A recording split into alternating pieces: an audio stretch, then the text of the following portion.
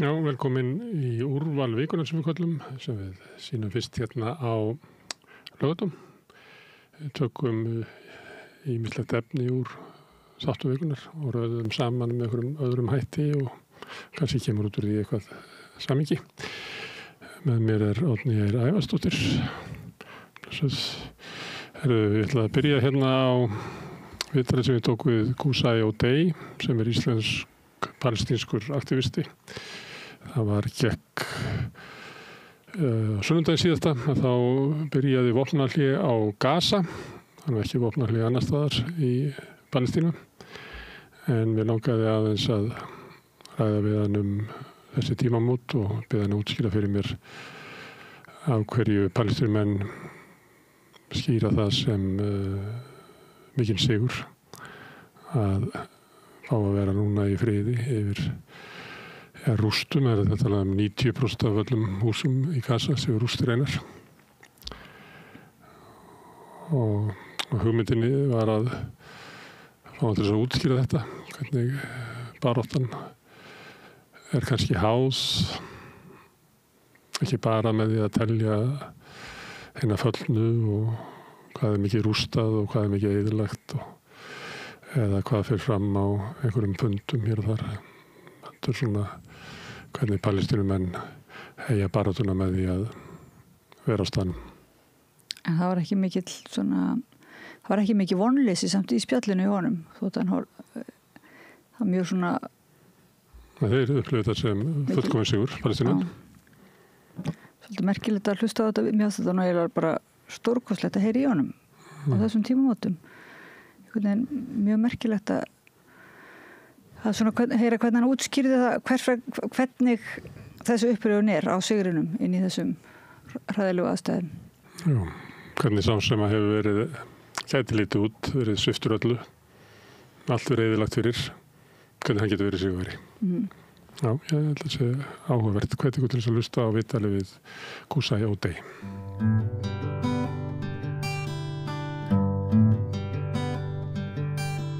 Tíðindi kannski í síðustu viku voru vopnahlé á Gaza á nokkuð sefa. Það búið að vera hryllileg átök síðan seint á árinu 2023 sem orðið í hitti fyrir þannig að það búið að vera svo lengi. Til þess að ræða aðeins þessi tímamót hingað komin Qusay O'Day sem íslensk-palestínskur aktivisti. Velkomin. Takk. Vopnahléð það sigur? Já, stór sigur. Já. Þetta stór sigur og engum að þakka nema svona Gaza-búar og palestínumenn og baráttamenn og stuðningsmenn út allan heim. Sem að hafa aukið þá þrýsting á Bandaríkin til þess að þau verða að stoppa þetta. Já, Bandaríkin og Ísrael, það er náttúrulega Ísrael lungu gjaldþrota, alls konar gjaldþrota og geta ekki haldið þessu lengur og þetta ekkit Biden Trump að þakka. Ekki þannig. En nú fólk hérna á Íslandi tekið þátt í svona stuðningi við Palestínu og mótmælum og svona fjölbreytilegum aðgerðum til að lýsa yfir stuðningi við málstað Palestínumanna og anstigða og framferði Ísraels. Heldur að það fólk og fólk út allan heim að ef að það hefði ekki tekið upp baráttu að þá hefði þjóðarmorðið bara haldið áfram og gengið lengra. Klárlega. Þetta eins og ég sagði, þetta fyrst og fremst fólk á Gaza að halda áfram. Já. Bæði baráttumenn og venjulegt fólk sem gjaldaði mest fyrir því. Og svo barátta fólk og stuðningsmenn út allan heim. Það er eina ástæða fyrir því að þau geta ekki halda áfram lengur. Ok, ef við förum þá til Gaza, baráttan þar, af því að það sem að maður sér í fréttum fólk oft bara að bíða eftir mat eða fólk að bera lík barnanna sinna út úr rústum og fólk sem að leita skjóls í sjúkrahúsum og öðru slíku. Það fólk sem að bregðast við árásunum, en hvað baráttan enn á Gaza? Var Ísraelsmönnum mætt með hernaðaraðgerðum? Já, það barátta samtökin, Hamas og fleiri, það er búin að vera að berjast alveg frá upphafið, svo við veitum, og svo aðal baráttan sem, það vita allir, þetta venjulega fólk sem gafst ekkit upp, flúði ekki burtu, margir vildu flýja burtu. En það var lokað, það komist ekki inn til Egyptalands, kannski var það ráðagerð Ísraelsmanna bara þrýstu öllum bara yfir landamærin. Já, það var náttúrulega almarkmiði, það var lokað, en svo líka, þetta Gazasvæði er skipt í þrennu, norður, Gaza og svo suður. Já.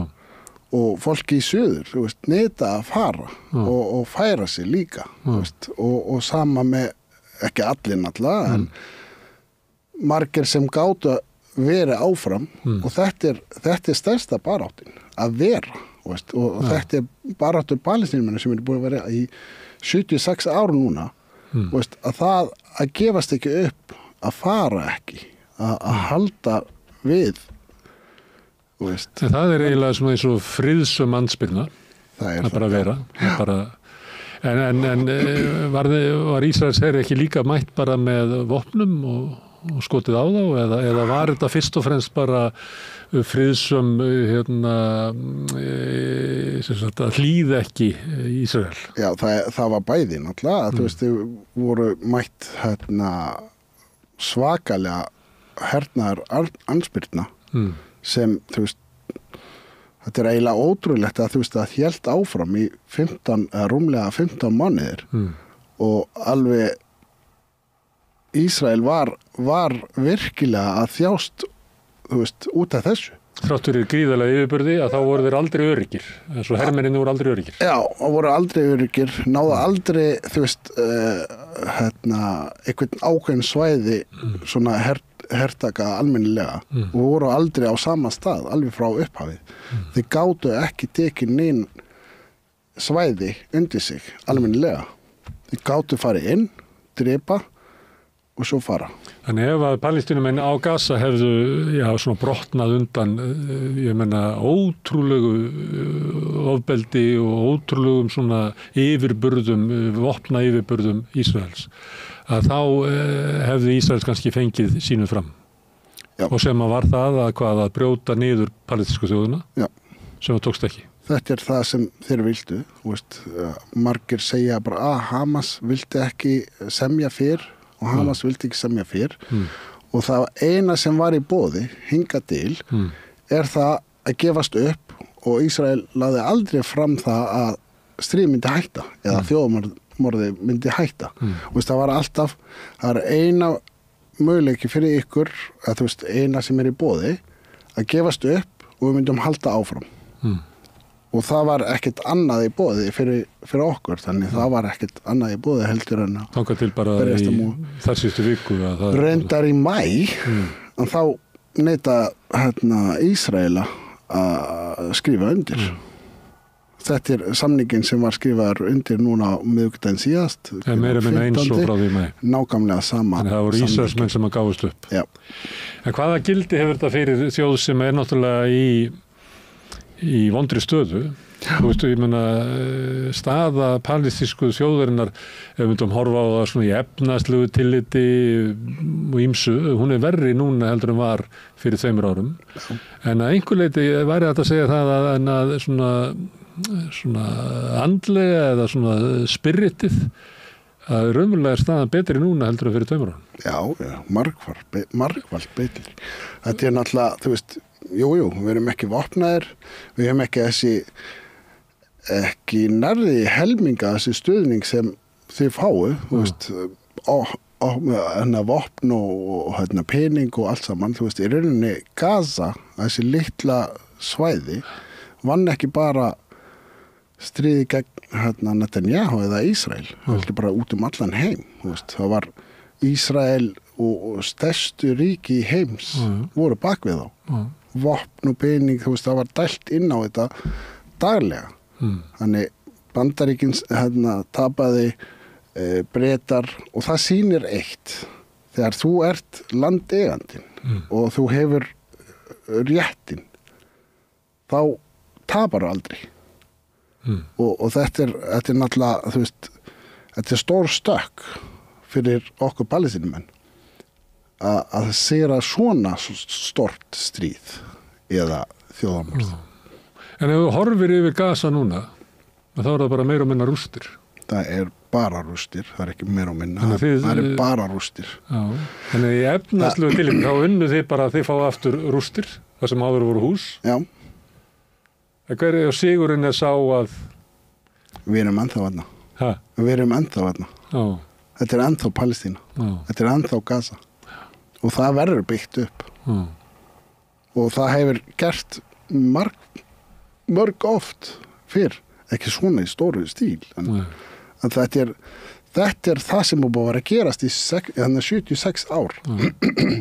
En núna, veist, stóri munurinn er að þú veist, núna veit fólk út allan heim hvað sionista eða hvað Ísrael er, fyrir hvað það stendur, og líka veit hvað þýðir að þú veist, að berjast fyrir réttin sín líka. Í rauninni Gaza frelsaði okkur öll.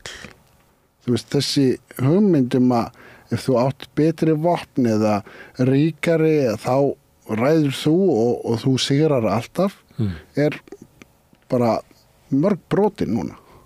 Og við veitum núna, ef þú stendur fyrir þitt og þú hefur rétt á eitthvað, þá myndur, þú veist, þú ferða á endanum. Og andstaðan er ekki meira heldur en bara viðbrögð venjulegs fólks, bara ekki að fara, halda áfram. Já. Það er, þú veist, þetta er stærsti vopnin okkar. Að öflugustu vopni heimi, öflugustu ríki heimi, að þau geta ekki sigrað það. Nei, og þau mun aldrei sigrað það. Nei. Og palestínumenn nutu ekki stuðnings neitra svona stjórnvalda að ráði? Nei, ekki. Líklega Íran? Jú, en þú veist, þetta er, já. En fyrst og fremst þá bara almennings í næsturlöndum, já, og svo brot af almenningi á vesturlöndum? Já, stór brot myndi ég segja. Mikið stuðningur á Íslandi? Já, á mörgum stuðningum. Já, þú veist, það er nefnilega málið, þú veist, þetta er miklu meira stuðning heldur en nokkuð tíma hefur verið áður, meira að segja í Bandaríkjunum. Þú veist, þetta er... Nú það var ekkert feiluleik við þetta, þú veist, þetta er sjást alveg, þú núna vita allir hvað Ísrael stendur fyrir, eða sionista, eða þessi stór kapitalíski ríki, veist. Þannig að stuðningin með Palestínu var margfalt fleiri núna, og vonandi heldur áfram.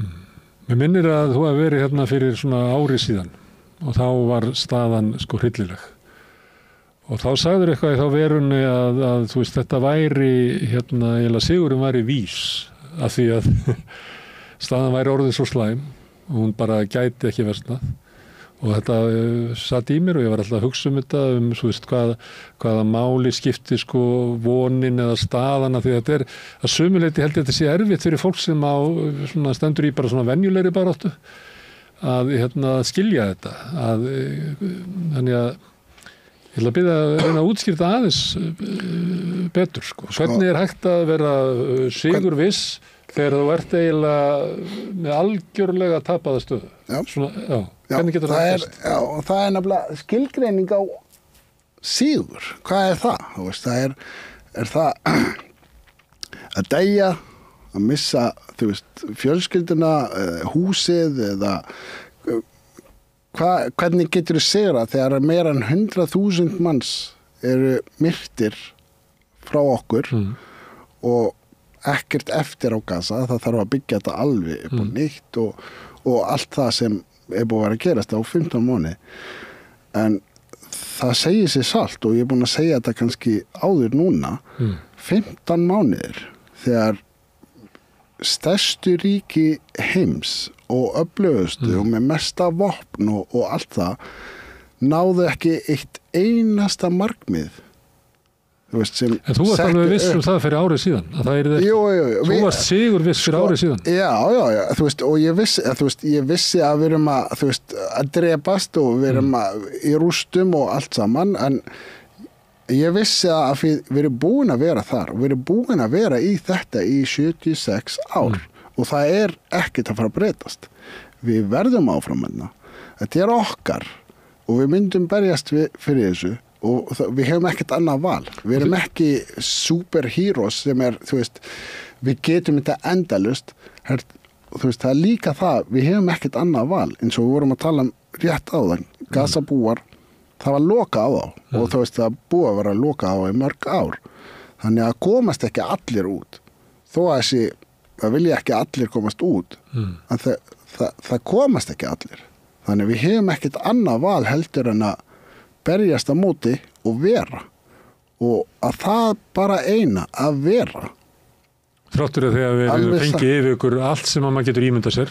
Já, það sko, þú veist, það stærsta sigurinn sem búin að vera og það eina markmið Ísraela zionista að henda okkur út eða drepa. Og bara það að vera áfram, það sigurinn. Og það það sem truflar eða gera það á brjála, ekki bara truflar. En hvernig framtíð fyrir palestínsku þjóðina, þá sem að býra á Gaza eða í Ísrael? Eða í Palestínu? Það já, í Palestínu, restina hernám, já. Það sko, þú veist, það erfitt að segja núna. Það ekki neitt friður, þótt að sé vopnað, það ekki friður framöndan. Nei, það eitt lítið kapli sem búinn. Þetta stór sigur, en þetta bara ekki allur sigurinn. Sigurinn frá ána til sjávar. Það þú veist, að fá Palestína tilbaka, það stóri sigurinn. En þetta stór sigur samt. En baráttan heldur áfram. Hernámið ennþá til. Það verið ennþá að drepa. Það verið ennþá að ræna land og rústa húsum og þetta ekki búið. Þetta langt frá því að vera búið. Hvernig verður þetta búið? Þegar við fáum þetta tilbaka. Það ekkert annað í boðið í rauninni. Þetta ekki, við getum ekki verið, við getum ekki verið undir hernám og kúun og allt þetta og svo bara já, amen og allt í góðu. Í Suður Afríku, þegar svartir voru að berjast, að þá voru að berjast við ógnarvald og óréttlæti og apartheidstefnu og bara svipa á því. Og þá var það, las ég eitthvað staðar og heyrt það sagt margoft, að svona lykillinn í þeirri sögu var þegar þeir sögðu in our time. Þannig eins og að þú myndir segja, Kusai, að þetta mun gerast á meðan ég lifi, að þá munum við fá Palestínu tilbaka. Trúið þú því? Ég trúið því. Ég trúið þessi ekki áður.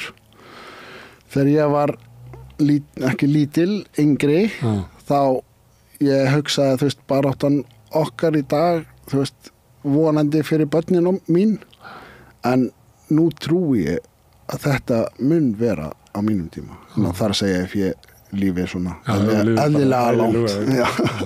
Já.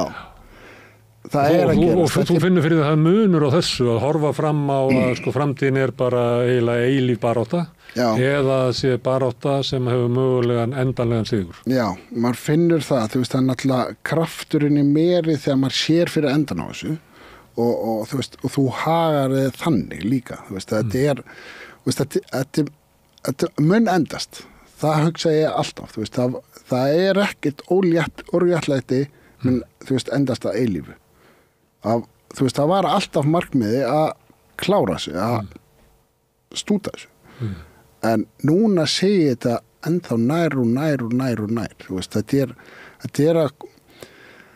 þetta að verða meira og meira og við veitum það að þú til að byggja upp, þú þarft að rústa niður til að byggja þetta almennilega upp. Og það að gerast og sérstaklega núna bæði 7. október og líka árið eftir það, þú veist, allt sem búin að vera að gerast eftir þetta. Við erum að nálgast þessu mjög mikið.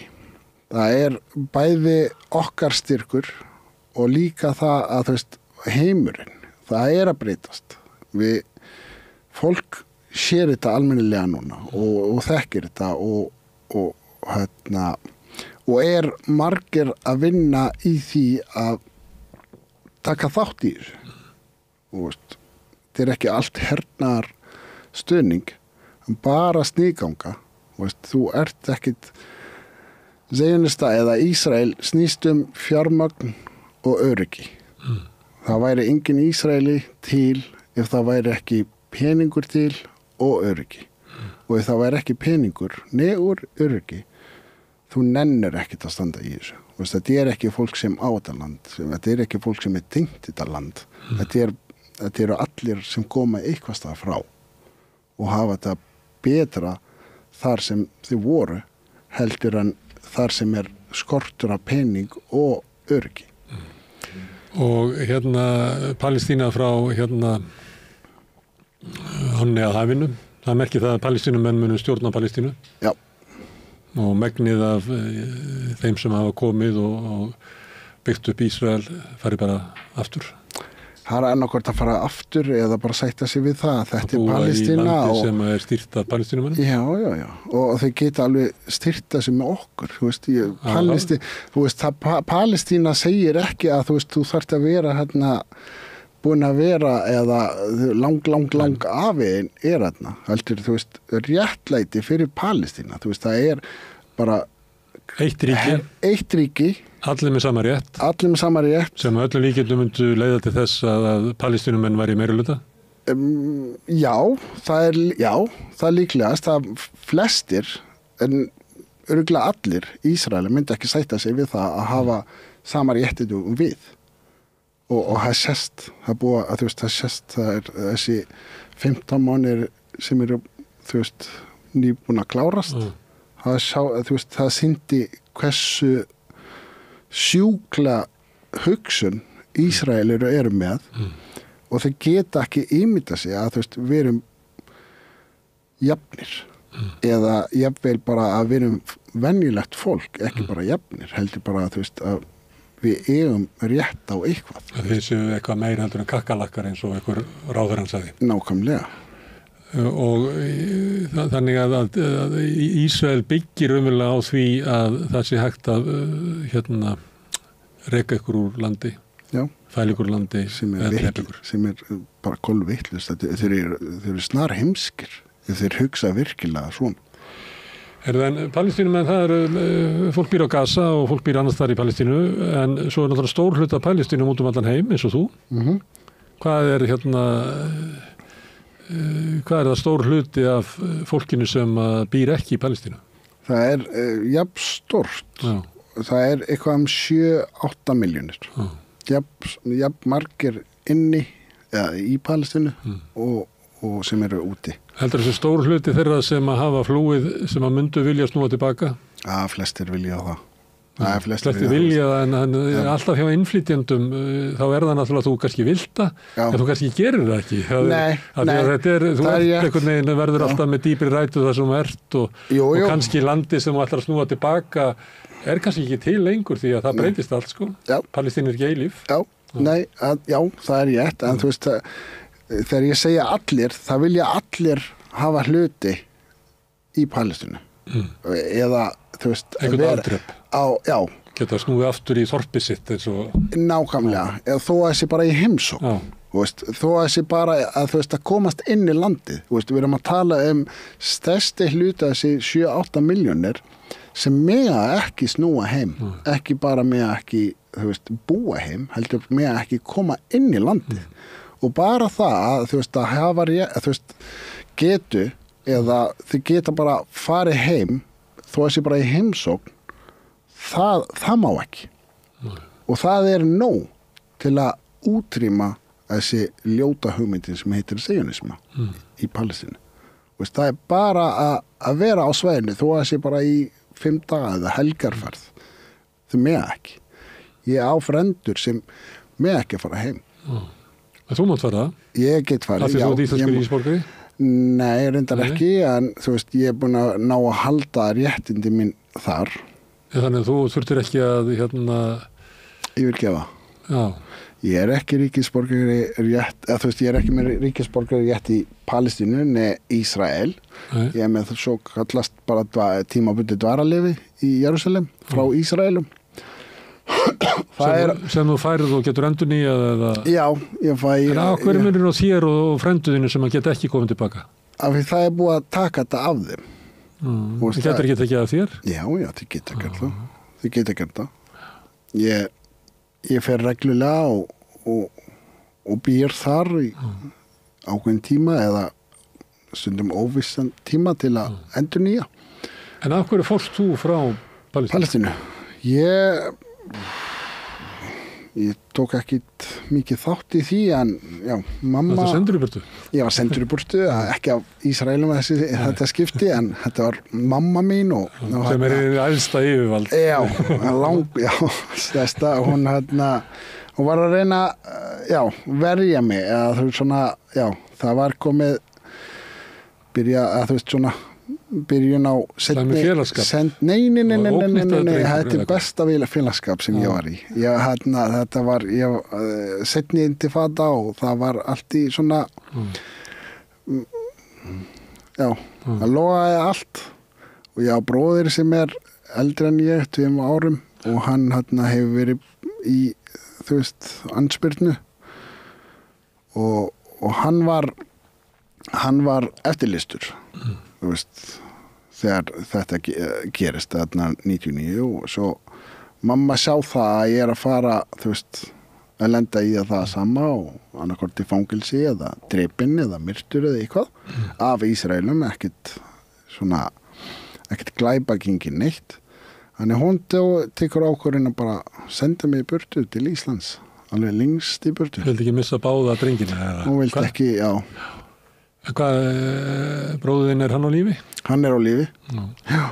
Hann, komst ekkit með mér, hann átti að koma með mér, hann komst ekki og bara, hann var meira að segja komið með dvalarleyfi hérna á Íslandi eins og ég og planið var að koma saman en komst ekki og var þar í 3 ár, 3 ár, eftir 3 ára ég fór að hann var handtekinn og var dæmtur í 28 ára fangilsi en slapp í samningin 2010 eftir 10 ár í fangilsi.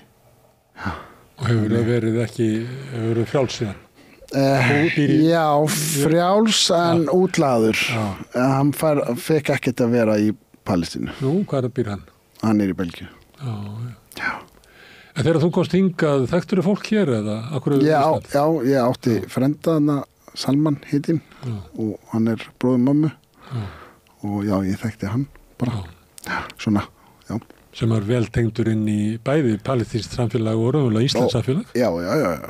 Hann var mikil drifkraftur í félaginu Íslands-Palestína og tók þátt í íslenski pólitík og alls konar hlutum. Já, hann var mjög virkur. Þannig að þú hefur notið þess að tengjast inn í Íslands samfélag? Já, hann var mikið hjálp í því. Já, en þú hefur farið líka og búið í Palestínu?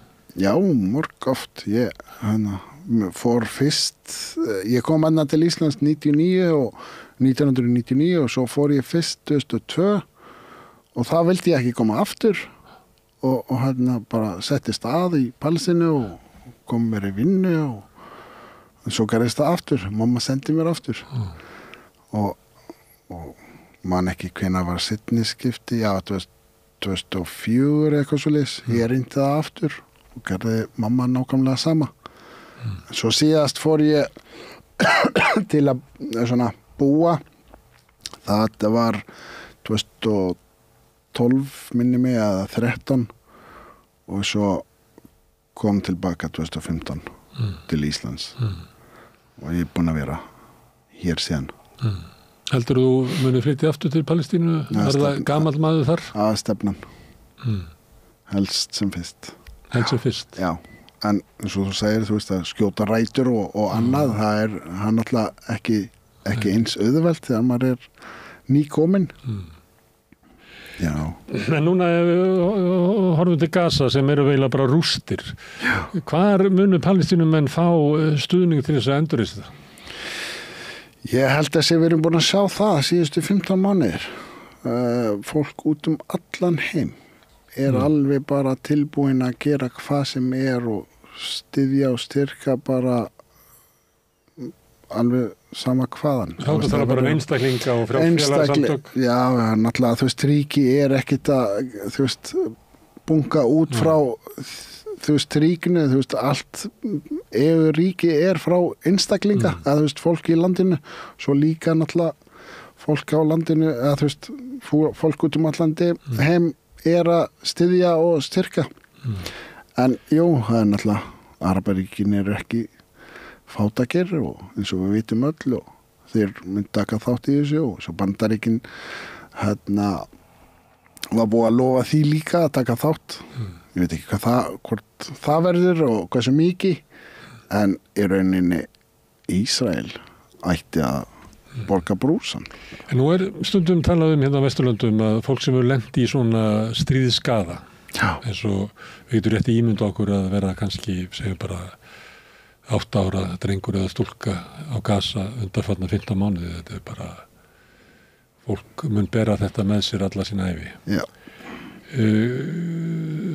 Þessi kúgun og svona langvarandi kúgun sem að þú þekkir, hvernig leikur þetta samfélag? Hefur palestíska samfélagið getur til þess að einhvern veginn heila þetta með einhverjum hætti eða?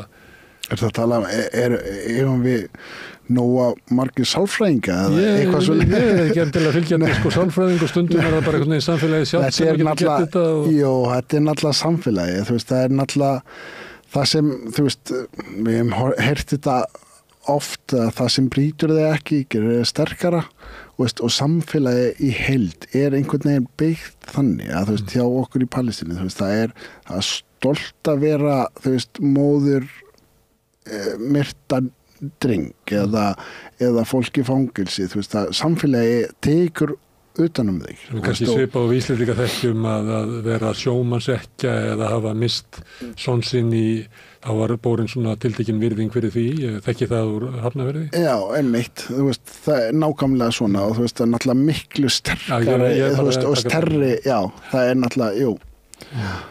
Og það hefur virkað í 76 ár. Og það ég má halda áfram með þetta dæmi að til dæmis í Hafnarfirði þá var byggt upp dagheimili fyrir sjómannsekkjur til þess að þær getu unnið. Þannig það er svona eitthvað fyrirbrigði í samfélaginu sem að ber virðingu fyrir þessum missi sem að fjölskyldan leggur fram fyrir okkur öll. Já, það er það sem ég var eiginlega að meina. Já, þannig, hvert einasta líf eða þú veist, alveg saman hvort þessi myrt eða serði eða sett í fangilsi þú veist, þetta forn fyrir alla. Þetta er ekki bara fjölskyldan eða við lítum að þetta hann var að gera þetta fyrir okkur þannig við verðum að gefa tilbaka og sína stuðning en eftir sem áður ber fólk sín eigin sár. Þetta ekki létt. Þetta langt frá því að vera létt. Og ég ætla að við fyrir lengra þá hefur maður heyrt að svona Vesturlöndum að sagt svona að fólk frá Palestínu ef það kemur hingað þá kemur að með svo mikil sár á sálinni að þetta næstu talað um þetta sé ónýtt fólk, svo kannast þetta. Hvað segir við ykkur slíku þegar fólk segir að það eiginlega fólk sem er búin að fara í gegnum þetta að það eiginlega, það mun ekkert fungera. Þetta er bara ónýtt. Þetta er bara ónýtt. Ónýtt? Já, þú kannast við þetta? Jú, ég kannast við þetta. Ég sjálfur og fleiri sem ég þekki. Þú veist, þetta kemur frá fólk sem svona Vill ekki fá okkur.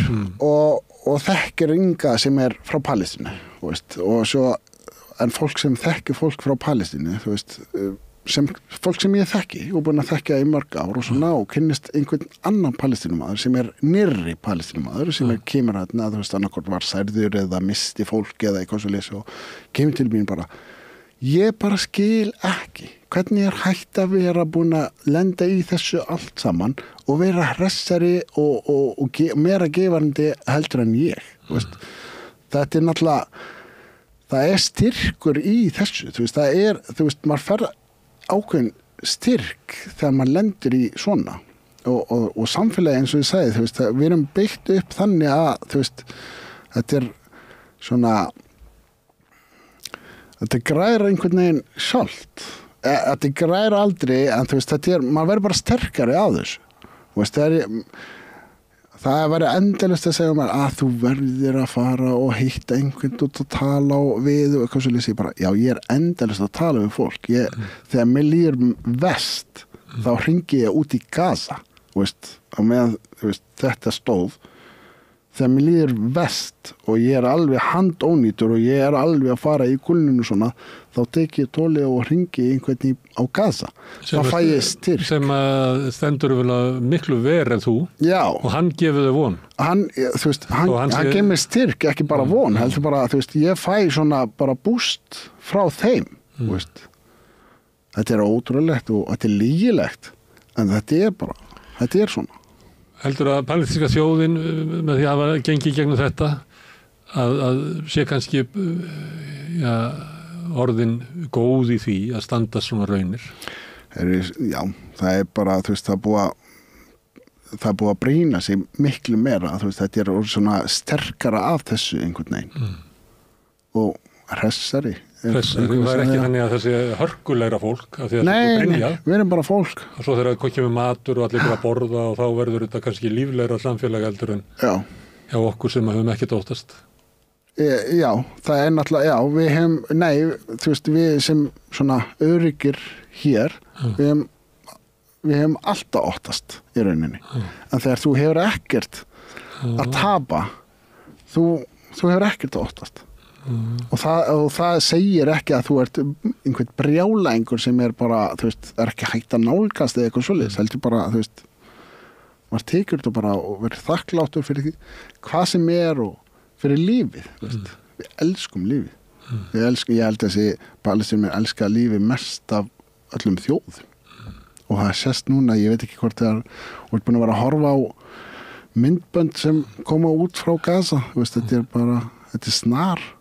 Það er bara eins og stort brúðkaup á Gaza. Það er ennþá verið að taka lík undir rústum. Það er búið að finna 10.000 bara í dag. Já, í gær og í dag. Það er komin 10.000 lík sem voru undir rústir. Og það er bara stór hátíð. Það er bara veisla. Ætlaðu þú að fara til Palestínu? Já. Ættu planið það? Það er planið, já. Það er núna bara janúar, febrúar.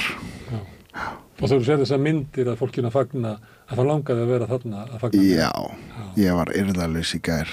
Ég bara, alveg síðan á miðvikudaginn, ég vissi ekki hvað ég átti að gera við mig, Og ég bara þarf að vera með. Ég þarf að vera viðstaddur, svo fangaskipti sem í gangi, fullt af vínum mínum sem að sleppa út og ég bara, sumir að fá að vera heima og sumir vera útlaðir og ég var ekkit yrðalaus, ég ennþá yrðalaus, ég þarf að vera með, ég vil vera með. Ég get sagt til hamingju. Takk, sem leiðis, þetta sigur allara. Til hamingju. Takk. En næst á dagskrá hér á Rauðaborðinu eitthvað allt annað. Við skulum bara kíkja yfir í næsta kafla. Allt það besta er ókeypis. Knúsaðu vini þína. Samstöðin þar sem manneskjurnar koma saman. Já, þetta var viðtal við Kúsa Jódei. Það voru tímamót í þættinum í vikunni sem að Laufey Ólafsdóttir sem að hefur tekið upp þætti og sent út. Skuttlaði sér hinum megin við mikrofóninn og tók viðtal við Rósu Guðmunds sem að býr í LA og það ræddu annars vegar eldana sem að geisa í LA en líka svona áhrif embættistöku Trump sem er svona einhver leyti náttúrulega sem að við erum að ræða við fólk og hópa. Fáum alls konar fólk til að ræða það sem að fólk hefur áhuga á. Þetta er svona eins og heiti potturinn að þá er náttúrulega marað þannig að í þessari viku var Trump svolítið ábyrgandi, skaut sér inn hér og þar. En skulum kannski bara hlusta á símtalið sem að Laufey Ólafsdóttir átti við hana Rósu Guðmunds í LA.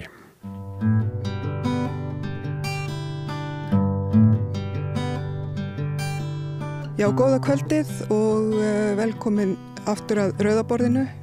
Ég heiti Laufey Líndal Ólafsdóttir og ég er nú vön að vera hinum megin við takkana. Ég er tæknikona á samstöðinni. En í kvöld þá vildi ég krafðist þess að vera megin við takkana til þess að taka viðtal við hana Rósu Guðmundsdóttur sem er búsett í Bandaríkjunum í LA.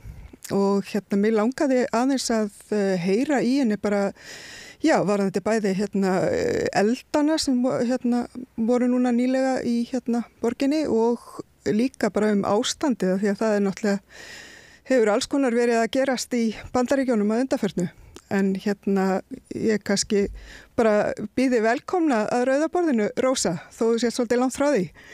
Ég þakka bara innilega fyrir. Það gaman að vera hjá þér, Laufey mín. Ég elskaði mjög mikið, hef alltaf gert síðan ég kynntist þér. Sömuleiðis. Og börnið þín og mömmu þína og þannig að við erum bara, ég vil endilega tjá mig varðandi það og gott að vera hér hjá í Rauðaborði eða hjá Rauðaborði. Já, gerðu bara velkomin.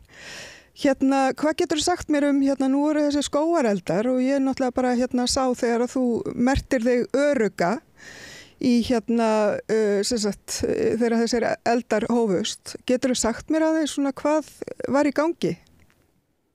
Sko, Laufey, þetta var já, það er kannski asnalegt að segja fullkomni stormur, sko, en þetta er búið að vera samblanda af alveg hrikalegum vindum sem eru mjög óvanalegir á þessum tíma árs í Los Angeles, svona snemma í janúar og svo mikið þurrlendi. Það er ekki búið að vera svona þurrt það er mikið gróðlendi í Los Angeles. Alveg fólk kannski gerir sér ekki grein fyrir stærð landsvæðisins sem að gróðlendið er út alla LA og svo inn í LA, margir garðar og svo Hollywood-hæðirnar sem að teyjast alveg upp eftir ströndinni, alveg út í Ventura og svo Santa Barbara og svo framvegis.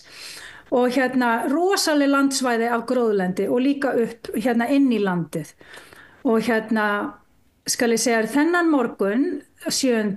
sem að þessir eldar hófust, þá var svo mikið þurrlendi vegna þess að þetta er þurrasti vetur, já, eins mikið og vetur, kannski ekki með Íslendinga, það var þetta ekki vetur, en vetratími í Los Angeles, það er ekki búið að vera svona þurrt síðan 1964 og þó að ég sé sjálf að furða mig yfir hvernig kveikjast svona eldar, bara nóg að það sé rosaleg vindkvið og mikill vindur að þá kviknar einhverja glóðir og svo slíkt og svo fór ég aðeins að fræða mig það og þá kemur í ljós að það eru ennþá línur og það er búið að lögsækja þessi fyrirtæki sem eru með þessar símalínur og rafmagnslínur yfir gróðlendi og það er búið að bæta mikið fyrir í því en öllum ætti að furða í svona auðugu fylki eins og Kalifornía þetta er 5. ríkasti staður held ég í heiminum og að það sé ekki meira búið að leggja út í að gera þetta öruggara þannig að það sé ekki þessi glóðahætta sem að myndast þegar það er vindur. Þetta er náttúrulega svo alveg rosalegu skaði og fólk gerir sér ekki grein fyrir hversu hratt eldurinn breyttist þennan morgun. Og svo líka var ég að lesa samantekt á New York Times daginn sem voru 24 tímar inn í eldina frá því hann byrjaði þennan morgun í Palisades sem er svona cirka 25 mínútur í burtu frá mér sem ég bý ef það er lítil eða ekki mikil umferð. Að það tók 20 mínútur fyrir slökkvilið að koma á staðinn þegar eldurinn var lítill. Þarna þegar hann var að myndast, það var hringt á slökkvilið, en það tók þá 20 mínútur að koma þegar eldurinn var ennþá ekki búin að breiðast svona mikið og áður en að vindurinn skalla á svona rosalega. Þannig að mér verkaði í hjartað. Ég táraðist að lesa yfir þetta allt saman vegna þess að Jú, það er alveg hægt að kenna mörgu líka en svo er líka verið að segja að það hefði ekki verið hægt að slökkva þetta það er ekkit kerfi sem að hefði getað undirbúið sig fyrir hversu hratt eldurinn breyttist og líka hvað það var þurrt og þessi vindhætta og svo náttúrulega auðvita. Lokapunktur sem ég ætla að segja er að þeir gátu ekki sent flugvélarnar í loftið þessa nótt. Þannig að fólk þurfti að horfa upp á eldin, bara éta upp heimilinn og Og náttúrulega 2 eldar komnir í gang á þeim tíma sko, þegar kvöldi skall á og en það var margt sem að ég var að lesa í sambandi við hvernig var brugðist við og hvað þurfti að gerast áður en að í rauninni var hægt að tækla eldinn. Þannig að þetta bara rosalega harmmikið, en ég get sagt þetta Laufey mín að það lögsóknin nú þegar byrjaðar eins og þú veist það var Ameríka land lögsókna og lögsóknir eru nú þegar farnar á stað fyrir þá sem að hafa orðið út í þessum veldi vegna þess að ég held að þeir ætli sér að kenna mikið kenna þeim mikið sko bænum og undirbúningnum og svo framvegis að það var ekki hægt að bregðast betur við heldur en það var gert. Kom þetta nokkuð fyrirvaralaust eða bara átti fólk sér einskis eils von eða hvernig var svona í aðdragandanum? Já, þetta góð spurning Laufey. Reyndar var búið að vara við þessu. Það var kona, það var nefnd sem að ég sá, það var sjónvarpa frá nefnd sirka viku held ég áður en að eldarnir fóru af stað og það var kona sem var í þessar nefnd, man ekki nákvæmlega hvað hann heitir og hvað hann var að gera þarna. Þetta var nefnd, borgarnefnd og held í sambandi við slökkvilið nefnd sem að var að funda og það var sjónvarpa frá því þegar hún var að tala að það væri mjög mikil hætta á að svona einhverjum hamförum í sambandi við eldhættu og líka í sambandi við að það vantaði meiri peninga. Það vantar ekki alltaf peninga í samfélög en í sambandi við þetta maður hefði nú haldið af þessar eldar eru búin að vera viðvarandi í mörg ár núna og vera hrikalegar hamfarir í sambandi við þessa elda í nánd við Los Angeles en ekki svona nálagt og inn í borginni sjálfri eins og í þetta skipti. Fólk að tala sem hefur búið þetta lengi að þeim fannst þetta verra að upplifa þetta heldur en jarðskjálftinn á 1990 og var ekki 1992 held ég. Stór jarðskjálfti sem var og þannig að nú veit ég að ég lifi í mikilli jarðskjálfta og nú eldhættu þó að þetta haldi áfram að vera uppáhaldsborgin minn sem ég elskar svo mikið. Já. Maður hugsar alltaf sko, því að nú höfum við fengið mestar fréttir af einmitt svona frægu fólki, þú veist, Hollywood fólkinu og svona sem hefur verið að missa húsin sín. Veist eitthvað svona tjónið sem að kannski við heyrum ekki til dæmis í fátækari hverfum og og svona bitnar á fólki sem að má sín aðeins minna og hefur minna plattform? Já, ég kom alveg sagt á því, Laufey mín, að hitt hverfið. Palisades svona uppa hverfið sem að hér til umræðu og það sem að var náttúrulega rosalega mikið eignatjón einfallega vegna þess að húsin eru svo stór og þetta eru svona, risahús, mansions eins og maður segir og mörg, en náttúrulega líka, ég vil ekki gera lítið úr þetta náttúrulega samfélag sem að brann þannig í Palisades, skólarnir, kirkjan, leikhúsið, þannig að þetta ég var mjög tengd Palisades hverfinu og hefur verið mikið í alls konar samfélagsvinnu þar sérstaklega á meðan COVID var að gerast. En nú vil ég tala Altadena sem að hitt hverfi sem að eldurinn átti sér stað sem að kviknaði á sama tíma og Palisades eldurinn byrjuðu. Þetta hverfi, það sko hjartaræturnar eru þar vegna þess að þetta í rauninni fyrsta hverfi sem að blökkufólk á sínum tíma var að kaupa sér hús og myndaði þar svona millistétt í rauninni og þetta er rosalega fólki þykir rosalega vænt það hverfi vegna þess að þar gat fólk verið að kaupa sér eign og finna sér svona staðfestu í lífinu, sérstaklega fólk sem voru innflytjendur og blökkufólk og svo framvegis. Þannig að það er rosalega mikil sorg í að þetta alltaf hverfi í rauninni bara farið sko og margt fólk sem átt í rauninni sko aðleigan var í fasteigninni og fasteigninni sem eru búin að fara kynslóðan á milli og þannig að það er rosalegu missir þar fyrir fólk og að því að þetta hverfi bara brann í rauninni mest allt bara niður til kaldra kóla, svipað eins og Palisades en það fólk á minna til skilur þetta ekki eins ríkt hverfi eins og Palisades en missirinn finnst manni vera svo rosalega miklu meiri þar sko vegna þess að fólk sannlega að missa svo mikið aðleguna þar en eins og ég segi, lögsóknin að fara í gang, það hjálp til staða, það búið að vera rosalegur samhugur í gangi hérna og mér finnst eins og fólk ekki sko hérna í borginni sjálfur finnst mér fólk ekki að vera mismuna á milli hverfana, ég finn ekki mismunun, fólk mikið að koma til staðar og það bara til staðar fyrir fólk, það talað fólk sem hefur mist í þessum eldum, ekki bara í Palisades eða bara í Altadena, þetta bara yfir höfuð, fólk sem hefur verið að missa bæði fyrirtækin sín sem búin að vera að reka í 20-30 ár, það var maður í Altadena sem var með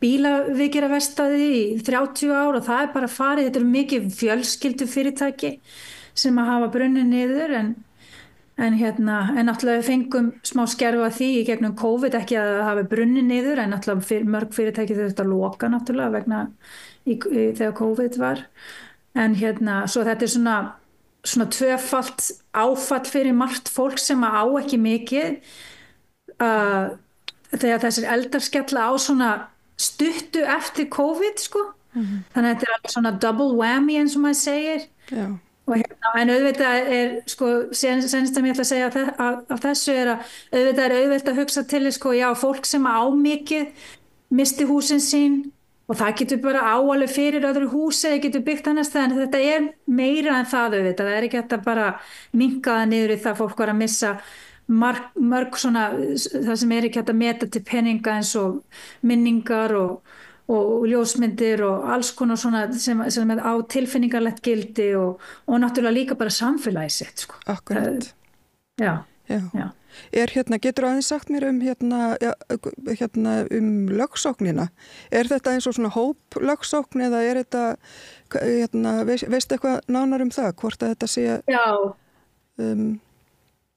Já, það lögsókn, ég sé nú bara að það verið að auglýsa eftir, þetta svona, ég held að sé mikið af líka svona bara enga lög, hvað kallar það, svona firms, lögmannsskrifstofum.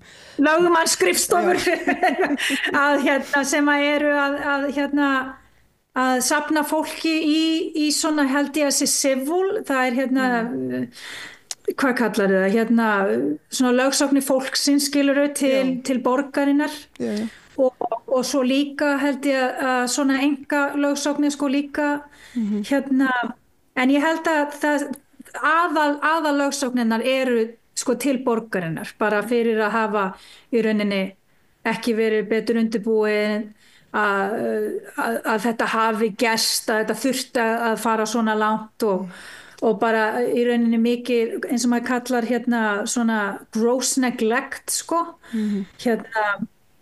hvernig minn maður segja það í íslensku, ég orðin dálítið málhöld, ég skammast mér svolítið, ég elska íslensku svona við þurfum bara að heyrast oftar sko já, við þurfum að heyrast oftar svona gross neglect svona, vanræksla svona alveg vanræksla að lögsækja fyrir vanrækslu í rauninni alveg svona vanrækslu á hæsta stigi sko til borgarinnar já, þú kannski ekki að kenna þeim algjörlega allt en samt sko ég sit hérna og ég get alveg gleðilega sagt þér að ég skammast mín ekki fyrir að segja að vitandi að það svona mikil eldhætta hérna og þetta svo auðugt ríki að það hafi og með Silicon Valley sko upp norður hjá San Francisco þar sem að Google og Facebook og allt þetta þannig að þessi tæknifyrirtæki að það hafi ekki verið að sé ekki búið að láta meira í undirbúning fyrir svona eldhættu. Þetta bara í rauninni þetta smánalegt að hugsa sér til þess og fólk, og það svo hrikalegt að mannfólki þarf að missa til þess að læra og það mjög algeng lexía því miður. Já. Því miður. Takk fyrir, ég var að fá inn á borðið hérna auka spurningu, ég var beðin að spyrja Hollywood Hills og Hollywood Boulevard. Getur þú hérna sagt mér eitthvað það? Þetta viðtal er að fara skemmtilega í þær áttir sem að þetta að grafðurast mjög skemmtilega þetta viðtal, en þó að þetta sem kannski byggt á svona miklum harmleik á sama tíma, en ég get sagt þér það, Laufey mín, að þó að ég hafi verið örugg og ég búi ég bý nokkrum boulevardum fyrir neðan Hollywood Boulevard, sem sagt Hollywood hæðin bara beint fyrir ofan mig og og ég get sagt þér það að ég var að labba inn í matvörubúð þetta kvöld sem eldarnir voru í gangi. Ég gat séð eldana hægra megin við mig, reykinn alveg strókurinn alveg yfir allan himinin og og ég er að labba inn í matvörubúð og heyri ég ekki í slökkviliðsbílunum núna fara upp götuna við hliðina á mér, bara alveg brjálaðir, líti fyrir aftan öxlina og sé ég þá ekki bara Hollywood hæðina í báli. Þetta var svo surrealist, ég bara almáttur, ég var með í maganum, ég þurfti að ná mér í svona matvörur sem ég þurfti að muna eftir að ná í að því ég vildi eiga það heima og ég gat ekki hugsað skýrt inn í matvörubúin, ég bara að reyna Hollywood hæðin bara að brenna meðan ég inn í þessari matvörubúð og ég gat ekki hugsað til þess bara þetta bara gerast á bara allar skilti, bara Hollywood skilti að fara upp í bál og en hvað með allir húsin í kring og þetta svo nálagt húsum og bara þá byrjaði ég að panikera en Íslandingurinn í mér og líka vitandi að vindhættan var það sem að í rauninni það sem vindurinn gerði í Palisades var að blása bálinu og ekki bara bálinu til þess að breiðast heldur var vindurinn að blása glóðunum. Það er glóðahættan sem að svo skaðleg í svona eldum að glóðirnar að fara í þurru trén, pálmatrén sem að eru alveg upp við húsin og út allt inn í bænum og glóðirnar að blása þess vegna eru sum hús, þetta svo skrítið í Palisades, það eitt og eitt hús, þetta eins og stríðsvæði, svo eitt og eitt hús inn á milli, Það að því að glóðirnar voru að fara og kannski sleftu einu húsi, og var þetta kannski bjarga eða fór ekki upp í bálið, en glóðirnar voru að fara út allt og svo kveikja glóðirnar í trjánum og trén kveikja svo í húsinu. Og en ég vissi þetta kvöld, þegar ég sá Hollywood hæðina brenna, að það engin vindur, það ekki spáð vindi akkurat núna. Bálið ekki stórt, þetta eru svona cirka 30 ekru núna, 30, fara upp í 38 þegar ég var að átta mig á þessu og ég fann bara alveg í maganum, nei, þeir muni geta tekið þetta út. Að því núna geta þeir farið upp með flugvélarnar og þeir bara taka þetta út. Þeir ætla ekki ég trú ekki að þetta muni verða eitthvað stórt, en þetta var mjög uggvekjandi og að því að tók svona nokkra klukkutíma að gera svæðið öruggt, og við vorum tilbúna til þess að ég samt fann á mér af því að var ekki vindur og það hefði þurft vind til að blása glóðunum út í bæ. Ef þetta hefði gerst, Laufey, kvöldið áður, kvöldið áður þar sem að voru brjálaði vindar, þá ættum við ekki Hollywood hæðir. Við ættum ekki Hollywood bara. Ég að segja það. Glóðirnar hefðu farið út allt og bara kveikt í öllum húsunum. Það það sem var að gerast. Það var hús sem var að byrja að brenna þarna við hæðirnar og það voru svalur og ég sá það í sjónvarpinu, ég bara húsið að fara að brenna. Það bara allar enginn að fara að slökka þessar svalir og svo kom einhver maður og byrja að slökka svalirnar og þetta var allt svona bara. Maður verið að sjá hluti brenna og svo allt inn í einhver 2 hús í Studio City sem að hinum megin við Hollywood hæðirnar Og svo líka það sem svo sjúkt, Laufey, að það fólk sem búið að vera handtekið fyrir að kveikja eld, bara hist og her, eitthvað bara random, eða eins og maður segir, svona bara eitthvað 60 ára kona, bara handtekin einhvers staðar við hæðina og náttúrulega það einhver ákveðin level af andleri veiki sem að þarf til þess að vera að gera inn í miðri eldhættu og miðjum eldum í raun og ég get sagt þér það, Laufey, að núna í morgun var annar eldur. Ég var að fá skilabóð núna bara áður en ég fór inn í þetta viðtal að það eldur sem byrjað núna hérna í Ventura sem hjá Santa Barbara sem ekki svo langt frá Malibu og Palisades. Einhver eldur það byrjaði núna sem að breiðast hratt. Ég var að fá það í símanum. Og í gær var það Castaic Hill sem að fór upp og var komið upp í 5.000 ekrur sem mjög stórt svæði sem betur fyrir ekki nálægt 1.000. En hann var að brenna í gær sem upp inn í land hérna upp inn í land norður frá mér. Þannig að við erum bara í miðri bara meðan ég að tala hérna, það eru eldar í gangi núna og nýjir eldar að kveikna en núna ég fann að hugsa með mér sko, fólk að kveikja þessa elda í alvörunni, alveg að því að það ekki það mikill vindur og þeir voru að segja að það voru vindarnir sem að kveikti Palisades-eldin en þeir eiga eftir að rannsaka þetta. Mér kæmi ekki óvart að kannski eitthvað af þessu væri kveikt af fólki og það náttúrulega level af sko. Eins og þingmaður sagði hérna, Kalifornía þingmaður sagði að það ákveðin staðir í helviti fyrir fólk sem að gera svona lagað sko. Já, einmitt. Þetta kannski svona veltir okkur svolítið yfir í hérna næsta umræðuefni sem hérna nýtt, þar sem að hérna nýr forseti tók við völdum síðastliðinn mánudag. Hérna náttúrulega svona katastrófa gerist náttúrulega bara hérna rétt fyrir stjórnarskipti. Hvernig líður fólki með þetta allt saman? Ég ætla að vera svo frökk að segja að nú fórstu úr öskunni í eldin Laufey mín. Einmitt. Nú ég að tala við hérna Íslendingana mína og nú ætla ég að leyfa mér að vera bara frjáls í máli.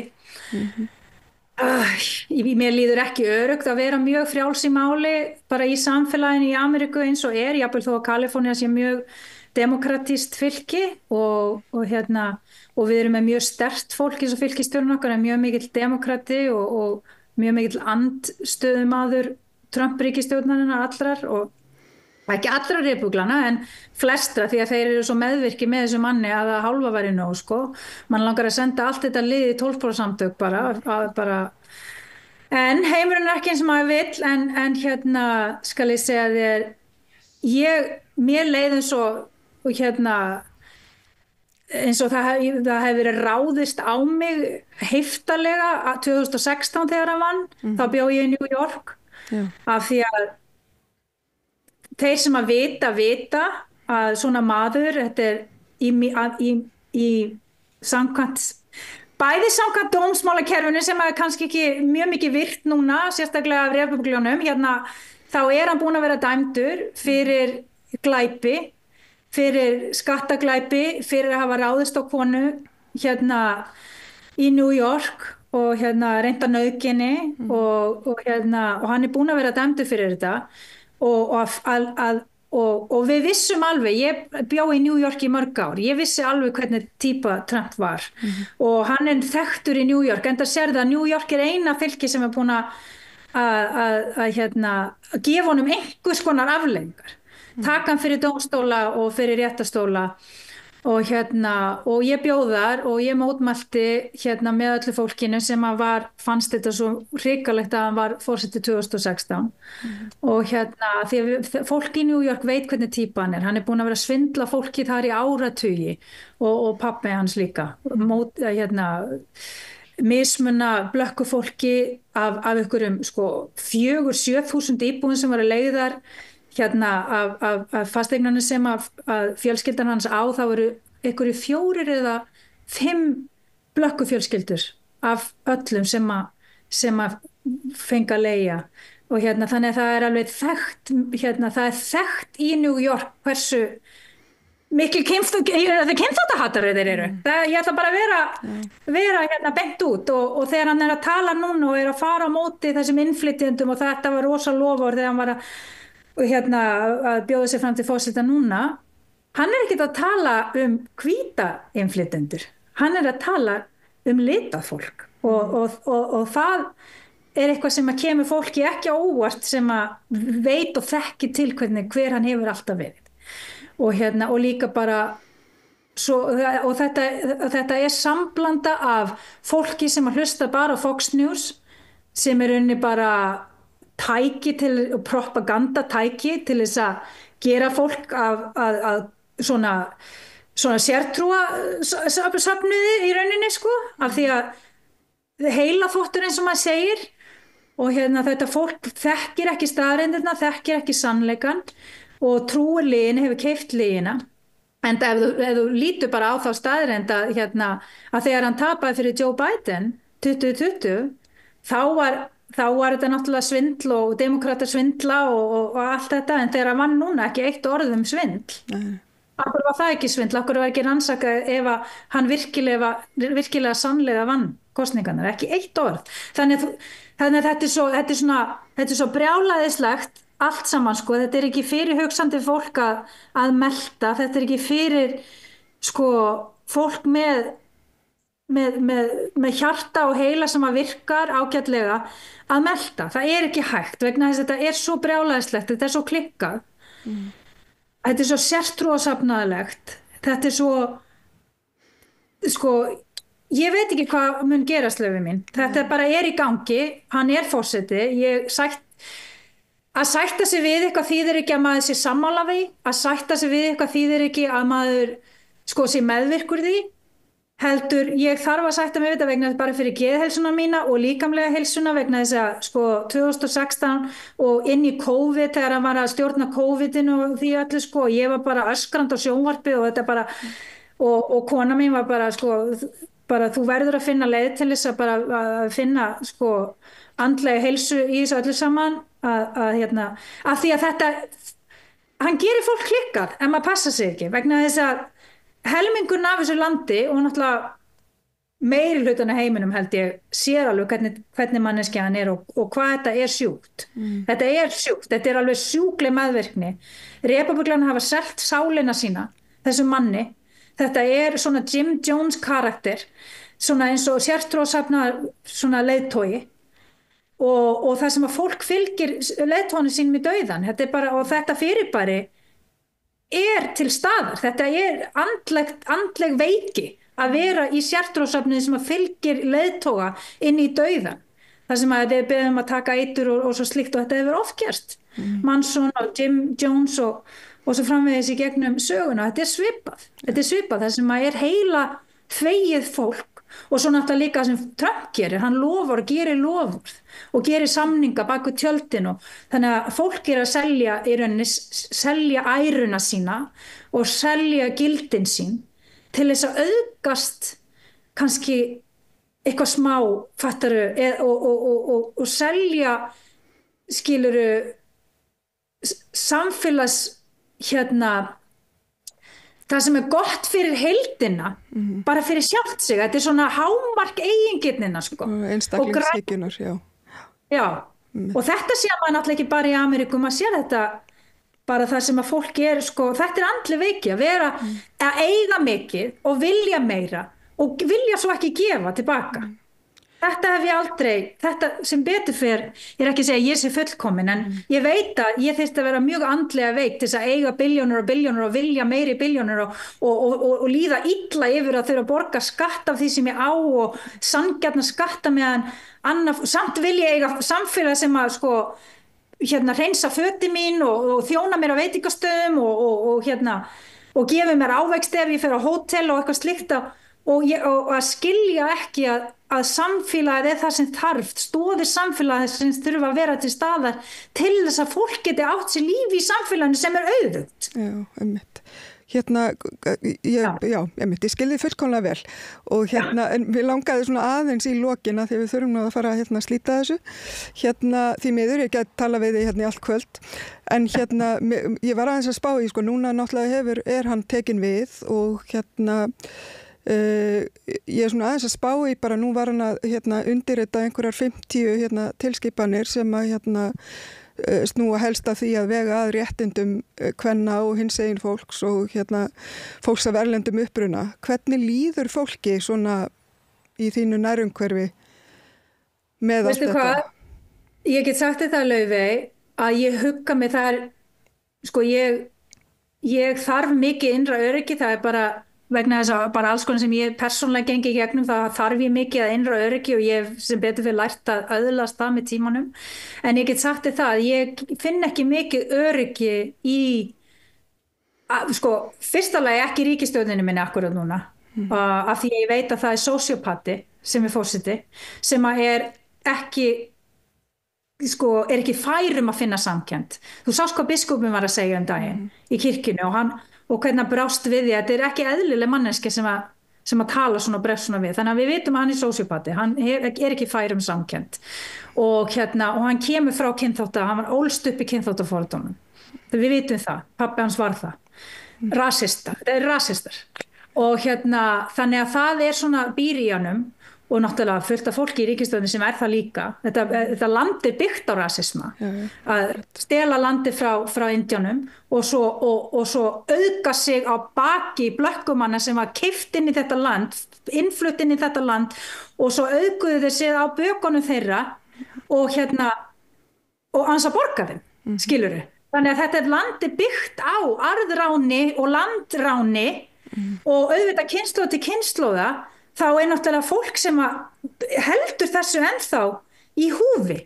Þannig að núna er komið, ég ætla að binda þetta allt saman inn í að svara spurninguninni, að skilja samt sögulega samhengið í þessu, er að það hefur alltaf verið undirliggjandi, jafnvel þó að hafi verið þróun í gangi og demokratar hafa verið við lýði og það er margt gott fólk í Ameríku, elska Ameríku og amerískt fólk, mjög hjartalít fólk, allavega það fólk sem ég þekki og hef nálægt mér, en það hefur alltaf verið undirliggjandi þetta, það var innanlandsstríðis, það Civic War, sem að gerðist vegna þess að fólk vildi halda áfram að mismuna blökku fólki og vera ekki í jafnrétti með þeim og fólk sem var á móti því, skilurðu.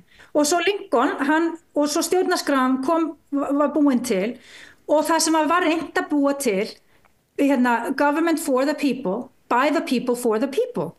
Og við erum búin að vera að reyna, Ameríka er búin að vera að reyna að lifa samkvæmt því, en það breyti í samt ekki að undirliggjandi var alltaf þessi rasismi, kynslóð frá kynslóð sem vilja ekki hafa þetta þessi stað, þeir vilja landeigendurnir og þræla eigendurnir. Þetta hugafar er ennþá þarna. Og þetta er það sem að maður sér í þessari hugsun sem að er í gangi núna, í þessari ríkisstjórn sem við erum með núna.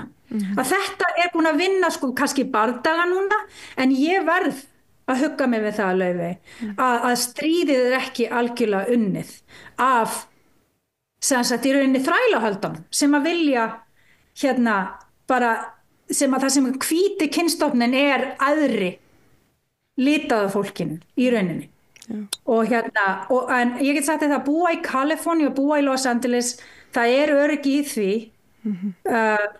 Kalifornía mun fara í stríð, er búin að undirbúa sig mikið fyrir, eins og ég segi, með þessi eldavoru. Ég þakka Guði fyrir það að Biden var ennþá forseti meðan það var í gangi, en þú sást hvernig Trump brást við því. Þú gerði þetta pólitískt, hann sagði ekki einu orði, enda er hann sósíópati, að bara engin samhug með fólki sem var að missa húsið eða missa lífið. Ekki eitt orð, bara sína samhug, þessi forseti landsins. Þannig að þú sérð bara því að Kalifornía er ekki, hann býst við því að þurfa að vera glíma við Kaliforníu í sambandi við það áætlunar sínar og plönin sín, skilurðu, að við munum ekki liggja niður bara leifunum að vaða yfir allt saman. Þannig að Kaliforníu er gott ríki að búa í gegnum þessa tíma, allavega enn sem komið er og borgin sem að ég er í. En þetta er alveg eins og þið horfið á þetta frá Íslandi eða hvaðan, fólki sem að kausa ekki og sem er að helmingun af þessu landi og væntanlega fleiri sem að fór ekki að kjósa því miður, að þeim er að líða alveg eins og ykkur sem er að horfa upp á þetta, að sem er verið að brjóta niður réttindi fólks og svo annars slíkt, en það er fullt af fólki sem að mun reyna að berjast á móti. Ég meina það er nú þegar 18 ríki þegar hann tók í burtu fæðingarétt þeirra sem að fæðast inn í landinu, sem að fæðast af innflytjendum eða ólöglegum innflytjendum sem að fæða börn í þessu landi. Það er 18 fylki sem að lögsóttu þessa executive order, þegar hann að taka burtu þann rétt daginn. En þá er hann að segja, ég ætla að hafa dómsmálakerfið mitt rannsaka ykkur alla sem að lögsækja mig fyrir þetta. Hugsaðu þér. Þetta er bara Putin er bara kom í kaffibráðum. Þetta skemmtilegt. Það bara 1 dagur í einu, Laufey. Ég get höndlað allt 1 dag í einu. Ekki 10 dag í einu, bara 1 dag í einu. Það get ég höndlað þetta. Já, það eru ágætt lokaorð held ég. Og mér langar bara að þakka þér innilega, Rósa, fyrir að tala við mig frá LA. Og ég kannski fæ að hóa í þig aftur ef að við þurfum að fá einhverjar innherjafréttir frá Bandaríkjunum. Ekki málið, ég alveg mjög bara anytime fyrir þig, Laufey mín, bara hvað sem er. Allt það besta er ókeypis. Fáðu þér vatn að drekka. Samstöðin þar sem manneskjurnar koma saman. Það við byrjum á svona viðtölu þar sem við erum að tala við einn í einu og Björn Þorláks, hann fékk Mjöll Matthíasdóttur sem er formaður félags grunnskólakennara til að koma hérna og ræða kannski mest svona ofbeldi sem að kennara verða fyrir, sem er umræða sem að spratt upp svolítið núna í vikunni. Veit ekki alveg hvort að það sé tengt verkfallinu sem er yfirvofandi. Jú, tengdist það ekki vegna og skrifum kennara sem að voru eiginlega bara opna sig með þetta mikla ofbeldi sem að á sér stað og umræðum það að þetta sé svona þáttur sem að mér fannst þetta að vera svolítið út frá nauðvörn af því að foreldrar hafi verið að hóta því að kæra og ég vil kæra kennara fyrir þessar verkfallsaðgerðir. Ég er búin að því einhverju leyti. Já, að þá svona þegar foreldrar margir, eða kannski fæstir, en allavega einhver hávær minnuluti er á móti þessari kjarabaráttu, að þá fannst mér eins og þetta kæmi upp umræðanum frá sem sagt að þá þyrftu kennarar að fara að útskýra að þetta væri ekki bara á þeirra ábyrgð, þetta ofbeldi, þetta væri líka hvað þetta væri erfið staða bara, þetta ítrekka það. Já, ég heyrði viðtal við kennara sem var að tala um að það væri bæði að nemendurnir svona virtu ekki stöðu kennarans sem er þá kannski sá sem að leggur einhvern veginn línunar hvað á og hvað má og allt þetta. Og talaði að foreldrar þurftu kannski aðeins að bakka og gefa kannski kennaranum svona smá svigrúm í huga barna sinna að þeirra mættu. Svo var bara beinleins talað ofbeldi af hálfu foreldra af því að þeir umverulega beittu sér gegn skólanum. Já, og svona linnulaus ágengni foreldra á kennarana það sem eru að heimta betri þjónustu eða ég veit ekki hvernig upplifunin er. Við skulum hlusta á viðtali við hana Mjöll sem að Björn Þorláks tók.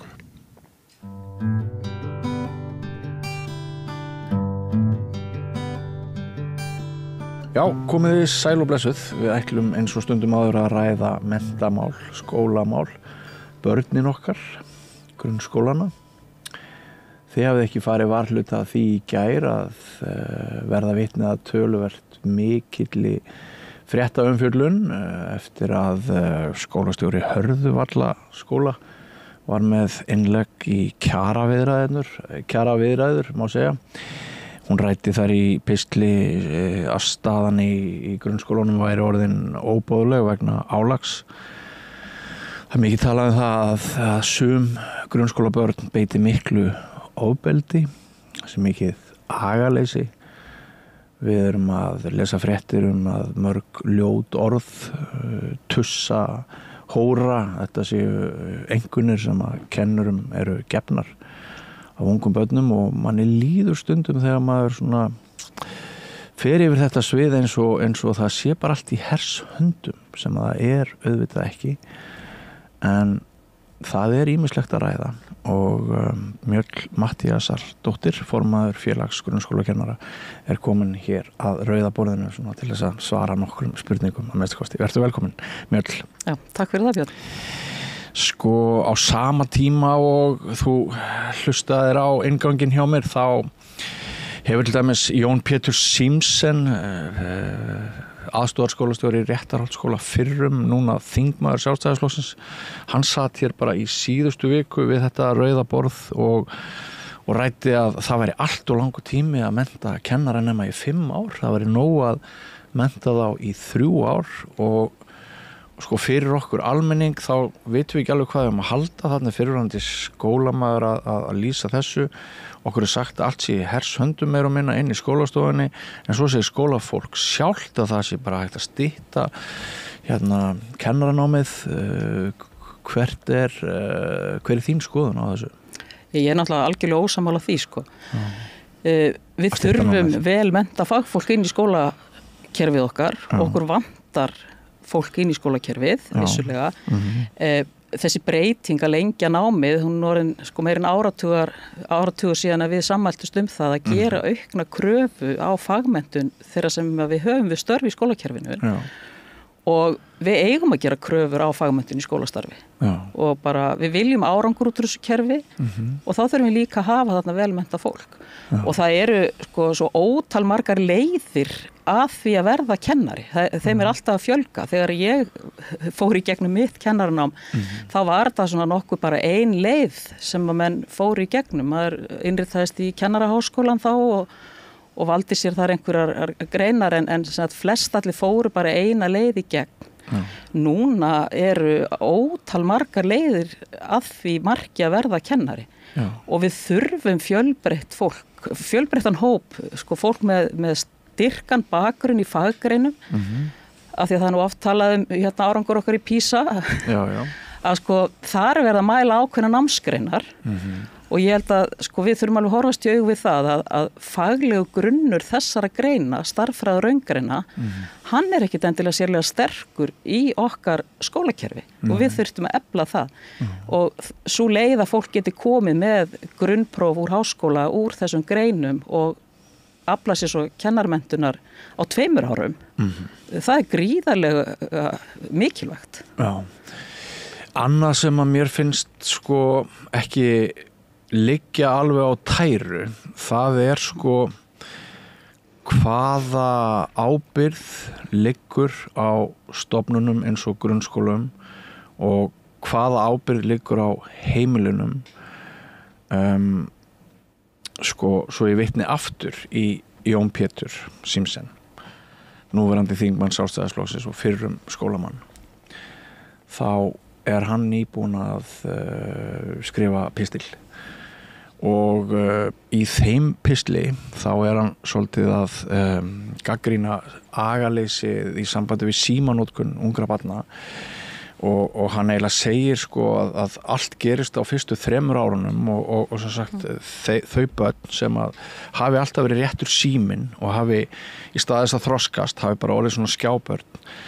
Hann talar svolítið eins og þau engan sens og þá veltum maður fyrir sér býtu hvernig getur skólakerfið lagað innan gæsalappa þennan hóp ef hann er bara alveg farinn á fyrstu 3 árunum ef hann kann að skrolla en ekki að tala. Já. Hvað sko, hvar liggur ábyrgðin? Er ekki svolítið snúið stundum sko fyrir ykkur sjálf kennarana að vita hvað er á ykkar ábyrgð og hvað er ábyrgð heimilanna? Sko það er náttúrulega þannig að frum ábyrgð á uppeldi barna liggur hjá þeirra foreldrum og þeirra nærumhverfi. Síðan er náttúrulega mikilvægt og mjög mikilvægt gott samstarf milli heimil og skóla á öllum skólastigum af því að þetta er sameiginlegt verkefni að koma fólki til manns. Að börn ná að þroskast og menntast og verða nýtir þjóðfélagsþegnar. Þetta er sameiginlegt verkefni samfélagsins. Þarf heilt þorp, segir máltækið. Já, sko, það er viss atriði sem sko er á borði skólans en frumábyrgðin liggur heima fyrir og þú ert að vitna hérna til þess að mjög ung börn fá skjá í hendurnar og þetta er einhver umræða sem við þurfum að eiga í þessu samfélagi því þetta er alveg áhyggju efni. Maður hefur bara sjálfur upplifað að taka börn í fangið, lítil börn sem að kunna að skrolla símanum en þau kunna ekki að tjá sig, þau hafa ekki þeirra máltakar ennþá bara á frumstigum en þau eru búin að læra inn á þetta og þá eru þau oft á tíðum böðuð í ensku málumhverfi að því þau eru að horfa á einhver skemmtileg myndbönd á YouTube og eitthvað slíkt og þannig náðu bara ekki tökum á íslensku að því að við tölum líka oft það inn í grunnskólanum að sko orðskilningur og bara tök og þekking nemenda á málinu er einhvern veginn fernignandi og það sem við viljum? Ég held ekki.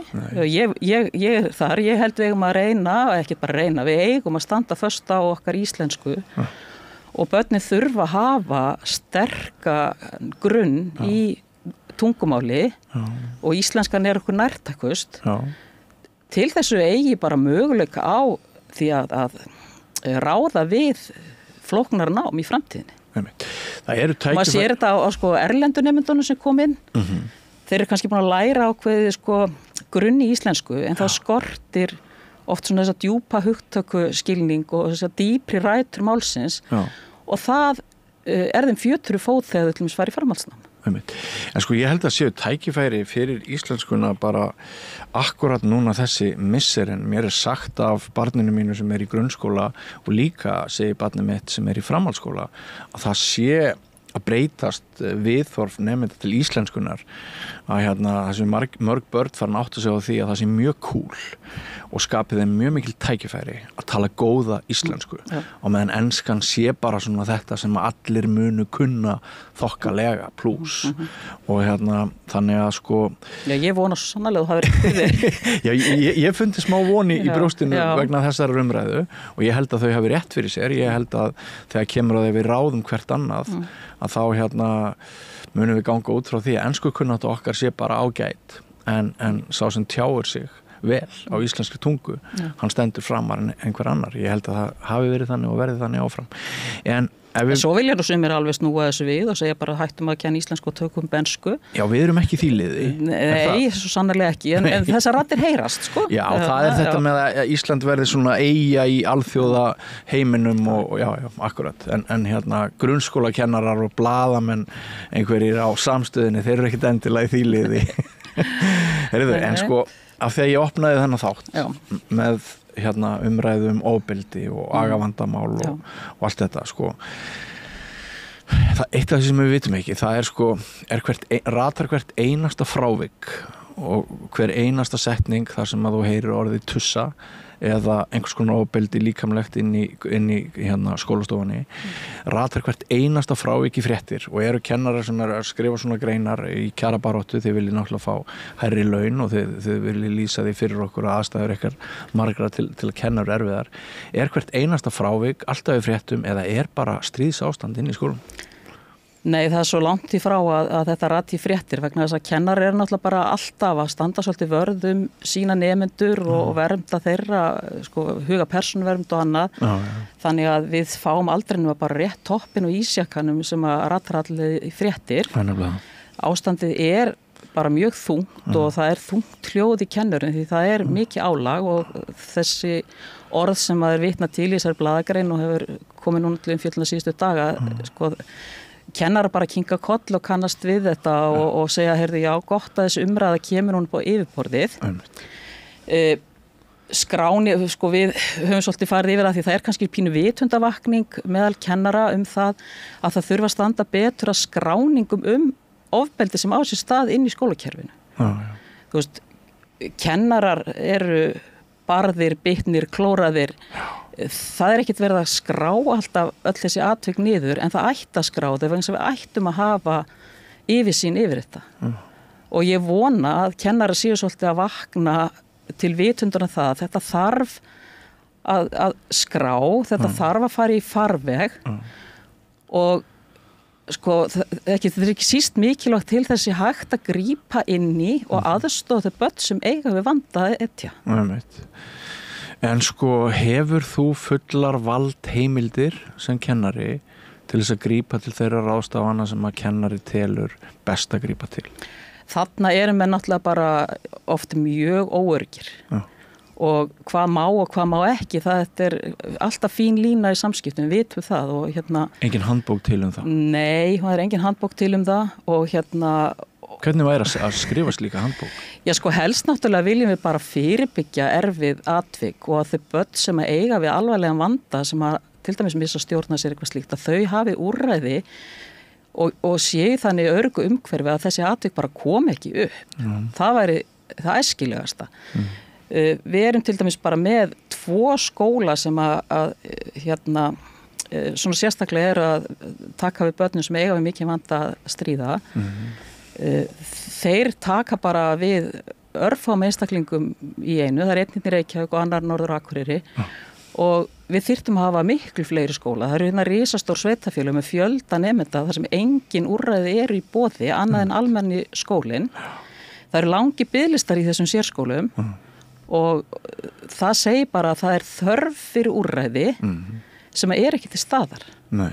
Og meðan að barn kemst ekki úrræði er á biðlista í greiningu á barn- og unglingageðdeild eða er bara í miklum vanda að þá er það inn í almenna skólakerfinu. Já, getur líka verið að við höfum farið aðeins of greitt eða geist í það að þegar tekin var upp stefnan skóli án aðgreiningar að við höfum reynt að moka of mörgum börnum undir sama hatt þar.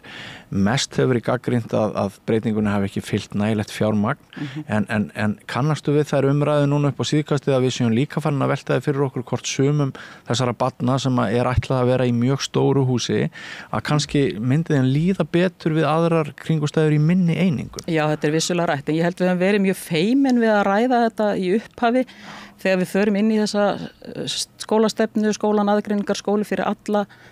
Við ætlum að breiða okkur yfir öll börn. Já. Sem svona fyrsta val. Stórfallegu faðmur, maður skilur alveg hugsunina. Já, mjög fallegt en þessu þarf að fylgja alls konar stuðningur af vegna þess að nemendurnir eru náttúrulega bara ólíkir og þeir þurfa misjafna stuðning og það hefur ekkert alltaf verið til fjármagn eða mannskapur til þess að veita þann stuðning inn í almenna skólakerfinu. Og já, þessar raddir að sko einhverjum börnum sé kannski bara betur borgið og þeim muni líða betur í úrræðum sem eru sértækari. Hún vissulega heyrist og ég held hún heyrist oftar og háværar núorðið og við þurfum virkilega bara að setjast yfir það. Já, einu sinni fór ég með hóp af grunnskóla drengjum í ferðalag norður í land og ég hlustaði á sögur úr skólanum í 4 daga. Það var mjög áhugavert og skemmtilegt, ég var bara að fluga vegg. Þar kom meðal annars á daginn að þeirra mat var það að svona, hvað maður að segja, frávika nemendur sem eiga við agavandamál og stríða kannski, að það sem mörg dæmi það að þeir taki bara 50-60% tíma kennarans og hinn séu það bara ekki gera neitt. Já. Þetta hljómar mjög kunnulega og setur kennarinn alltaf í þessa erfiðu togstreitu. Auðvitað þarf hann að slökkva elda, auðvitað þarf hann að sinna bráðum tilfellum en á meðan situr kannski stór hluti bekkjarins og býður og kennarinn fær ákveðið samviskupið við því að vera ekki að sinna þeim börnum og svo sko kemur alltaf þessu hvar byrja og enda réttindi hvers og eins, skilurðu? Hvað með rétt að svona, hvað maður segja, meirhlutans sem er þolandi í erfiðum aðstæðum ef að nemendur missa stjórn á sér til dæmis. Já. Hvað eru margir grunnskólakennarar núna í leyfi vegna kulnunar? Ertu með einhverja próstutölur? Nei, við höfum engar tölur þetta. Við vitum bara, vegna þess að sveitafélögin hafa svo alveg flaggað því að það er hátt veikindahlutfall í okkar hópi og auðvitað inn á borð til sko, félags grunnskólakennara að rata bara allra erfiðustu málin kannski. Já. En álægið er svo margskonar sko, jú, það er út af þessu starfsaðstöðum og erfið einstaklingum, það er líka bara út af mönnunarvanda í skólanum. Já. Við náttúrulega erum að horfa upp á sko geigvænlega þróun núna síðustu árin á fjölgun ófaglærðra við kennslu í skólanum. Ertu með tölur í þeim efnum? Já, árið 2023 vorum við komin með sko 50 þeirra sem starfa við kennslu, ekki með réttindi, 20%. Og mig grunar alveg og svona ég sé sterkar vísbendingar það að þessi tala hafi enn farið hækkandi núna síðastliðið ár. Þetta er bara mjög alvarleg staða og veldur sko, það verða svona snjóboltaáhrif. Því að kennarinn sem er fyrir í starfi og er alltaf að fá nýjan leiðbeinanda inn sér við hlið sem hann þarf að setja inn í verkefnin, hann þarf svona að leiðbeina áfram. Þeir eru að gefast upp í auknum mæli og við erum að fá fleiri og fleiri dæmi kennara, ég vil bara reynda kennara sem að eru að hætta störfum ekki bara vegna þess að venjulega álags í kennslunni heldur þessa álags á starfsmannaveltun í kringum þá. Já. Og þetta náttúrulega bara mjög óhagkvæmt fyrir rekstraraðila skólana að vera með þessa svakalegu starfsmannaveltu. Já. Þetta hefur snúist alveg við. Þegar ég var barn í grunnskóla, ég get alveg ljóstraði upp hérna, ég hef skrifað það í sumar af bókunum mínum. Það var auðvitað beitt ofbeldi, kennarar beittu nemendur ofbeldi. Þeir hefðu fulla heimild til þess að jafnvel berja nemanda upp í töflu þannig að hann fekk blóðnasir ef hann kunni ekki svarið með einhverju starffræðiformúlu. Þetta voru dæmin, þau voru út allt. Við bjuggum náttúrulega bara í öðru samfélagi þar sem að voru bara önnur viðmið. Jú, og hérna, það er eitthvað sem við viljum ekki sjá í dag. Nei, við höfum ákveðið að við ætlum að hafa þetta öðruvísi. En það sem ég er að reyna að koma að er að á þessum tíma vald kennarans í rauninni of mikið og foreldrar eru afskiptir og þeir fá ekki upplýsingar það hvað að gera inn í kennslustofunni. En núna líður manni svolítið eins og það hafi snúist við með öfgafullum hætti. Já, eins og kom svo sem fram í þessari umfjöllun sem þú vitnaði nú til hérna í byrjun að þar menn svolítið að segja, þurfa ekki foreldrar að fara að stíga skref tilbaka. Samstarf heimilis og skóla er alveg gríðarlega mikilvægt og gott samstarf foreldra og kennara nám barnanna er mikilvægt og upplýsingagjöf er mikilvægt. Hins vegar virðist ágangur sumra foreldra og nú skulum við bara taka fram, ég meina meirhlutin er bara í góðu samstarfi við sína kennara, en sumir foreldra ganga fram með alltið svona aggressívum hætti gagnvart kennurum og það veldur álagi eitt og sér og veldur álagi á svolítið flókin hátt, skilur. Þú veist, jáfnvel foreldrar sem eru að sækja það mjög stíft að koma inn í kennslustundir. Já, akkurat. Og þá hugum maður að spyrja, hvað með persónuvernd hinna nemendana? Einmitt. Við erum eina skólakerfið bara í nágranna, þetta tíðkast ekki í nágrannalöndunum að foreldrar hafi svona greiðan aðgang inn í skólana. Nei. Og eitt skilur gott samstarf og góð samskipti, annað þessi óhefti aðgangur. Og þarna þurfa kennarar bara svolítið og skóla samfélagin að setja mörk og reglur. Það til dæmis ekkert eðlilegt að kennari bara svara upplýsingapóstum eða fyrirspurnum frá foreldrum bara í tíma og ótíma sama hvenær sólarhringsins í tölvupósti. En það svona stundum það einhvern veginn svona krafan sem sett fram. Ég sendi nú hérna tölvupóst í gærkvöld og ég ekki búin að fá neitt svar. En á hvers? Ef þú sendir hérna fyrirspurn á þjónustufulltrúnaðinn í bankanum á laugardagskvöldi og hérna sendir svo bankastjórunum pósta því þú ekki komið svar á sunnudegi, þetta dytti engum í huga að gera. En þetta bara veruleiki sem kennarar búa við. En á hvers könnu ættu umbætur í þessa veru að vera, ætti þetta að koma frá ráðuneytinu, ætti þetta að koma frá þessari nýju miðstöð þarna, skólaþróunar, engin mann hvað hún heitir. Miðstöð menntunar og skólaþjónustu. Já, hún er alveg ekki með mjög spennandi nafn. En eða á þetta bara að vera rými, hvers og einn skóla, hvað með samræmingu þarna? Það nú kannski algjör óþarfa sem við alltaf vera að finna upp hjóli á hverjum einasta stað. Það nú bara ekki mjög svona skilvirt. Þannig að svona leiðbeinandi reglur sem að væru einhvers stað að setja niður sem skólar getur tekið upp væru bara mjög æskilegar. Og við höfum vissulega verið að ræða þetta meira segja tengt kjaraviðræðum á síðustu mánuðum að ýmsir álagsþættir í starfi kennaras eitthvað sem þarf að taka á með svona skipulegri hætti. Já, það séu aðstæður sem að kalli á einhverja auka þóknun. Ég er nú meira bara að tala svona samræmda reglur en svona farið svolítið yfir að hvað á verksviði kennaras, hvert ábyrgðarsvið kennarans, vegna að kennarar eru komnir með svona einhvern veginn á sína könnu, hægt og rólega, ósjálfrátt, alls konar verkefni sem ættu ekkert að vera á þeirra könnu. Nei. Ég vænti þess mjög að þú heyrir raddir úr flestum eða bara öllum grunnskólum landsins. Hvað eru þið margir? Þeir eru svona 170 talsins eitthvað svo leys, þannig að ég er nú ekki kannski með beina tengingu inn í það alla daglega. En við erum með mjög gott tengslanet landið, félagið okkar og trúnaðarmannakerfin í öllum skólum. Þetta eru margir skólar, margar byggðir. Nú langar mér til þess að fara aðeins með þér norður til Akureyrar. Já. Hvernig hefur reynslan orðið af símabanninu í grunnskólakerfinu á Akureyri? Ég hef nú bara engar svona staðfestar heimildir það í sjálfu sér. Er það ekki? Nei.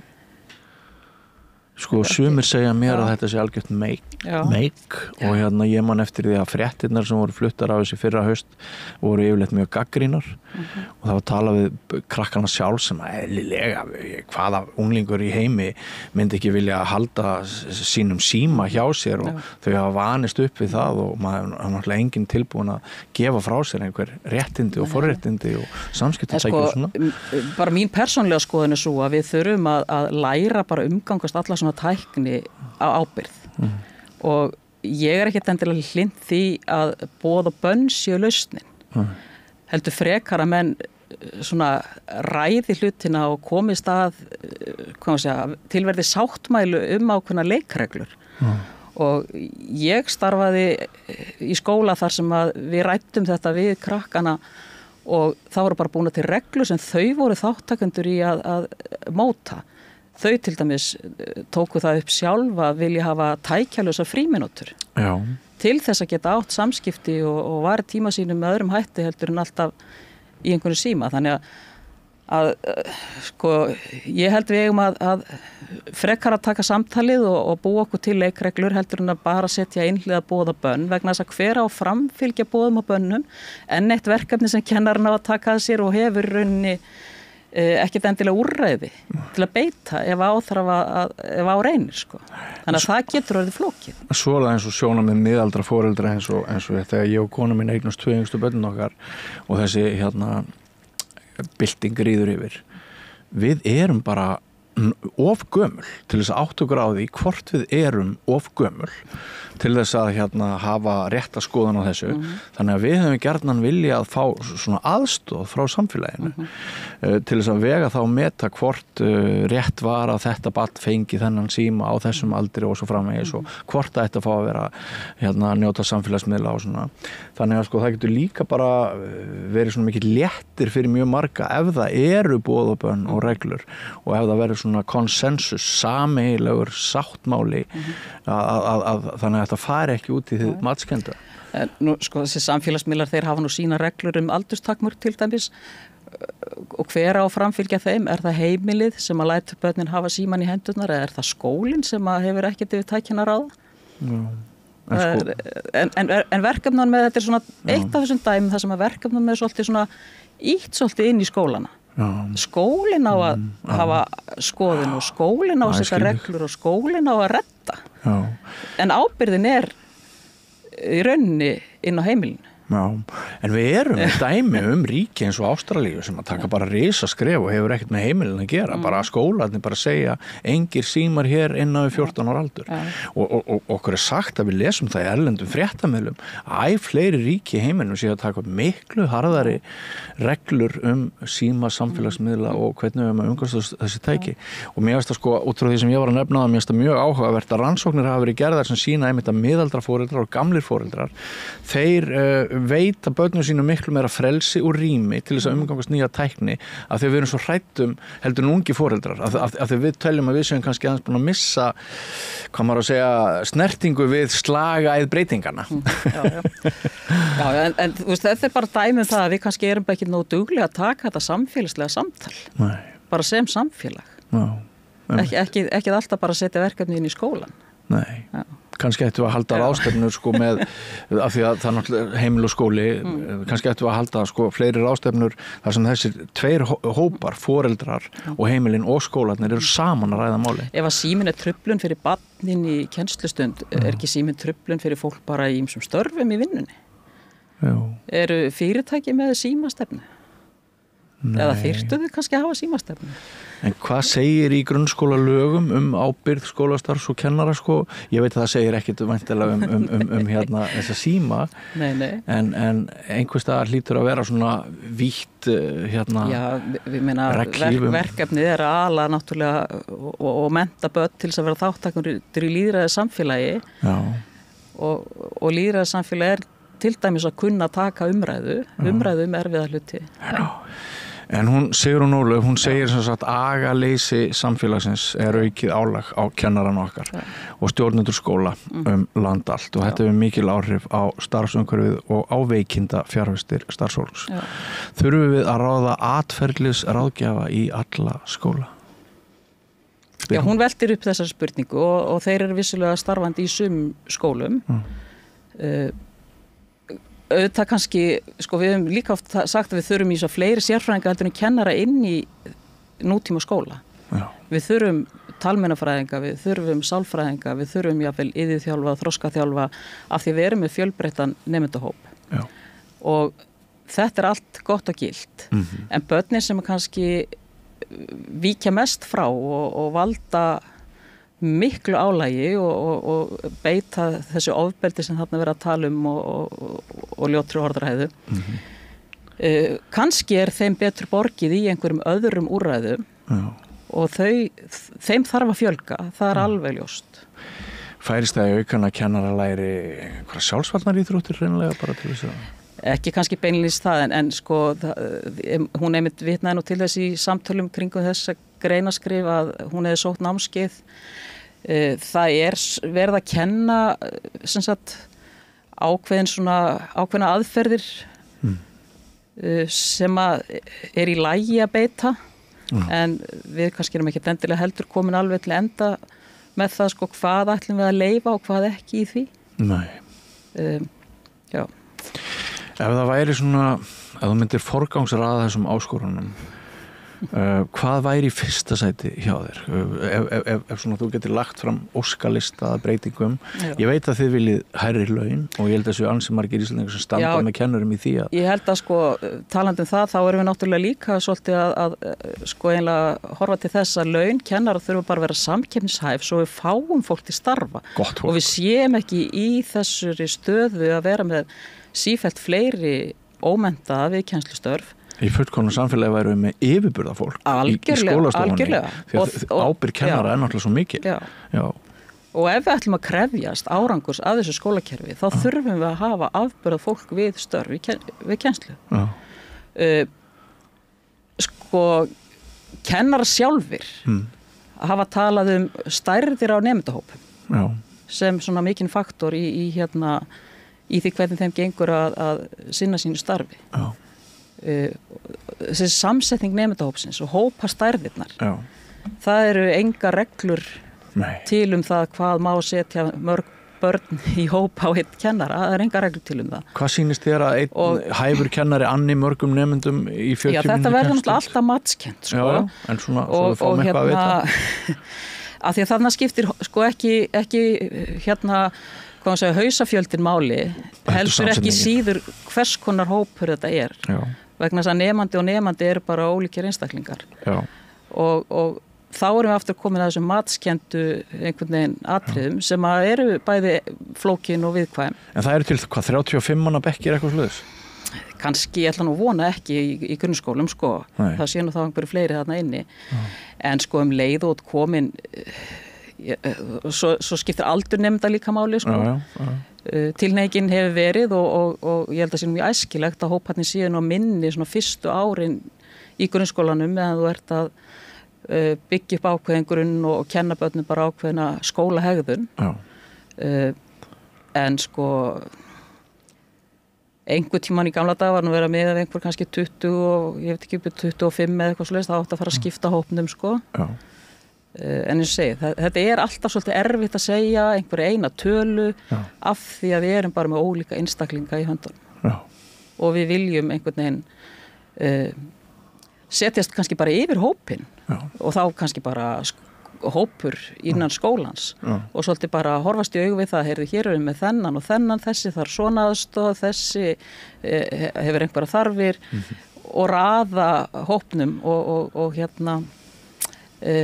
hvað segja mynda hópastæriðnar út frá þessu samtali. Já. Ef ég myndi afráða eins og ég hef oft talað um hérna við Rauðaborðið að ef ég hefði fengið 2 líf þá hefði ég lært grunnskólakennaran eftir stúdent. Já. af því að ég komast að því að ekkert starf sem mikilvægara í heiminum heldur en akkurat þetta, að vera innan börn og fá tækifæri til þess. Og líka þegar vel gengur það er svo skemmtilegt starf og veitir svo mikið frelsi vegna þess að þú færð að taka þátt í að móta og leiða einstaklinga áfram til þroska. Nákvæmlega. Og þegar maður sér árangurinn í því það gefur mann gríðarlega mikið. Heldur betur, og þetta er svo mannbætandi að vera innan börn og geta fóstur á þau og þroska í leiðin og lært af þeim.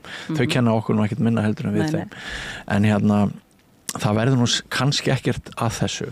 En ef ég afræð þetta og ég að koma út sem nýr kennari, hvaða grunnlaun bíða mín svona fyrstu önnina mína? Já, þú ert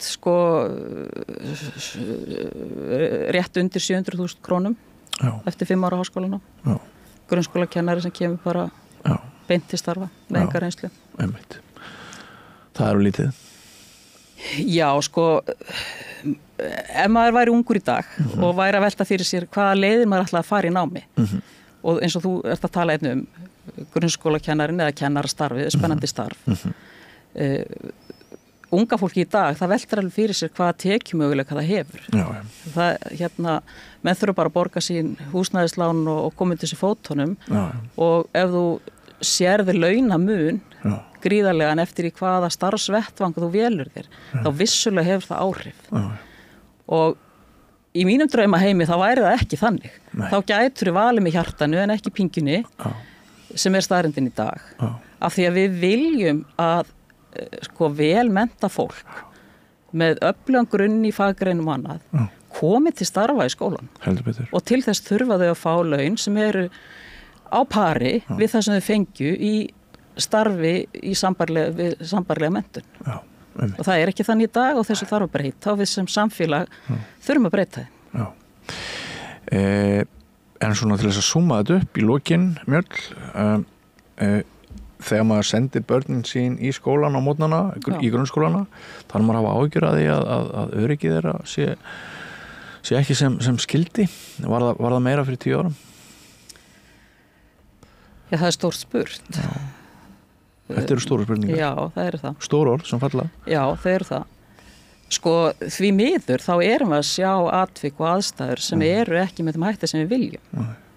En auðvitað ætti þetta ekki að vera þannig og þetta ætti að vera þannig að foreldrar sem sendir barnið sitt á morgni geti bara sendt það inn í traust umhverfi, vitandi það að við þeir tekur fagfólk sem að er starfi sínu vaxið og hefur úrræði til þess að taka á erfiðum áskorunum. Og við þurfum aðeins að bæta í þar, bæta þessi úrræði sem í boði eru. Kæra þakki fyrir komuna hér að Rauða borðinu, Mjöll Matthíasardóttir, formaður félags grunnskólakennara. Farið ekki langt, við höldum hér áfram umræðinu eftir andartak. Allt það besta er ókeypis. Hrósaðu náunganum. Það er betra. Samstöðin, þar sem manneskjurnar koma saman. Já, þetta var samtalið sem að Björn Þorláks tók við Mjöll Matthíasardóttir sem er formaður félags grunnskólakennara.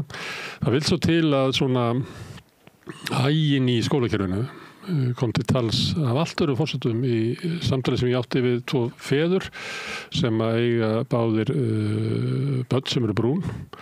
Snorri Sturluson og Tryggvi Skeving Tostinsson kom hingað og voru að ræða vangetu skólana til þess að taka á við rasisma. Tryggvi hefur staðið í svona nokkri baráttu bæði við skólan sem að drengurinn hans hefur verið í og líka við skóla og frístundasvið.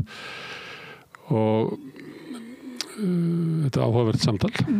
En við langar að skjóta því hérna inn vegna þess að þeir voru líka að ræða svona agaleysi í íslensku skólum. Bæði það sem að þú kannski sem foreldri getur séð þegar þú kemur og ég held að það hafi verið Snorri sem lýsti þannig að maður horfir kannski eftir ganginum þar sem er bara kaos og svæði sem að augljóslega börnin eiga og svo sér maður kennarana svona skáskjóta sér með fram veggjónum á leiðinni í stofu að þetta væri eiginlega bara og svo þekkjum við það og það er gríðarlegt vandamál sérstaklega ef að þú ert einhvern veginn öðruvísin aðrir að þá getur skólalóðin verið bara stórhættuleg. Og þar er bara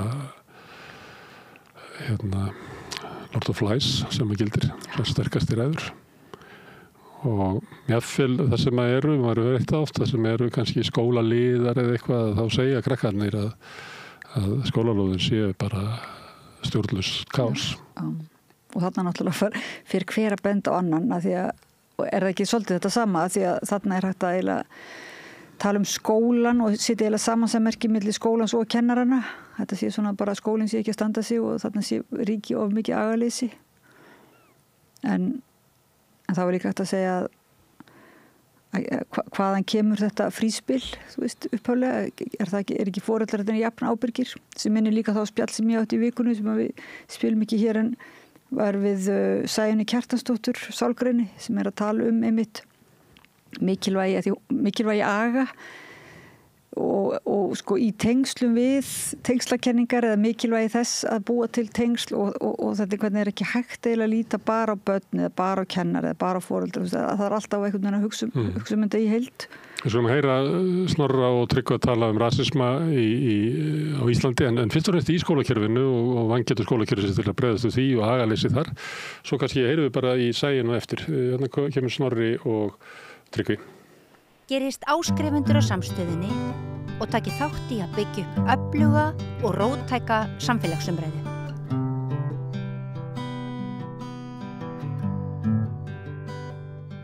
Við ætlum að ræða hér kynþáttafordóma, rasisma á Íslandi og hingað eru komnir tveir menn. Það er Tryggvi Skeving Thorsteinsson og Snorri Sturluson og það svo vill til að þið eigið báðir brún börn. Og hafið í gegnum þau orðið var við svona rasisma og kannski ekki síst í skólakerfinu. Við ræddum hérna saman fyrir kannski rúma ári eða eitthvað það bil. Og þið sögðu mér svona frá reynslu ykkar barna og ég man ekki hvernig við enduðum, hvort við höfum svona trúum að eitthvað gæti þokast og breyst og það er svona, þetta er mjög gaman bara að endur taka samtalið, hvað eitthvað breyst. Taka stöðuna?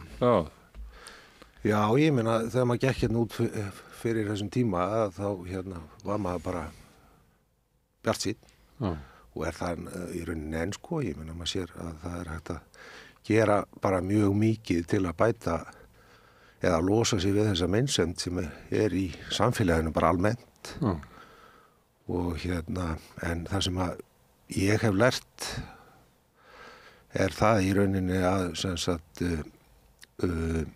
mér finnst vera alveg svakalega mikið meðvitundarleysi gagnvart kynþáttafordómum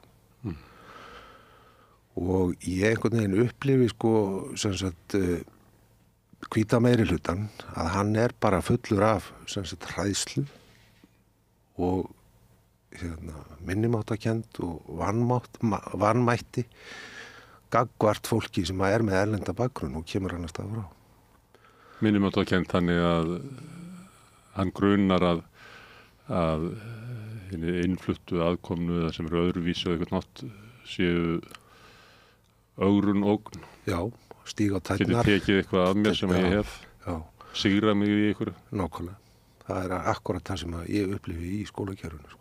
Þannig að mér finnst sko eins og til dæmis skólayfirvöld og þá er ég nú að tala skóla- og frístundasvið á landinu að þau þurfi að sko nálgast þetta á þessum forsendum að þú veist hvíti meirihlutinn hann þurfi fræðslu það þarf að taka utan hann og kenna honum að sýna fólki sem er með annan bakgrunn virðingu og almenna kurteisi þetta er ekkert svo sem flóknar en það sko. Að vandinn er þá rasisminn, eða kynþáttafordómarnir. Og það eru hinnir hvítu sem að hafa hann, eða ekki? Jú. Hinnir bleiku. Já, laxableiku. Já, það er vandamálið. Já, það er vandamálið, já. En ef við byrja þar og þú segir að þessi meðvitundarleysi, þannig að þá getur maður hugsað að stór hluti hinna hvítu eru ekki svona virkir rasistar eða eru ekki að flagga kynþáttafordómum sínum en eru meðvitundarlausir fyrir því sem að hinir gera sem er kannski minni hluti. Nákvæmlega. Og styður raunverulega rasismann með því. Er það einhvern veginn þannig sem að... Já, algjörlega. Ég held að þögli meiri hlutin sé ég held að meiri hluti fólk sé og það sýndi sem nú reyndar að það var áhugavert í kosningabaráttunum núna sko, þegar maður fór á stað með svona, maður átti fór svona ískikilega stað með miklum svona útlendinga fordóma áróðri sko, svona frá bara dálítið breiðu sviði stjórnmáluna en svo dró úr því þegar kom skoðanakönnun sem að sýndi að þetta var nú bara ekkert sem að flesti kjósendur höfðu neina ágjör af sko. Það var mikill minnihluti og svoleiðis sko, þannig að ég held að þetta sé rosa mikið þannig eins og þú varst að segja í raun og veru bara að það er ofsalega mikið af fólki sem er ekki með fordóma, hefur ekki sérstaklega ágjör af þessu en það er heldur ekki að fara að gera neitt í málu. En þeirra afstæð þá svo að við erum hvíta fólkið og þið eruð að koma inn til okkar og auðvitað það þannig að hluti af okkur er með svona fordóma og það tekur bara tíma fyrir þau að læra og aðlaga sig og þið verði bara að setja ykkur við það þó svo að ógnin beinist að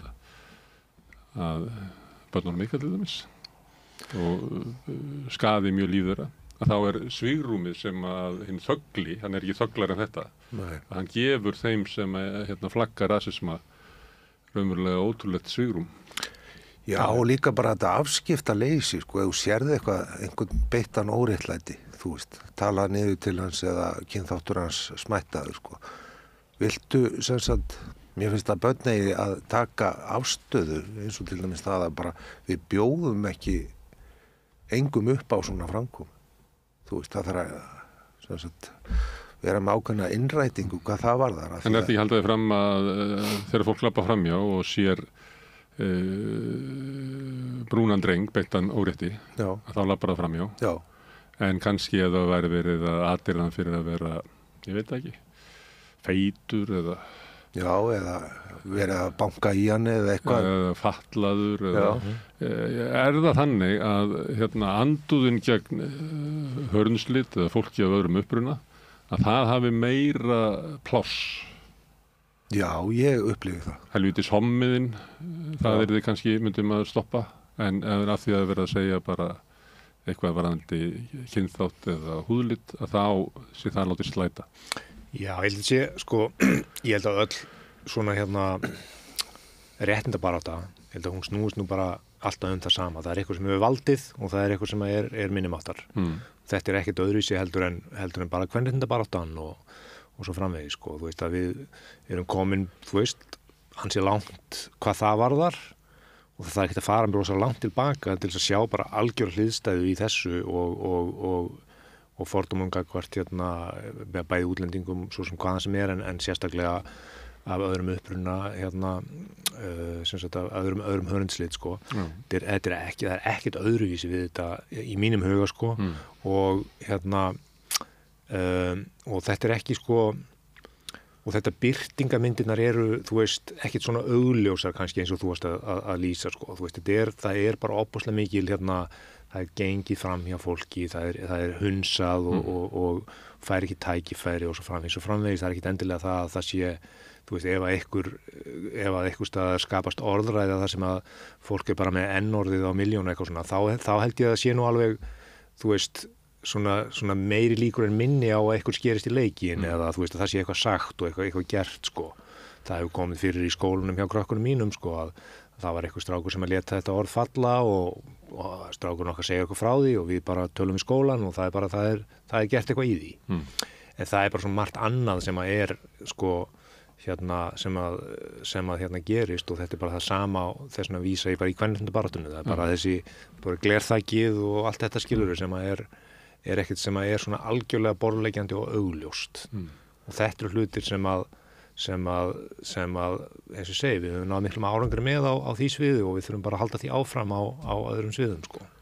Já, það sem ég skil ekki er hvað þetta gengur hægt í rauninni, því að nú eru kynþáttafordómar ekkert nýjar að nálinni og jú, kannski á Íslandi, en mér finnst þetta, sem sagt, mér finnst sko viðbrögð samfélagsins, eins og til dæmis skólasamfélagsins við svona framkomu, mér finnst þau svo veik. Þetta er tekið svo léttvægt og það kannski kristallast svolítið í pósti sko, sem ég hef fengið frá skólayfirvöldum að þar til dæmis þegar verið að tala ofbeldi eða eru pústrar og eitthvað svoleiðis að þá sagt já, barnið þitt beitti þennan ofbeldi og það bara tekið svolítið sterkt til orða.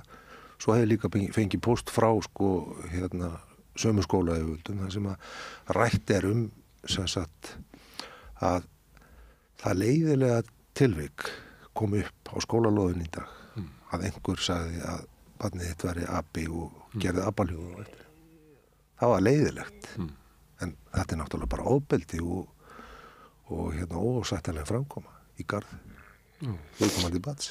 Það er meiri svona þol gagnvart slíku ofbeldi sem beinist gagnvart þessum minnihlutahópi heldur en kannski öðru minnihlutahópum. Já, og þá spyrir maður sig, sko, er þetta eitthvað meðvindaleysi eða hvað er þetta? Sko, mér finnst, sko, Tryggvi, þú leggur svona áherslu á það sem þetta bara birtist í svona augljósri mynd. En þú leggur áherslu á svona hið ósagða og vísar í kvennabaráttuna og það getur við bara rifjað upp að ég heyri ekki hvað þetta segja, þú veist að þú ert kona og það bara, þú ert að reyna að koma ykkur fram á fundum og heyri bara stærsti hluti fundarins er bara ekkert að hlusta á þig og eða jafnvel það sem þú ert að segja er einhvern veginn sett í samhengi við að þú sért kona eða brúnn og þar undir göttunum og þú færð ekki framgang og það er aldrei þegar að velja sko hverja ég vera gjaldkeri í húsfélagsins og þá gekk ég fram hjá því við þekkjum þetta og þannig að þá erum við kannski með þennan meirihluta, þennan hvíta, þá er hann annars vegar sá sem eru bara virkir í rasisma og geta beitt ofbeldi í orðum og gjörðum og svo erum við og stór hluti lætur það viðgangast á þess að bregðast við ekki alveg í hinu grófasta eins og Snorri en síðan erum við kannski með miklu ofar sem að taka þátt í þessu svona að ef þú ert svona litinn þá ertu alltaf svona aðskota hlutur í okkar samhengi og það er þannig ekki, við heyrum ekki eins skýrt hvað þetta segja, af því að þú ert ekki og þetta er svo útlendingur við þekkjum það alveg, það skiptir minna máli hvað útlendingur segir. Algjörlega sko Já, algjörlega og svo er þetta og ég, þú veist andstætt við þig Tryggvi sko, ég hef ekki alveg þessa reynslu, ég hef bara verið sko heppnari sennilega heldur en þú sko, bara með umhverfið eða skóla eða eitthvað sko, það getur náttúrulega verið alls konar sko og svo er þetta þú veist, það er auðvitað munur á því hvar maður er og þú veist, fólk tekur bara mismunandi á hlutunum, það er auðvitað staðreynd sko, en þannig ég hef ekki alveg sko eða strákandi mín er ekki alveg rekið mér svona harkalega á sko, ekki það við vitum allavega, ekki fyrir utan þetta eina atvik sem ég myndist á sko og hluti af því reyndar er sá að við tókum strákan okkar út úr sem sagt grunnskólakerfinu í Reykjavík og fórum með þá inn í einkaskóla sem er alþjóðlegur skóli það sem er mjög mikið af þess að mér er bara fólk allstaðar áður heiminum sko, talsvert mikið af fólki með annan hörundslit en hvítan og þar er bara, og það kennararnir eru flestir útlendingar og eða ef ekki allir og þar er bara alltaf umhverfi og þar er í fyrsta lagi er sko samsetningin á fólkinu þar er allt önnur bæði í starfsfólkinu og í nemendunum og foreldrunum en það eru líka bara allt aðrar reglurar almennt háttsemi, hegðun, aga og slíka hluti og það er þú veist, þetta er önnur umræða líka sko, en tengist þessu samt sko og það, ég var nú bara að lesa það í Vísi bara rétt áðan sko, að það er skólastjóri sem kemur fram og segir að agaleysi í íslenskum skólum er algjörlega óbáðlegt og mér blöskraði það þegar ég flutti heim frá Bandaríkjunum að labba inn í íslenskan skóla og sjá kaosið sem var í gangi þar þetta var bara fullkomin glundroði og börnin voru við stjórnina hinn fullorðnir læddust bókstaflega með veggjum meðan að krakkarnir að slást á skólagöngunum. Og í svona umhverfi náttúrulega, þú veist, hvernig ætlar að, þú veist, framfylgja einhverju svona eins og þú ert að lenda í, skilur þegar að það er bara engin virðing borið fyrir yfirvaldinu og hérna stjórnendunum og það er bara allt í steik og hérna þannig að, þú veist, þetta tvennt, skilur, þú veist, pointið sem ég er að reyna hérna koma fram með þessu er það, þú veist, að við löpum inn í allt öðru sér umhverfi í skólamálum sem sagt eftir 1 ár í hérna venjulegum íslenskum skóla, í venjulegum íslenskum reykvískum grunnskóla, sko, og þar fundum við umhverfi sem var miklu nær og náttúrulega bara mjög nálægt í sem við þekktum úr grunnskóla, sem sagt public school bara í Brooklyn, sko, og þar sem að er ægi, það er borin virðing fyrir kennurunum, það er farið eftir reglum, það er ekki hérna bara eitthvað svona glundróði eins og ég man svo vel eftir úr grunnskóla hérna í Reykjavík, sko. Það virðist bara því miður ekkert að breyst mikið, sko. Mín börn enduðu öll í, sko, litlum skólum og meðal annars út af þessu að bara þegar komið yfir unglingsárin þá er, sko, skólalóðin er alveg rosaleg, sko. Ef það er ekki ykkur ægi í skólanum og svona, og í þessum stærri skólum að þá þekki enga skóla þessum að það er, sko. Þá er þetta eins og ástand sem að þú ert að lýsa. En ég veit ekki alveg hvort að það séu bara, sko, reglurnar sem eru í þessum sérstakar skóla eða hvort það getur líka verið bara heildin að við kunnum ekki að halda utanum svona sem eru kannski 4 bekkir í árgangi eða 3 og allir saman út í frímínútum. Og það er náttúrulega gildir lög frumskógarins. Já, og það náttúrulega þrífst svona óværa alveg. En það er nú svona stærri umræða kannski skólakerfi. Þetta er samt tengt. Þetta er tengt, ekki spurning. Þetta er náttúrulega ákvörðun þá meirihlutans að bregðast ekki, að ganga ekki þannig frá skólalóðinni að hún sé örugt svæði fyrir þá sem að tilheyra minnihlutunum. En svo sem mjög áhugavert sem að hérna, þú lendi í Tryggvi og sagði mig frá, sko, að hérna, og ég held að við höfum eitthvað snert á þessu líka þegar við lendum í þessu atviki sem ég sagði frá áðan, að hérna, sko, að það er þetta með að, sko, að það er ekki, sko, hérna ofbeldi eða sem sagt hegðun, sem sagt ofbeldi eða eineltis hegðun sem að snýst kynþátt, hún er ekki skráð sérstaklega. Þetta er bara sett undir einhvern eineltis hatt og hérna, og það var ekki vilji hérna, þegar þú lendi í, það var ekki vilji fyrir þú getur segir þess að sögu þetta miklu betur en ég. Og það er svona eins og að, þú veist, að fólk er ekki tilbúið til að horfast í augu við þetta sé í gangi. Já, þetta er bara eitthvað, þú veist, síðan svona krakkar eru krakkar og hérna, þú veist, það er bara að skikka þau til eitthvað svona almennt og það er ekki svona viljið til að taka á þessu vandamáli sérstaklega. Akkur haldið það sé að þar með séu við að gera þessu vandamáli herra undir höfðu heldur en öðrum eða sé eitthvað? Nei, sko, ég hérna er búin að vera í mikilli baráttu við hérna skólayfirvöld að fá þetta skráð og þú hérna og hef gengið ansi hart fram hvað það varðar og það, mín upplifun er svo, sko, að í rauninni, sko, sé þessi hræðsla við að þau börn sem að verða uppvísa svona, að þetta fylgi þeim í gegnum, sem sagt, ferilinn, þetta fer á ferilskrána.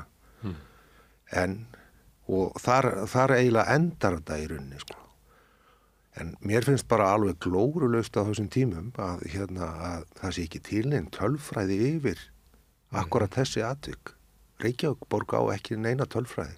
Hvað þetta varðar. Og þarna erum við bara aftur með hliðstæðu við sem ég sagði áðan, kvenréttindabaráttuna, skilur, og það að sko, það talaði sko, já, við getum ekki verið að kæra þennan mann fyrir nauðgun, þetta mun eyðileggja starfsferil hans og svo framvegis. Það er ekkert að hugsa þann, það er bara að hugsa gerandan, sko. Af því að gerandinn er meirihlutinn og gerandinn er við stjórn, hann er valdið í sjálfu sér, sko. Það verður að hafa svigrúm til þess að nota það og beita því, eins og við höfum gert hingað til. Já. Nei, og eins og ég segi, sko, þú veist, þegar að menn er ekki með þessa tölfræði þá í rauninni ekki áttaði sig ekki á vandamálun og mér finnst þetta bara að vera einhvern svona strútseðli að stinga bara hausnum í sandin og segja bara, þetta er ekki til og öll mín samskipti eins og til dæmis við skóla- og frístundasvið sem að hafa verið ansi hörð á köflum, sko, eru í rauninni þau að hafa engan áhuga á þessu. Það verður bara að segjast eins og verður. Heldur þú hafi ekki áhuga á þessu eða heldur þú séu bara að ýta frá sér svona öllu áreiti eins og ég veit ekki með ykkur en stundu fær maður á tilfinningur þegar maður að eiga við þau opinberra, það sé alltaf vera bara að reyna að íta menn út úr biðstofunni, það sé bara eiginlega litið, sagði með maður sem gerði könnun á dómsmálaráðuneytinu fyrir 35 árum. Já. Það var algengasta orðið hjá starfsfólkinu var bögg. Það upplöðulega öll erindi almenning sem bögg. Heldur að viðbröð þín snúist sérstaklega þessu máli eða þetta viðbröð bara nefndarsviðsins að íta bara öllu, þú bara bögg eins og erindi hans eða hins eða? Já, mér finnst það mörgu leyti og það sem og líka óþægilegt að upplifa þessa tilfinningu að það eins og skóla- og frístundasvið bara segi, það ekki kynþáttafordómar í skólunum okkar. Allt brefsefni og þess áttar sem kemur frá sviðinu akkurat svona skrifað á þann hátt að þú veist að maður upplifir það eins og að það sé ekki til staðar, maður sé bara að fabulera. En nú finnst mér það ótrúlegt út að segja þetta, að sá sem skrifar þetta bref trúi því í einlægni. Að kynþáttafordómar sé ekki vandamál í íslensku skólakerfi eða út á skólalóðinni. Já, en til dæmis þegar bara sem ágætist dæmi að þú veist, ég upplifi kynþáttafordóma og mér finnst ekki vera tekið nógu vel á þeim. Já. Ég sný mér að yfirmanni skólan sem skóla- og frístundasvið. Og þar kemur bara skýrt fram í brefsefni að þú veist að þetta sviðið líti ekki á þetta sem kynþáttafordóma og í rauninni sem sagt standi bara með skólanum í einu og öllu. Þannig þú ert afgreiður svona eins og Hveraland sem að tuða yfir einhverju sem ekkert Já, það mín upplifun. Þú skiljir ekki málið. Já, það er mín upplifun. Skólinn stendur, skóla- og frístundasvið stendur alltaf með skólan. Hann í rauninni segir ekki, heyrðu, ok, þetta ekki gott, við ætlum að skoða þetta. Það kemur aldrei neitt svoleið, þú veist.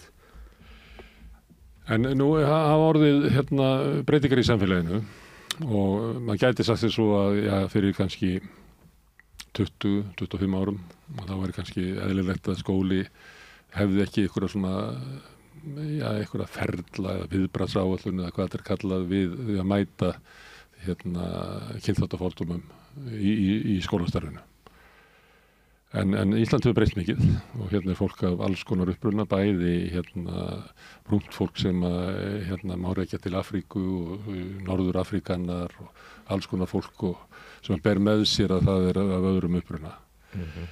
Og það að taka á þessu svolítið mikið mál og ég meina þú þarft að setja þig svolítið inn í þetta og kannski auðveldast að fara til Bandaríkjanna sem hafa kannski svona lengstu reynslu af því að eiga við þetta með einhverjum hætti. Mér sýnist það svona þegar maður að horfa á samanburðin á að það opin umræð rasisma í Bandaríkjunum á meðan hún mjög veik í Evrópu út all lönd og menn geta bara hafnað því að rasismi skiptir einhverju máli þótt að virðist svona utanfrá séð alveg vera augljóst eins og rasismi gagnvart múslimum í Frakklandi og í Danmörku og eitthvað starf víða. Þannig þetta stórt og mikið mál og kannski getur maður sagt ef maður horfir svona kannski eðlilegt að einhver einn skólastjóri sem kannski með 2-3 bekki í hverjum árgangi að hann einhvern veginn bara innleiði eitthvað svona þannig að maður myndi ætla að þetta ætti að koma þá að utan og þannig það oft með vernd minnihlutahópa að þeir fá meiri vernd í borgin en í þorpinu þeir kannast við það og ég meina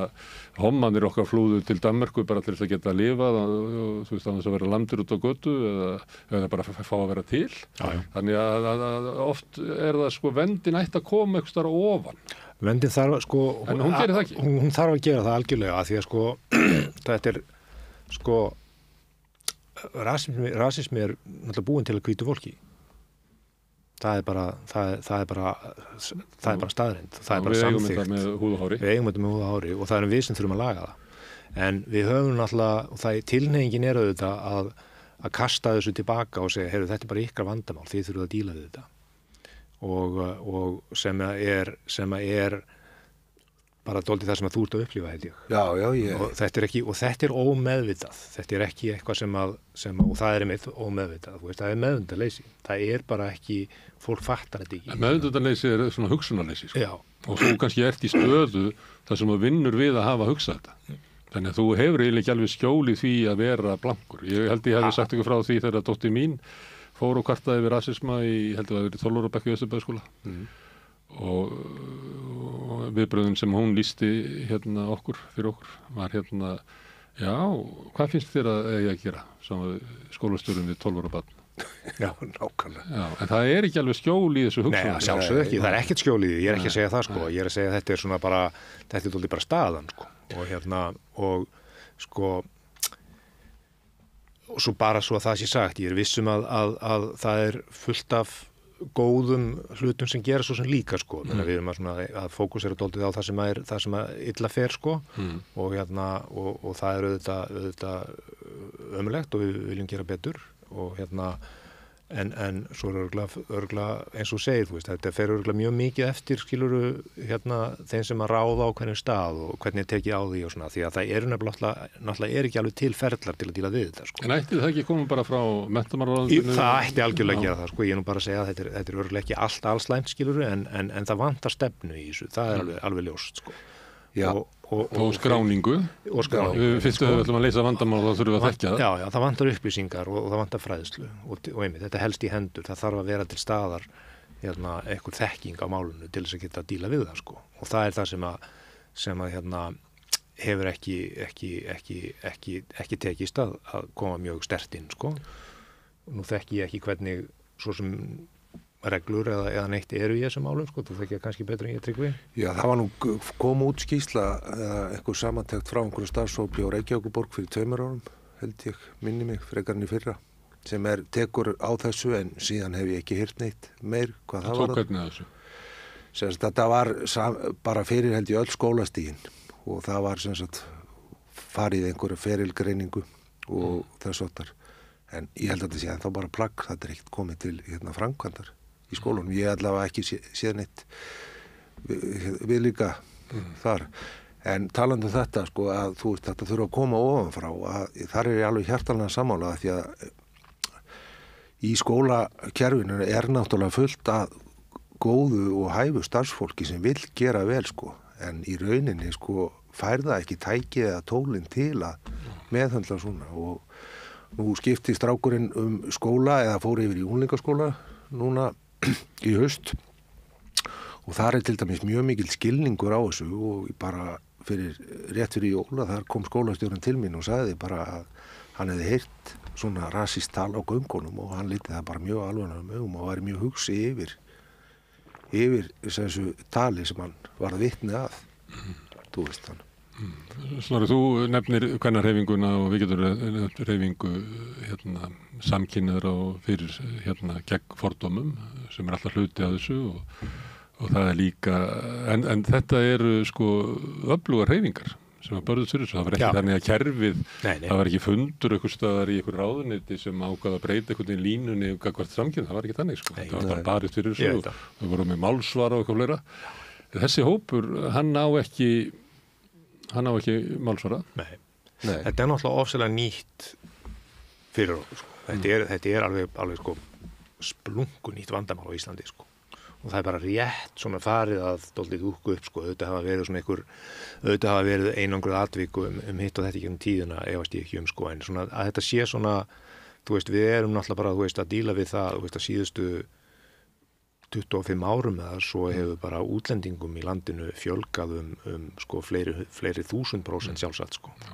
Og þannig að þetta er alveg sprungu nýtt fyrir okkur og við erum auðvitað að reka okkur á veggi og því miður auðvitað erum við ekki að læra neitt rosalega mikið af reynslu annara eða taka mikið lærdóm frá því að þetta er náttúrulega bara búið að vera að gerast allstaðar í Evrópu í mjög langan tíma og við þekkjum þetta bara mjög vel frá Norðurlöndunum, þannig að það er búið að vera í fréttum frá Danmörku og Svíþjóð og Noregi í marga áratugi sko, og Þýskalandi og víðar. Og við lifum náttúrulega með annan fótinn inn í sko bandarísku menningarheimi og þar ættum við að þekki þetta. Já, ég veit nú ekki hversu mikið ég myndi nota Bandaríkin sem fyrirmyndi í þessum málum sko. Nei, ég er bara þetta fyrirbrigði sér til. Já, algjörlega. Það er miklu betra. Ég er ekki haldið fram að Bandaríkjamenn sem gera allt rétt sko. Þetta eru þeir kannski gróðrarstríðar rasismann sko. Já, algjörlega. En það er vitundin í almennri umræðu að það sé hægt að ræða þetta sem mér finnst að vera Evrópa að vera langt og eftir það. vonandi mun að Evrópa ná þeirri umræðu upp og koma með aðra lustir en Bandaríkjamenn. Það er miklu kraftur í umræðu þetta náttúrulega í Bandaríkjunum. Þetta er miklu meira á yfirborðinu þar. Miklu meira á yfirborðinu þar, sko. Já, og svo til dæmis einhvern veginn nærat ekki eins og ég fannst sláandi varðandi í aðdraganda kosningana. Að þar var talað kvenréttindabaráttu, baráttu samkynhneigða, en það myndist enginn á baráttu.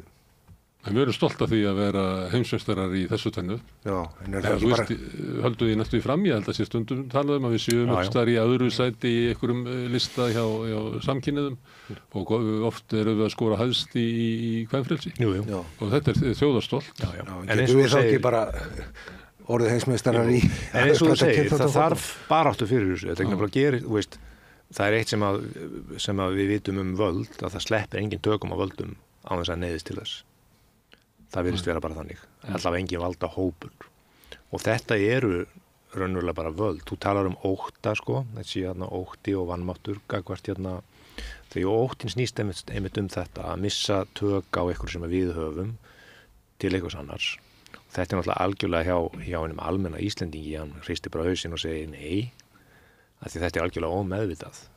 En þetta er samt sem áður bara staðreynd og þú veist, reynsla annar þjóða og rannsóknir fræðimanna og annað sýna bara fram á það að þetta er þannig.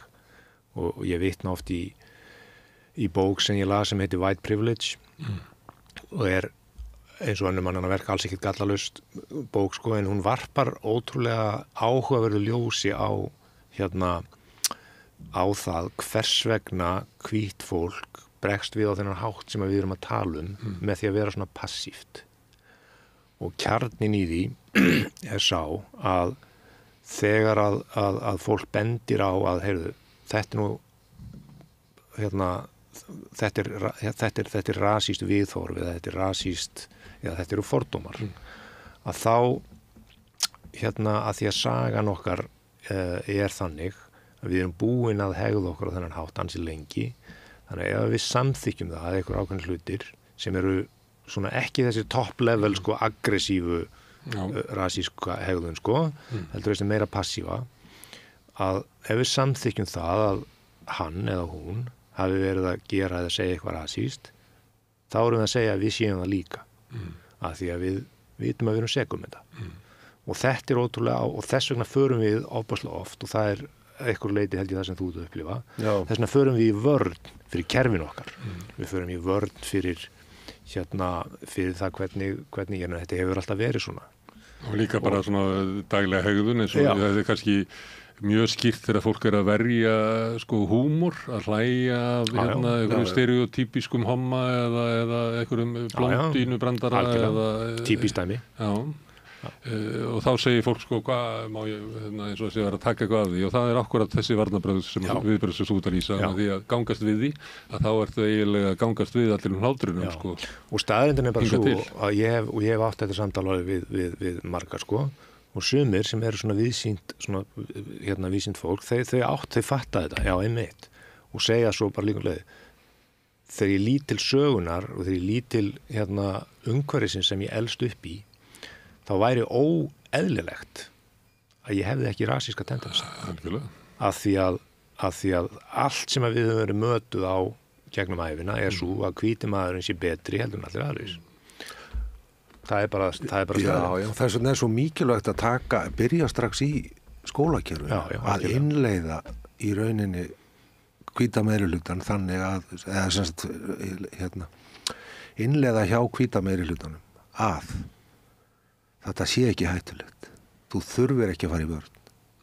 Þetta sé bara, brúnt fólk er bara fólk eins og við. Það er alveg jafn gáað og það er alveg jafn gott í íþróttum og svo mætti lengi og skapa þá svona farveg fyrir nýjan kultúr hjá svona meginþorranum. Já. Þetta mun ekki laga þann sem að fer síðan heim til sín og þarf að hlusta á rasíska foreldra sína. Nei, og ég held að við náum aldrei að laga það, sko, en leiðu úr komið með hann að þögla meirihluta á þitt band og hann lætur ekki bjóða þessi svona framkomið. Þá held ég að þessi litli minnihluti, rasíski, að hann bara minki og minki, minna.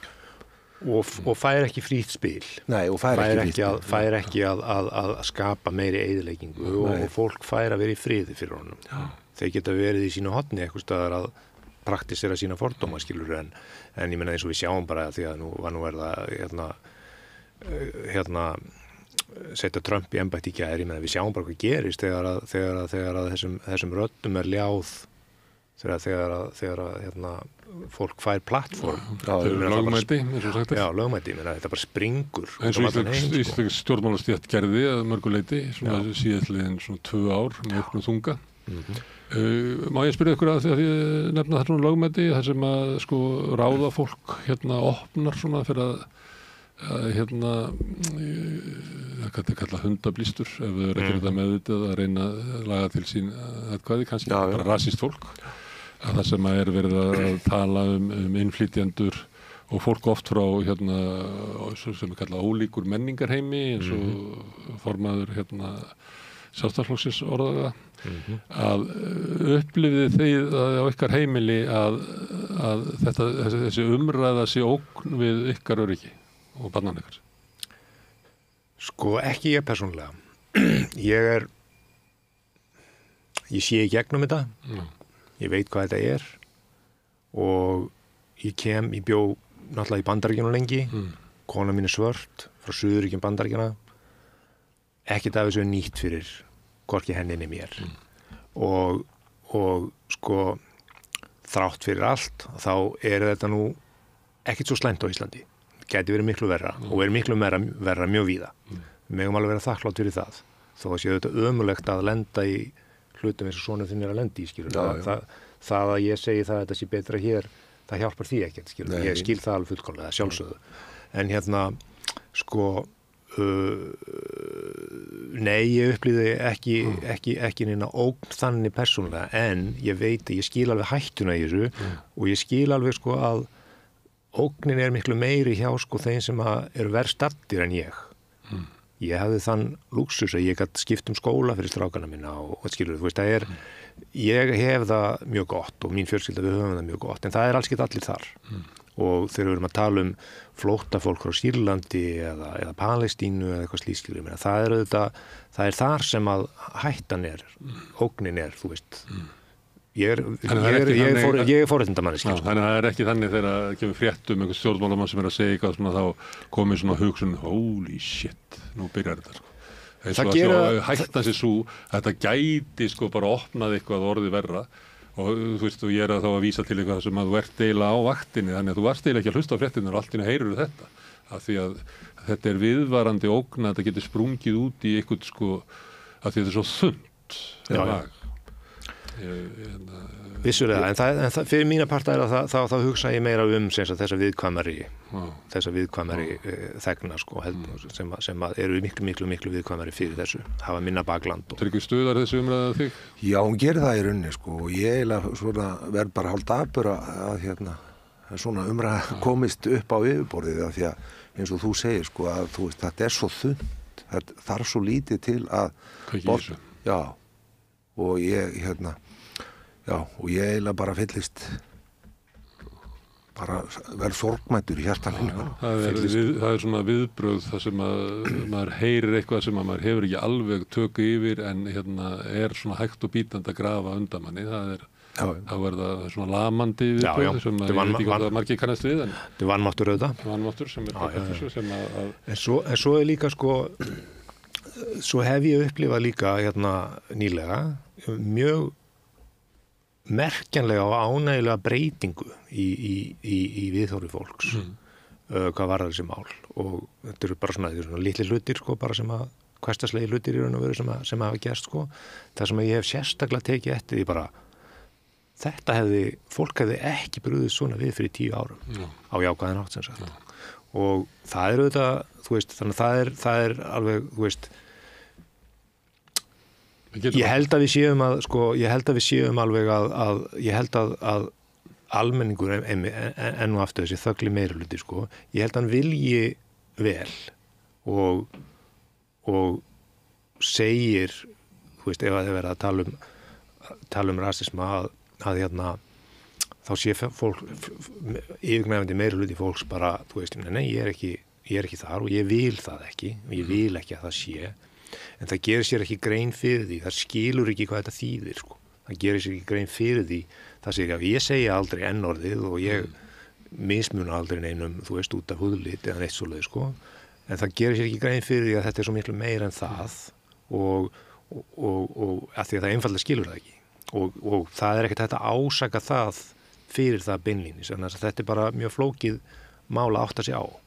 Þannig að ég held að með aukinni fræðslu þá þurfum við að reyna að ná til fleiri á þennan hátt, sko, og ég sé alveg merki þess að það gerist, sko. En það er að tala sko breytingar í svona bara í menningunni og til einstaklinga. Já. En að sömu leyti erum við líka að tala svona kerfin okkar. Algjörlega. Og því vorum að tala hann kvennarhreyfinguna og samkynhneigðra og sem hafa haft öfluga réttindabaráttu og gætum að sé þetta fyrir sig þannig að kerfin þau beygja sig undan þessari baráttu og beygja sig undir kvennabaráttuna og svo náttúrulega fjölgar svo mikið, ef við erum skólan, það fjölgar svo mikið konum bara sem eru kennarar og fleira, þannig að kerfi breytist.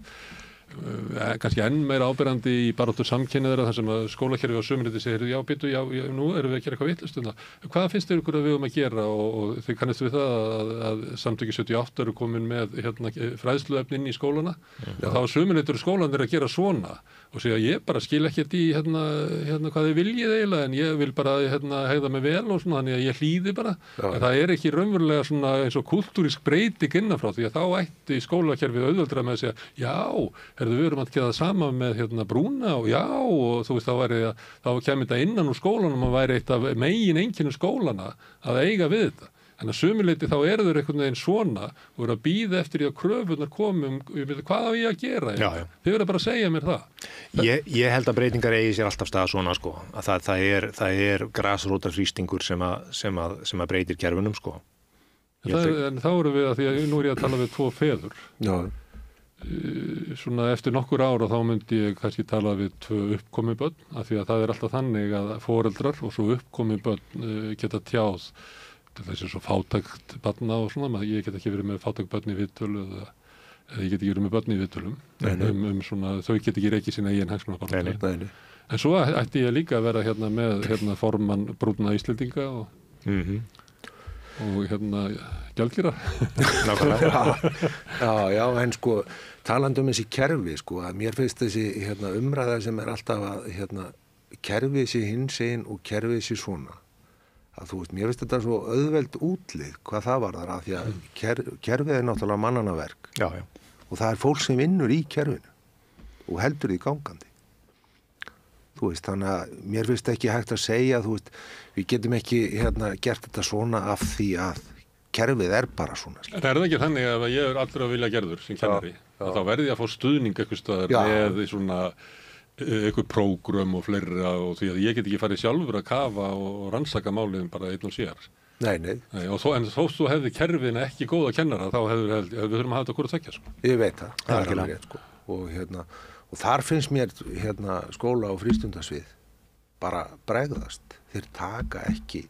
Nú til dæmis kemur póstur frá skóla og frístundasviði núna bara í þessari viku miðlalæsi.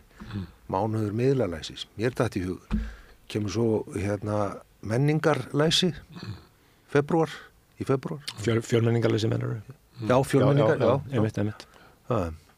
Þú veist, ég efast það.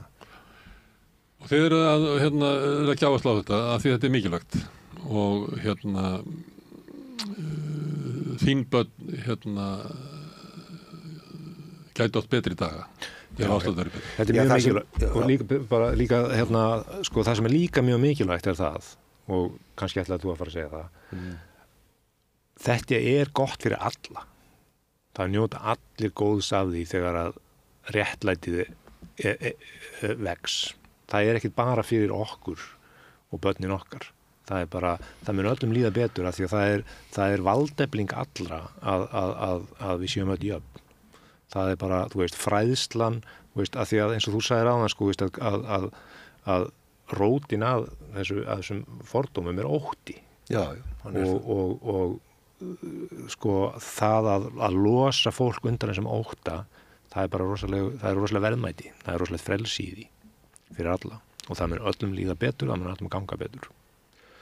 Já, og það sem í rauninni til dæmis svíður mest að sjá sko að fyrir 7 árum gengur drengurinn kátur og hress inn í skólakerfið í Reykjavík. Þegar hann útskrifaðist úr þessum barnaskóla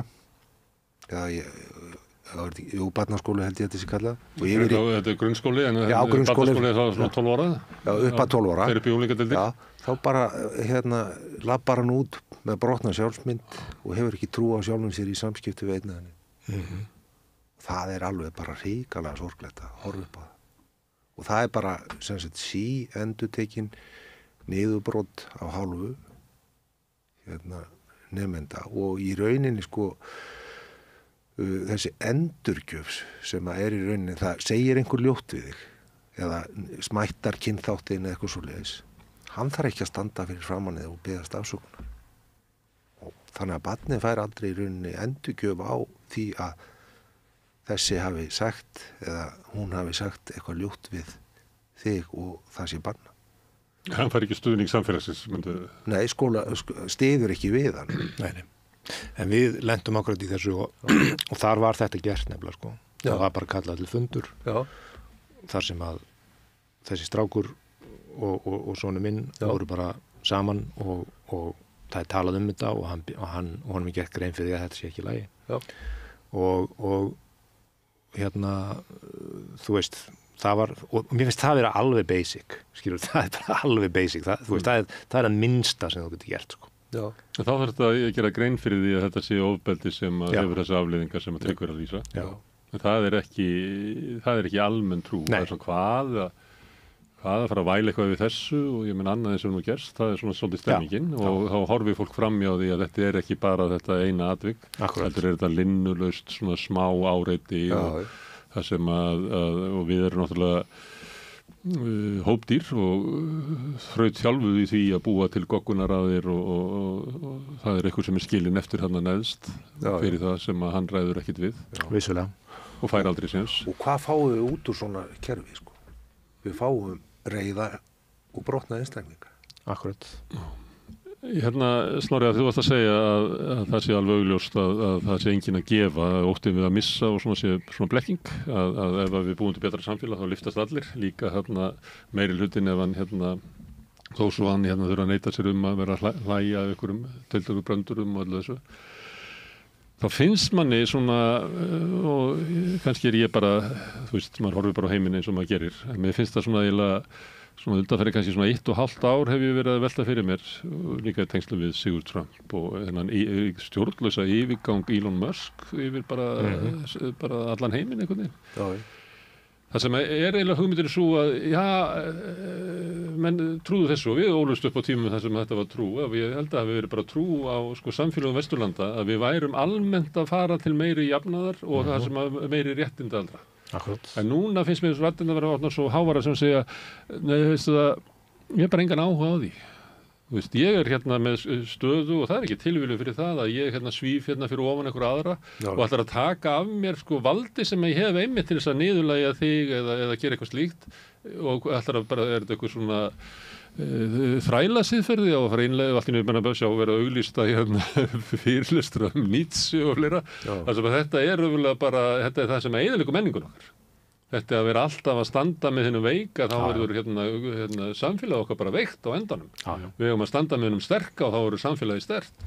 Og ég hef aldrei heyrt svona meiri, ég man eftir þegar ég var kannski svona 20 og svona, þetta er svona ungherra derringur sem kemur fram held ég með hverju kynslóð, maður man aðeins eftir þessu þannig. Ég man ekki eftir þessu röddum svona sterkum bara í menningarlegri umræðu. Nei. Og þá er ég að tala ekki, þú veist, hámenningarlegt eitthvað, ekki í kiljunni eða eitthvað, heldur bara í bara öllu tali. Ég hef aldrei séð þetta áður eftir. Þetta er að trenda alveg big time sko, það er engin spurning sko og það er náttúrulega bara, fólk er búið að vera að vara við þessu, stjórnmálaspekulant er búin að vera að vara við þessu í núna góð, 10 ár er það ekki, að þessi fasíska hægri sveifla sé bara mjög ókveikjandi sko. Ég meina, Já, en þá komum við kannski bara aftur að þessu sama að þú veist, þetta ekki bara ótti Vesturlanda búa við, þú veist, nú farið að þrýsta á frá til dæmis fyrirverandi nýlendum, það flyst inn fullt af fólki inn til Evrópu frá þessum nýlendum sem að búið að eða hafa aldrei náð vopnum sínum þannig að séð þannig og þar fram eftir göddunum og þá fara menn út í einhverja svona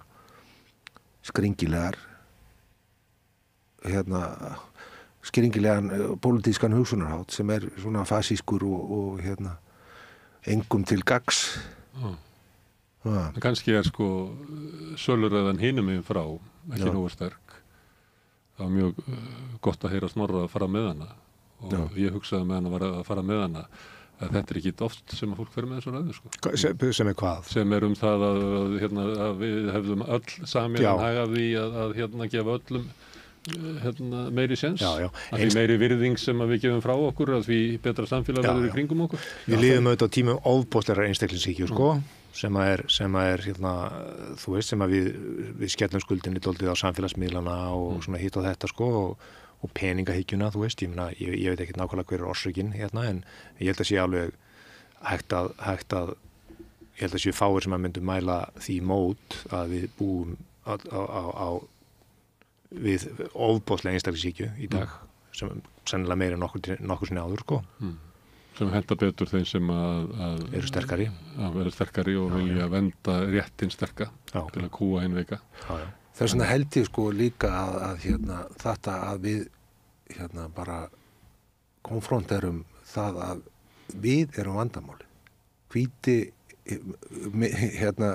forréttindahópurinn, hann er vandamálið og hann í rauninni ætti að sjá sér hagið því að lyfta upp sem sagt öllu klabbinu, öllu samfélaginu á sitt level eða. Hann að veikja og skerða sína framtíð með því að halda aftur af þeim sem ekki tilheyra einum stóra meirihluta. Og það þarf að hjálpa okkur til þess að komast þangað sko. Já, nákvæmlega. Það þarf að hjálpa okkur til þess að viðkenna þennan ótta og að geta tekist á við hann. Og þetta það sem að Nelson Mandela lagði mest áherslu á í samningaviðræðum sínum við hvíta minnihlutann í Suður-Afríku sko. Hann sagði the suppressor must be helped to stop suppressing eða eitthvað slíkt. Örugglega að fara illa með kvóti sko, en það þarf að hjálpa þeim sem að kúar hannum í sjálfu sér til þess að losna undan sinni eigin kúun eiginlega. Þetta er náttúrulega algjört öfugmæli sko, en þetta samt sem áður sagt og við sjáum þetta bara ef við tökum þetta bara yfir í sko bara ofbeldissamband, þú veist alveg sama hvað það er, hvort sem það er inn á heimili eða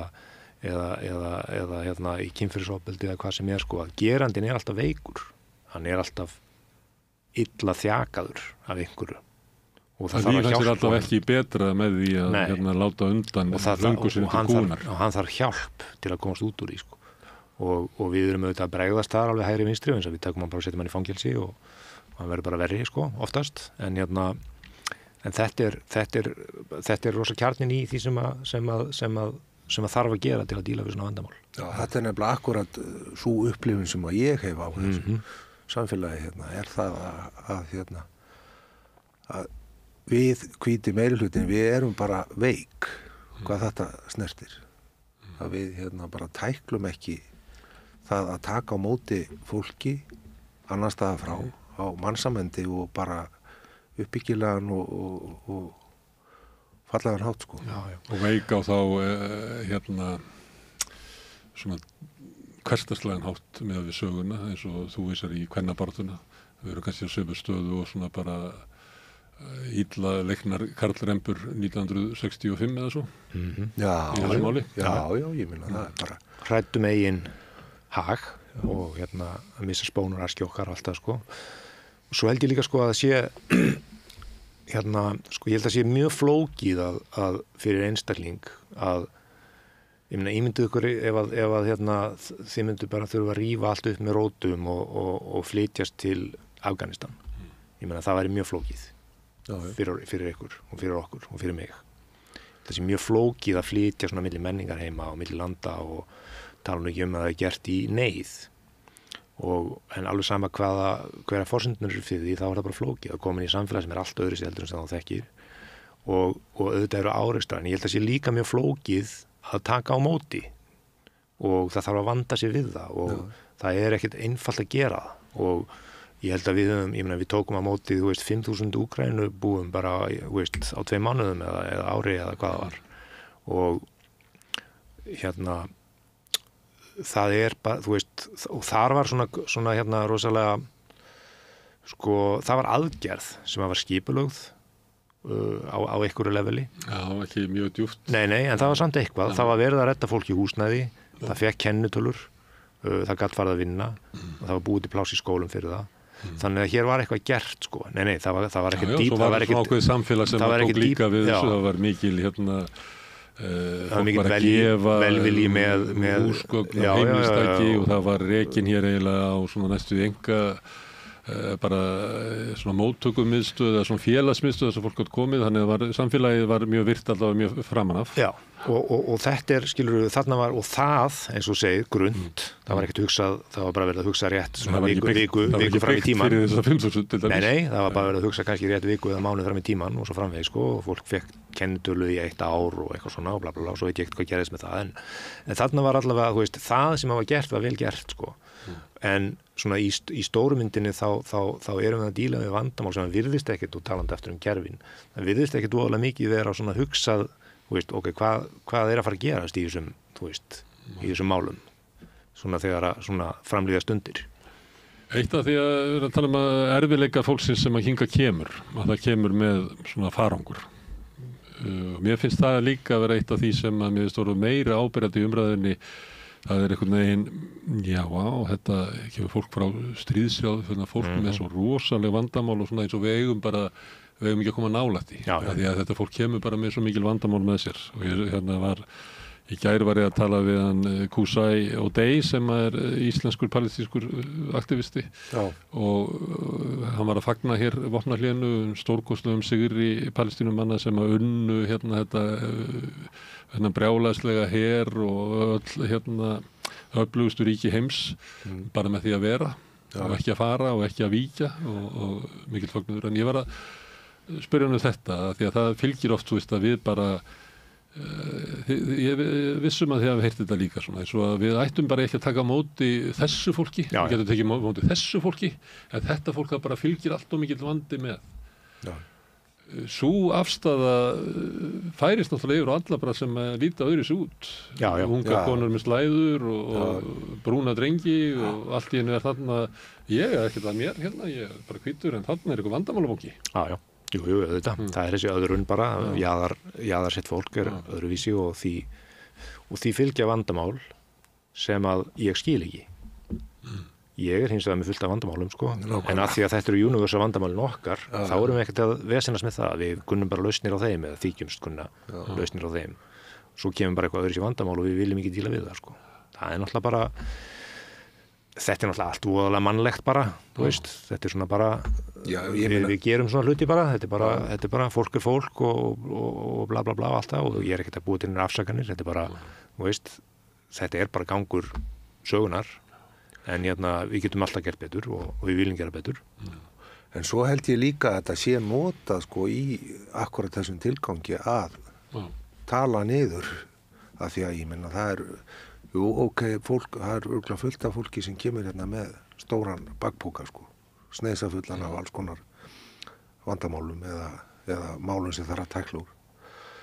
Og en enga síður sko, þú veist, líka örugglega fullt af fólki sem kemur hérna sem bara lappar inn í samfélagið og fungerandi. Sjálfsögðu. Og fullt af fólki sem kemur alltaf líka sem bara með mjög mikla hæfileika. Og þó svo að fólk geti verið með tráma vegna stríða og annað, skilur þá geta verið mjög færi skurðlæknar eða hvað sem skilur og þetta auður líka, sko. Þetta auðæfi, sko.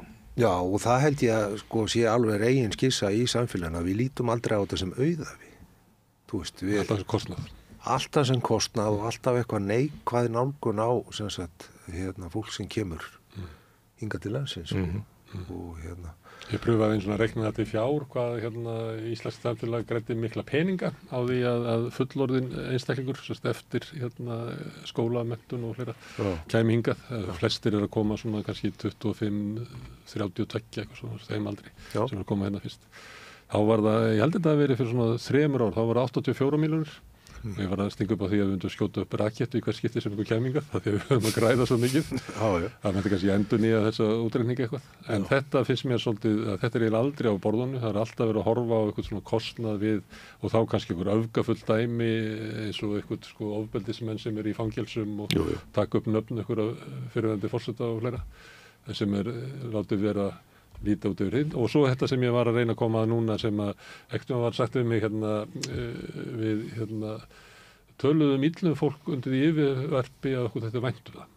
Og þá var það að stundum þegar að vera að tala svona alla erfiðleikana sem að fólk hefur gengið gegnum, þá erum við kannski í reynd að tala fólki niður og tala illum það, undir því yfirskinni að við höfum fullan skilning á öllu því sem hefur á reynd. En svo niðurstaðan kannski svo að þetta sé eiginlega bara ónýtt fólk og sé ekki geti aldrei gefið okkur eitthvað gott inn í samfélagi. Nei, og svo finnst mér eins og til dæmis með Venesúela-búana sem komu, ég veit ekki hvort þessi ennþá að koma hingað, að þú veist hvað var ekki 85% atvinnuþátttaka hjá þessu fólki komandi úr þessu skelfilega landi. Sem okkur sagt. Það eftir að koma í ljós hvort að það verði sendt aftur og það sama með Úkraínufólkið. Það fekk tímabundið. Þannig það eftir að koma í ljós hvað stjórnvöld gera svo við það fólk að má vel vera við sem að fara að horfa á endurflutninga á fólki sem kannski búið að búa hér í 4-5 ár.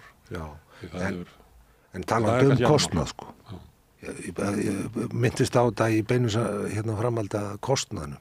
Það náttúrulega ekki kostnaðar að þessu fólki sem að lappar hér inn í vinnu og Nei, og það ekkert sem sýnir fram á það, það bara til heilu bókasöfnina rannsóknum sem sýna fram á það er alltaf hagur, peningalegur hagur, bara endalaus hagur samfélagsins á að taka móti fólki.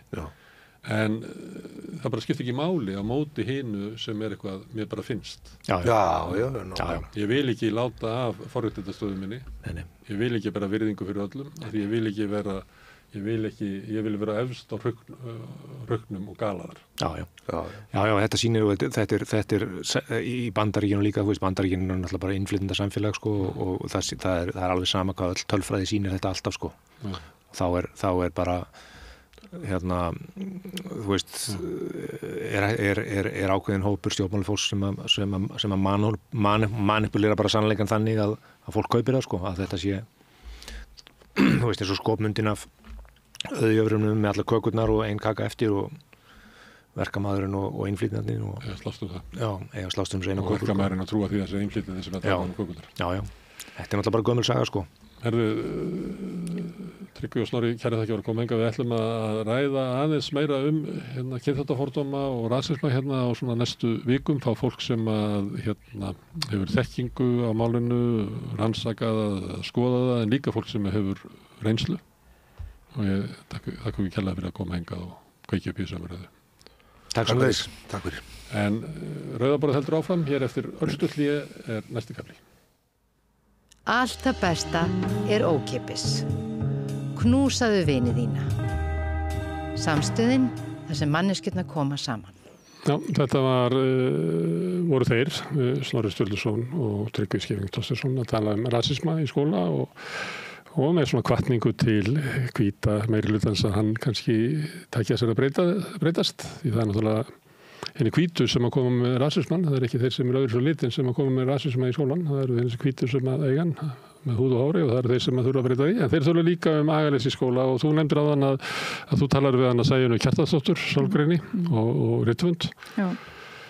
Útgangspunktur var svona heimsendakvíði Línjarðar, en þeir tölu líka hennan aga sem er svona smá þráður í þessum samtölusögurum með hérna. Já, vegna þess að hún hefur nú komið mitt áður, hún hefur komið til þín, Sæunn, áður í spjall og mér er alltaf mjög gaman að hlusta á hana. Hún kemur eiginlega, er með svolítið öðruvísi nálgun heldur en margir sálfræðingar á Íslandi, svona aðferðafræðin er svolítið önnur og hún hefur oft strókið mönnum svolítið öfugt varðandi, hvernig hún raunverulega að benda á hver ber ábyrgðina, þess að segja hún að benda á mjög mikilvægi þess til þess að foreldrar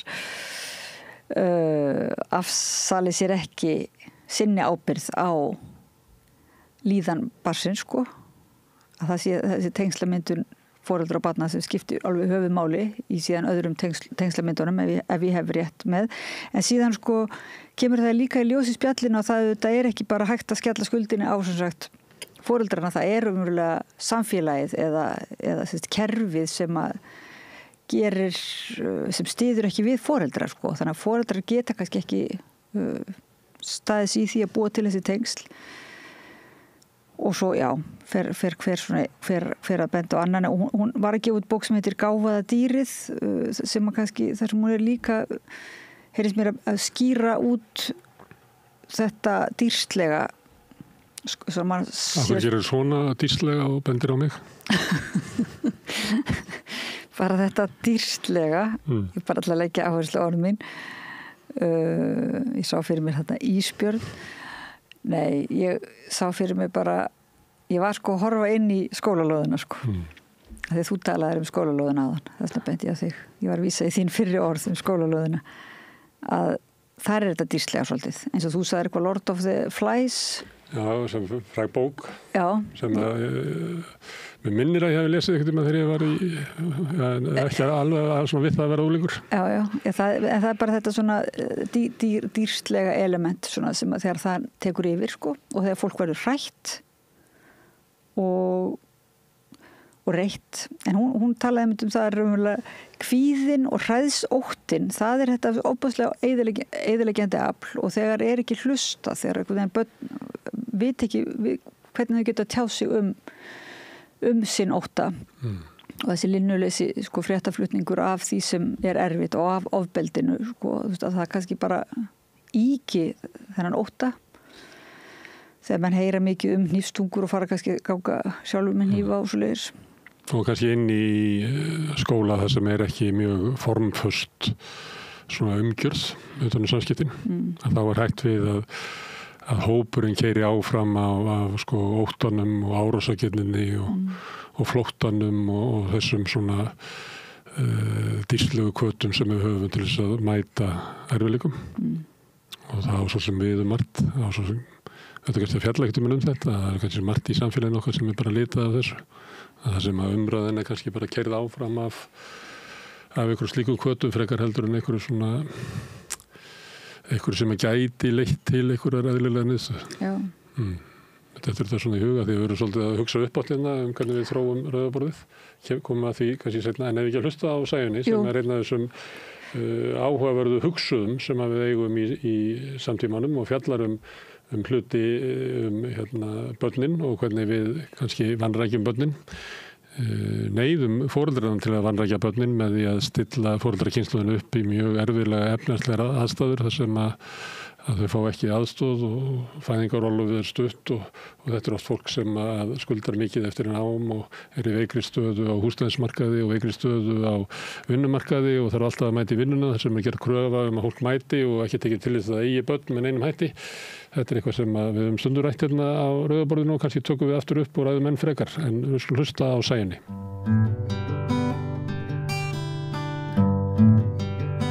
Komið sæl og verið velkomin að rauðaborðinu í sálfræðispjall og svona, já, við höfum stundum fengið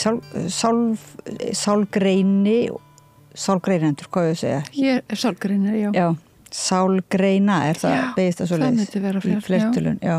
Hér sem sagt komið Sæunn Kjartansdóttir, hinn ein og sanna, ein af mjög fáum sálgreinum á Íslandi. Það eru svona miklu fleiri sálfræðingar og sem eiginlega kannski vinna eftir annars konar hugmyndafræði eða aðferðafræði heldur sálgreiningin og þú ert líka rithöfundur og varst að gefa út sérstaklega spennandi bók sem heitir Gáfaða dýrið. Ertu ekki búin að vera að kenna líka í endurmenntun út frá þessari bók? Jú, ég er búin að vera með námskeið þar Gáfaða dýrið. Ég heyrði sko af einmitt mæðgum sem fóru á námskeið hjá þér og það hefði verið sko mjög gott fyrir svona fjölskyldutengslin að fara á námskeiðið en og þína bækur hafa nú aldrei hjálpað mörgum, 1000 fyrstu dagarnir og árin sem engin man og svo skrifaður ansi magnaða bóku mömmu þína. Já. Og heitur hún ekki Óstýriláta mamma mín? Jú, Óstýriláta mamma mín og ég. Og ég, já. Það já, þetta svolítið eiginlega einstök verk á Íslandi, þessi verk þín, þau fara svona yfir dálítið mörg svið og núna, og þú dálítið ólíkítatól þannig að núna varstu skrifaður grein í blað heimsendakvíða og varst að segja að það myndi ekki, hlýnun jarðar myndi ekki valda heimsenda. Og þá hafa nú sjálfur stokkið sér til og sakaði að vera afneitað áhrifum loftslags málana á hlýnun jarðar. En getur aðeins sagt okkur svona, hvað gengur til með að skrifa þessa grein? Já, ef þeir lásu greinina þá kemur nú alveg mjög skýrt fram að ég ekki að afneita þeim áhrifum. En eins og ég sagði í greininni þá hef ég verið sjálf bara mjög kvíðin yfir þessum málum og hrættum að þetta sé alltaf fara bara á versta veg. Og svo var ég í London daginn og í bókabúð sem nú ekki frásögu færandi en þá bara stökk upp í augunum mér þessi bók Not the End of the World og það skosk vísindakona sem einmitt að fjalla þetta.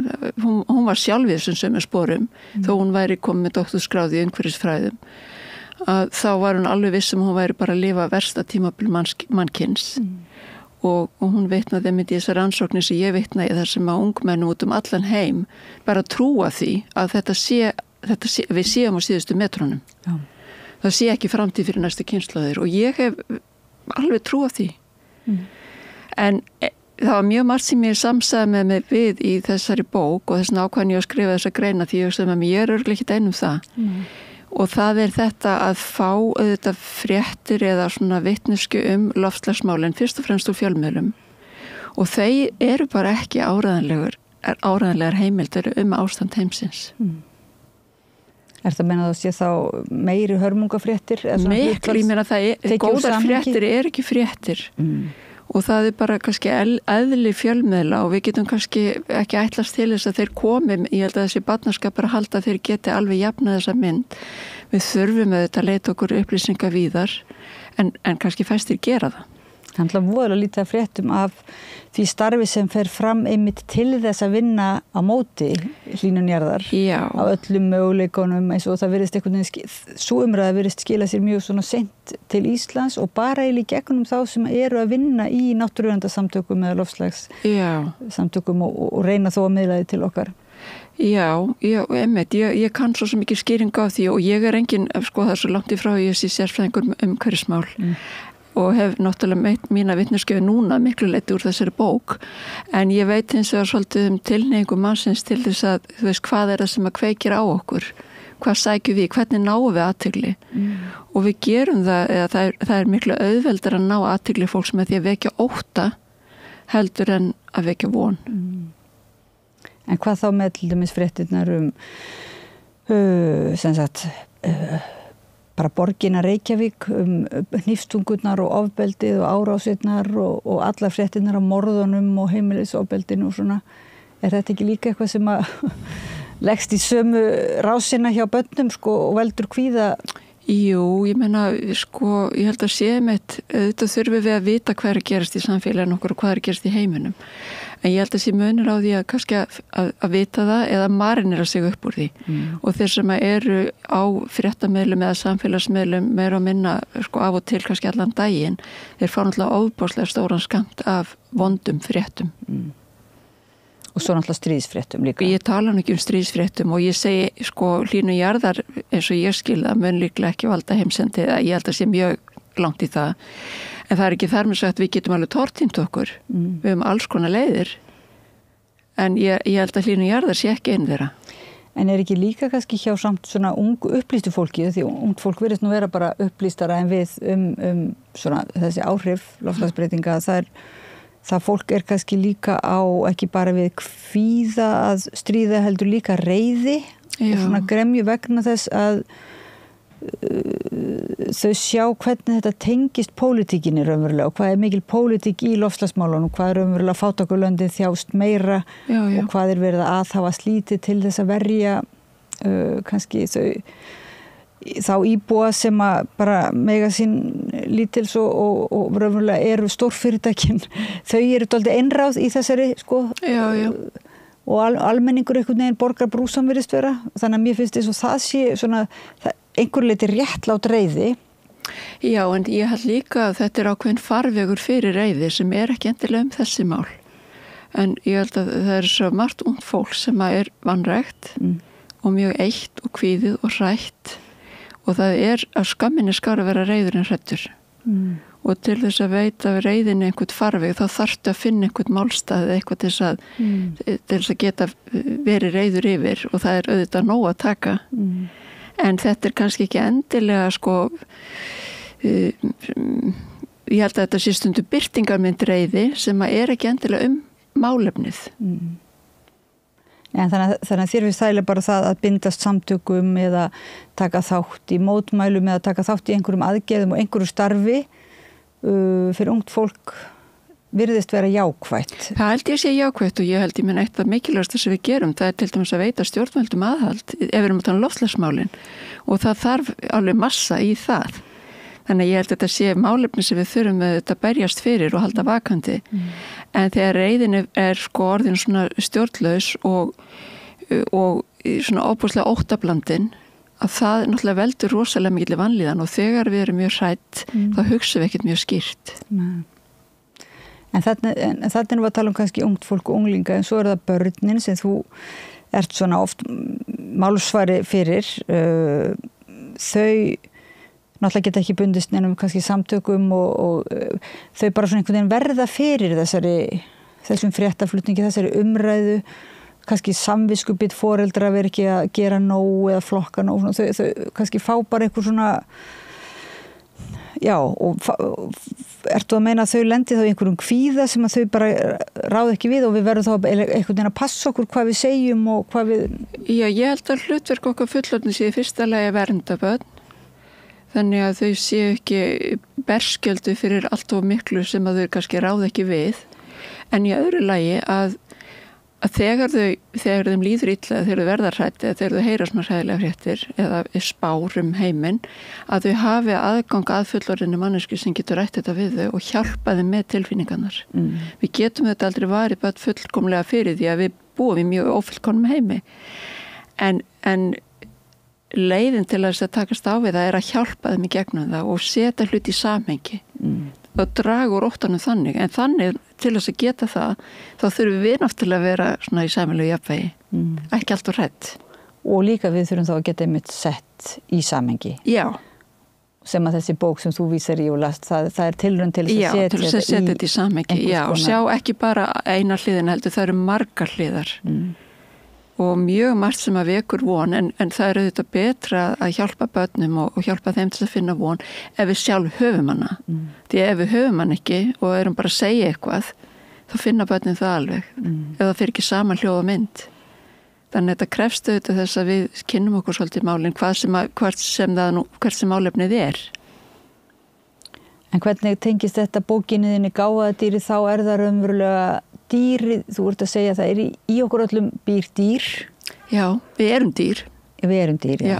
Það býr ekki í okkur, við erum dýr. Nei, við erum bara dýr og sumir verða pínumóðgæður yfir því. Já. En það er engin leið fram hjá því. Við erum dýr. Við erum að vísu gáfari í þeim skilningi en önnur dýr að við erum með stærri vitsmunaheila og höfum ákveðna færni sem önnur dýr hafa ekki. Við getum til dæmis unnið miklu betur saman en önnur dýr. Og þar hjálpar meðal annars tungumálið. En það sem við eigum sameiginlegt öllum öðrum dýrum er að það er í okkur mjög sterkt óttakerfi sem bæði kemur bara frá frummanninum, frá því að hann náttúrulega bjó við mun hættulegur aðstæður en við þekkjum og þurfti alltaf að vera á varðbergi tilbúin til þess að verja sig eða berjast. Og þetta kerfi er alveg sprellifandi í okkur ennþá þó að sé ekki ljón hérna frammi. En þannig að óttinn kemur bæði frá frummanninum en hann kemur líka úr reynslu hvers okkar frá því að við erum bara pínulítið barn. Því það er mjög óttaveikjandi að vera lítill og ósjálfbjarga. Og þín svona aðferðafræði sem þú hefur þróað í tengslum uppeldi barna, hún eiginlega gengur svolítið út frá þessu, er það ekki? Að við verðum einhvern veginn að ræða við, sem foreldrar verðum við átt okkur á því að börnin okkar eru með þennan dýra heila hluta til og við sjálf. Og þess vegna verðum við alltaf að byrja á okkur sjálfum, að ná niður streitinu okkur sjálfum ef við ætlum til dæmis að hjálpa barni sem er í uppnámi. Að það þýðir ekkert ef við erum í uppnámi líka, þá er þetta bara 2 heilar í árásar og flóttaham og það næst ekkert samband þarna á milli. Þannig að þetta er alltaf samspil, við verðum alltaf að byrja á okkur sjálfum.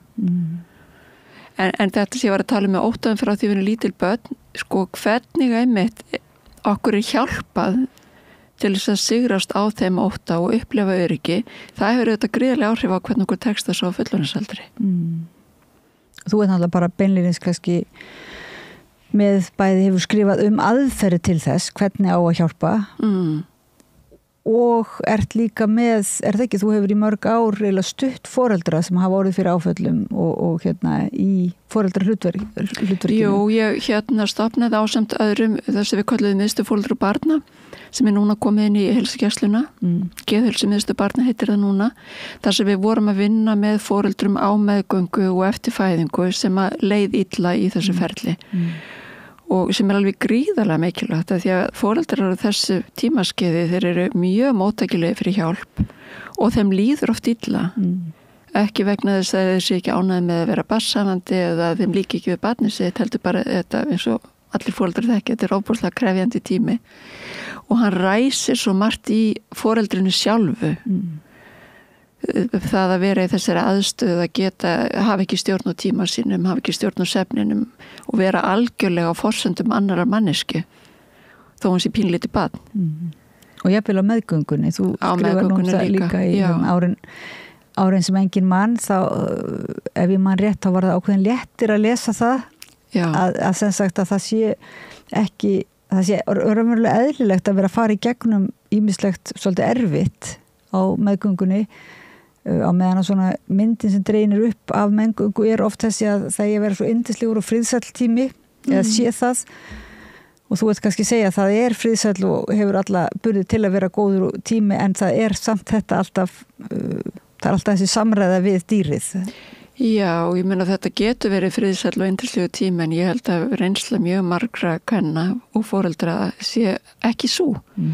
Og þegar þú upplifa að þá kemur þessu ótti við hvað er að mér, er ég eitthvað öðruvísi en aðrir. Þannig að ég held að hluti af þessu bara mikilvægt að normalisera að öll líðan, kemur upp. Nú hefur líka komið upp svona, ég hef aðeins séð á samfélagsmiðlum í kjölfar greina sem þú skrifast, þú hefur skrifað nokkra greinar leikskólamálin og svona það sem voru kannski að vara við, ef ég mann rétt sko að lengja leikskólan eða að börn byrji fyrr í leikskóla og svona benda á mikilvægi þessara samveru foreldra og barna í upphafi í þessari tengslamyndun og þú rökstyður það náttúrulega bara mjög vel en það kom alltaf upp raddir heyrir maður sem að segir sko að þetta sé afturhaldsamt að þú viljið þá bara einhvern veginn að konur mest séu þá heima lokaðar frá sínum ferli og ég hef heyrt bara ýmsar reiðiraddir sko. ég hef heyrt það líka en það ég finnst það aldrei, þetta er orð sem er mér lögðu munn að konur eigi að vera heima og það er að hugsa um börnin því að ég held þetta sé ekki konur frekar en kallar sem eigi að hugsa um börnin en það má segja, jú auðvitað þetta afturhaldssemi því þetta er forneskjulegt að börn þurfi foreldra, þetta hefur alltaf verið þannig og ég er ekki segið að verða að vera mamma og það þarf ekki eins og að vera pappi, það getur verið leikskólakennari en það verður að vera staðfesta í því, það verður að vera sama fólki, það verður að vera fólk sem hefur áhuga börnum, sem kann að lesa í þarfir þeirra og getur brugðist við þeim. Og stundum er annað fólk betur til þess fallið en foreldrarnir. Því foreldrarnir getur liðið það illega, þeir geta verið í neyslu eða veikir eða, þetta er ekki líffræðin segir ekki allt. En það er að sé einhver manneska sem er tilbúin til að setja sig í spor þessa barns og bregðast við því á viðeigandi hátt. En sko, og þetta segir nú líka leikskólakennarar sem eru að berjast fyrir kjörum sínum að það sé mikilvægt að halda menntunin í góðri og halda þessu á svona bara halda þessu starfi metnaði fullu en núna finnst mér svolítið vera baksla líka í því að talandi, já, það sem ég hef svona heyrt utan frá mér, frá sumum, líka einhver ákveðin að fólk tekur þínum orðum, það er alveg merkilt hvað svona þín orð virka oft ögrandi greinlega, að því þau koma einhvern veginn á skjön við greinlega marga aðra annað fagfólk, sko, já. Og einmitt oft svolítið lagt ránglega út af þínum orðum, en þá svona verið að segja að fólk tekur það persónlega að það, svo staðreynd að þeim finnist erfitt að vera svona lengi heima, lengi í fæðingarorlofi, að þá kemur þessi skömm og kvíði þar hjá foreldrum og spurningin af hvernig á þetta að vera mögulegt að vera svona lengi? Sko, þetta bara mjög góð spurning, alveg eins og með meðgönguna, ég meina það líður ekki öllum konum vel á meðgöngu, það líður ekki öllum foreldrunum vel heima með lítil börn og það þýðir ekki þeim þykir ekki vænt þau eða þau vil ekki eiga þau. Þetta rosalega krefjandi og eins og fyrirkomulagi í samfélaginu okkar þá þetta ofsalega einmannalegt af því að foreldrar svo einangraðir, það hver í sínu horni. Því okkur vantar svo einhvern sameiginlega vettvang þar sem foreldrar geta hist. Þannig að ég skil vel að foreldrum, auðvitað suma langa bara að komast sem fyrst í vinnun og það ekkert að því. En það sem við þurfum bara að gera þá að búa barninu góðar aðstæður meðan foreldri fer í vinnuna. Það ekki nóg bara að það sé einhver leikskóla, einhver staðar þar sem einn starfsmaður í dag og annar á morgun. Og þetta náttúrulega mjög krefjandi þar sem það eiginlega leikskólaskortur Já. Þetta náttúrulega pólitísk ákvörðun líka að búa ekki betur á leikskólanum, að borga ekki betri laun. En mér veit það svolítið merkilt því að þegar þú kemur með þína gagnrýni eða áminningum má segja mikilvægi þessa fyrir börnin að þá les ég það sem eins og hvatningu til stjórnvalda. Það það. Sko, sem sagt, að gera betur. Já, sko. Já. En einhvern veginn það svona skringilegt að svolítið eins og loftslagsmálinn þá taka þessu einstaklingarnar til sín sko frekar. Eins og til dæmis í loftslagsmálunum maður finnst að stjórnvöld eigi að gera betur en að það lendi ekki á einstaklingunum að vera kvíða því að vera ekki nógu duglegir að... Nei, og fá samviskubiti verið því maður flokki ekki rétt eða keyri bíl og eitthvað svona. Ég meina, auðvitað eru stóra ákvarðanirnar í höndum stjórnvalda og það alveg rétt því að sko mín hvatning beinist fyrst og fremst og ég hef beitt mér mjög mikið fyrir því að það verði bættur aðbúnaður bæði í leikskólum en ekki síst og það nú kannski hefur verið mitt sérsvið, það sko líðan foreldra og barna. Að það sé komið til móts við þau miklu fyrir það sé ekki verið að bíða eftir einhverju greiningu. Það oft alveg augljóst hvað þarf að gera, það þarf einhverju greiningu sem að þarf að bíða marga mánuði eftir. Að við breytum áherslum og komum miklu fyrir til móts við foreldra. Og sér þetta bara, þetta ekki bara gerlegt? Ekki hægt að koma þessu kerfi á? Gerlegt. Það sem við lögðum upp með í miðstöð foreldra og barna að við vorum sérstaklega að einbetta okkur að foreldrun sem að leið ekkert neitt, þau voru ekkert í sérlega vondum málum en þeir leið ekki vel. Og bara það jafnvel að hitta okkur stundum 2-3 skipti, kannski vikulega í einhverja mánuði, það bara breytti algjörlega líðan þeirra. Af því að það sem gerist að kona verður ófrísk eða par á vona barni, hvers kyns sem að parið nú ég ekkert að binda þetta við konur eða kall og konu, að það að ganga með barn og eignast barn, það trigger á svo rosalegar breytingar. Og ef þú hefur með erfiðar breytingar í farteskinu, sem þú hefur kannski aldrei eins og áttaði á að hafa verið erfiðar, það getur verið flutningar á milli landa eða milli hverfa þess vegna, milli skóla, skilnaður foreldra, eitthvað sem þú hefur bara bitið á jaxlinn og komist í gegnum þannig. Svo lendur í þessum breytingum að eignast barn, það sem öll snúið á hvolf, þá koma gömlu tilfinningarnar og það svo mikilvægt að vinna með þær og afgreiða þetta svolítið og skilja þetta frá, þetta hefur ekkert með þetta barn að gera. Af því ef ekki runni með þetta, svo fæðist barn sem grætur og þú fer aldrei að sofa og þú ert alltaf þreytt og þér fer að líka illa við barnið, þú fer að halda að þetta sé barninu að kenna eða þú fer að upplifa það. Það hefur ekkert með þetta barn að gera. Þetta alltaf mjög alvarleg Þetta mjög alvarlegt en það svo auðvelt með réttu inngripi á réttum tíma að koma í veg fyrir þessa þróun. En heldur, það auðvelt pólitískt kannski að skipuleggja þá en þyrfti þá ekki að mennta líka það þarf að sálfræðinga einhvern veginn? Ekkert bara sálfræðinga heldur, bara hjúkrunarfræðinga, ljósmæður, fjölskylduverð, ég meina það er alls konar fólk sem að vinna í þessum geira sem að þarf auðvitað kannski meiri sérhæfingu akkurat af þessu sviði og við höfum verið að sækja okkur þjálfun og menntun þarna, en það þarf miklu meira en sko þetta er ekki bara fólk eins og ég svona í meðferðargeirana sem að segja þetta hagfræðingar eru búin að sýna fram á það peningar sem varið í að annast börn vel fyrstu árin þeir skila sér margfalt inn í kerfið og af því að við spörum svo mikið ef við grípum fljótt inn í þá spörum við í menntakerfinu, félagslega kerfinu heilbrigðiskerfinu fangelsiskerfinu, dómsmálakerfinu en við erum kannski ekki komið lengra núna en einmitt að reyna að vera duglega í þessum greiningum og svo er talað ofgreiningar og svoleiðis, það er eins og kannski kerfið virkar eins og þú segir, það byrjar svolítið seint það er eins og það verði þarna svolítið eyða frá fæðingu og fram að grunnskóla svoleiðis að það er eiginlega bara undir hælinn lagt hvort er einhver listmeðferðarfræðingur eða einhver, ég veit ekki einhver góður sem kann að lesa í hlutina í leikskólanum til dæmis það er svo bara frekar tilviljunarkennt virðist vera.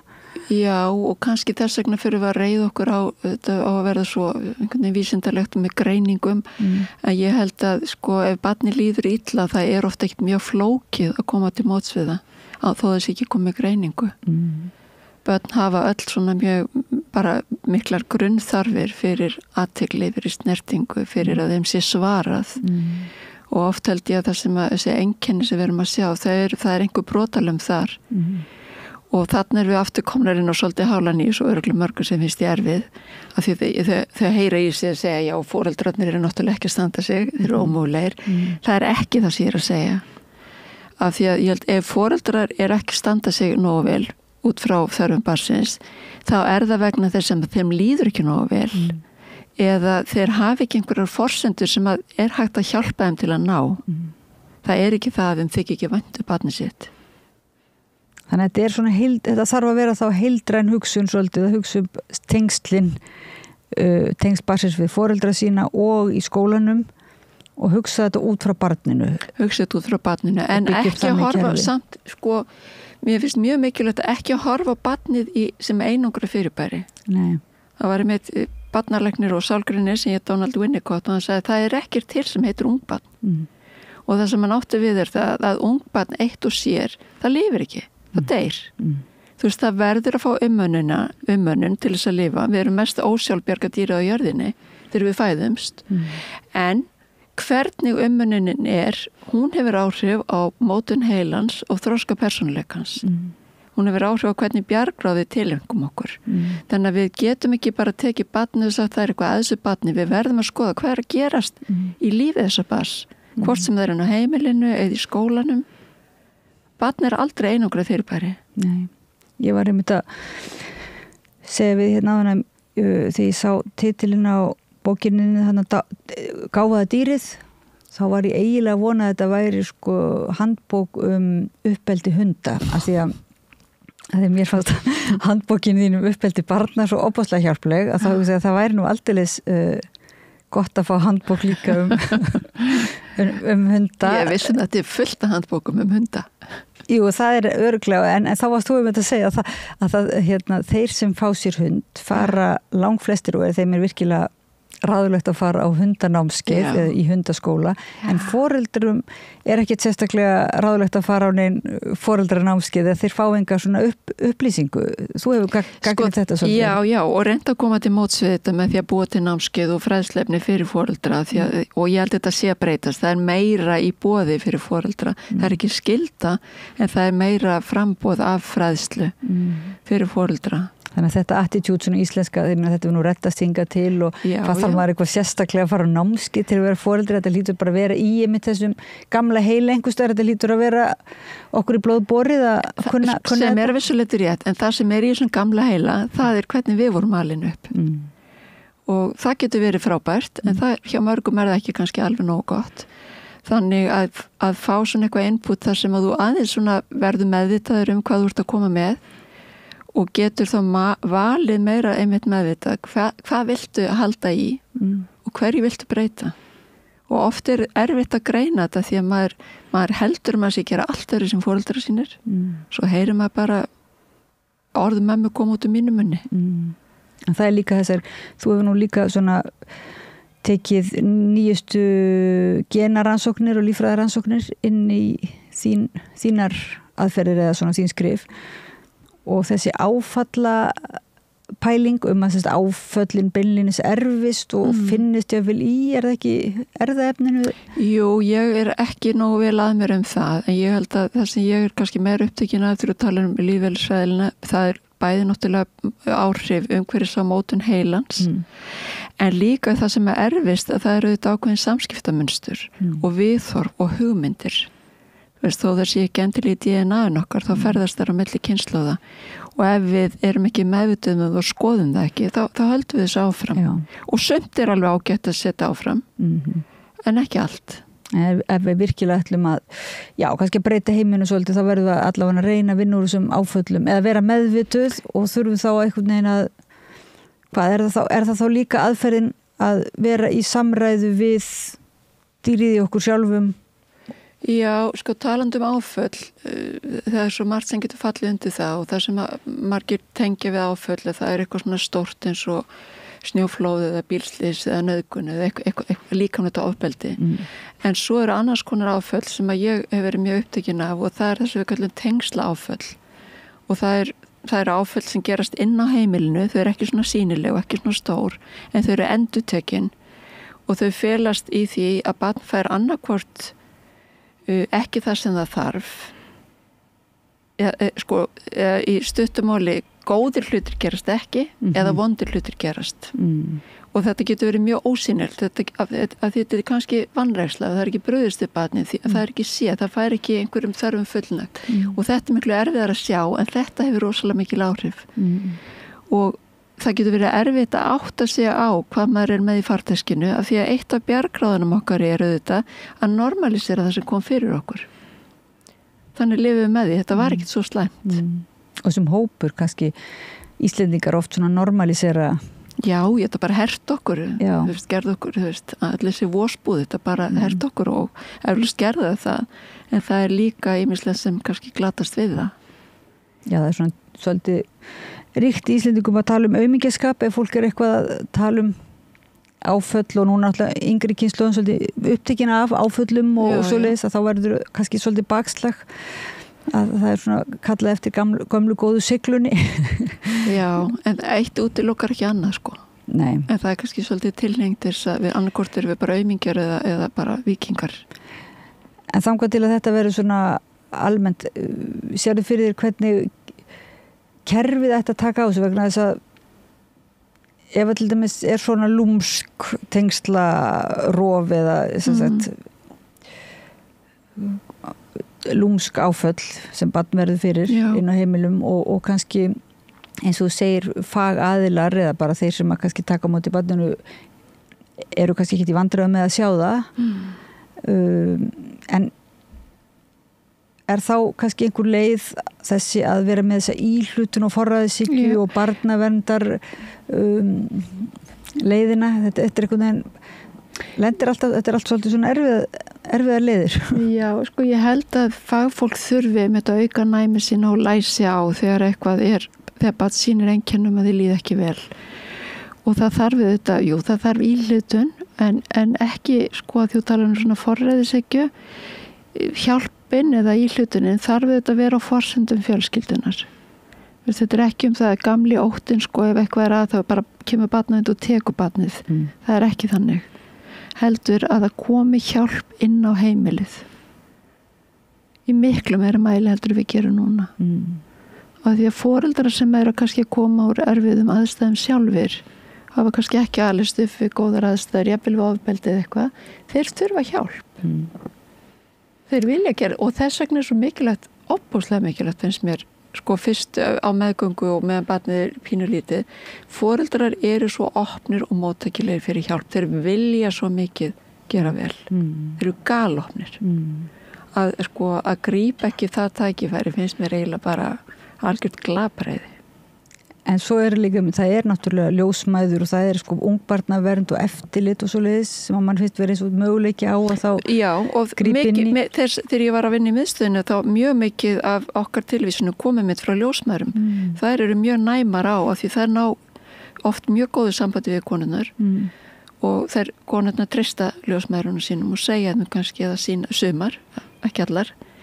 Og það einmitt vísuð oft til okkar. Þannig að ég meina kerfið þarf að virka svona sem ein heild. Þar sem að við höfum mismunandi hlutverk en getum hjálpast að grípa þessar fjölskyldur. En getur líka verið að við þurfum svona að vera hugaðir í því að tala einhvern vanda sem við sjáum án þess að fara að láta því einhvern viðeigandi svo kallan farveg. Það að segja áður að því að núna til dæmis talað að fólki hringja í held ég einhver númer hjá barnavernd eða ef það veit ofbeldi. Í stundum hugsa veltaði fyrir mér enginn sem að kannski bara á leikskóla talar við þetta foreldri eða svona. Jú, vonandi, en hins vegar það bara lagaleg skylda að ef að maður hefur grunum að barn sé beitt ofbeldi eða búið við aðstæður sem því hættulegar, þá ber okkur skylda að láta barnavernd vita. Og þar með ekki sagt að barnavernd koma og setja alltaf annan endan. Þeir bara koma og skoða málið og kannski koma með einhver úrræði, einhverja hjálp inn á heimilið. Því ég held að lifi svolítið í okkur þessi barnavernd að gríla. Ég held að það líka og líka mjög mikið svona það sem maður heyrir frá börnum sem hafa orðið fyrir til dæmis kynferðisofbeldi bókin, hvað heitur hún aftur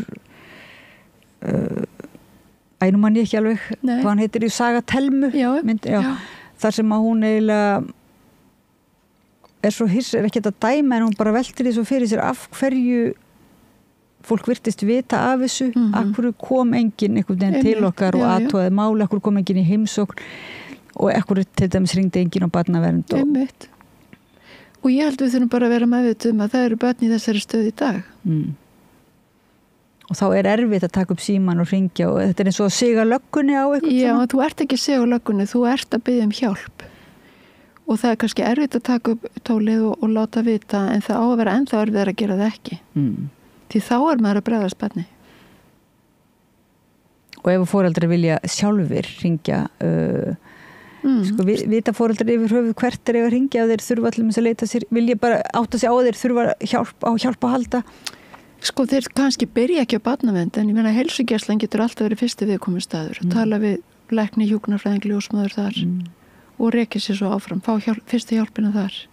Við þurfum ekki að fara upp að efsta stig alveg strax. Nei, einmitt, en þá er nú kannski erfitt að fá tíma hjá heilsugæslunni þannig að já, misjafnlega en ég meina maður bara bankar svolítið þétt. En það er alveg vandamálið þetta eins og með meðstu fóreldra og barna sem núna geður svo teymi barna. Ég meina það er náttúrulega alveg stórkostlega undirmannað. Það getur enga við en annað þeirri þörf sem að þarna úti og það er mjög stórt ágefni. Nú er ný ríkisstjórn. Hvað getur þú svona, þetta er nú svolítið stór spurning en getur þú í fljótu bragði séð hvað þyrfti að gera? Já, það er gaman að skuli nefna það því ég var einmitt að lesa bara áður í kominga bréf kollega mið fyrirverandi samstarfskonur miðstöðinni sem einmitt að senda inn til ríkisstjórnarinnar og vekja athygli á því hvaða felst mikill sparnaður og miklu betur farið með fjármagn að nota það fyrr á ævi barnanna heldur en síðar að nota þetta þess að fyrirbyggja frekar heldur en að gera við mörgum árum síðar. Þannig að þú myndir stiða við að bara stór auka starf á hvað heitir það, á heilbrigðis hvað heitir þetta sem vorum að tala um? Já, eins og í geðheilsumiðstöðum. Já, en geðheilsumiðstöðunar eru núna innan heilsugæslunnar. Já. En þetta sem ég er að tala um það geðheilsumiðstöð barna sem er bara á einum stað. En ég menna það getur verið sambærileg úrræði víðar.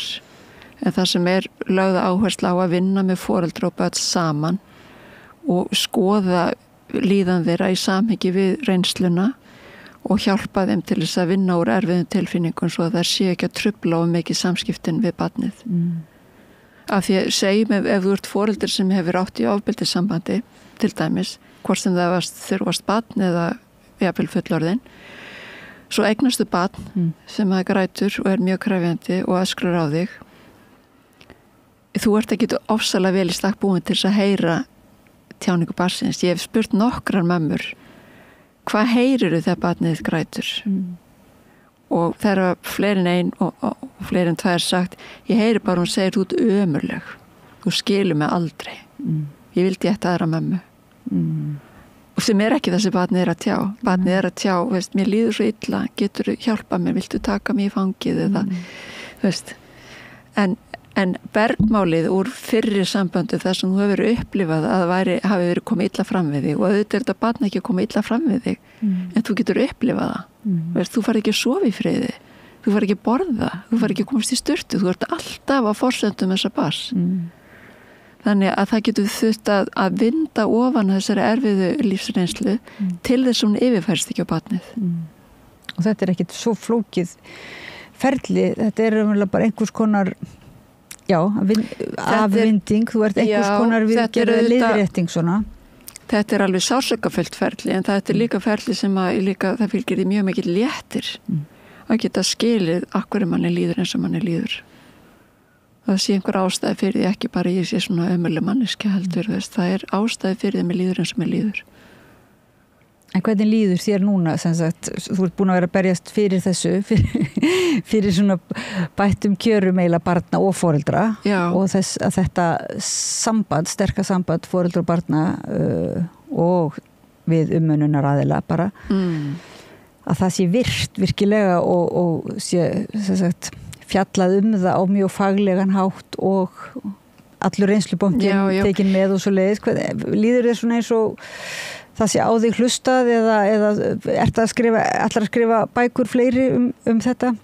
Ég örugglega held nú áfram að skipta mér eitthvað að þessu, en mér líður alveg eins og það hafi mikið breyst. Þegar ég gaf út Árin sem engin mann, það var 2009, þá var þetta svolítið, fótti mörgum þetta svolítið skrítið, þú veist, hvað sem er ekki búin að gleyma þessu, ég meina hvað máli skiptir þetta, þessi fyrstu ár, það er allir búin að gleyma þeim.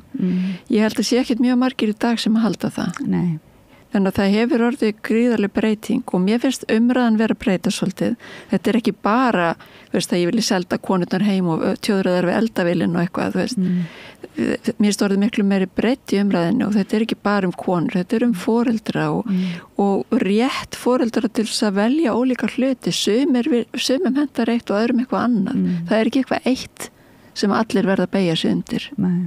Og mér fannst þess svolítið fara úr einum öfgonum í aðra, hérna áður fyrir var það allar konur urðu að vera heima, en svo var það komið út í þannig allar konur verða að setja börnin á leikskóla.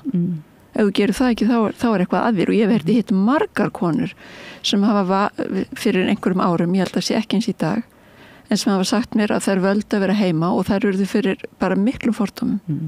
Þær hefði engan metnað, þær var að svifta barnið sitt námstækifærum, þú veist, alls konar. Já, það er svona, villum brenna við líka núna, pínulítið svona harka í umræðinni og svo er það þessi agamál sem að ofbeldi í skólum og kennarar að kvarta undan agaleysi, raunverulega foreldra og kalla eftir að foreldrarnir axli ábyrði einhvern veginn. Já. Þannig að það er svona, það er aldrei svona síður upp úr víða.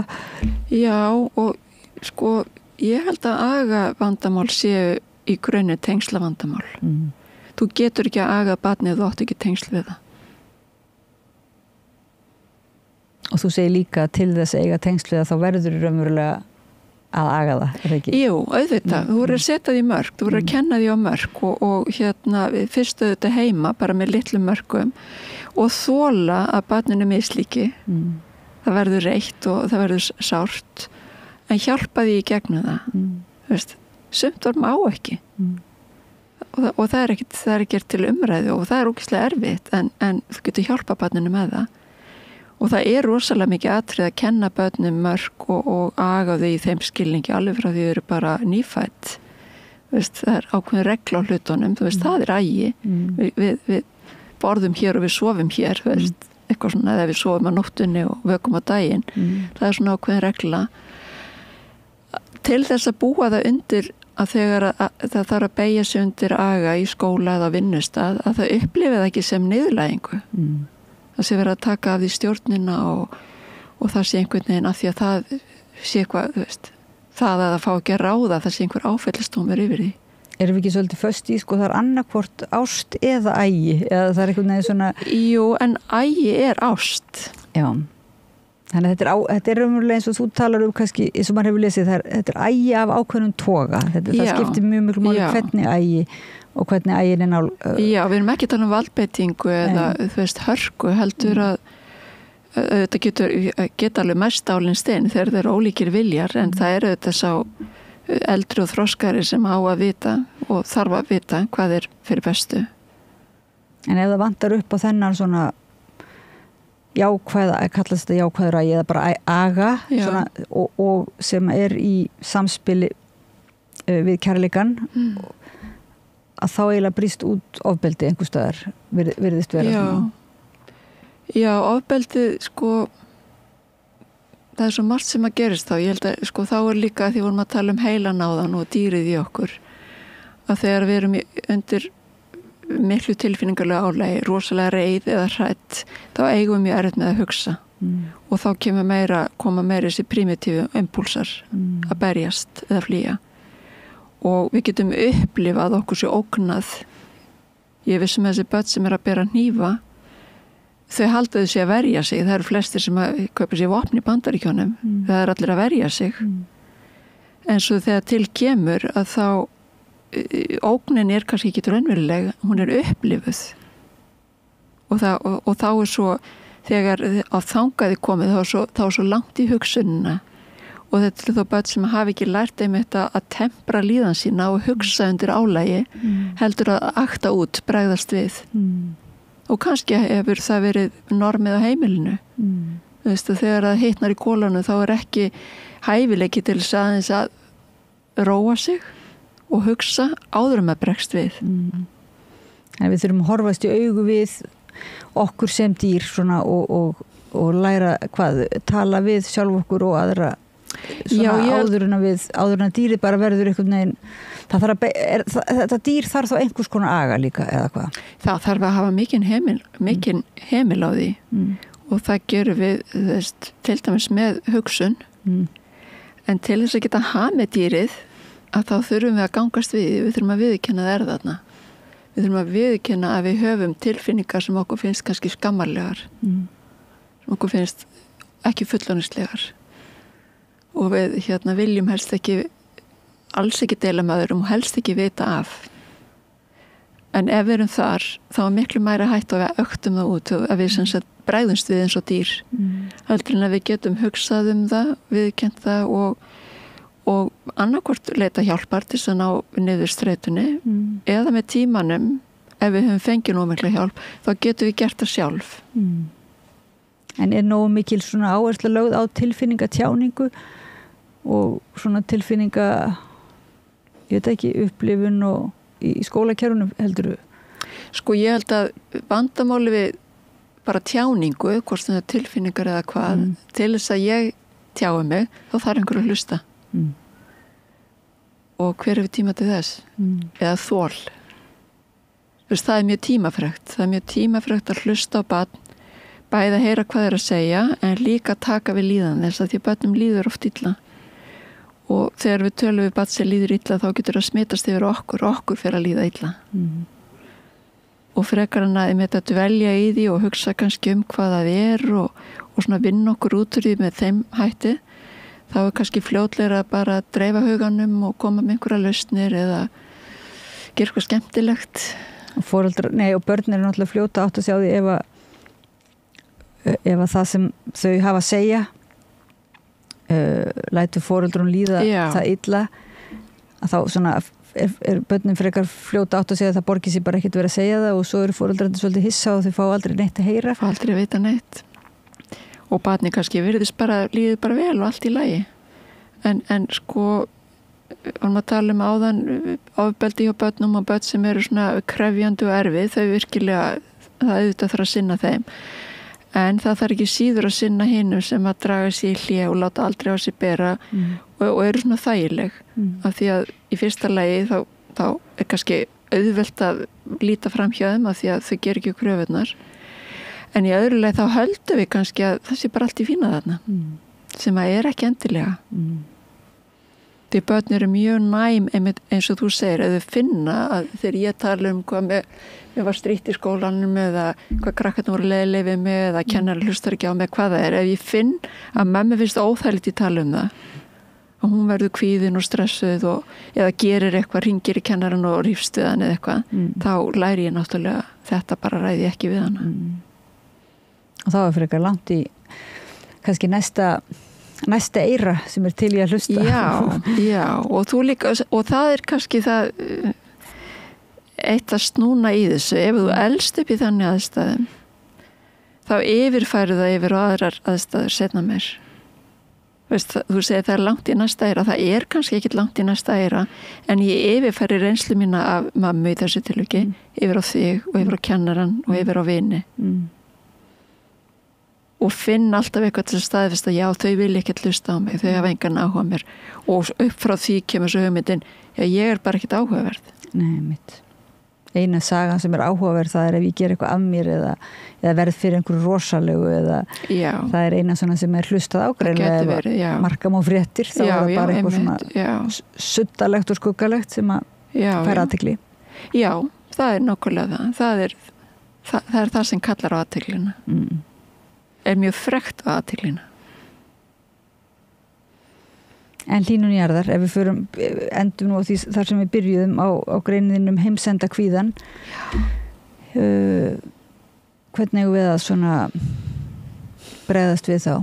Finnst þér? Eða svona ef við pælum í þessu út frá börnum, eins og þú ert að gera, eigum við þá kannski svolítið að, eins og þú segir, ræða við börnin þetta?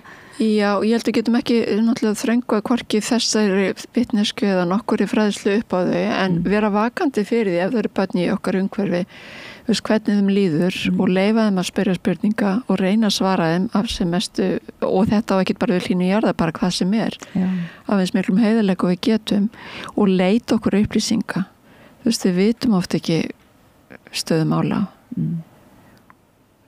Ég meina, ég vissi ekki mjög margt, ég veit betur núna eftir að hafa lesið bara eina bók og það svo auðvelt að verða fyrir áhrifum af alls konar umræðu sem ekki endilega vel ígrunduð og það erfitt að sjá í gegnum.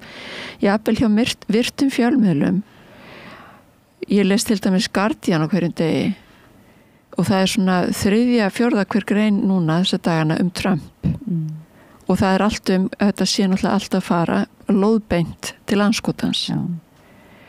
Og það má vel vera að sé heilmikið til í því. En þessi fréttamenn eru náttúrulega bara undir sömu streitinu og við, sama óttanum og þeir skrifa út frá óttanum. En við höfum tilhneigingu til að þetta virtu fjölmiðl, þá tökum við þetta sem kannski svolítið sannleika.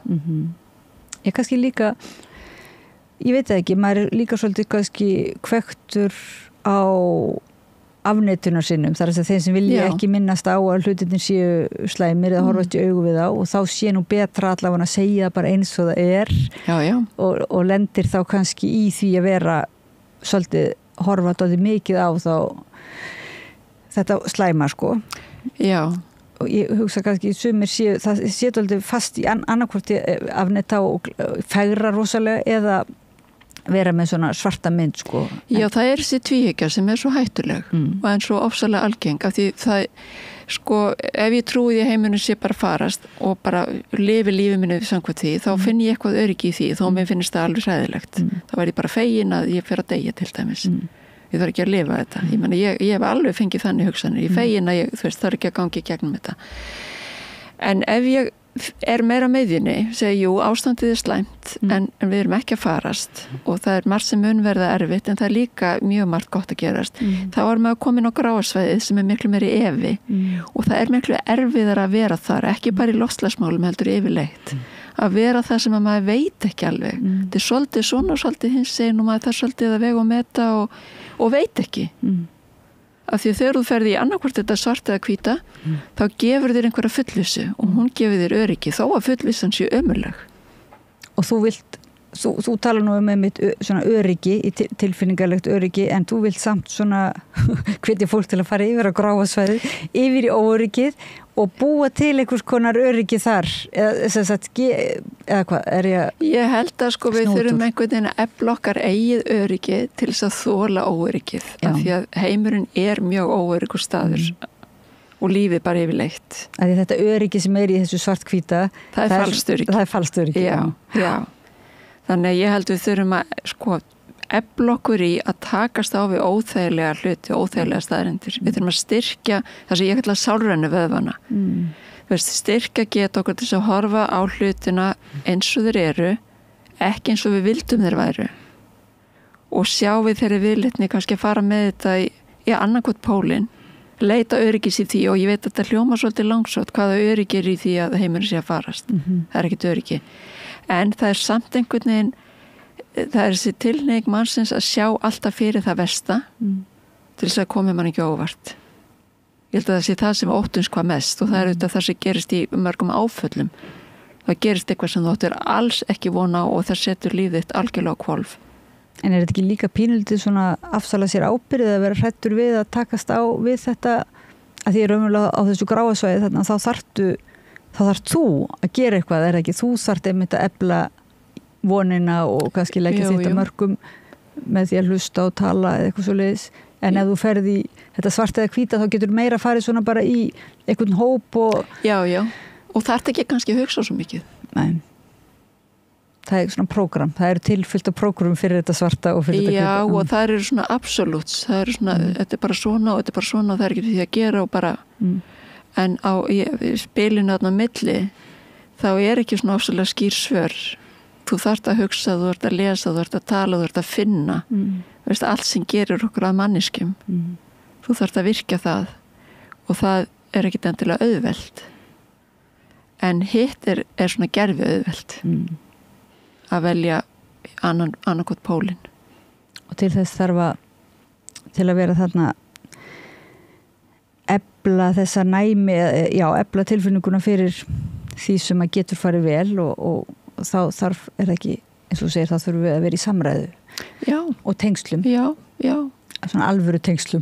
Og sjá við kannski þeirri viðleitni, svo náttúrulega mjög algeng á netinu að fara bara í svona bergmálshella, að tala bara við fólk sem hefur sömu skoðun og ég, til þess að þá get ég verið alveg öryggi mínu. En einmitt það erfið að láta augra hugsunum sínum og viðhorfum og skoðunum og þurfa að hugsa. Og dýrið vill það fara í þetta svarthvíta eða hvar? Já, það vill einfaldinir. Og ég meina þetta berjast og flýja, þetta eru tveir svona mjög einfaldir pólar sem að henta mörgum dýrum vel en ekki manndýrinu. Þannig að stríðin og stríðsátökun, polarisýringin þar svona ansi, hún nú kannski ljótasta myndin að þessu það sem að þú hefur afmennskar hina manneskjuna til þess að geta drepið hana.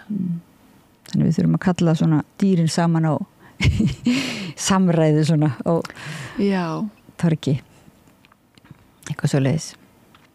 Sæjum Kjartansdóttir, sálgrein og rithöfundur, kæra þakki fyrir að koma að rauðaborðinu og ræða málin við okkur. Man langar nú til að ræða bara ansi lengi enn við þig eða fá þig, það væri nú bara gaman að þú væri með svona reglulega lítinn skóla hérna við rauðaborðið en við ætlum ekki vera gráðu og þökkum fyrir okkur og ég þakkar hlustundum og áhörundum fyrir að vera með okkur í samræðinni. Förum í frímínútur og höldum áfram eftir smá stund. Takk. Með því að ganga í leigjendasamtökin styður þú baráttu leigjenda. Leigjendasamtökin eru fyrir öll þau sem vilja vinna að réttlæti og öryggi á húsnæðismarkaði. Leigjendasamtökin.is. Já, þetta var Sæjun sem var meðal annars var að fjalla maga og talandi maga, þá var hinga komin nýr aðili, eins og sættir. Já, ég var einmitt að vonast til þess að Sæjun myndi gefa út sko hundabók, eða dýrabók, því að hún með svo, og hún einmitt var að segja það, þetta alveg þess verið að tala skepnur sem eru svo, og skynjunina sko. Hún vil tjá sig sjálf. En ég alveg fullir fangið þarna með agastjörnum. En við skulum því að rýma mætt, þá skulum við bara hætta að tala magan. Hún er ekki, henni finnst þú mikið tala maga þessa dagana býst við, ekki verið aðlan upp. Jú, þetta svona áfalli, grei. Fullvinna þannig séð. Grei kolpurinn í áfalli. En hvaða reglur fylgja því að fá að búa í mannheimum. Herðu, en ég ætla að spila núna það sem að Zoom-viðtal, að ég sló á þráðin til þess að Ásgeir Sá Ingólfssonar sem er skáld og menningablaðamaður. Hefur meira hann saldi út í áhugaverðu svona síðu og menningasmikl. En hann eiginlega var að fá orðgerðan döðadóm hjá lækninum. Krabbamein sem hann er með ólæknandi og eftir því sem Ásgeir skrifaði í viðburð á Facebook, þá á hann kannski bara viku, mestalega mánuði eftir. Og hann mætti þessum ótíðundum með því að boða til menningaviðburðar sem að einmitt á Akureyri núna í kvöld, á laugardagskvöldið, og ég hvet ykkur til þess að kanna það ef þið eru stödd á Akureyri, að fara og njóta menningar, bæði þess sem að Ásgeir hefur búið til, en líka þess sem að vinir hans koma með og færa borðinu. Þetta er mjög svona frjálslegt og ómögulegt að vita hvert þetta þróast, en ég er alveg á því að þetta sé verði merkilegur viðburður á Akureyri núna í kvöld, og hvet ykkur til að hlusta á viðtal mitt við Ásgeir Á. Ingólfsson hér í gegnum Zoom. Allir þættir samstæðvarinnar eru fáanlegir á öllum helstu hlaðvarpsveitum.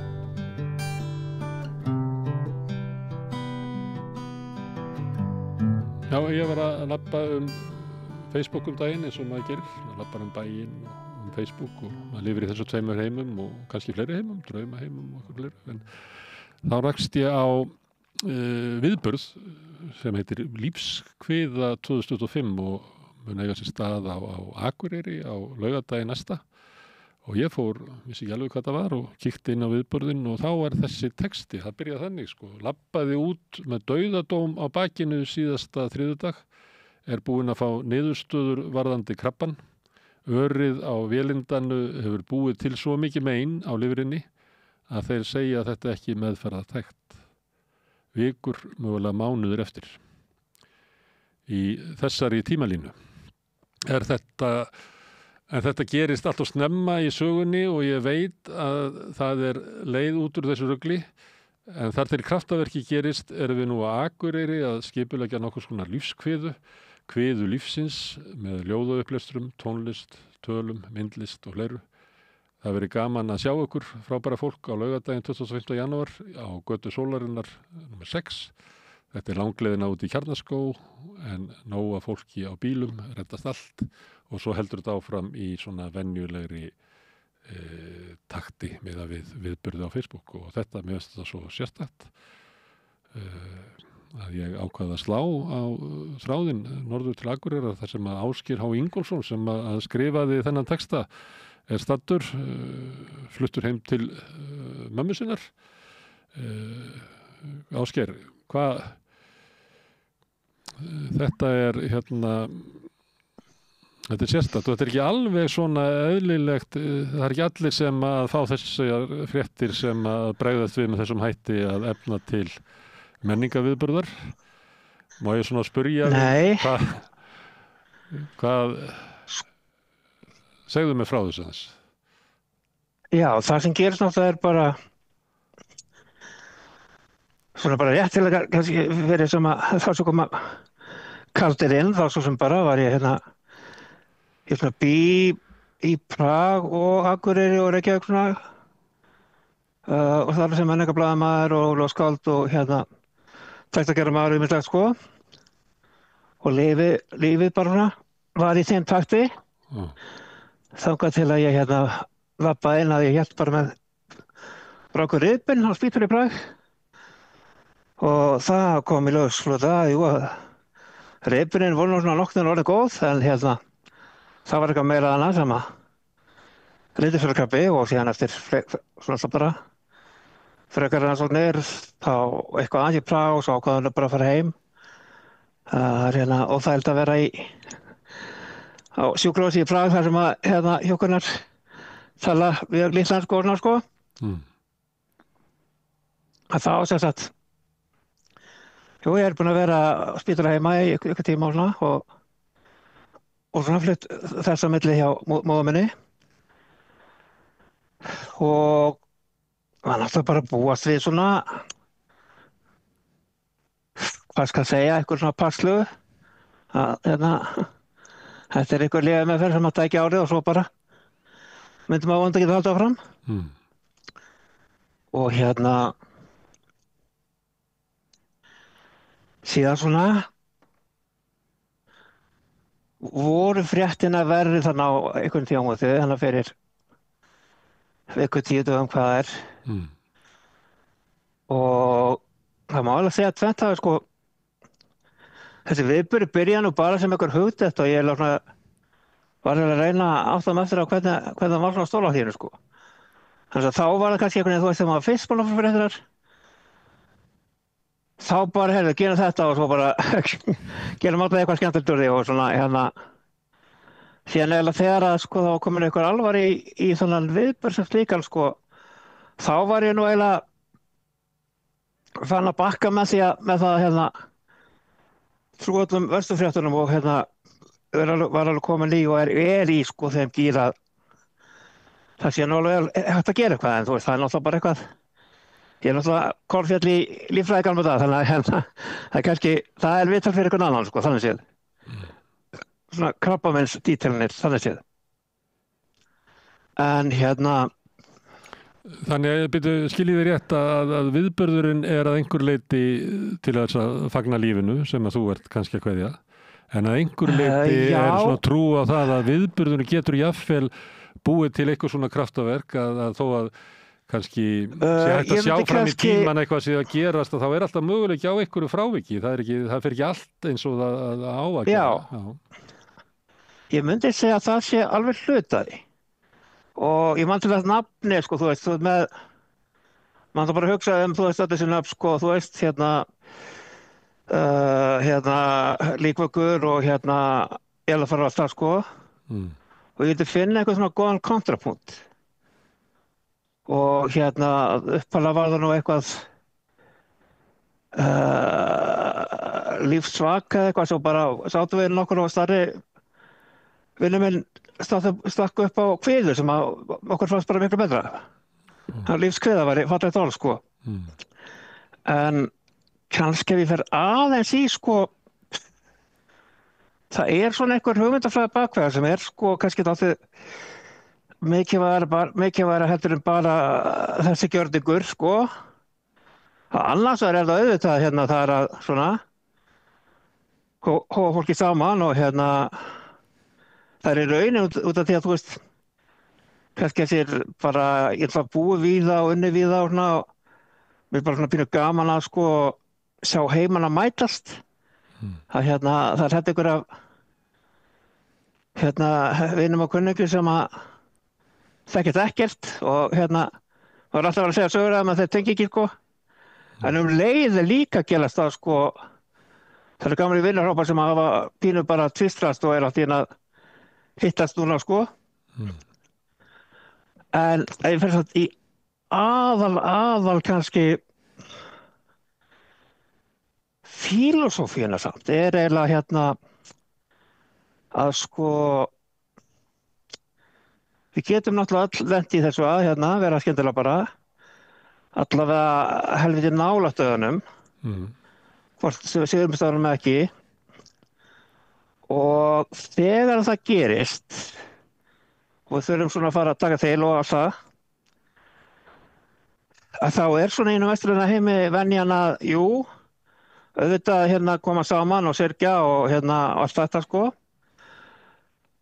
en síðan þetta praktíska er rosalega peningamöndið og eignarböndið að það er bara ellarskráin og og það er svo sem fínt fyrir þá sem hafa átt góð og gjöful ævi og klára allt sem þeir ættu að gera og eiga nóg af eignum og fjármunum til þess að láta börn eða aðra arfingja fá en síðan erum við rosalega mörg sem erum kannski ekki neitt en ég held að séu raunin mjög fá sem ekki neitt ég held að við séu rosalega mörg sem eigum eitthvað sem að sko er ekki farvegir til þegar við erum farin. Bara, þú veist, tölvar okkar að það getur verið hellingur af textum eða lögum eða myndum eða vídeóm eða, þú veist, uppskriftum af textilvarningi eða hvað sem skilurðu. Bara hvað sem þínir hæfileikar og ámáleikja sko. Og þetta allt sko bursið frá því, þú veist hvort að þetta er einhverjum gróðu að stað sko, að það er svo blóðugt að þetta hverfi bara. Án þess að bara út af þetta er læstan inni. Þannig að það sem ég hef ekki verið að gera hér rauninni samhliða er hreinlega að bara að fá sko bara að finna meðal vinna á kunningja og bara fólk sé það ekki. Svona hálfgerðar sko ljósmæður og ljósfeður fyrir sko ljóður mín, fyrir textana mína, fyrir myndina mínar, fyrir vídeó mín. Þannig að þau geti svona gramsað í þessu,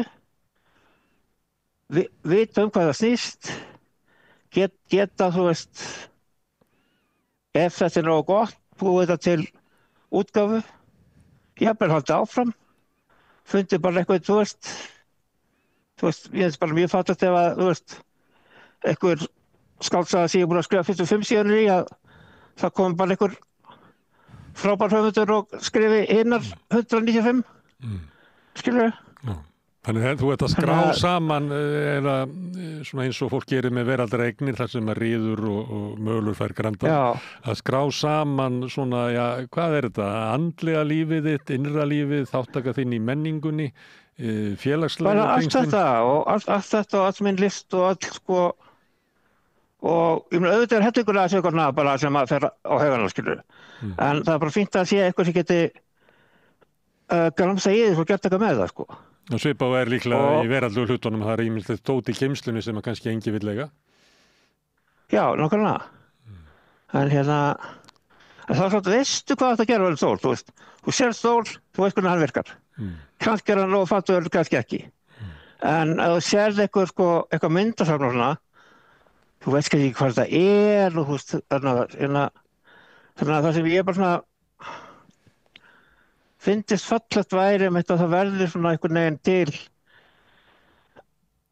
já, ég meina hvernig sem þetta endar hjá mér að þetta verður bara eitthvað svona og auðvitað hefur eitthvað gert þetta út í heimi, skilur, ég veit það alveg að þetta verður bara eitthvað svona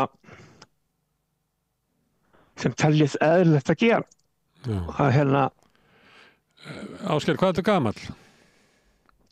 Ég er 48 núna. Já.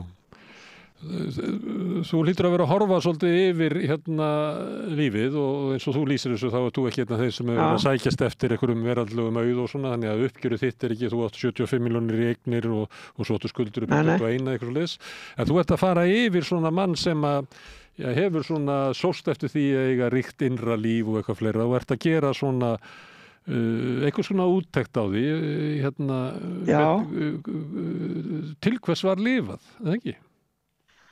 Jú, ég kannski myndi segja að þú veist að auðvitað vilja alveg hellinga orðum í viðbót en ef ég fæði ekki þá finnst mér kannski já, ég skal alveg bara regla hérna við fannst kannski til lifað ef að þetta að það verður ekki eitthvað aðeins meira úr þessu sem er tölvið núna, skilur við og ég man sko fyrst þegar ég heyrði á því krabbi að hérna bara af einhverjum lækni í Bóhemíu að það var ekki sko það var með þú veist eitthvað svona stuðningsfulltrúar með sér svona ástæð sko og hérna og hann hafði tilfinningur að þau byggust við þessu viðbröðum eitthvað svona þú veist bara dauðinn eitthvað svona það fyrsta sem ég hugsaði var hreinlega allt ókláraða allt sé átt óklárað og hérna hvort ég geti klárað það á eitthvað þátt eða ekki og hérna og svo ef ég sleppi gegnum þetta þá er það náttúrulega ætla ég nú að vona þetta kannski svona kennir mann eitthvað að vera svona pínu gætlas með að klára þú veist ég meina ég skal bara alveg að það er ég ætti að vera búin að klára miklu meira af þessu en ég hef gert sko ég skal vera alveg fullkomlega hefðlega með það Þannig ef að þú áður hefði vitað að þetta þú gæti komist á þennan punkt að þá hefðurðu reynt að klára meira og lifa meira í takt við það sem að við ættum öll að vita að við erum með lífið að láni? Já og nei, ég meina þetta eru þetta sko vekjarklukkur sem ég þurfti kannski. Ég hef búin að fá hann áður og þarna sálfræðitími sem ég á eftir að fara í að sko þegar að pabbi dó 2019 þá var svona kannski sem bara klassísk sko svona frestuð sorgarviðbrögð svona hálfári seinna þess að ég var rosalega svaf ekki neitt, var rosalega skapandi en kannski skapandi á ópraktískan hátt og þetta var alltaf láttir sko og ég man þá bara svona þetta eðlilega sorgarviðbrögð sko sem gerði þetta aftur, ár eftir gerði þetta held ég 4-5 ára í röð og núna er það að gerast í 5. eða 7. sinn nema núna er þetta krabbi þannig að það er kannski eitthvað sko eitthvað leiti líka minn eitthvað að segja mann eitthvað sko sem ég held að sé bara hreinlega að þú veist fórna meira, skapa meira sko þú veist maður er alltaf að reyna en þú bara, þið vitið hvernig það hark að maður alltaf bara festist í alls konar síðan ryksuðubakling og svona þegar maður ætti að vera að skrifa skáldsögur. Já, við erum ekki alveg frjáls. Það er þannig. En þú kannast við það að það er oft sagt að frammi fyrir dauðunum að þá sér fólk ekki eftir einhverju sem það hefur gert, heldur frekar því sem það hefði átt að gera. Já, algjörlega. Ég held að ef ég myndi vanda mig gæti ég séð eftir einhverju sem ég hef gert en hitt yrði miklu liti. Má ég spyrja það því að þú ekur þér svolítið svona til, ertu þjáður eða ertu kannski blanda saman sársauki og kannski afleiðingar af lyfjunum sem þú á? Ég er ekki svo þjáður, aðeins núna sem sagt sársauki sem hefur eiginlega verið svona eins og kúla með stór og stundum er svona hálfgeir kippir. Síðan í rauninni sko hjúkkan hefur búin að vera að tapa vikunarsspítala og hjúkkan skammaði mig fyrir að taka ekki nóg verkjalyf þannig að ég er svona að reyna að bæta mig í því. En verkinir eru ekki vandinn er eiginlega aðalega núna að bara svona kraftleysi í löppum. Ég kom með kraft til þess að sitja og vera þessi tölvuna og skrifa og svona sko og að það en eins og segi mér hlakkar mikið til að geta ég skulle segja batinn þið virkilega komin vel á veg þegar ég fer að geta tekið einhver svona hálfkaraða labbitúra sko. Herðu, en þú sagðir okkur frá því að þú hefur haldið að vera með brákuð rifbein í Prag. Hvað er langt síðan það var að þú hélst að meini þitt væri brákuð rifbein? Þegar þú áttar á því að það var sem sagt, já, ef ég gefið tímalínuna, ég fór í svo ferðalag byrjar í byrjun nóvember. Þá myndi ég kannski segja að sko í nóvember hafi verið svona fyrstu eftir að hyggja fyrstu kannski merkin ég var aðeins listalausari og ég var aðeins kraftminni en ekki meir en svo að maður leit bara á það sem einhverja ferðarþreytur sko og svo er það svona miðjan nóvember. Það er Tallinn í Íslandi og er svona úti og ég er að ganga niður stiga en ég er komin bara í síðasta þrepið og ég detti einhvern veginn og venjulega myndi nú ekkert vera að bráka rifbein á svona falli en ég datt rosalega einkennilega að í staðan fyrir að detta fram fyrir mig þá einhvern veginn fór ég einhvern skrýtna lúpu eða kúpu og einhvern veginn fór einhvern hring sem ég veit ekki hvernig orsakaði sko. Þetta náttúrulega bara hlutamanni bara, þú veist, að þetta hefur verið bara pabbi gamli eða einhver góður íslenskur vættur að snúa upp á mig að koma mér að spjalla sko. Og þetta var í nóvember, upp á miðjum nóvember núna í fyrra? Já, og síðan ég sko ég fer ekki fyrir ég ætla bara þetta mikið íslenskur kapp var að vera látur á spítal og þú veist, hefur ekki farið á spítal í 10 ár, vel, í 8 ár kannski. Og fyrst náttúrulega, það vikaður ekki heim og tekur við smá vinnutörn og allt það og síðan bara loksins fer ég á spítal og ég var nærrið til farin út af því að ég hafði glemt að setja mig í voltalinn sem klífur aðeins og var samt ekki að finna neitt. Þannig að ég var bara, kannski ætti ég ekki að vera, þannig að kannski ég bara orðið góður sko. Þannig sem betur verð satt síðan leikur. En þegar þú ferð að vita þetta krabbi, þá hefur þetta verið að grassera í þér lengi. Þú með þessi læknarnir að segja núna... Það er bara mjög erfitt að segja. Ég hef ekki fengið alveg skýrt svo einhver tíma, já, sko. Þetta sem sagt, ég man ekki hvort það voru búin að... Þetta sem sagt skrítin krabbaþýlun til að þetta þetta í vélinda. Þau voru lengi sko að finna þetta, á tímabili heldur þetta var magakrabbi og svo framvegis. En það sagt í vélindanu, neðst í vélindanu eitthvað eitthvað sár. Og það myndar einhverja sko, það má vel að segja sko vandinn samt ekki beint þar, heldur það að skapa þessi mennvörp á hvað heitir það? Lifrinni. Já, á lifrinni, já, ég veit. Og þar liggur í rauninni vandinn. Og hún bara orðið allsett og staðan kannski svo að þeir töluðum og það að sko ég væri og veikur til þess að fara í meðferðina.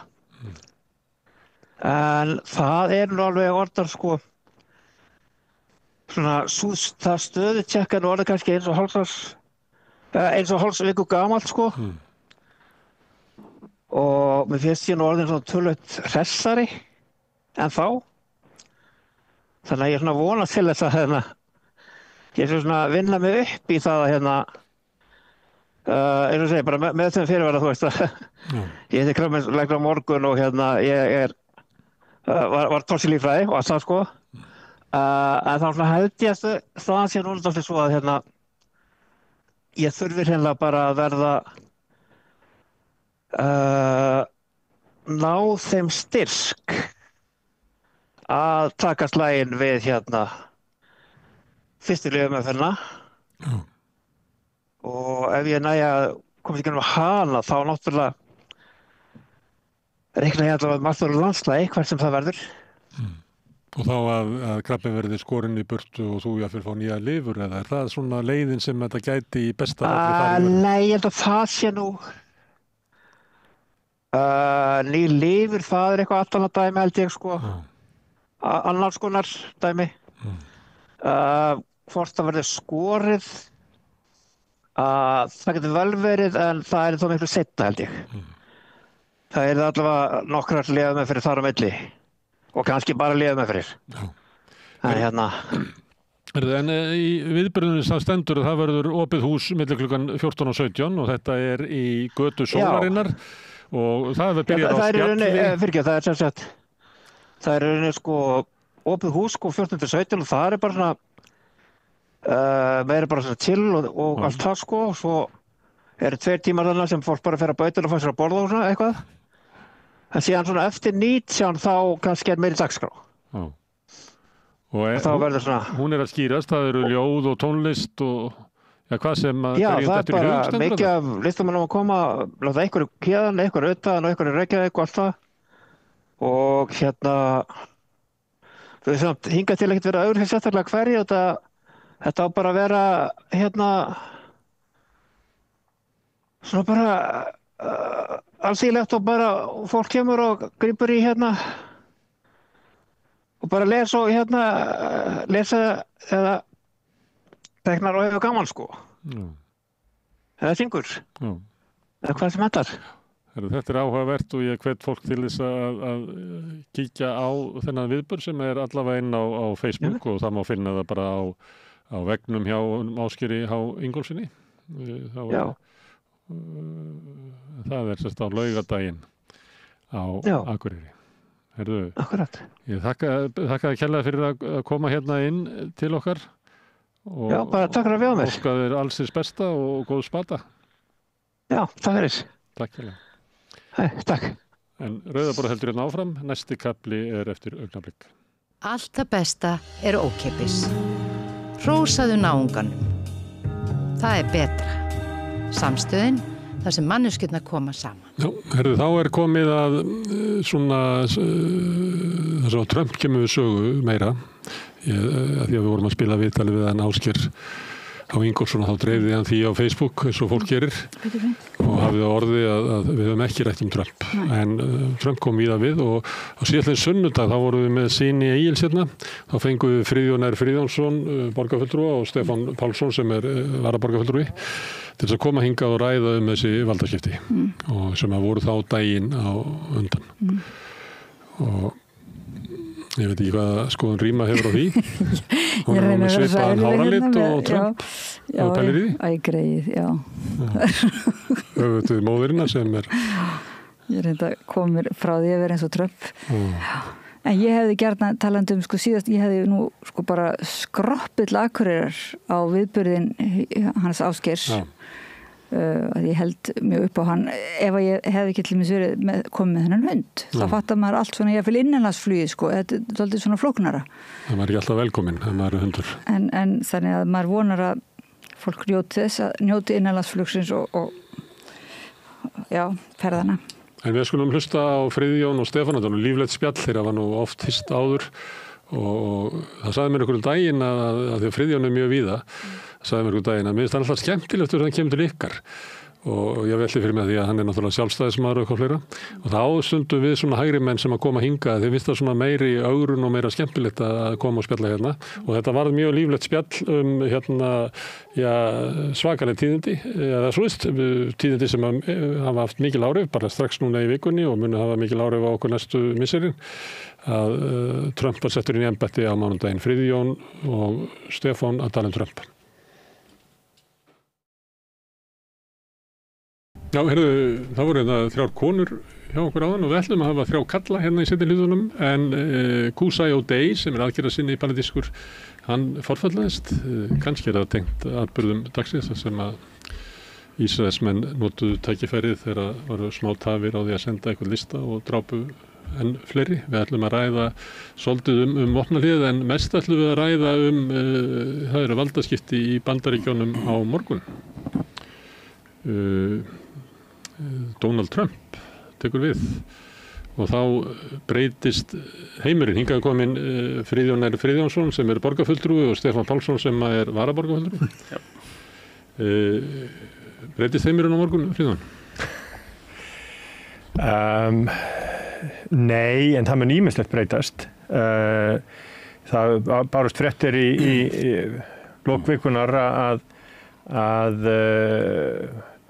það voru skipulögð skyndiáhlaup á nokkra borgir í Bandaríkjunum til þess að finna ólöglega innflytjendur og safna þeim saman og reka þá úr landi. Þeir hafa nú eitthvað dregið í land vegna þess að það erfitt að gera skyndiáhlaup þegar það er búin að segja frá því í fréttum. En sko það verður hann er búinn að lofa því að náða fólki sem að réðist á þinghúsið á 13.2021 þannig að á fyrstu mínútum valdatíða sinnar. Þannig að það mjög ýmislegt breytast í og auðvitað, hann er þannig en þú veit, hvað hafa margir forsetar verið kosnir með því loforði og yfirlýsingum það að þeir ætla að breyta pólitík og breyta Washington og breyta hinn og breyta þessu og síðan líða hlutirnir áfram í svona hefðbundna ferli og kerfið stækkar og ekkert breytist og lítið breytist. Já, þetta alltaf olíuskip. Hann búinn að boða mikla breytingar. Man ekki fjöldan á málunum, það bara sem að skera niður ríkisútgjöld þriðjung. Jú, ég meina það eiginlega bara að leggja niður Bandaríkin eins og við þekkjum. Ekki? Ekki ætlar hann að skera niður herútgjöld, þannig að þá allt sem skorið niður sigur svona einhverja baráttu almennings fyrir að hafa einhvers konar sanngirni í samfélaginu verður líklega fleygt.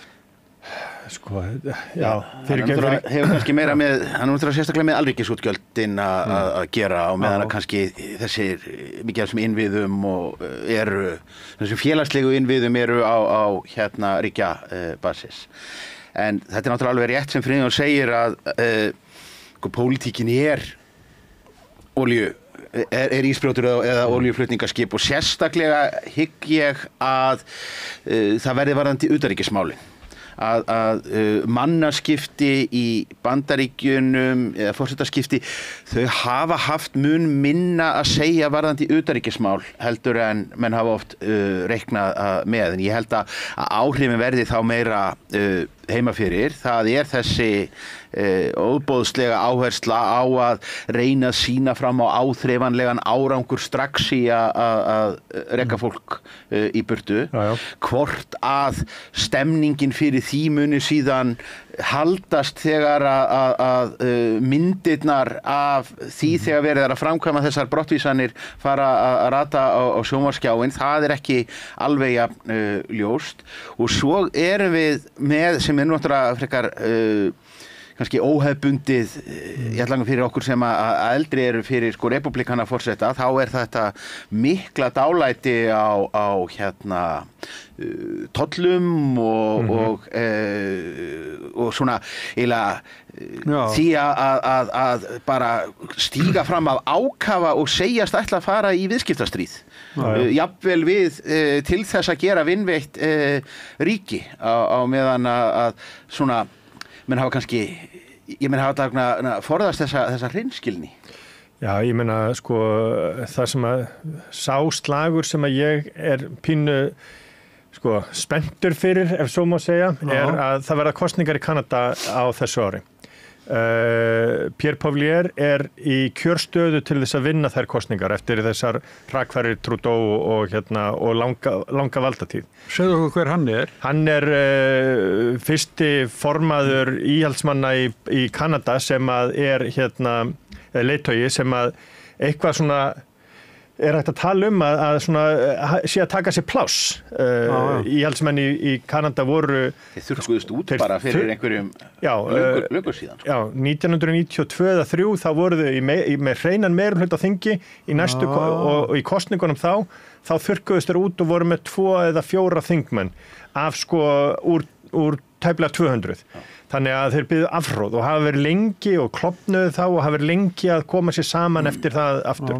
Þannig að þetta í fyrsta skipti svona í langa tíma sem að eitthvað og það gaman að hlusta á hann. Hann mjög mælskur og núna bara í vikunni var hann með hótanir í garð Trump það að hann ætlaði að vernda hagsmuni í Kanada. Hann dálítið svona á argentínsku línunni hann miklu meiri frjálshyggjumaður heldur en Trump til dæmis. En hann sem sagt hann kjaftfor og myndband sem að fór býsna víða sem að sýndi hann í viðtali þar sem hann var bara graðkandi sér á epli og meðan á því stóð og baunaði síðan út úr sér stækri frjálshyggjunni. Og það, ég held að sé eitthvað í kringum 80% af olíu sem flutt inn til Bandaríkjanna kemur frá Kanada og mest hráolía sem síðan unnin í Bandaríkjunum og gerð verðmætari.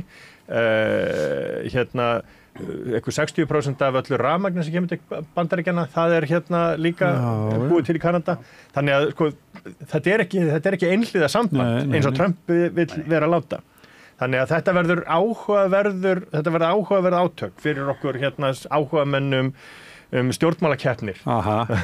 En kom síðan náttúrulega líka gjörsamlega upp úr þurru, maður hafði einhvern veginn ekki fengið neitt pata af því að það væri einhver grund á því góða milli Bandaríkjamanna og Kanadabúa og svo erum við allt í einu komið með næsta forseta Bandaríkjanna farin að tala það að landamærin milli Bandaríkjanna og Kanada séu bara pennastrikk og séu bara hálfgert plat og væri kannski bara ástæðilega að skoða þetta betur, talar innlima Kanada og gera það 51. ríkinu. Já, talar forsetisráðherrann bara sem svona héraðsstjóra.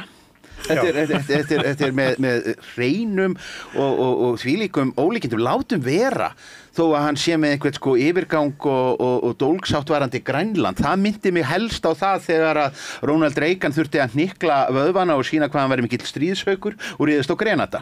Af því að bandarískum almenningi var alveg sama hversu þó Grenadabúar væru bara 100.000 talsins. En þegar að mikilvægasta viðskiptaríkið og nágrannin að ræða, þá maður eiginlega bara alveg dolfallin. Ég meina, hann fór í ákveðið viðskiptastríð við Kanada á sínum tíma þegar hann var forseti síðast og lagði tolla á ál og stál frá Kanada. Þannig að það fyrir að förum aftur upplöfu spurningunni, það verða mikla breytingar, en hvernig þær verða og hvar þær mun liggja og hvernig olíuskipið mun einhvern veginn snúast og þræða í gegn. Það erfitt að segja vegna þess að við vitum ekki hvað hann mun standa við.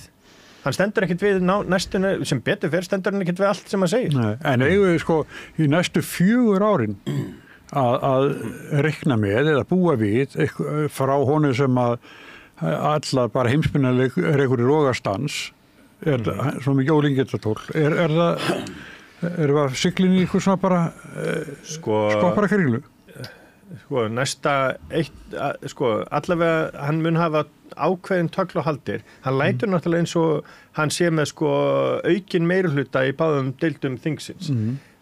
Hann með örmjóan meirihluta örþunar meirihluta í fulltrúadeildinni og reyndar báðum deildum. Næstu kosningar sem eru í nóvember 26, þar er verið að kjósa mun fleiri þingmenn republikana í öldungadeildinni heldur demokrata. Þannig að við minnir að séu svona svipað eins og var núna síðast nema með auðmögum formerkjum. Þannig að 2/3 þeirra sem eru í kjöri eru republikanar og 1/3 demokratar. Þannig að það þarf ekki mikið að gerast til þess að snúa því við. Staðan í fulltrúadeildinni þannig að þeir eru með 219 þingmenn og verða líklega með 220 og þú þarf 218 til að hafa meirihluta. Þeir eru með 2 manna meirihluta í fulltrúadeildinni. Það þarf ekkert mikið að gerast til þess að og í kosningunum 2026 er það nánast óhjákvæmilegt, eða sé ekki óhjákvæmilegt, en það er svona, sagan segir okkur að sitjandi forseti tapar þeim kosningum. Þannig að hann getur bara lent í því að vera í minnihluta í báðum deildum og þá verður þetta allt saman miklu erfiðar og miklu þyngra og til þess að gera allt það sem hann þarf að gera. Þannig að hann hefur í raun og veru núna 1,5 ár, 1 ár og 10 mánuði til þess að gera það sem hann ætlar að gera. En svo erum við líka kannski ómennilegt fyrir byrjun á forsetatíð að þetta er samt sem áður ekki forseti sem að er neitt að hann getur ekki tekið önnur annað kjörtímabili að þessu loknu. Þannig að hann er í rauninni á seinna kjörtímabili, ef svo má segja, og menn hefða sér nú oft dálítið öðruvísi þar. Þá fara forsetar að hugsa að stilla til friðar í Miðausturlöndum og einhvers staðar annar staðar, búa til einhverja svona legacy það hvað þeir hafa gert. Clinton gerði það á sínu seinna kjörtímabili og reyndi og svona varð meiri áhersla á og Obama líka og svo framvegis Þannig að kannski hefur Trump ekki sama smekk og þessi menn legacy. Nei, en hann er algjörlega meðvitaður það hvernig talað hann í framtíðinni. Hann vill verða besti forseti sem að sögur fara af, allavega í eigin huga, og fá einhverja staðfestingu. Hann gengur út að fá svona validation. Þessi hekumalegur. Já.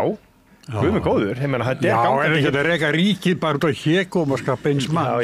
Þeir nefndu íhaldsmenn í Kanada velja sér fórustu sem er svona líkari Trump heldur en svona venjulegum íhaldsmanni. þú nefndir Argentínu, Milei, sem með svona sambarlegar yfirlýsingar. Ég man ekki hvað hann ætlaði að loka mörgum ríkisstofnunum þegar að taki við völd og sömuleyti hefur hann gert ýmislegt en verið stoppaður við annað. Trump eitthvað svo mikið frávik í pólitíkinni? Erum við ekki bara komin yfir á tímabil Trump og ég minna stjórnmálamennin allavega hægra megin eru menn að velja raunverulega þessa leið frekar heldur en svona, ég veit ekki hvað klassíski íhaldsmennska. Mér finnst Milei og Pavlier vera mjög ólíkir Trump að mörguleyti. Jú, þeir fara að hluta til inn í svona ákveðin menningarpólitík sem að og þessi menningarstríð og umræðu réttindi transfólks og svo framvegis, en þeir eru miklu meiri frjálshyggjumenn heldur en nokkuð tíma Trump hefur engan áhuga á viðskiptafrelsi. Það hefur það sem að mín gagnrýni hefur verið á og ótti minn við það að hægri menn í Evrópu fara að elta Trump í því að vera á móti fylgjandi tollum, á móti viðskiptafrelsi, því að það alveg katastrófa fyrir lítið land eins og okkar. En hann saman á Milei að brjóta niður ríkiskerfið og ólíkarkvæða bara samfélagið. Þess vegna hefur Biden líklega verið að vara við þessu því að þetta tónnin sem gefinn að láta bara auðkýfingunum eftir. Já og nei. Þetta líka það að kerfið allstaðar í Evrópu og þið hafi verið gagnrýnin á það líka svona og bendi ég á þig Gunnar og hugsa sósíalista að svona Stefán þykist líka vera sósíalista. Já, þykist ekkert með það. Verið gagnrýnin á svona kerfisvæðinguna þar að segja, og ég ekki að tala stuðning við heldur svona hvernig kerfið þenst út í þessu menntuðu innan gæsalappa faglegu elítustjórnmálin. Þið hafa verið gagnrýnin á það. Ég held að þetta komi af sama meiði. Þetta allt önnur tegund. Þannig þeir eru bara að leggja niður raunverulega það að við getum mótað samfélagið okkur og framtíðina á lýðræðislegu vettvangi. Þeir eru að veikja sameiginlega lýðræðisvettvangin til þess að allar ákvarðanir sem vilja teknar út á henni svokallaða markaði. Ég segi samt að grunnurinn, óánægjan og ástæðan fyrir því að Trump fekk þennan stuðning sem hann fekk var gagnrýni á Washington og elítustjórnmálin þar. Milei komst til valda vegna gagnrýni á elítustjórnmálin og árangursleysi þessar hefðbundnu stjórnmála og það það sem að svona grófunda Trudeau einmitt og það það sem eru ákveðin líkindi á milli. En ég held líka einmitt að Trump mjög dæmigerður pilsfaldakapitalisti og það náttúrulega það sem í rauninni einna makalausast að sjá jafnvel bara fyrir opnum tjöldum hann markandi einmitt með sínum ólíkörkum og hjálpandi þeim að setja síðan einhverjum keppinautum stólinn fyrir dyrnar og allt þetta sérstaka hliðardæmi sem að hefur með Elon Musk að gera og Twitter náttúrulega bara með slíkum ólíkindum. Og líka bara hversu ríkur Musk hefur orðið og Tesla náð ákveðnum árangri með niðurgreiðslum og vernd bandaríska ríkisins og fjárhagslegri aðstoð bandaríska ríkisins.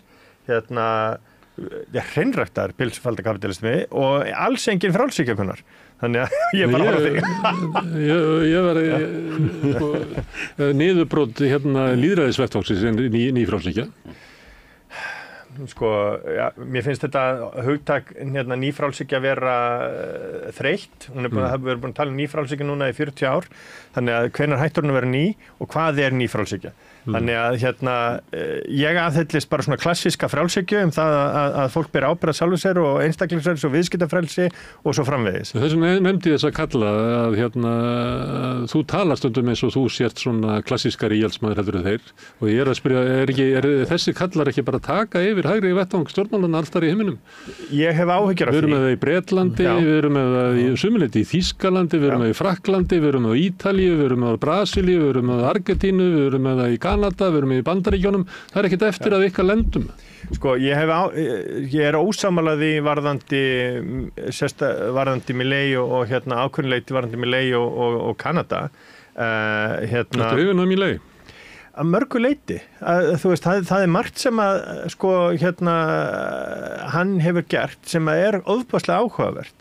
Hann hefur bætt, hann hefur dregið úr verðbólgu gríðarlega, en það hefur verið á kostnað, auðvitað, þetta hefur verið svona, þetta hefur ekki verið smáskammtalækningar, þetta hefur verið mjög brútal og en sko, það frálegt hvað Argentína hefur verið veikt land undanfarin 50-60 ár miðað við hvað það var öflugt í upphafi 20. aldar og hvað það var sko í kjörstöðu til þess að verða eitt af ríkustu löndum í heimi. Þannig að og það bara ákvarðanir stjórnmálamanna sem að gerðu það verkum að Argentína varð eins og Argentína varð og sama með Brasilíu. Það náttúrulega opnulega líka á ennþá stærri umræðu ef við ætlum að ræða pólitíkina í Rómönsku Ameríku og hvernig þar höfum við náttúrulega líka haft bara séð afleiðingar af heimsvaldastefnu og framferði auðringa og bara neikvæðum afleiðingum þess að vera mjög skýrt inn á skilgreindu áhrifasvæði Bandaríkjanna. En upplifir þú að hægrið sé svona breyta karakter með Trump og þessum mönnum sem ég taldi upp? Já, ég held að það sé nokkuð óumdeilt. Meira að segja, sko, Trump verður ekki eilífur og og kannski verða það bara lífstílsjúkdómarnir sem að bjarga okkur frá þessu öllu saman en sá flokkur sem hann að skilja eftir allt öðruvísi flokkur heldur en sá republikanflokkur sem að áður var og maður upplifði það mjög lengi fyrst þegar að Trump fyrirbæri kom fram að þá voru svona hefðbundnari valdablokkir í republikanaflokknum svona sem að litu dálítið á að þau væru svona fullorðna fólkið í herberginu þyrftu bara svona aðeins að bíða hann af sér og svo myndi menn fljótlega sjá í gegnum hann og aftur myndi þetta svona leita í eðlilegan farveg og menn myndu aftur horfa til svona sömu hefðbundnu valdaættana og valdablokka. Það ekkert að fara að gerast. Ég meina næsti Trump verður enn verri. Næsta forseta efni republikanaflokksins verður miklu líkari Trump heldur en þeim frambjóðendur sem við vorum að sjá kannski valdamót. Já, þetta einmitt áhugaverð spurning varðandi establishmenti í republikanaflokknum fóru margir inn í ríkisstjórn Trump til þess að vera og svo ég vitni í eitt kunningja minn sem að talaði við eitt ráðherra sem hafði verið í ríkisstjórn Trump til þess að vera fullorðni einstaklingurinn í herberginu og viðkomandi fór inn í þá ríkisstjórn með það fyrir augum að vera svona, hafa smá stjórna og vera fullorðni maðurinn í herberginu. Þessu fólki ekki hleypt að borðinu núna í þessu að mestu leyti. Við sjáum að vísu að Marco Rubio að verða utanríkisráðherra Bandaríkjanna. Hann verður þar af leiðandi í kjörstöðu til þess að fara í forsetaframboð eftir 4 ár. Þannig að og mun etja kappi við J.D. Vance og einhverja fleiri og það verður forvitnilegt að sjá hverjir hvað verður republikanaflokk Trumps. Hann klárlega búinn að breyta republikanaflokknum og bara besta dæmið en þetta samt sem að þróun sem á sér lengri tíð heldur en bara lengri tíma heldur en bara innkoma Trump. Tippokkarhefingar. Já, og miklu lengra, alveg aftur til 7. áratugurins þegar að Barry Goldwater var í framboði og Lyndon Johnson kom í gegn mannréttindalöggjöf að þá svona kvarnaðist upp úr Suðurríkja yfirráðum demokrata og Ku Klux Klanliðið og rassistarnir flúðu úr demokrataflokknum og yfir til republikana. Það sem að og það bara skýrasta dæmið það að þegar republikanaflokkurinn stofnaður fyrir 60 árum síðan að þá var svona valdakjarnin, valdamiðjan á Nýja Englandi iðnaðar, borgirnar og iðnaðurinn og svona og Bush-fjölskyldan frá nýja fjölskyldan. Við sem komum hingað fyrst, það var Republikanflokkurinn. Já, Republikanflokkurinn á ekki einn þingmann í fulltrúadeildinni á Nýja Englandi núna, ekki einn. Þeir eru allir í söðrinu og vesturinu og miðvesturinu. Þannig að og það bara svona, það lítið dæmi það hvers konar pólun hefur átt sér stað í bandaríska stjórnmálum og hvernig flokkar geta breyst og þróast og svo framvegis. Þannig að og ég meina Robert Byrd sem var senator fyrir republikana, hann byrjaði sem demokrati og var klansmaður og var síðan Strom Thurmond annar sem var forsetaframbjóðandi 1948 en deyr síðan 100 ára sem forsetaframbjóðandi demokrata og klaufs út úr demokrataflokknum 1948 til þess að og fór síðan yfir í það að verða öldungadeildarþingmaður republikana frá Suður-Karolínu og deyr 100 ára í embætti. Þeir reyndar eiga það að þeir taka þetta hugtak öldungadeild mjög bókstaflega. Þetta alveg ævintýralegt að sjá hvað... Thurmond var 96 ára í sínum síðustu kosningum.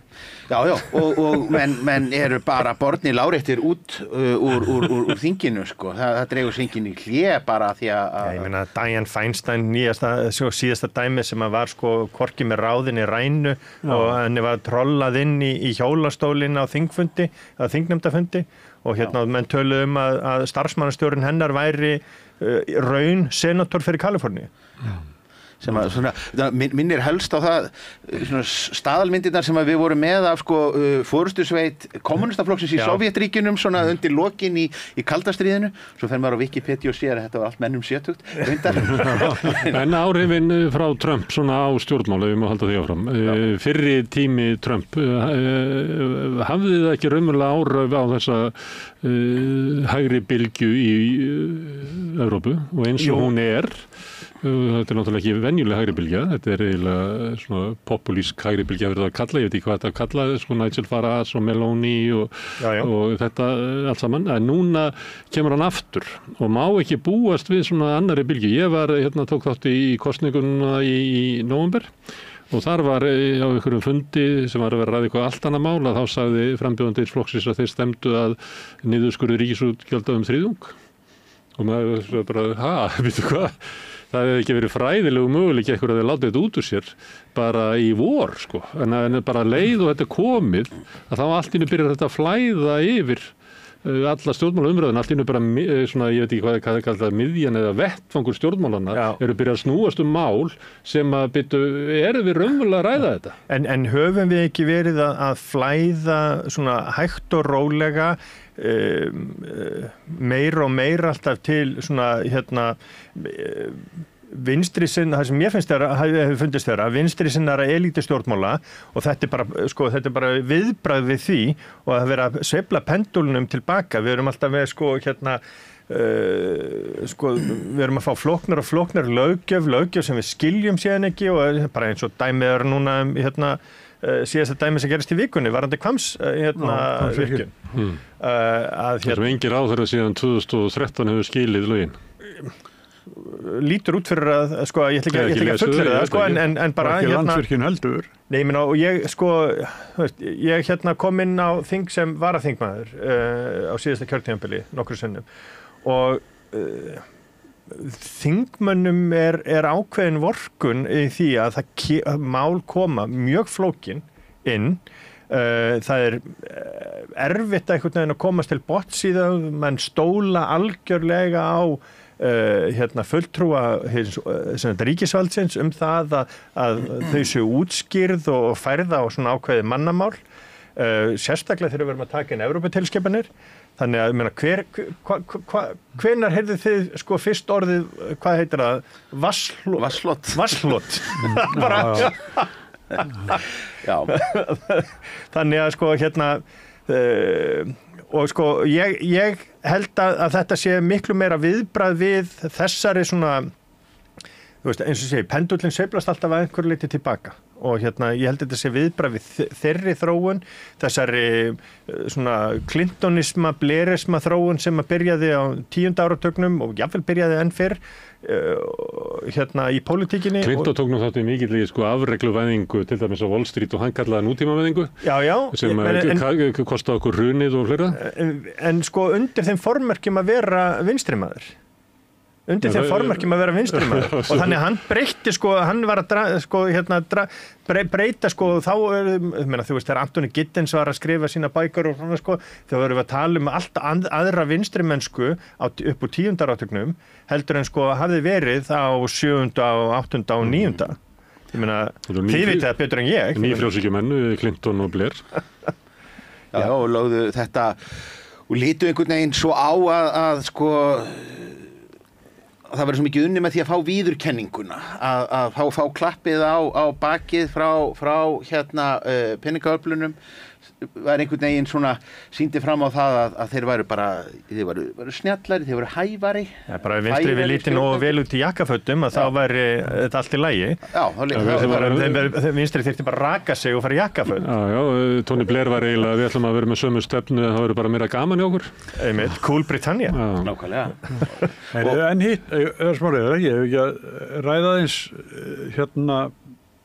vopnalið. Mikið eftir ósagt í hinnu, vissu hvað það? Já, ég meina, hann finnst ekki ég verið búin að viðurkenna það að við séum öll á leiðin til helvítis, þannig að bróðin. Ég bara að velta fyrir mig áhrifum á Trump, þú við getum reynt að meta það í Úkraínu og í Gaza og svona, en hættan svo að við vitum ekki alveg hvort það sé eitthvað svona öflin í Bandaríkjunum sem að munu halda raunverulega kúrs alveg sama hvað hann vill kallinn og sama með innanlands og svona, þess vegna fannst mér bara gaman að tala bara um áhrif hans á pólitíkin almennt sem að mér finnst hafa verið gert of lítið úr í sambandi við fyrra tímabilið, að það opnaði svona ákveðna gáttir í pólitíkinni og þar í kringum hann voru að vinna menn sem að voru eiginlega með svona stefnu að bara brjóta öll þessi kerfi sem við voru byggðu upp bara með miklu átaki í svona félagslegri uppbyggingu á 20. öldinni, svona húmanísku tímabili í stjórnmálum og okkar heimsluta á eftirstríðsárunum og stefnan var eiginlega svo að bara brjótum þetta allt helviti niður og sjáum til hvað verður út úr þessu. Og sömuleyti held ég að sjá hvern hætta og við nefnum þetta Milley og fleiri sem er eiginlega á þessari línu að það sé bara hætta við þetta verði eiginlega svona normið að út af elitustjórnmálunum og hvað svo illa okkur gekk að reka okkur á stofnanir ef við ekki bara brjóta þetta og hendi svo öllu og þá munum við náttúrulega sitja upp í einhverjum Mad Max tíma þar sem að Elon Musk og fleiri bara ráða samfélaginu og hann er að tala um Bitcoin og svona sem er umverulega að taka seðlaprentunina af almannavaldinu og flytja hana bara út á markaðinn. Þannig að við erum að tala núna í pólitík svo alvarlegt afturhvarf, ekki bara aftur til setja stríðseldur bara einhvers staðar á bara frumbýlisár kapitalismans fyrir verkalýðsfélög og viðspyrnu almennings gagnvart þessu valdi. Ég held að við séum þar. Já, ég er ekki alveg samanlega. Ég er ekki að klippa hér. Ég er ekki alveg sammálaður með hversu dökk myndin er og ég hef meiri trú á manneskjunni og bara hvernig við erum hvernig við bræðumst við og svo er þetta líka þetta er svo hverfult eitthvað. Þú sér það Musk lofaði Farage $100 million en síðan viku seinna dró hann það tilbaka vegna þess að Farage vildi ekki styðja Tommy Robertson sem er bara pjúra rasisti frá Luton. Já, glæpamaður. Glæpamaður frá Luton. Og ykkur stuðningsmaður Luton Town og segir sitt að þetta er maður sem er vísa til eins og hann sé einhverja pólitískt autoritet og við erum með unga menn á Íslandi að dreifa einhverjum myndböndum og þetta er maður sem bara tók upp nafn eftir uppáhalds fótboltabullinu sinni. Já. Bara ofbeldismanni og fanti en Farage að við nefnum það og það er dæmi flækjurnar í þessu að þar erum við síðan með pólitík sem að virkar eins og þú lýsir Gunnar Smári en er síðan réttlætt þannig að þetta sé einhver leið til þess að standa þó vörðum þessar stofnanir.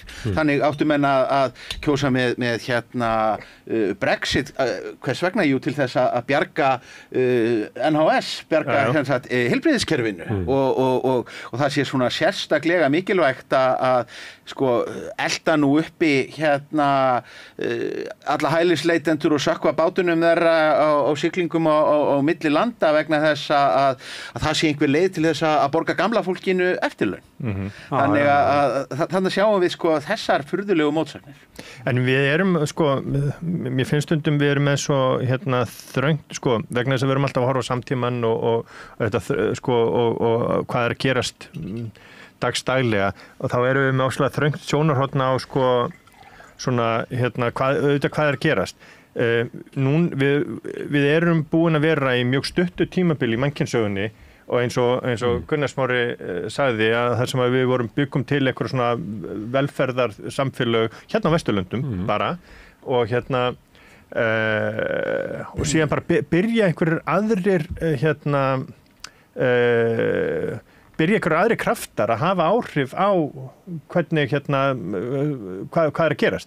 Við erum að sjá þessa meiri háttar flótta frá Suður-Ameríku til Bandaríkjanna, hluta til vegna loftslagsbreytinga, hluta til vegna og mjög margir vegna ástandsins í Venezuela og Nicaragua og þeirra átaka sem eru þar sem að sko þessi átök voru samt sem aður líka á 8. og 7. áratugnum en það var samt ekki svona mass immigration eins og eða svona fjölda flótti eins og er núna þannig að sko þú veist við það að þetta sé að gerast síðan þegar ég hugsa stundum að hvernig verður horft á þennan tíma eftir 200 ár því að þegar við horfum 200 ár aftur í tíma þá er eitthvað svona atriði eins og sem okkur finnst skipta höfuðmáli og heiminn og jörð að fara sko, þá er það ekki einu svona sko footnote í sögubókunum. Þannig að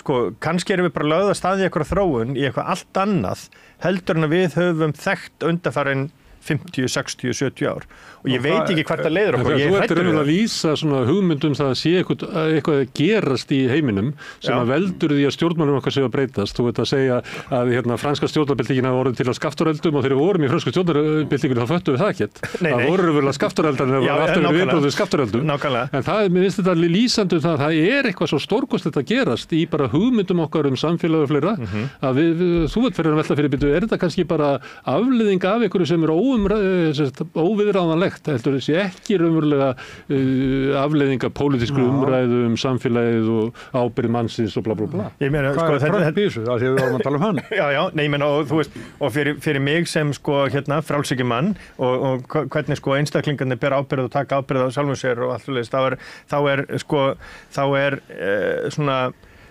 pólitískt flóknara, ekki flóknara en svona, þú veist, þessi kraftar, ef maður er að hugsa einhverja krafta sem að eiga sér stað í samfélaginu. Þú veist, er þetta viðbragð við svona þessari alþjóðavæðingu sem að sko þú hefur og þið hafi gagnrýnt mjög mikið og sem sagt en var það einhver tíman mögulegt að við gætum haldið þessu ástandi óbreyttu í 50 ári viðbót eða 100 ári viðbót eða eitthvað að eilífu? Skilur hvað við? Þannig að sko þú veist, bara vegna þess að það er ýmislegt að breyta, heimurinn tekur stöðugum breytingum. Já, en við sittum samt eftir með sko getuleysi okkar bara samfélags á því að mæta þá þessu, að því að mér finnst að sömuleyti sko stjórnmálin vera komin út í móa sko. Já, ég meina, sko, það hefur allavega ekki reynst sko þannig að fólk sko með því að stækka ríkin, með því að við sjáum það sko að vantraust á pólitísku valdi eykst eftir því sem það er lengra í burtu. Bandaríkjamenn tala alltaf Washington sem sko einhverja Sódómu og Gómoru og hvernig hlutinir geta bara ekki gengið og þar eru allir spiltir. Evrópa búið að vantreysta Brussel og menna, við sjáum bara hvernig FD er að tala í Þýskalandi og svo framvegis sko. Þannig að og bara Orbán og hvernig sko pólitíkin að þróast í Evrópu. Það ekki þannig að við séum að fara inn í eitthvað sæluríki yfir þjóðlegs valds. Almenningur virðist ekki vilja það og ég held að stjórnmálin bæði vinstra megin og hægra megin munu óhjákvæmilega og eru að bregðast við því. Þannig að en við ákváðum að velja okkur gera 2 krataflokka að ríkisstjórnarflokkunum á Íslandi. En tíminn líður rætt. Það var annar mál sem við ætlum að ræða hér og það náttúrulega vopnahlé á Gaza sem náttúrulega byrjaði með ósköpum í morgun. 27 held ég hafi verið drepnir bara meðan var að vera að bíða til einu tölvupósti. Og hafið trú að vopnahlé komin til að halda í langan tíma? Stefán? Ég ekki allavega að segja að þetta hann fátt sem bendi til mikils ákafa þegar sem að standa að þessum vopnahléssamningum og yfirleitt hefur maður nú svona það svona frekar fágætt þegar kemur að vopnahléum að menn líti svona nánast á það sem kvöð að drepa nú óvinnin fram á síðustu mínútu gildistöku. Ég held að það sé svo sem engum blömum það að fletta að tímasetningin á þessu vopnahléi núna hún stendur í tengslum við valdaskiptin í Bandaríkjunum menn reyna eiginlega ekkert einu sinni að fela það. Þetta vandræðalegt fyrir Biden-stjórnina sem að búin að segja hér í marga mánuði að þetta standi bara upp á Hamas-liða en síðan kemur það bara í ljós að sama samkomulag og lá í öllum meginatriðum á borðinu sko í maí á síðasta ári að það hægt að kvitta upp á það bara með örlitlum þrýstingi á Ísraelsstjórn. Við vitum hins vegar líka að Trump mun standa dyggilega með Ísrael og getur ekkert annað vegna þess hvað hann svona nátengdur kristnu evangelistunum í Bandaríkjunum sem að bara líta á það sem bara trúarlegt málefni að styðja Ísrael með ráðum og dáð.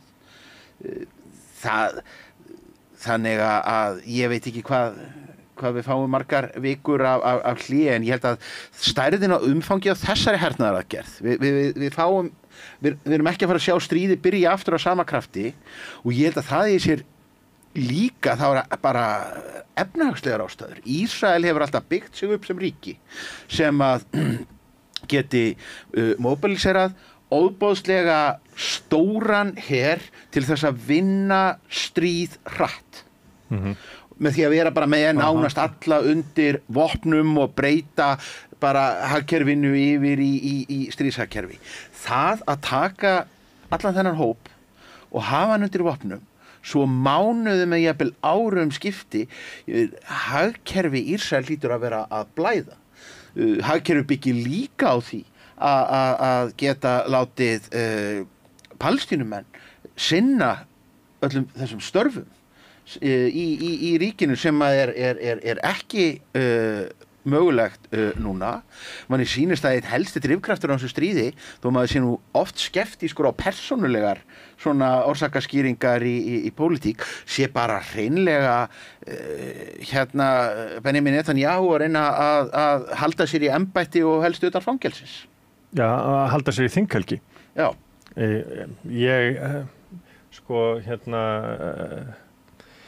já, það er hægt að færa fyrir því rök því hann var komin í stórkostleg vandræði og það besta sem að brútala segja það.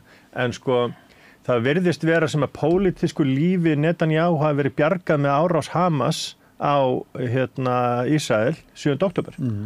Það bara vegna þess að hann var kominn að fótum fram pólitískt og hann var á leiðinni að missa völd og leiðinni í fangelsi. það hefur örugglega sitt að segja. Svo við vindum okkur frá hennum stóru drifkröftum sem að reka pólitíkin áfram yfir í það einhverja svona persónulegar ákvarðanir. En er þá vopnahliðið verra fyrir hann pólitískt eða eitthvað? Já, bara leið og vopnahliðinu líkur að þá hann neyðist til þess að samþykkja og þá gefst andrými til þess að bæði rifja upp málaferli gegn honum og síðan sem hann hefur alltaf geta frestað að hann geta ítt á undan sér til dæmis bara alvarlegri rannsókn á framgöngu Ísraelsstjórnar í aðdraganda þessara Hamas árása og viðbragðanna þar á eftir. Ég meina það nokkuð ljóst að mjög hátt hlutfall þeirra Ísraela sem að hafa fallið hafa gert það fyrir sprengjum eða byssukúlum síns eigin hers til dæmis. Og það verður ekkert pólitískt auðvelt fyrir núverandi stjórnvöld þegar að verður farið í rannsóknar á því. Og það sem Ísraelarnir hafa alltaf þó lagt á, mikla áherslu á, þeim finnst það, hefur alltaf þótt það gríðarlega mikilvægt að leggja áherslu á það, þeir séu þó réttaríki gagnvart sínum borgurum. Gyðingum og aröpum líka, þetta sé réttaríki. Sérstaklega, það mjög stór partur af þeirra sjálfsmynd. Já, ég menn og þetta er eina landi fyrir botni Miðjarðarhafs þar sem að samkynhneigðir hafa notið einhverja réttinda og svo framvegis. Þannig að það er alveg rétt hjá þér. Það sem að mér finnst líka vera áhugaverð spurning sem að ég skal viðurkenna að ég hef ekki flett upp núna nýverið er hvað árásin 7. október, hún gjörbreytti viðhorfum margra í Ísrael líka og það sem að voru áður kannski meiri friðarsinnar og meira í tilbúnir í einhvers konar frið og einhverja tveggjaríka lausn og svo framvegis. Það er mjög margir sem maður hefur séð í gegnum svona undanfarna ára mánuði að tala með miklu meira afgerandi hætti og svona ákveðinu radikaliseraðri hætti heldur en gerðu áður. Þannig að ég velti því fyrir mig hvort að þau öfl sem að vilja frið og svona vilja lausn sem að byggist ekki á ofbeldi og átökum að þau öfl séu orðin undir í Ísrael. Ég held að sú breyting hafi átt sér stað töluvert fyrr. Ég held að svona fríðarvængurinn ef svo má segja, þeir sem að bundu vonir og kölluðu eftir einhvers konar pólitísku samtali og möguleikum að taka ekki að lausn og annað slíkt.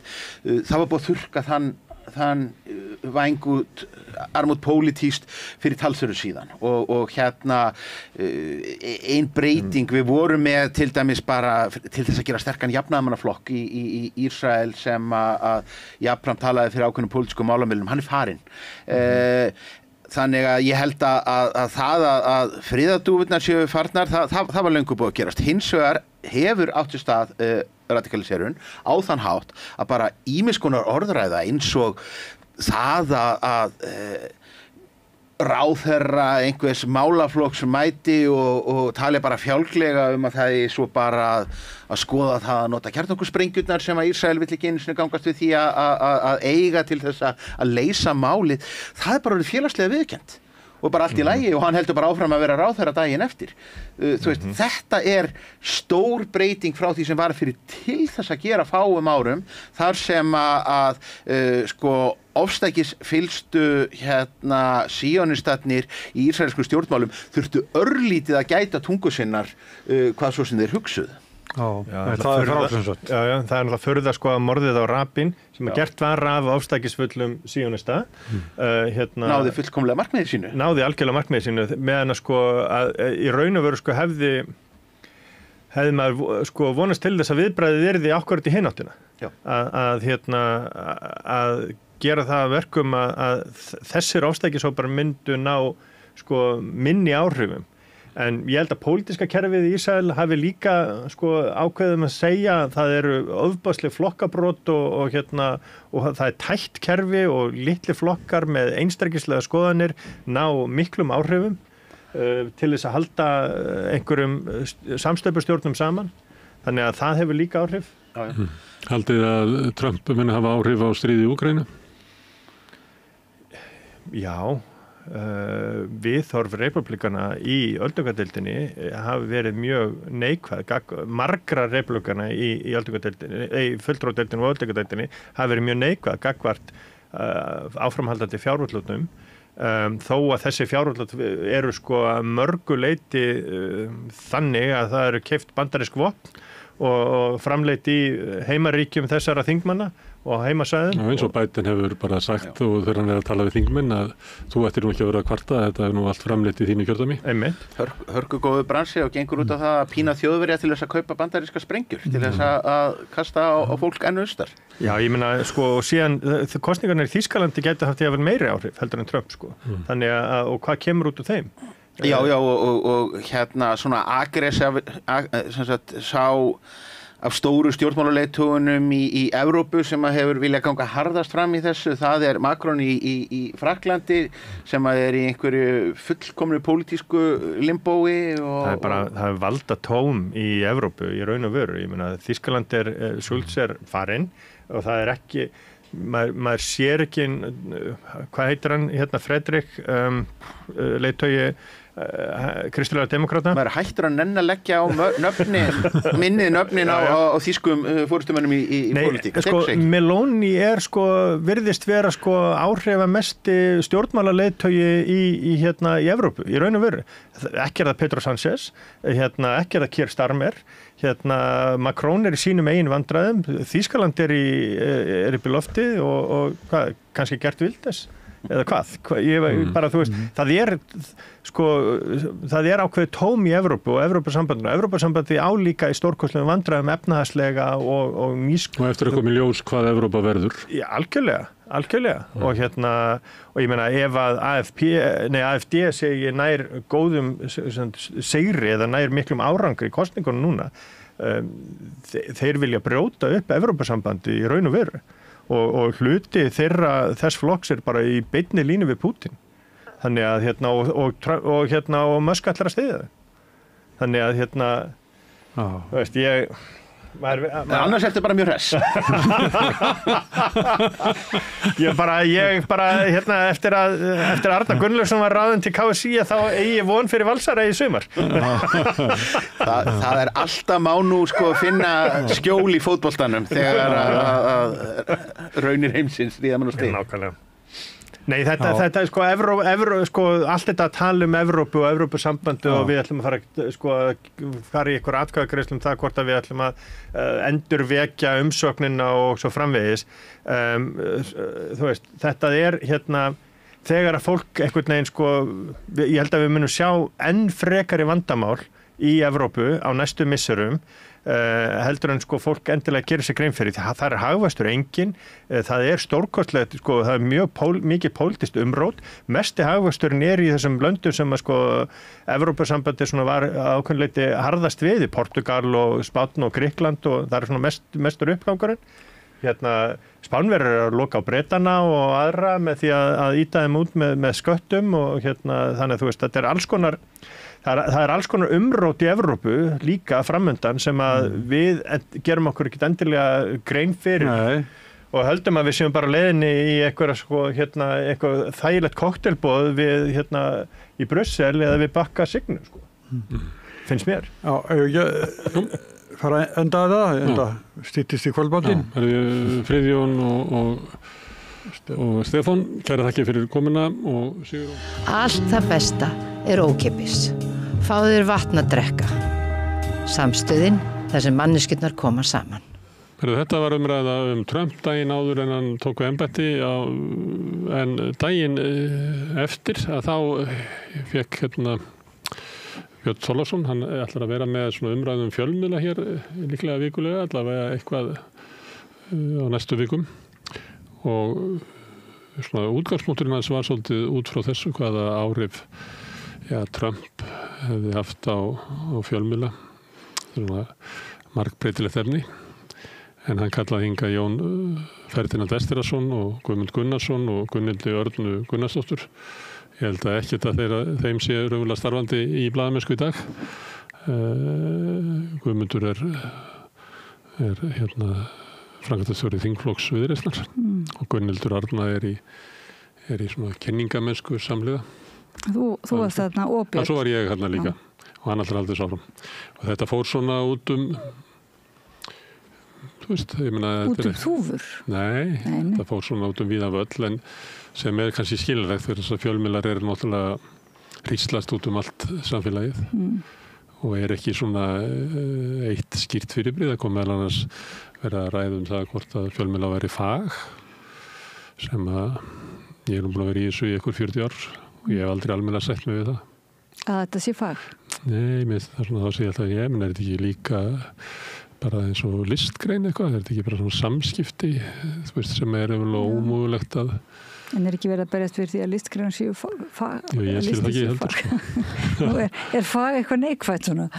Er það orðið eitthvað svona... Nei, það er yfirleitt, ef þú tækir eitthvað svona fyrirbrigði og segir að skáldskapur sé fag, ég veit ekki hvort að það sko víkki myndina, sko. Mér finnst það að vera frekar að þrengja hana niður á svona...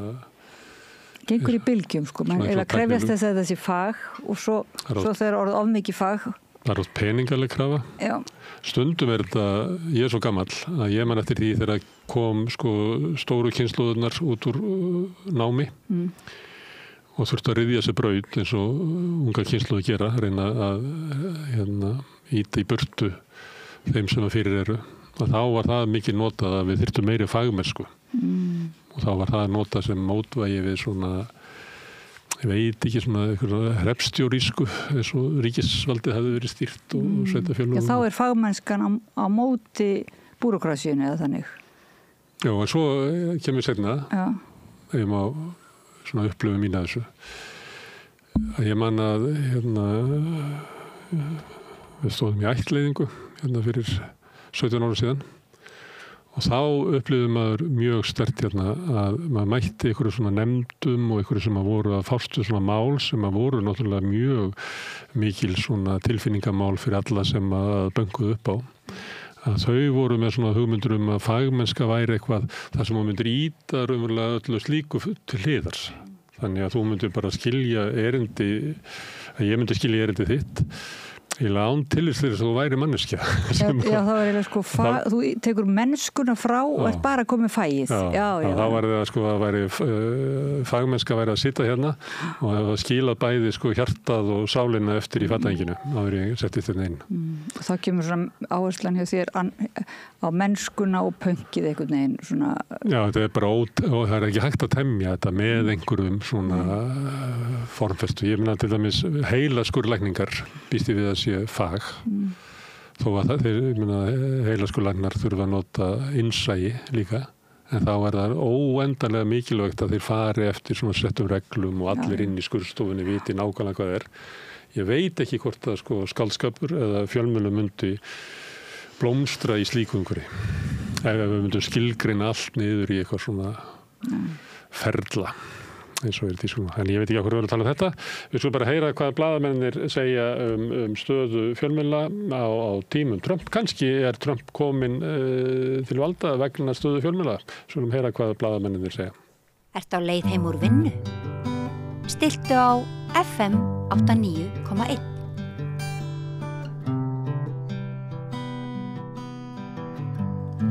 Já, komið sæl og blessuð. Hér næstu klukkustundina eða svo ætlum við að ræða stöðu fjölmiðlunar og fréttamennsku.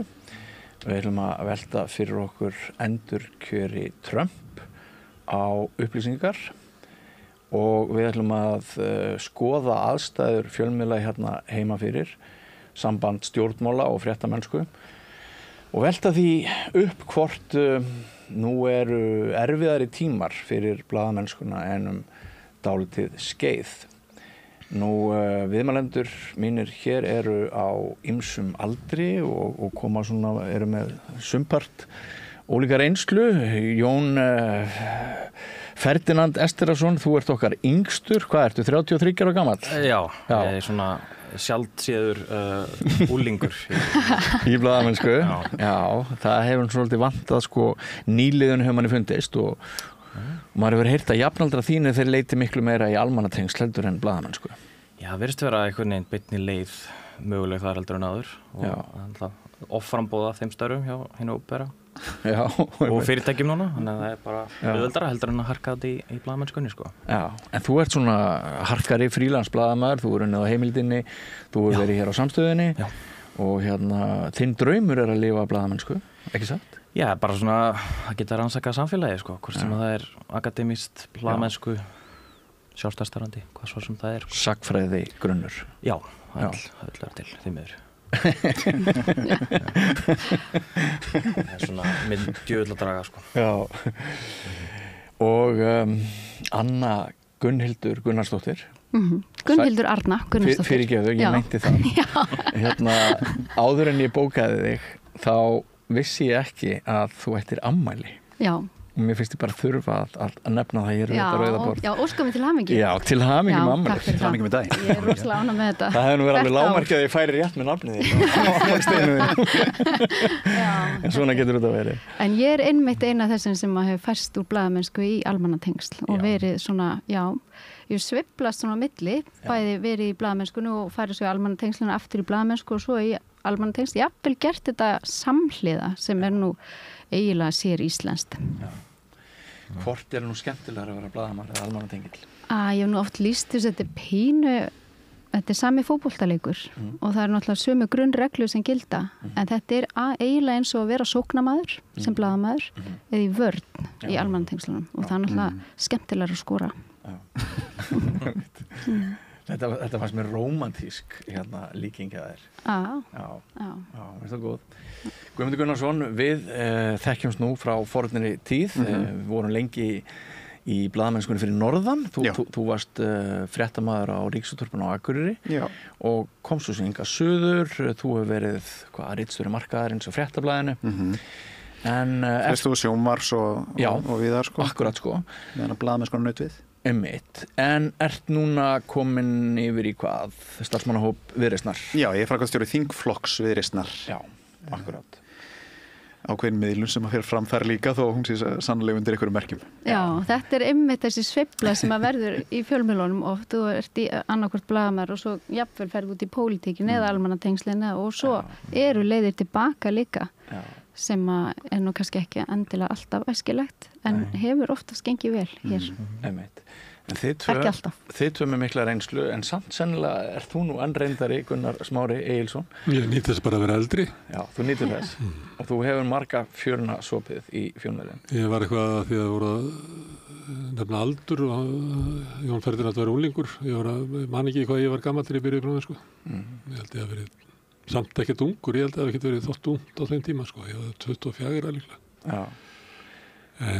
Og það var óvart og löngsaga sem ég nefnir ekki að segja hér, en ég var mjög heillaður að þessu á ýmsum ástæðum og kannski fyrst og fremst þessum að kannski Jón Ferdinand er að vísa til að þetta er svona tækifæri til þess að rannsaka samfélagið. Maður fær svona, ég hef stundum sagt að við yngri blaðamenn að maður fær svona lykil af samfélaginu sem að maður getur notað. Ég get hringt í þig og spurt bara allt í nafni þess að ég sé blaðamaður en ég get það ekki sem bara ég. Það er bara að skella á mig eða klaga mig eða eitthvað. Og það er það sem ég heillaði það. Það er nú oft skellt á blaðamenn samt. Jú, en þú veist svona að maður getur og maður hittir fólk líka á hvað tengslanlegt sem fylgir. Alls konar á sigurstundum og sorgarstundum og þannig að maður, þetta er ótrúlegt svona forréttindi að fá að vera blaðamaður sem að, og ég náði mér aldrei og var að hugsa, þú veist, ég var náttúrulega formaður S.A.H. einsunni og notaði sko blaðamennsku svona, kannski var það PR-mennska, ég veit það ekki. Þú bóðar að við myndum ræða Trump 2016 þegar hann var kosinn að þá var ég, man ekki hvað ég var stattur í lífinu en ég upplifði það svona að allir blaðamenn hljóta núna að velta fyrir sig býtu hvað gerðist eiginlega og ég las svolítið svona bandaríska blaðamenn og það hefur orðið svona, þeir voru náttúrulega margir að hrekjast bara út úr svona kirkjónum, út úr stóru blöðunum sem að voru að draga saman seglinn og fjölmiðlarnir í mikilli varnarbaráttu og minna rými fyrir svona, sem við stundum kalla svona rannsókn og blaðamennsku svona sem kannski ekki alveg rétt, þetta bara svona blaðamennska sem á sjónarhorni almennings, ég myndi kalla þetta bara svona lýðræðisvænta blaðamennsku sem að reis upp kannski á 7. og 7. áratugnum í okkar heimi bara út af vexti blaðan og það önnur saga sem það allir það horfði í. En ég upplifði kjör hans svona eins og dómkirkjunnar væru bara hundar. Og við sem blaðamenn yrðum eiginlega bara endurskoða hver við værum. Bæði svona persónulega og líka hvað fjölmiðlarnir getur gert að kirkjurnar eru farnar sko og það mun aldrei koma aftur. Predikunarstólinn sem okkur var eiginlega gefinn, hann ekki svo samur og það ekki þannig að við lifum í samfélagi sem að sé ykkur ein miðja og allir sættist á það. Þannig að við þurfum einhvern veginn að finna út hvað við gerum í blaðamennsku og það voru margir af þessum Bandaríkjamönnum sem að orðu þetta svona næstu eins og nú ferum maður bara upp í Greyhound og keyrir bara eitthvað út í og finnur aftur jarðsamband við því að við á austurströndinni eitthvað, við erum bara ekki í tengslu við þessa þjóð sko. Þetta kom fólki svo óvart og hvað var sem að dreif lýðræðið áfram að þau fóru þangað. Ég hugsaði þetta svolítið öðruvísi og hugsaði sér svo þessi svona hugmynd og ég hef búin að vera í því í mann ekki hvað mörg ár svona reyna að breyta samfélaginu með því að kasta inn upplýsingum upplýsingar og þetta hefur aldrei virkað sko því að það bara völdin í samfélaginu í höndunum á einhverjum sem bara fara með upplýsingar eins og þau vilja þannig að svona tveimur mánuði seinna að þá breyti ég síðu sem ég var með á Facebook og kallaði hana Sósíalistaflokkur Íslands og þannig að það var eiginlega svona ákvörðun að blaðamaður sem ætlar að fara og vera bara með öðruvísi stöðu, nota fjölmiðlana eða blaðamennskuna en vera með svona annað erindi heldur en að þykjast að vera hlutlaus í samfélagi sem að býður ekki upp á það því að þú ert hlutlaus í samfélagi þar sem að völdin eru í höndum svona tiltekinna valdast þetta þá ertu náttúrulega ekki hlutlaus, þá ertu bara að þjóna valdinu. Já. Þannig er þá Trump ákveðin örlega valdur í... Já, ég nefndi þetta á hann, það var ég, þú veist að því að ég var frammi að sinna svolítið öðru og ég fór að hugsa aldur þegar hann var að tala og svo nefndi ykkur Trump og þannig að ég var eiginlega bara að búa til þetta samhengi núna. Já, þetta áhugavert. Sko, ef við flettum upp skilgreiningum á blaðamennsku, hvernig hann hafi hafist, þá eru margar heimildir sem að telja að fyrstu merkinum blaðamennsku séu frá 59 fyrir Krist á meðal Rómverja og þá voru menn fyrst í því kerfisbundið að taka svona búta á ræðum sem að höfðingjarnir fluttu í Róm og þeir hengdu upp svona helstinn úr ræðunum á torgum, upp á vegg, á fjölmennum stöðum og þetta var svona einhvers konar ritstýring og einhvers konar val á efni sem þarna var hengt upp. Ansi langt síðan það var mjög margir íslenski blaðamenn þeir tala gullöld blaðamennskunar fyrir svona 20, 30, 40 árum þá hefði hún átt stað til dæmis Sigmundur Ernir, sá reyndi maður hann skrifaði bók blaðamennsku sem kom út í fyrra og hann talar og hann talar gullöld blaðamennskunar og þá verið að tala sko þegar fjölmiðlum var að fjölga þegar Stöð 2 kemur og veitir RÚV samkeppni það koma frjálsar útvarpsstöðvar það eru mörg hundruð blaðamenn að störfum í ólíkum miðlum þessi maður þarna Gunnar Smári hann bjó til nokkra þeirra ég var að vinna á NFS þar sem var verið að sko búa til fréttir og miðla þeim út allan sólarhringinn stórkostlega gaman allir hérna mjög þreytir á þeim tíma en óbáslega spennandi en sko blaðamennskan hefur verið þú talar sóknabolta en það má kannski segja að annarkvort hafi starfsaðstæður blaðamennskunar leitt til þess að það er svona fleiri að spila vörn núna finnst mér innan blaðamennskunar heldur en sókn og svo hefur svona þessi hefðbundna blaðamennska eins og Gunnar Smári að tala þetta með sko hlutleysið að hérna hér á landi finnst mér ég sjá þess merki að þessi polariseraðri fjölmiðlun núna heldur en var kannski einhverju skötulíki kannski var þetta alltaf polariserað en menn eru svona allar búin að kasta grímunni töluvert mikið sem kannski ágætt þannig að mér langar til þess að fá ykkur aðeins til þess að ræða þetta en áður en við förum þangað þá sko bara í dag berast fregnir af því og fyrrverandi þingmenn að tala það að Instagram sé komið með ritskoðun bara síðan Trump endurkjörinn í gær, menn sjá bara merki, bara hnignandi merki bara á einum sólarhring og við vitum náttúrulega þið þekkið þessa umræðu með bjögun upplýsinga á samfélagsmiðlunum, við vitum að Facebook ekki lengur, Meta ekki lengur með fact-check eins og var að gera og við vitum það að það hefur ekki farið vel fyrir sjálfstæðum fjölmiðlum sem að hafa veitt Trump aðhald hann bara aðeins endurkomu Trump á forsetastóli og hvað það þýðir ef við byrjum á þér, Jón Ferdinand. Já, það var svolítið áberandi á innsetningar athöfninni myndir á að fara mjög víða held ég að vera fyrsta bekk, þar Elon Musk forstjóri Google sem ég man ekki lengur hvað heitir en hlið hans Jeff Bezos og svo Mark Zuckerberg Meta eigandinn allir helstu mógúlar nýja einokunar markaðarins sem eru samfélagsmiðlarnir einokun samfélagstorgana í rauninni þeir eru allir fremstur á bekk af hverju? Jú, af því að þeir sjá tækifæri í Trump til þess að liðka fyrir sínum fyrirtækjum og til þess að gera það þá daraði þeir náttúrulega bara beint við hann Zuckerberg tilkynir stuttu fyrir innsetningar athöfnina hann náttúrulega bara fara aftur í rætur Facebook eins og hann orðaði það sem í rauninni bara það að aflétta öllum svona fact-checker staðrenda vaktar fyrirbærum og hverjum kemur það vel? Já, og það sem fylgir með því nefnilega þetta undir rós, það segir þetta náttúrulega við ætlum að leiða aftur málfrelsið en það sem að kemur svo í ljós í mörgum þessum skilmálum sem voru kynntir fyrir starfsmönnum Meta að það alls konar hatursorðræða sem að má aftur deila á Facebook og það í rauninni bara mjög augljóslega bersýnilega gert til þess að smjaðra fyrir Trump sem náttúrulega sannfæranlegur þegar maður strýkur honum eftir rétta háralaginu sem náttúrulega fyrir það fyrsta áhugjefni upp á bara alþjóðastjórnmálin þú veist, allir sem að hrósonum þeir fá bara svona eitthvað punkt í dálkinn fyrir að vera, aðdáendur. Ég ætla allar að tala að hárlínan á honum var áhugjefni. Já, ég meina, það eitthvað svona pönn í þessu sem að má fara með en þannig vandinn þetta hefur alltaf verið rétt, það bein lína á milli þeirra sem eiga fjármagnið og þeirra sem að sitja við völd, það bara lobbyistar og hagsmunasamtök og allt þetta sem við vitum bara frá fornri tíð. Já. En þetta held ég orðið bara naktara og grímulausara í dag og það sem Trump sýnir eiginlega bara langmest. Já, ég held bara að athygli fólks komin svo víða og að því að tala að blaðamenn væri ekki endilega lengur í jú, þessi eini sem eftir, þetta svolítið svoleiðis, hann að hlaupa þarna en hann nær orðið svo lítilli athygli.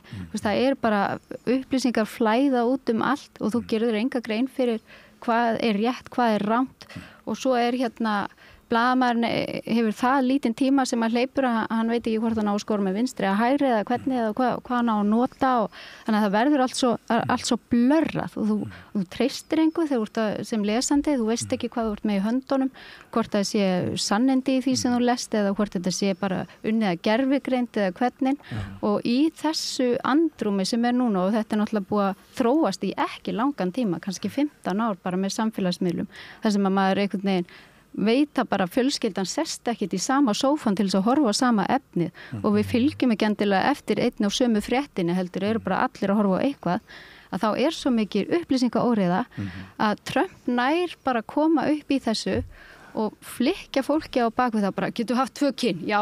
Getum við bara sleppt þessu loftslags? Já. Getum við aftur sett bensín á bílinn okkar? Já takk. Þú veist, fólk bara getum við fengið bara einfaldleikan sem við þekktum af því að fólk skilur ekki alveg veruleikun og fjölmiðlarnir eiginlega bara svona Olían okkar fljótandi gull sagðan í gær og sko hann að taka áratugi núna Já, hann bara að sparka okkur aftur í eitthvað þar sem við skildum en í rauninni það bara þessi óróleiki fólki að það skilur ekki alveg hvernig samfélagi á að þróast og hvernig við eigum að halda í gildin okkar og síðan þannig að við þurfum að fara aftur til þess að komast aftur fram og að fara aftur bara ótrúlega bara ógnvekjandi fyrir marga aðalega mörg ekki svo kannski fyrir alla kalla þeir skilja hvað hlutverk þeir og svo það verður svona 2 kyn og þitt hlutverk gjör svo vel og það svona verið að setja okkur aftur í skiljanlegt form fyrir massan. Já, heldurðu líka að það hafi ekki áhrif á viðhorf almennings til okkar sem þó eru ennþá eftir sem blaðamenn í stéttinni, hvað sko ráðamenn eins og Trump hafa grafið rosalega undan hlutverki blaðamenn? Jú, og hann talar af almennri skynsemi sem að ekki endilega almenn skynsemi og hann notar bara afl sitt til þess að grafa undan og maður hugsaður, það væri bara flott eða það væri ekki ritskoðun en þá gleymist að undir niður einhver algoritmi þannig að maður bara bara eins og einhver trjónuhestur sem maður sér bara eitthvað smá punkt og svo maður bara leitur áfram þennan veg sko. Þannig að maður fær bara það sama fyrir sig. Sjónum með þetta, Guðmundur? Já, ég sko varandi þetta Trump sko, fyrir að fyrsta, mér finnst það dálítið átak að fylgjast með þessu og reyna að halda þræði í fyrsta lagi vegna þess að ég persónulega hef afskaplega lítinn áhuga á Bandaríkjunum og bandarískri menningu, mér finnst bandarískri menning ekkert sérstaklega áhugaverð, hún kemist sennilega ekki á topp 80 lista yfir áhugaverðstu lönd í heiminum ef ég ætti að raða því upp en hina röndina að því að þetta náttúrulega valda mesta embætti í heiminum líklegast eitt af þeim allavega og þarna einhvern veginn það sem að gerast þarna bara eins og þetta horfið mér þarna bara virkur í athugasemdum holdkerfingur þess að vera virkur í athugasemdum orðin valdamesti maður í heimi og með allt sem að því fylgir það finnst mér eitthvað sem ég verð að vera meðvitaður og fylgjast með en í hinaröndina þá svona, ég veit ekki alveg hvert þetta að fara að leiða okkur eða hversu ógnvekjandi þetta Já, ég skil að allt sem hann segir sem yfirleitt svona eitthvað svona galgópaháttur eins og virkir í athugasemdum en svo kannski hvað á bakvið það, þú veist, hvað á bakvið þetta þessar Grænlands yfirlýsingar þetta einfallega til þess að hreyfa við okkur til þess að fá okkur til þess að nálgast hlutin á annan hátt eða eru gjörðir þarna bakvið ég næ einhvern veginn aldrei að átta mig almennilega á því með þessa fígúru, því þetta náttúrulega ekkert annað en fígúra, eitthvað stára bakvið fígúruna maður hvort að þetta bara eitthvað svona til þess að þyrla upp riki, til þess að fá á stað einhverja umræðu, til að færa einhverja víglínur eða hvort að þessu fylgja gjörðir. Og við tölum til dæmis núna þessi yfirvofandi tollastríð sem hann hefur verið að boða og hann segir alltaf eitthvað hér en gjörðirnar eru síðan alltaf aðeins aftar. Hann strax aðeins farin að draga í land með boða tollastríð eða loka einhverjum landamærum eða draga einhverja víglínur. Hann segir alltaf aðeins meira heldur en að gjörðirna síðan bera vitni sem að fylgja á eftir. Þannig ég næ ekki alveg einhvern veginn taki á þessu. Þetta svolítið líka í allir þessari upplýsingaóreiðu og hvernig samskipti hvernig miðlarnir eru í dag. Það veist mér erfitt einhvern veginn að ná taki á því hvað á hverju á ég að taka mark. Hvað þýðir þetta raunverulega? Eins og bara alltaf með upplýsingar sem maður fær. Hvað þýðir þetta raunverulega? En svona varðandi bara bandari stjórnmál og Trump yfir heildina, þá finnst mér þetta svona sjónvarpsþáttur sem ég hef ekki áhuga á, en mér finnst ég þurfa að horfa á hann af því þetta ekki sjónvarpsþáttur, af því þetta raunveruleiki og þetta eru alþjóðastjórnmál. Hann mun væntanlega hafa áhrif á lífi þessi sjónvarpsþáttur. Það nefnilega málið, sko. Og þar með þetta orðið miklu meira heldur en einhver sjónvarpsþáttur. Og ég held bara að bara í geopólitík þá einhvern veginn held ég þetta bara svolítið útbreidd tilfinning. Maður heyrir bara hvernig leiðtogar í Evrópu tala. Veit enginn almennilega hvernig þau eiga, hvort þau eiga sitja eða standa eða hvort þau eiga að halda panikfundi eða hvort þau eiga að ráða ráðum sínum, hafa áhyggjur eða sjá í þessu tækifæri. Það óbúslega mikil óvissa í geopólitíkinni út af þessari stöðu að það veit enginn nákvæmlega hvernig þeir eiga að ná taki á þessari fígúru. Nei, af því líka að þegar við hugsum lönd og svona, þá erum við með eitthvað sameilan skilning á því hver áland og annað og það að segja einhver 60.000 grænlendingar eigi bara þarna stærðar en að flikja af landi. Það náttúrulega ótrúlega hugsun en við erum svo sammála að það sé staðan og þannig að þegar einhver kemur og segist bara alltaf taka þetta, þeir geta aldrei varist og þá kemur upp þetta óöryggi hjá fólki og ef þetta land bara tekið svona undir verndarvæng Bandaríkjanna, hvað þá með næsta land og næsta og þá hvernig í rauninni samfélagsmyndin þegar fólk ekki lengur sammála. Náttúrulega taka fram að, ég meina, ef hann fær að taka Grænland þá náttúrulega bara mjög einfalt hvað næsta landið á listanum, það Ísland, sko. Já.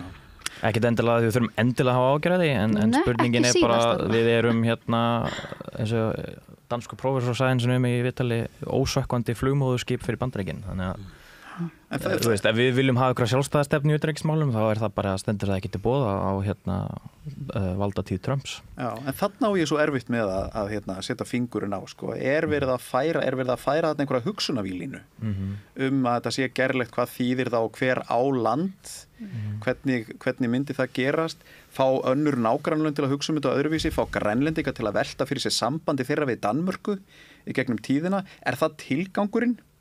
Eða er eitthvað raunverulegt aðgerðaplan hann á bakvið eða er það bara til þess að hrista okkur? Mér langar að segja ég skil Trump ágætlega, hann tjáir sig, þetta heitir að hugsa uppátt framheilagskaði kannski? Nei, þetta bara, ég noti þetta oft, ég er kannski með framheilagskala, maður kannski að vinna með eitthvað svona hópi fólks og maður segir svona, já kannski já við ættum kannski stefnaði að taka upp svona fréttir samstöðinni og þá ég bara að fylgjast með því sko hvernig hann tekur undir það og ég er að reyna að meta það, erum við með hóp sem að væri raunverulega hefði vilja til þess að gera þetta eða er ég að tala fyrir daufu eyrum og þannig að maður er bara á svæði sem að gæti orðið og það er bara rosa stórt svæði sem gæti orðið og þetta ræðst svolítið af viðbrögðum sko hópsins að nú ef það er ekki stemmingi hópnu fyrir að byrja með fréttir og samstöðu þá kannski snúið okkur öðru og Svo sáfullt af fræjum og sjá hvort þau spretti. Og ég mann eftir einu manni í sögunni sem var með svona, ég meina auðvitað er Þýskaland og Austurríki sama landi, það er bara fárvælt að sé í sikkur landinu og hann pröfaði þetta og hann fekk svona ákveðin hljómgrunn með það og hvað með þjóðverjana í Súdetahéraðinu, ættu þeir ekki að tilir okkur og þeir þurfum ekki að fá svona lífsrými og gengur það að við séum með gyðinga sem blóðmjólka samfélagið okkar og svo bara hélt hann áfram og þannig að atriðið í þessu er það kannski ekki þessi randarinn sem er að hugsa upp átt og kanna hvað hann getur farið með og hvert viljin er. Hann er náttúrulega að kanna það. Ef það er vilji hjá Bandaríkjamönnum að taka Grænland, þá tekur hann Grænland. Og ef það er ekki nógu mikil andstaði á þeim sem að vilja ekki að taka Grænland, þá mun hann ekki taka Grænland. Þannig ég held að við ættum að hugsa frekar að þú veist, hvernig eru við í viðbröðunum við þessu?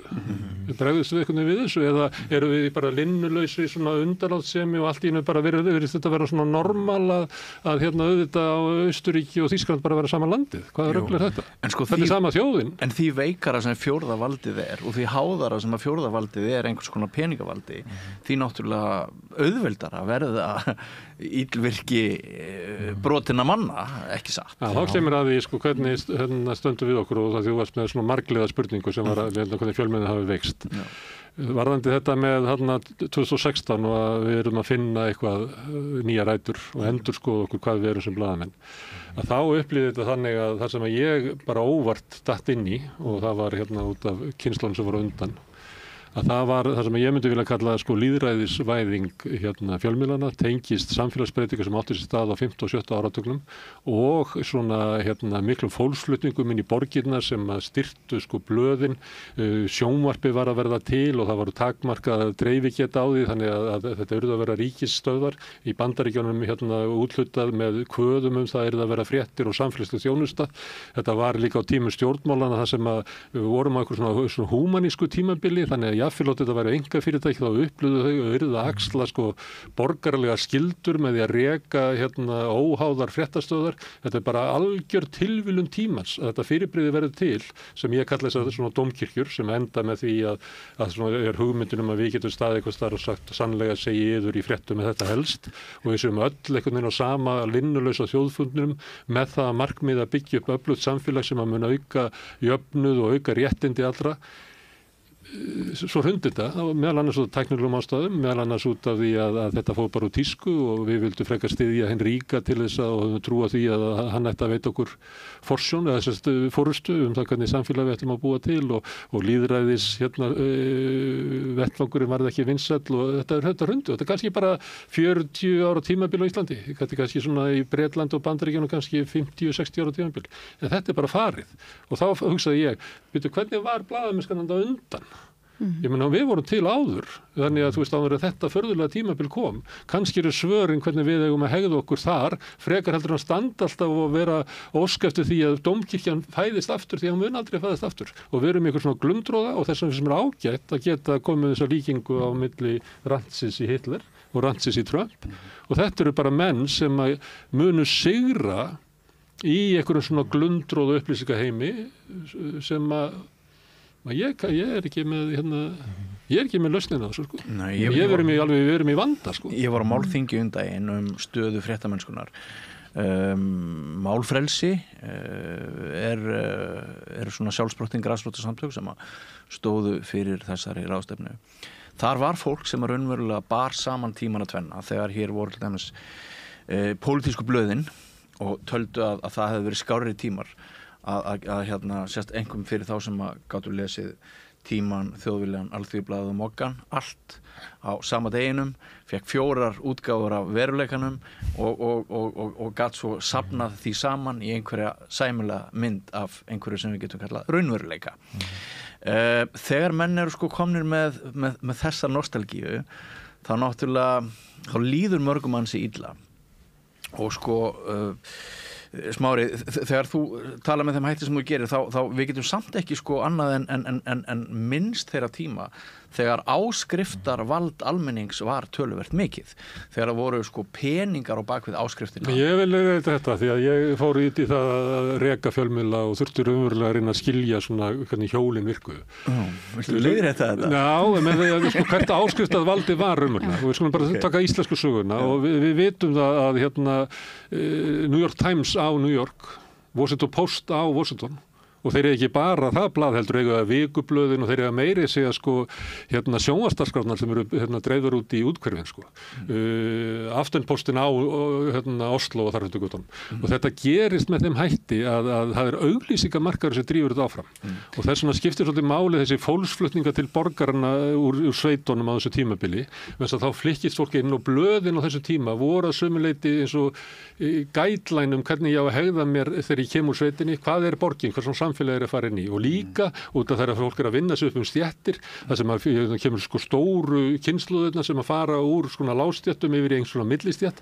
Þetta eru yfirleitt svona bara guidelines það hvernig lífið á að vera, hvað ég að horfa, hvað skoðanir ég að hafa, hvernig ég að klæða mig og hvað ég hafi matinn og guðum á þetta hvað ekki. Þannig að þetta ýtir undir þetta og það sem að gerist að því að það eru auglýsingamarkaður þessi svo Mogginn á gullaldartíma sínum að þá var það kannski áskrifendur sem skilur kannski 30% af tekjunum. Hitt komið frá auglýsingunum og í auglýsingunum er þannig að við erum í samkeppni með húsgagnaverslun og ef að þú auglýsir á honum sem er með 100 lesendur en ég auglýsi henni fyrir helmingnum að verðinu með 70 áskrifendur að þótt að ég fái sko helmingi lægri verð fyrir auglýsinguna og hver augu eru sko ódýrar hjá henni að það leiðir til þess að þú stækkar alltaf markaðshlutinn þín og ég tapa.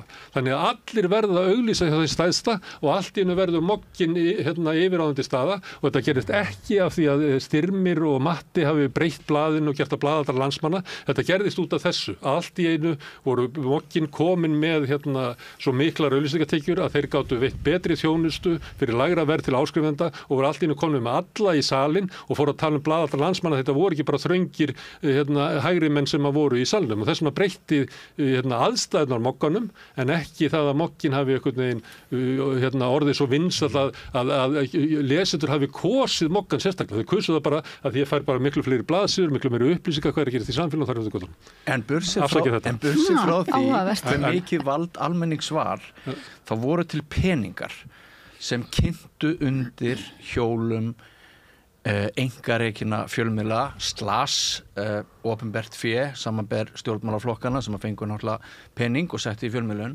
Við vorum með sem sagt áskriftar pening og það var hægt að ráða hellinga fólki í blaðamennsku fyrir það og svo vorum við auglýsingar og það var hægt að ráða helling af blaðamönnum í vinnu fyrir það. Núna hafa auglýsingarnar féð hér innanlands að með skilst það nálga 60% sem lekur út fyrir landsteinuna af þeim auglýsingum sem áður hrukku til og voru notaðar í fjölmiðlun innanlands. Þær eru núna komnar á Meta, þær eru komnar á Facebook og Google og þessar erlendu risastóru efnisveitur. Ég var einu sinni upplýsingafulltrúi Umhverfisstofnunar það var frekar einfalt fyrir mig að sjá til dæmis reikningsdæmið ef ég ætlaði að kynna einhverja þjónustu hjá okkur, hvort ég ætlaði að bústa eitthvað á Facebook eða hvort ég ætlaði að borga 300 skall fyrir einhverja auglýsingu í Mogganum. Valdið ég fikk miklu meiri svörun og það voru reynd að skrifa gagnrýna fréttir það að ríkisstofnun hún ætti að nota innlenda miðla.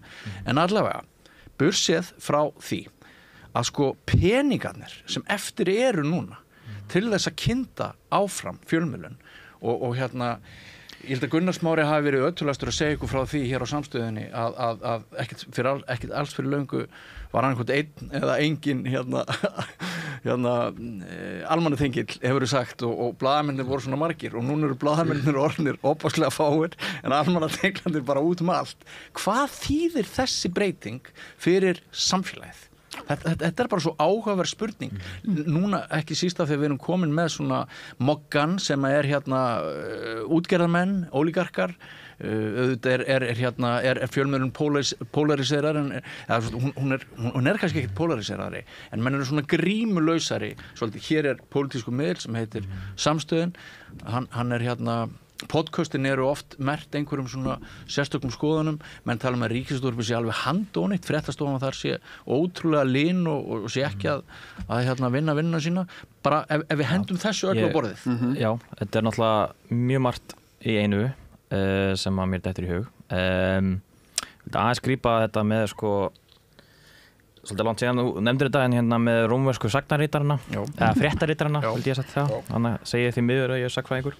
Það er alveg rétt við þarna eru en þetta afhjúpar svolítið kannski samanburðin það er til öðruvísi leiðir til þess að vera í fjölmiðlun, mismunandi leiðir. Ég myndi til dæmis aðhyllast leiðina sem þá 400-500 fyrir Krist sem er Heródótus, sagnarritarinn, maður sem fer á staði, tekur viðtal við vitni að atburðum og skrifar það niður versus sem að mjög mikið af svona meginstraumsmiðlum í dag sem eru rómversku fréttareitararnir.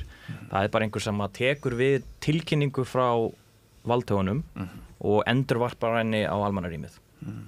Þannig að César var mjög inn í þessu að þegar hann var í stríðunum sínum í Gallíu þá sendi hann svona litla pakka af sögum sem hann skrifaði sjálfur en í þriðju persónu. César fór og hann tók yfir löndin og honum gekk rosalega vel og hann var rosalega snjall. Af því hann vissi að þetta er þess að lesið upp á torgunum og Róm til þess að efla stuðning við sig. Þetta eru þetta einfaldari heimur og svolítið svona svart og hvít og berseinleira hver spillingin er þarna. Hann skildi list áróðursins, hvaða máli hún skildi. Og ég held að við séum ekki, þetta er svolítið erfitt að tala þetta eins og við hafa allt breyst með Trump. Það er stór vatnaskil, vissulega. En við erum líka, við getum alveg farið aftar og talað Íraksstríðið eða og stöðu fjölmiðlunar á þeim tíma og hvernig hún sveiftist bara með línu bandarískar yfirvalda til dæmis. Að það er svolítið langt síðan að fjölmiðlar voru svona að bróðurparti til ekki endilega áróðsmaskinur heldur bara það að þau taka upp það sem að þetta gerist í dag og endurvarpa því bara. Það er ekki þessi analýsering eða greining eða rýning. Og það er svolítið það sem skiptir mig máli að ef við erum að tala fígúru eins og Trump og aftur að því sem þú varst að segja Guðmundur með hvað er hann að gera, ég held að hann sé bara svona fullkomnar hamfarir fyrir tímann sem við lifum á, einfaldlega því að hann er mjög góður í því að leika á fjölmiðla eins og þeir eru í þessum rómverska fréttaritara stíl. Hann segir bara eitthvað og sér eins og hvernig maður að segja, sér bara hvað límist á veggnum. En fjölmiðlar eru í þeim með þeim hætti að þeir bara taka, endurvarpa það sem hann segir, líka því að það fær smelli og þetta er smellibeita og það er aftur drifið áfram að auglýsinga hvatanum.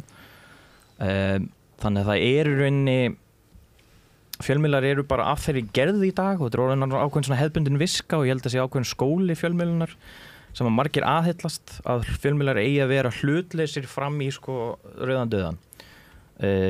En svo eru sumir hlutir sem eru ekkert það er ekkert hægt að vera hlutleys og þetta var hluti eins og umfjöllunum Gaza eða aðra þannig hluti, að eitthvað er þjóðamorð og eitthvað er stríðsglæpur, það er bara hægt að segja það bókstaflega, það er staðreyndamiðað handtökutilskipun út á Benjamin Netanyahu af alþjóða, hvað þetta, rannsóknar dómstólunum eða hvað þetta en fjölmiðlar láta ennþá eins og Netanyahu sagði í dag að hann ætlar að ganga að samningum og bla bla bla bla bla, eins og hann sé bara einhver svona respectable fígúra sem að hægt sé taka marka á.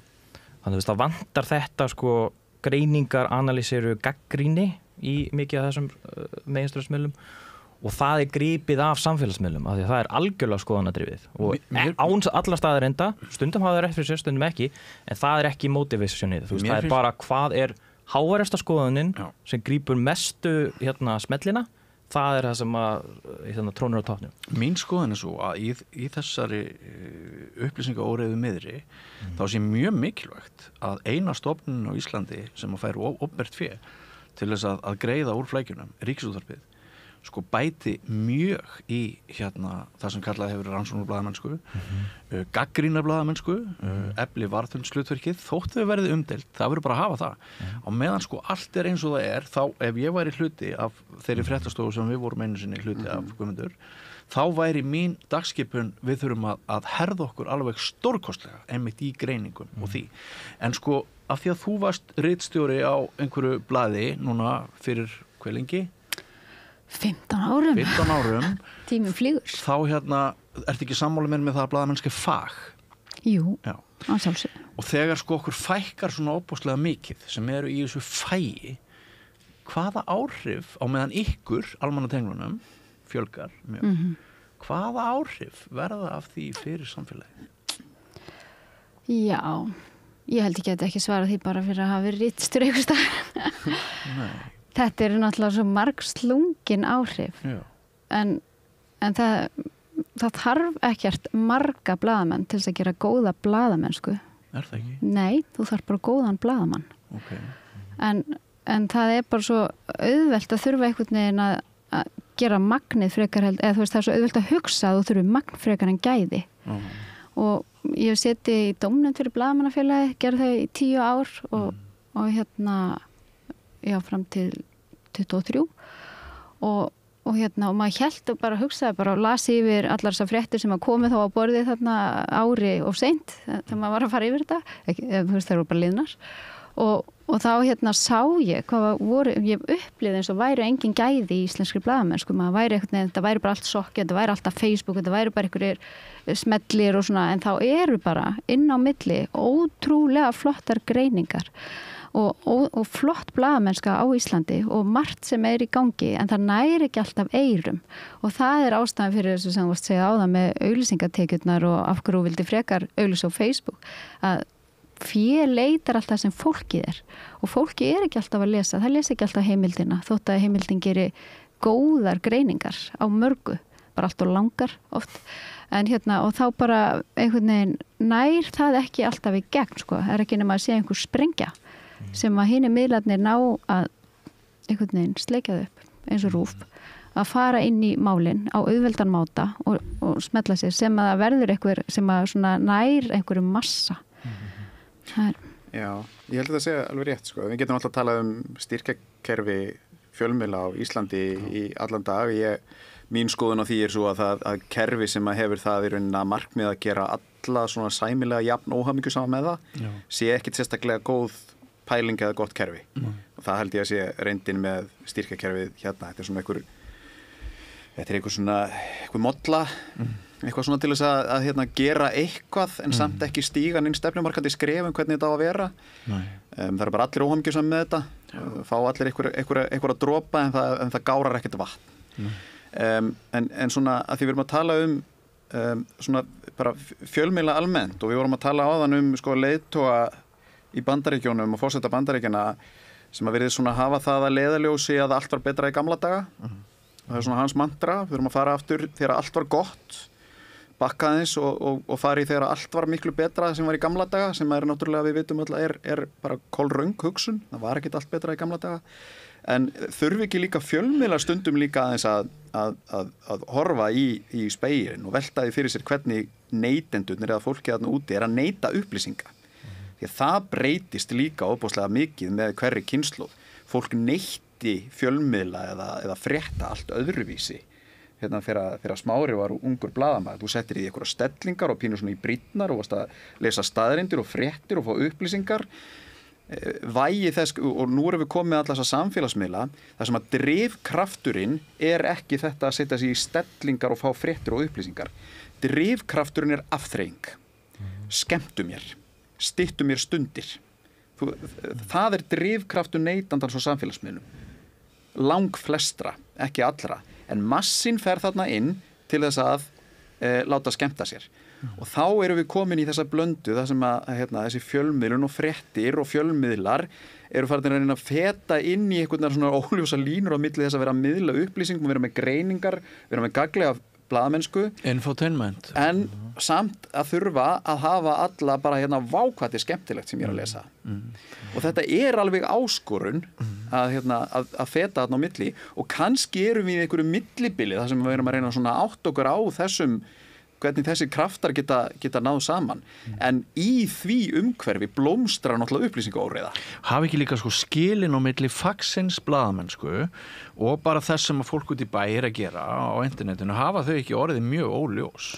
Jú, en blaðamenn hafa líka kannski pínu leyft í að gerast og orðið oft stundum pínu sloppi í sínum störfum eða verið að taka Facebook eða græja og eitthvað. Veit ekki hvort þeir höfðu svo mikið val. Kannski ekki, það er bara fáir og það er þetta magn í rauninni. Þannig að reyna að halda í grunngildin sama hvar þú svo miðlar. Þannig nærðu að halda trúveruleikunum en nákvæmlega hvernig það er gert svo óljóst. Ég held að þetta er eitthvað svona við erum í einhverju svona umróti þar sem er verið að reyna að finna eitthvað breiðstræti á milli þessara krafta en við vitum náttúrulega öll að auðvitað er þetta ekki, ég er ekki að segja að það sé við blaðamenn að sakast að þeir hafi einhvern veginn látið þetta gerast eða einhvern veginn tekið svo of alvarlega eða verið of einhvern veginn þungir á brún að því við vitum alveg hvað gerist að þegar að kraftar internetsins koma inn og fara að stýra þessu í gegnum auglýsingar og gegnum smelli við höfum held ég öll unnið á fjölmiðli þar sem að í rauninni þú býrði við þann veruleika og þú veist að tíma þínum er lang best varið gagnvart þeim sem að borga reikningana þín, að borga launið þín í að taka eitthvað sem tekur óbóðslega stuttan tíma til þess að skemmta einhverjum. Einhver fyrirsögn sem að grípur en hefur rauninni ekkert kannski mikið innihald er ekki að bæta neinum upplýsingu við annað en það hvort að kjóllin sem að þessi kvikmyndastjarna var blár eða grænn. Og svo kannski verðu einhverju mörgum klukkutímum í einhverja greiningu, eitthvað sem er raunverulega rannsóknar blaðamennska á bakvið en það í rauninni nær aldrei sömu útbreiðslu og gengur ekki jafn langt í því að borga launin og halda fjölmiðlunum gangandi. Þetta er náttúrulega það er óbúslega erfitt einhvern veginn að vera alvarlegur ígrundaði blaðamör í þessu umhverfi sem að kraftarnir eru svo augljóslega á hinni hliðinni.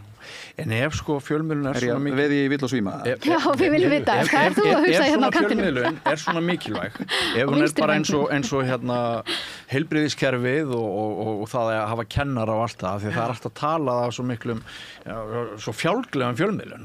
Ráðamenn tala alltaf svo fjálglegum fjölmiðlun. Fjórða valdið, hornsteinn lýðræðis, gríðarlega mikilvægt að fjölmiðlun sé í lagi. Stjórnmálamenn halda alltaf að fjölmiðlar sé í einhverju herferð gegn þeim. Nei, Smári fekk 6 milljónir króna ef ég man rétt í fyrra til þess að reka samstöðina. Það er samstöðin sem fekk það Já, ég meina það. Samstöðin fekk 6 milljónir á sama tíma. Í ár Já, í ár. En Ríkisútvarpið fær 6 milljarða, 1000 sinnum meira. Þeir sem eru að fylgjast með Smára og félögum hérna á samstöðinni, þeir bara slaga upp í stundum hlustendafjölda allar Rásar 1 á viku. Þetta geta verið 10.000, það er talað að samstöðin sé sá fjölmiðill, það sem að merkilegustur hlutirnir eru að gerast. Hvorki hefur nú Ríkisútvarpið fjallað samstöðina nokkru sinni. Við komum stundum við sögu í lestinni. Já, í lestinni það er það eina. Fréttastofan hefur enn látið eins og hér hafa ekki verið opnið útvarpsstöð og hún fær 1000 sinnum meira fé heldur en þetta sjálfsbrotna fyrirtæki. Hvað er eðlilegt við það líka? Ég ætla nú að fá rósaukur hérna bara að því við vorum að tala um að bara á kaffistofunni niðri við Austurvöll bara í morgun að þegar að stjórnin sprakk núna fyrir áramót þegar Bjarni sleit stjórninni að þá kemur þessi þorsti upp í okkur fréttafíklunum að vilja fá fullt af talandi hausum til að greina stöðun og hvað sé í gangi og þá voru nú þarna tveir sem við vorum nú alveg hjartalega sammála um það að hérna þessi sjónvarpsstöð hafi verið sú sem að að skaffa þeim mest af þessum talandi hausum til þess að greina og velta fyrir sér stöðunum. Það gaman að heyra og þú áttir einn þingmann sem var til í Geðvíkina leið vegna þess að Smári hringir í mig, ég var að keyra Holtavörðuheiðina á leiðinu frá Mývatnssveit til Reykjavíkur, segir stjórnin er sprungin, við ákvæmum að fara strax í beinu útsendingu kvöldið og Sigmar Guðmundsson hann var til í Tuskið, þetta gaman fréttahaukur sjálfur. Annars hefði hann verið heima að horfa sem hérna, því að er þetta fag, ég hef aldrei getað að svara því sko. Því að það er meira í þessu sko. Það er einhver svona blaðamennskara sem er litið list sko. Það er hérna framsetningin á þessu og ég held að veri hættulegt ef við ætlum að hætta ef við hættum að hugsa það þannig að þá verður textin okkar bara eins og einhver deildarstjóri í einhverju ráðuneyti að skrifa sko, sem við megum alls ekki gera. Mikil fagurfræði. Já, en við erum og þetta er svona ping-pong, þannig þetta er svona samskipti hérna við samfélagið og þetta er hérna kannski ef við myndum að horfa á þetta sem fag þá er það bara að búa til fréttir sem fá sem mesta lestur, það er kannski fag en það er ekki blaðamennska sko. Það er bara einhver þetta er ritlist og þetta er kannski munurinn þarna á milli þetta er munurinn þarna á milli sko, þetta verður ótrúlega flókið, ætlum við að vera með fagleg vinnubröð og aðferðafræði og öll þurfum að vera háskólamennti í blaðamanna fræði til þess að geta verið blaðamenn, þá erum við fræðasamfélagi. En fræðasamfélagið, þú veist, kannski í einhverjum útópískum heimi ætti að vera að rannsaka samfélagið og útvarpa því hvað er raunverulega gerast, og þau mættu gera það auknum mæli að mínum mati, en þau gera það ekki að því að þú veist, þar er eiginlega ennþá strangara heldur en í blaðamennskunni þessi svona hefðbundna viska, sko, þetta falska hlutleysi og máttu aldrei segja neitt sem styggir neitt því að þá ertu raunverulega með ykkur á skoðun þó hún sé kannski staðreyndabygg En færið þeim skilningi að það eru ákveðin vinnubrögð. Já, en það sem ég reyna að segja sko, þú þarft að gæta sanngirni, þú þarft að heimildagildið, þú þarft að vera, það eru alls konar vinnureglur sem að nefnilega fólk út í bæ kann ekki og heldur það séu blaðamenn. Ég myndi segja að það væri blaðamennskan í rauninni, en svo er fjölmiðlun náttúrulega bara hún er alls konar. Blaðamennsku er náttúrulega líka víðar en þannig. Við erum þá kannski að tala blaðamennsku sem er stunduð inn í svona þroskuðum stofnunum ritstjórnar. En þú getur stundað blaðamennsku á þess að hafa ritstjórnina. Og þegar oft er að vera að tala fjölmiðla og svona, þá tala ég allavega, tala illa fjölmiðlana því að mér finnst þau vera á rangri leið. En svo blaðamennskan er annað. Það er hérna þetta benda eins og þú þegar þú ert að fara yfir tilnefningar til blaðamannaverðlauna og sérðu sko að blaðamennskan er í höndunum á blaðamönnum og kannski engin af ritstjórnunum geti haldið utan blaðamennskuna og þannig hefur þetta reyndar alltaf verið. Hérna, því að alltaf var að tala um mig sem einhver gamla manni hérna, að þá var það náttúrulega þannig líka fyrir sko 40 árum og 50 árum að það sem var gert eitthvað sko svona merkilegt í blaðamennsku var yfirleitt verk bara örfára blaðamanna á meðan að hérna meiri hluti fjölmiðla var eiginlega bara í svona þöggun. Þú veist það bara þöggun að hérna tala síður við konur, það er svona þöggun að því að fjalla ekki sko samkynhneigðra eða ofbeldi gagnvart konum og þú veist, hvað heitir myndinu sem að gerist í Boston Globe með svona nefnilega náðu svo vel sem að margir hafa séð. Spotlight. Já, Spotlight, það sem er rannsóknardildin og maður gæti haldið það þegar maður horfir á myndinu að þeir væru hetjurnar. Fjölmiðlarnir. En myndin er raunverulega það að hetjurnar voru náttúrulega fórnarlömbi sem að hófu baráttuna og Boston Globe og allir fjölmiðlarnir voru að þagga þetta niður í 30 ár. Þanga til að allt í hennu fyrir einhverja slistni opnar gátt og þetta fer út. Þannig að þarna sjáum við í þessari mynd annars vegar blaðamennina sem eru svona hetjur sem eru innan í kerfi sem til í valdinu og það hvernig fjölmiðlar virka raunverulega í okkar hluta sem er að þagga og niður þá sem er að gagnrýna, standa aftur að breytingum á samfélaginu og þjóna valdinu og það eru fjölmiðlarnir, það er þótt að við tölum stundum að við séum næstu eins og einhverja heilaga verur með lykla samfélaginu og leita sannleikanum, þá höfum við alltaf starfað inn í sko kerfi sem er hluti af valdakerfinu. Og líka misbeiting fjölmiðla er mjög áhugavert subject. Þú varst að skrifa það núna eftir þú sást Vigdísar þættina að þinn skilningur væri sá að þarna hefði bara einhver klíka innmúra. Já, vondikallin í þáttunum eru bara bakherbyggin hérna ofar í götunni. Það er ekki, blaðamaðurinn sem er að ljú upp á hana og valdakallanir í bakherbygginu sem er að grafa undan henni af því að hún er að komast inn í eitthvað partí sem þeir eiga. Já, þarna eru fjölmiðlar sko notaðir grímulaust í pólitískum tilgangi. Maður ekki sá sem ræður til þess að grafa undan breytingum, til þess að grafa undan kvenfrelsi, til þess að kallarnir sem öllu ráða haldi einn forréttindum áfram. Og til þess að segja þér að þú skalt ekki halda það að þú hafi farið í Keflavíkurgöngu 1963 og getið boðið fram til forseta 1980. 1980. Þú skalt ekki halda það. Það bara þannig að þeir sem að ögra okkur að þeir hafa ekkert svigrúm eða ekki sama svigrúm og við hinn í þessu samfélagi og þetta held ég að virki ennþá. Ég heldur bara að það snerta á þessu þetta með ritlistina sko. Fyrir ekki greið framifyrir. Nei, alltaf góð, ég bara sem unga barni henni í herbygginu, sem nýgræðingurinn. Það svolítið tekið á móti nýgræðingum í blaðamannastéttinni með svona þessum faglegu kröfum sem eru margar réttmætar og bara raunni, nauðþurft eins og heimildavinna og allt þetta. Objectivity, en það þessi að vera sko objective versus neutral. Þetta alltaf þessi munur sem að mér finnst alltaf ganga svolítið illa. Þetta falska hlutleysi, það að vera hlutlaus í eitthvað svona dygði í sjálfu sér. En hugtökið fagleg hlutlægni, hvernig líst þér á það? Já, en það svona hlutir eru sagðir upp átt en þeir eru sjaldan iðkaðir. Og ég kannski bara það sem ég átti við með þessu ritlistina sko, það svolítið tekið á móti nýgræðingum í fjölmiðlastéttinni með svona þessu attitúti sko að þú eigir að skrifa eins og fréttaritarinn í Róm en ekki eins og Heródótus sem mjög svona með mjög hvað skulle ég segja, skrautlegar lýsingar á hlutunum stundum. Þannig að ég bara svona dæmi eins og ef ég að tala eitthvað eins og ég að skrifa greinum Trump eða orðræðinu í Trump eða eitthvað, þá myndi ég skrifa þetta ískyggileg þróun, en ritstjórinn myndi sem vera ekki segja ískyggileg, segðu þróun. En við getum alveg sammælst það sem samfélag að þetta sé ískyggileg þróun ef við erum sammála einhver grundvallar gildi eins og bara lýðræði, frjálsræði, hati ekki fólk og eitthvað svona, koma fram með fólk af virðingu.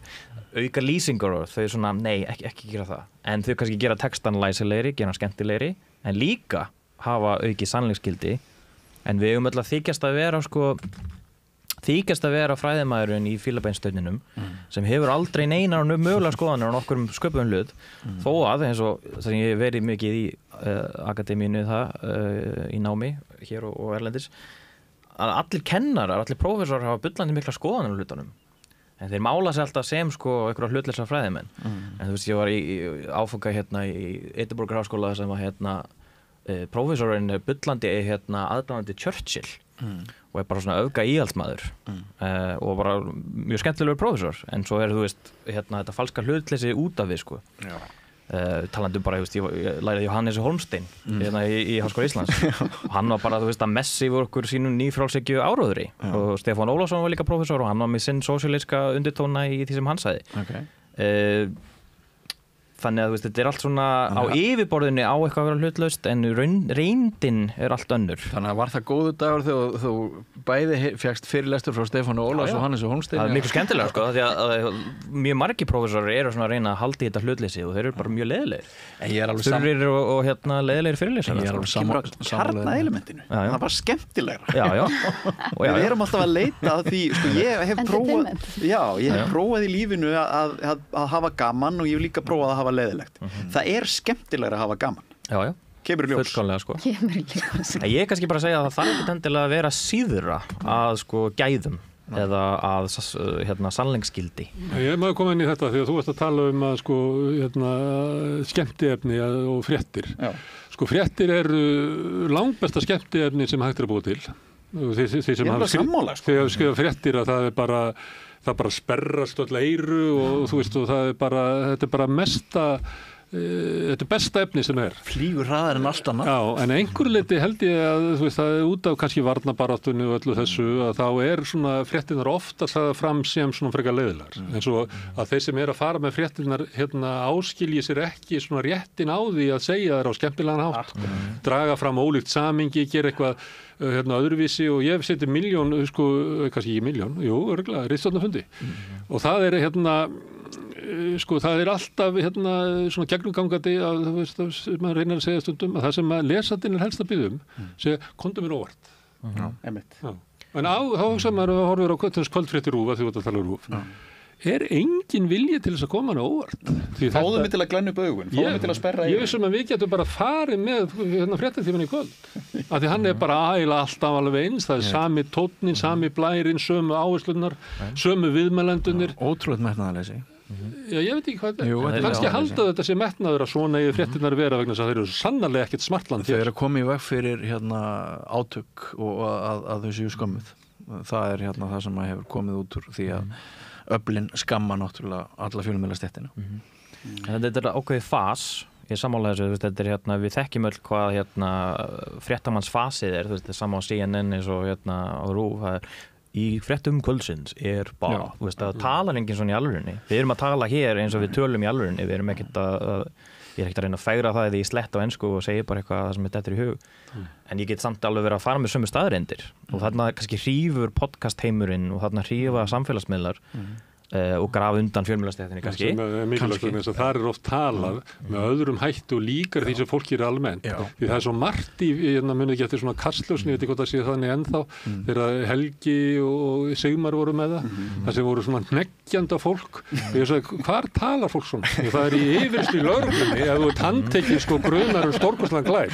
Og af hverju erum við þá að búa með svo margt eftir í fjölmiðlunum sem man kannski, verður að endurfæðast inn í nýjan tíma. Og þetta er saman með stjórnmálamennina þegar þeir eru tengið við Trump, ég menna hvað er það sem hrífur, það er fasið hans, hann er bara svona, hann talar eins og vitleysingur, en það hrífur einfallega því að fólk eru svo leitt á þessum róbótum, á þessum vélmenna stjórnmálamönnum sem tala alltaf eftir ykkur handriti, ekki færir að vera mennskir, hafa ekki húmor, eru bara svona styrð vélmenni. Kemur allir eitt sem hugsar uppátt og allir verður voða glaðir. Tíminn er nánast þrotinn hjá okkur, en ein svona spurning sem fór að rúlla til ykkar fjögura. Við erum með ríkisstjórn, hún er nýkomin af stað. Það eru eiginlega engir fjölmiðlar sem að styðja þessa ríkisstjórn. Mun hún eiga erfiðar uppdráttar en til dæmis Sjálfstæðisflokkurinn þegar hann er í ríkisstjórn og nýtur baklandsins frá Morgunblaðinu. Mun hún eiga erfiðar uppdráttar heldur en aðrar samsetningar, bara út af þessu? Ég held að stjórnarandstaðan er þá í þessari lýsingu er þá með sína fjölmiðla.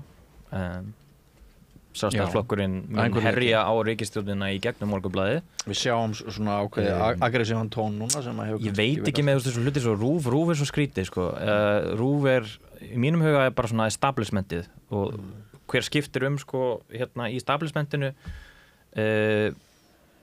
ræður svolítið línunni ekki bókstaflega en það er svona eitthvað sem seytlar niður og við það er eitthvað svona skrítin svona skrifræðis stíf mennska þar það er fyrirverandi lögreglustjóri sem er sjálfstæðismaður sem er útvarpsstjóri sem er bara fullkomlega fáránlegt fyrirbæri það er ekki faglega ráðinn fjölmiðlamaður skilur við hann ætlaði í frambúð fyrir Sjálfstæðisflokkinn fyrsta sætið ætlaði hann að taka í Norðausturkjördæmi í síðustu kosningu það er ekki það að segja að fólki á gólfinu hafi ekki frelsi til að segja það sem það vill ég er ekki að segja það en það verður ákveðin stofnana kúltúr bara, í gegnum áratugin þessi seitla niður og þetta er bara engin auka lýsingur ekki vera of aggressív við erum máluð upp sem flokkslínu hér eða þar þannig að ég held að RÚV verði þessar ríkisstjórn bara svona eitthvað svona passíft ekki neitt bæði með aðhald, raunverulegt aðhald og sýnist þér að sé harðar aðeins sótt núna þessa fyrstu vikur heldur en nei, það er líka ekkert komið almennilegt út eina sem verður sótt hart það er Inga því hún er alltaf að sýkja lóðunum sín en það er en það er samt bara svona, virkir athugasemdum sem eru bara að tuða, kannski réttilega, en þú veist, það hefur ekki komin eitt halbært fram en þá, þannig hefur ekki alveg reynt á það en þá, ekki að segja. Ég er ekki vissum að sé alltaf betra að hafa með sér einhvern fjölmiðil, bara alls ekki. Sérstaklega þegar þú ert orðin svona ráðandi eins og Sjálfstæðisflokkurinn þá upplýður þetta sem einhverja valdaklík og blokk og þú upplýður ákveðin svona spillingu í kringum það ef þú ert svo með einhvern fjölmiðil með þér og sjá bara hvernig þið tala sjávarútveginn og að hann skulle eiga moggana, það þykir bara alls ekki gott. Þannig að það þarf ekki að vera það sé að stjórnmálaflokkur þurfa að hafa með sér miðil, alls ekki en ég held bara í þessu og líka að ef að fólk upplifir að þessi verða að ráðast á eitthvað bara eins og sem upplifa núna að þessi verða að ráðast á mókin ráðast á dag og eitthvað svona þá líka kemur upp einhver svona varnarviðbrögð sem að hefur sín áhrif líka þannig og fjölmiðlar, að því við erum búin að tala alls konar og tala hvernig RÚV er að standa sig og allt þetta, að þá eru fjölmiðlar fyrst og fremst reknir áfram af tilfinningum. Þú þarft að segja tilfinningar ykkar sögur, þú þarft að segja fréttinnar út frá fólki og þú þarft að útskýra þetta leið og þetta verður stofnanakennt, missir fólk áhuga. Og þannig að í þessu með það hvort að stjórnvöld, ef það verði einhverja svona árásir og fólk upplifir það ósanngjarnt, að þá vinnur það kannski frekar með þeim en gegn þeim. En svo er Ríkisútvarpið rekið áfram að peningun líka sem aðri miðlar hafa ekki, meðal annars vegna stöðu RÚV á auglýsingamarkaði og alls konar aðriða. Tekjurnar jökust náttúrulega bara í auglýsingateki RÚV jökust milli ára núna sem er náttúrulega ótrúlega, sem er nákvæmlega þar sem þú útlistaði með mokkan áðan að þú veist það bara þarna er mestimassin þó, þannig að þeir eru þarna og kannski þykir bara ekki alveg nú vænt peningarna sína til þess að gera meira en maður getur rétt ímynda sér á þeim fjölmiðlum sem maður hefur unnið á í gegnum tíðina þeir fengur 6 milljarðar hvað þeir myndi gera, veist, en það er kannski bara og þá eru ótaldir 2 milljarðar í auglýsingatekjur eitthvað slags. En Guðmundur, myndir þið hjá Viðreisn, verðið þið með eitthvað eigin útvarsstöð eða blogg eða eitthvað, þú veist blogg fyrir ekki, ég ætla að segja podcast, verðið þið með eitthvað svona sérstakar rödd Viðreisnar núna á kjörtíðanbílinu? Okkar eigin fjölmiðil? Já, ykkar eigin fjölmiðil? Nei, eins og sumir eru með? Engin áform upp það. Ég er náttúrulega bara, svo það sem sagt, það er náttúrulega þeir úr að spyrja hvort að sé að spjótin standi eitthvað meira þessari nýju ríkisstjórn en fyrri, ég upplifið ekki þannig. Ég er náttúrulega ekki hlutlaus, talandi hlutleysi, ég er náttúrulega starfsmaður Alþingis en pólitískt að vinna fyrir einn af þessum 3 stjórnarflokkum og var svo sem baku tjöldin bæði í kosningabaráttunni og eins líka í stjórnarmyndunarviðræðunum.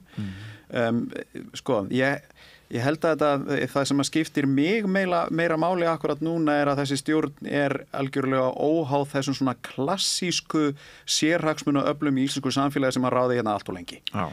Og það er óbúslega frelsandi, finnur maður, fyrir alla verkferla, fyrir vinnu inn í ráðuneytum og fyrir það sem við erum að reyna að áorka og það sem við erum að reyna að leggja vinnu í, þegar það er ekki, og ég get bara sagt ykkur það hér, að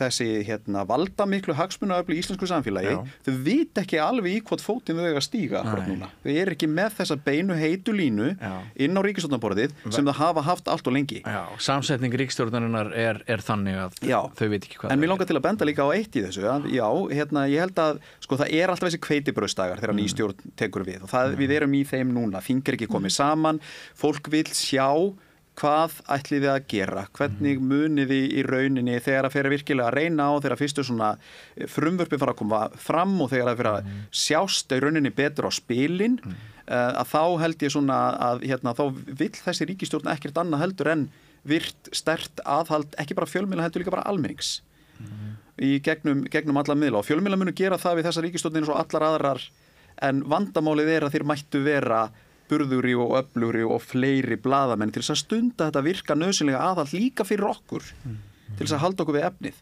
Það er mjög mikilvægt. En að því vorum að tala líka og setja til í svona speilin á Trump og annað, ef við hugsið bara núna síðustu kosningabaráttu og hvernig hún svona, því að maður var þarna mjög djúpt í þessu sem er náttúrulega ekkert annað en mismunandi flokkar að stunda áróður. Ef þið greinið það niður, það er bara verið að sannfara fólk ákveðin boðskap. Þeir sem ná í gegnum hávaðan og það sem að virka því að nú erum við líka komin á þann stað að við erum að fara að greina þessi gögn og hvernig samfélagsmiðlarnir virka fyrir okkur. Það var ekki peningarnir sem voru settir á bakvið póstana sem við settum á samfélagsmiðlarna sem að gerðu það að verkum að það sem við vorum að setja inn fór fyrir augun á flestum. Það var skemmtanagildið. Nú er ég að uppljóstra ákveðnu leyndamáli og talandi þú færð meira fyrir peningin ef að þú náðir að organíst að búa til eitthvað svona blöndu af upplýsingum, áróðri, þetta ætlum við að gera en setja það fram á eitthvað skemmtilegan hátt. Og talandi Trump og hvað virkar og af hverju hann fer í alla fjölmiðla þegar hann opnar á sig munnin vegna þess að hann gerir það óhefbundið, vegna þess að hann gerir það ekki eins og við búumst við og hann fær eitthvað til að sperra eyrun, opna augun. Sjáu þið núna stjórnmálamannin sem er allt í einu komin með allt sem að enginn hélt að hún myndi nokkuð tíman fá, Ingu Sæland. Hún hefur líka þetta element ef við hugsaðum það. Hún er óhefbundin, hún segir hlutina óheflað en hún fær fólk til að sperra eyrun. Hún fær fólk til að glenn upp augun og hún segir stundum hluti sem að okkur finnst að stjórnmálamenn eigi ekki að segja. En það ekki bara allt í lagi? En hún hefur ekki alveg sem við völd og Trump. Ekki sem við völd og Trump, reyndar, en hérna... Þetta einn módel sem virkar. Skemmtanagildið, óhefbundna, fasið, framkoma. Það eina sem ég að segja, nú í öðrum stjórnmálaflokki en hún, en ég meirihluta með henni, að hún virðist með sinni nálgun ná í gegnum ákveðin hávaða til ákveðins hóp sem að upplifir sig ekki hluta af því sem að við horfum á sem svona við fólkið. Já, ég held að sé kannski ekki nákvæmlega hvernig hún segir það. Ég held að sé vegna sem hún talar út frá hjartanu. Já. En ekki út frá haus. Ef þú hugsar of mikið og setur fram hugsanirnar mjög bara beinskipt og búin að ákveða hvað áhrif það að hafa annað. Og þá finnur fólk það. Fólk finnur þegar það verið að leika á það. En ef þú tala með hjartanu og segir það sem þú finnst og einlægt, að þá virkar það. Ég ætla ekki að yfirfæra þetta á Trump. Ég þarf að hugsa það kannski að spila. Nei, en þetta er líka, þú veist, að taka þá ákvörðun, að því að til dæmis í kosningabaráttunni sem að við ákváðum að reka í Viðreisn, við ákváðum, bara ákvörðun sem hún tekur, að við ætlum að reka skemmtilega kosningabaráttu. Við ætlum ekki að fara í eitthvað kapplaup eða stríð við aðra flokka sem að byrja með sinn svona hefðbundna hræðsluáróður, við ætlum ekki að mæta því. Við ætlum að hafa gaman að þessari kosningabaráttu og við ætlum að keyra hana áfram af þessari skemmtilegu orku. Og það virkar vegna þess að fólk kann að meta það. Og fjölmiðill ætti að hafa þetta í huga, segir þau. Bara allir. Eitthvað, ég veit ekki einu sinni hvert ég er að fara með þetta, en svona því við erum að tala um þetta hérna, þá held ég að við þurfum einhvern veginn að feta einhverja blöndu þar sem að fólk upplifir að það sé verið að koma því á óvart. Vegna þeirra hörðu athygli sem hörðu samkeppni sem athygli okkar, meðal annars kannski. Vilt þú slá botnin í þessa umræðu? Nei, þú spurðir hvort að ríkisstjórnin myndi fá svona aðra taktiríku, Ég held að Mogginn og Viðskiptablaðið og þessi svona hörðu hægri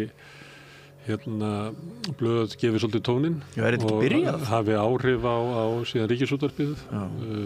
Ég held líka að því vorum að tala um svona podcast og ef við skoðið skúrvala podcastum að því að allt kostar eitthvað og þau sem eru verða til og lifa eru oft þau sem eru studd af einhverjum peningaköllum. Þau bara hlustu á hverjir að auglýsa á podcastu sem eru að útvarpa mjög hægri í sinni skoðunum, að það mun líka hafa áhrif. Þannig ég held að þessi ríkisstjórn muni fá svolítið öðruvísi sess þegar framlíða stundir og það verði svona ekki alveg sama svona ráðherran í settinu eins og hefur verið þegar valdaflokkarnir eru við vald. Ég held að það er bara samfélagið sem við lifum í.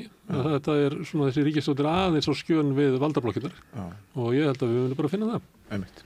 Heyrðu, búið að vera mjög gaman að spjalla við ykkur. Ég veit að sum ykkar þurfið að rjúka á fundi og við erum aðeins búin að svindla með þessa á tímanum en Jón Ferdinand, Gunnhildur Guðmundur og Gunnar Smári, kæra þakki fyrir komuna. Það væri kannski bara hugmynd að vera með umræðu fjölmiðlun og fréttamennsku einu sinni í viku, kannski bara hrindum við því af stað núna á samstöðinni, bara þakka fundið það Smári, þetta var svo gaman. En sá fræjum, heyrður það? Hann er að hugsa upp. Já, hann er að hugsa upp.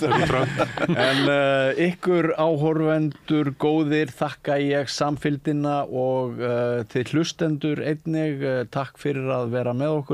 Við förum í aðra sálma nú við rauða borðið, ekki fara langt. Allt það besta er ókeypis.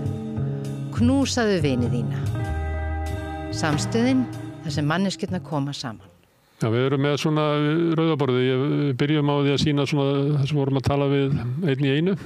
En svo erum við hérna oft með svona stóra hópa þess að við erum að ræða ákveðna hluti. Stundum fáum við fólk eins og við vorum að hlusta núna á blaðamenn að tala blaðamennsku.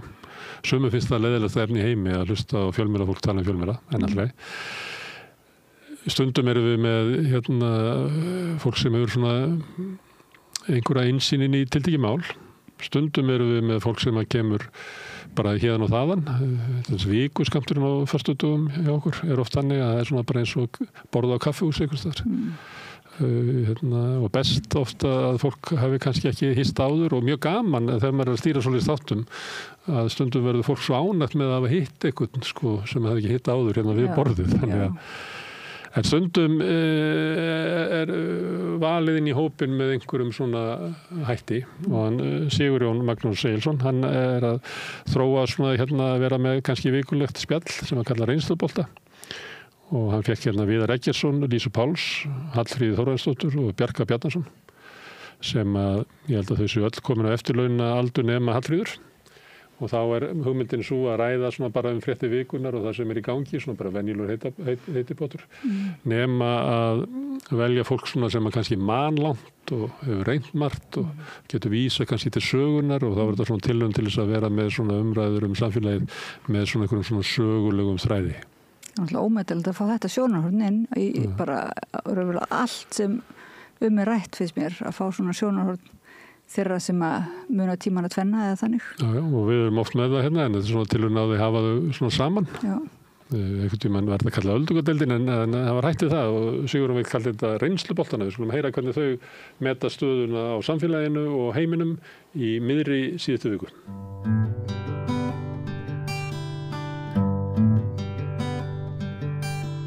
Já, þá voru skipt yfir okkur hérna sitjum við 5 reynsluboltar íslensk þjóðmál. Hallfríður Þórarinsdóttir mannfræðingur, Lísa Pálsdóttir leikari, söngkona og fyrir Já, ég myndi nú segja að starfstitillin væri dagskrárgerðarkona í útvarpi. En þú kannast við hitt samt? Ég kannast við menntun mína og já. Já, og söngin? Já, líka, það hefur líka gert. Bjarki Bjarnason, hvað ertu menntaður? Já. Ertu bara... Ég nú... Ertu sagnfræðingur? Nei, það haldaði maður ekki. Já, það er ekki... Ég íslenskunfræðingur og íþróttakennari. Já. Og tók svo háskólapróf í latínu og grísku líka, forngrísku. Já. Það er svona helsta. Þú bæði skrifa svona óhefbundi texta og yrkir? Já, ég hef bara búin að snúa mér bara alfarið að ritstjóra núna á síðustu tímum, sko. Já. Það er bara mjög skemmtilegt. Og býrði í Mosseldal? Já, ég er búin að búa það frá því að ég var 2 ára. 70 ár. Varst ekkert að fara? Nei. Við skulum vona ekki. Nei.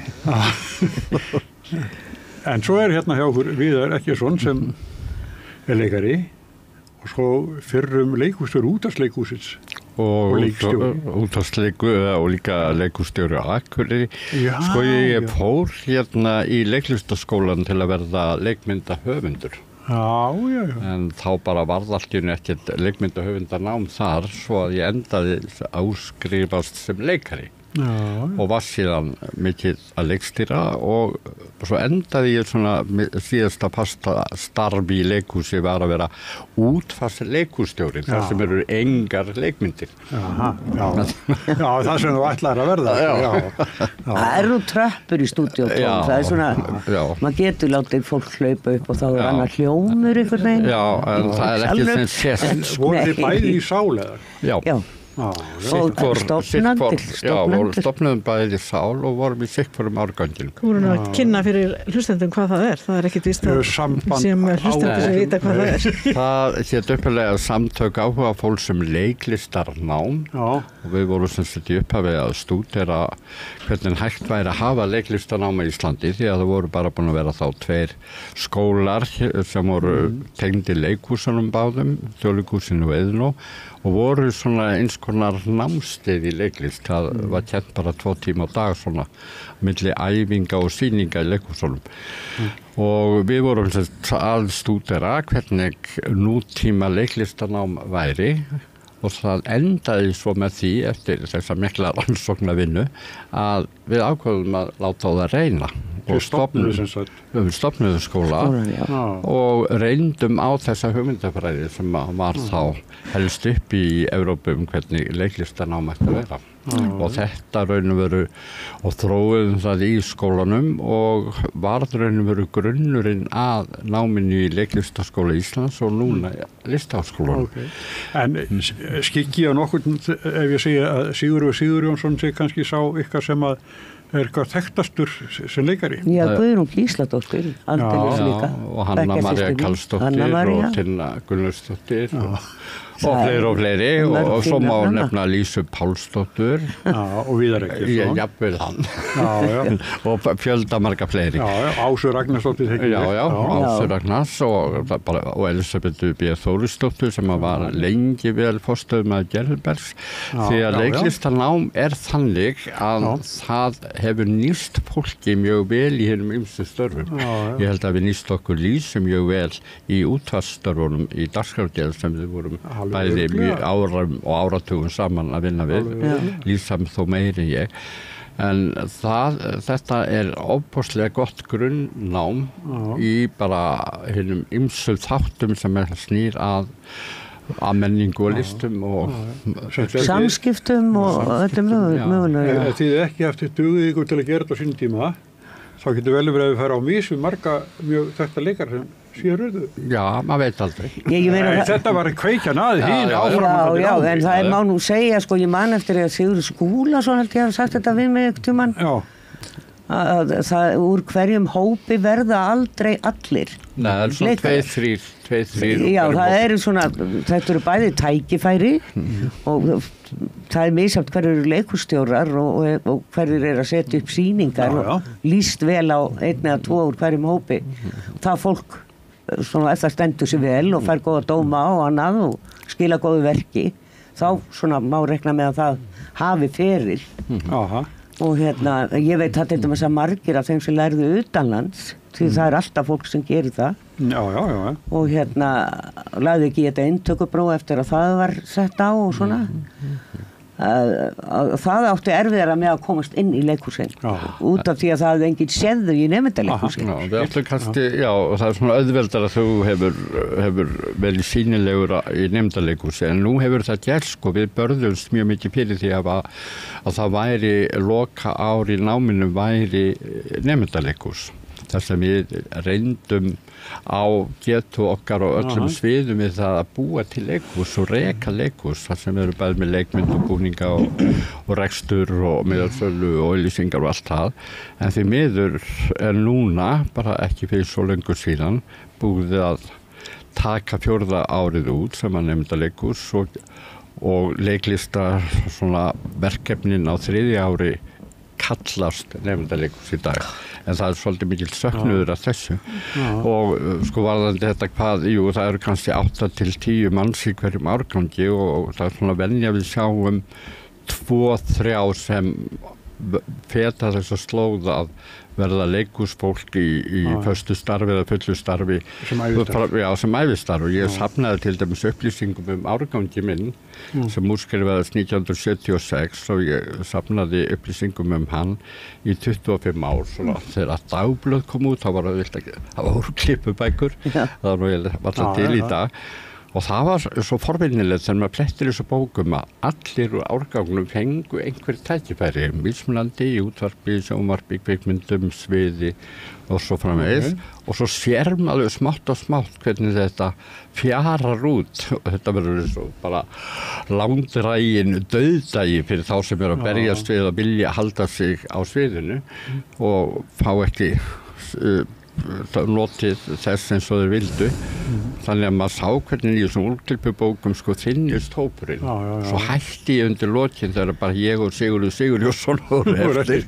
þau sagði ég að Siggi getur nú bara að safna sjálfur sér og þá lokaði ég síðust úrklippubókin mamma hans hefur örugglega gert það Erum við ekki að fara að ræða vettvang dagsins en ekki sögu leiklistaskólans á Íslandi Þú stakst upp á engin kynning á sál og hún komin Já, ég stakk upp á, ég get kent sjálf sem ég Nei, heyrðu, en náttúrulega vettvangur dagsins við verðum að byrja fyrir vestan Fyrir vestan á Ísafirði? Nei, á Trump Þetta alveg svakalegt start bara Já, ég meina við hverju bjuggusti?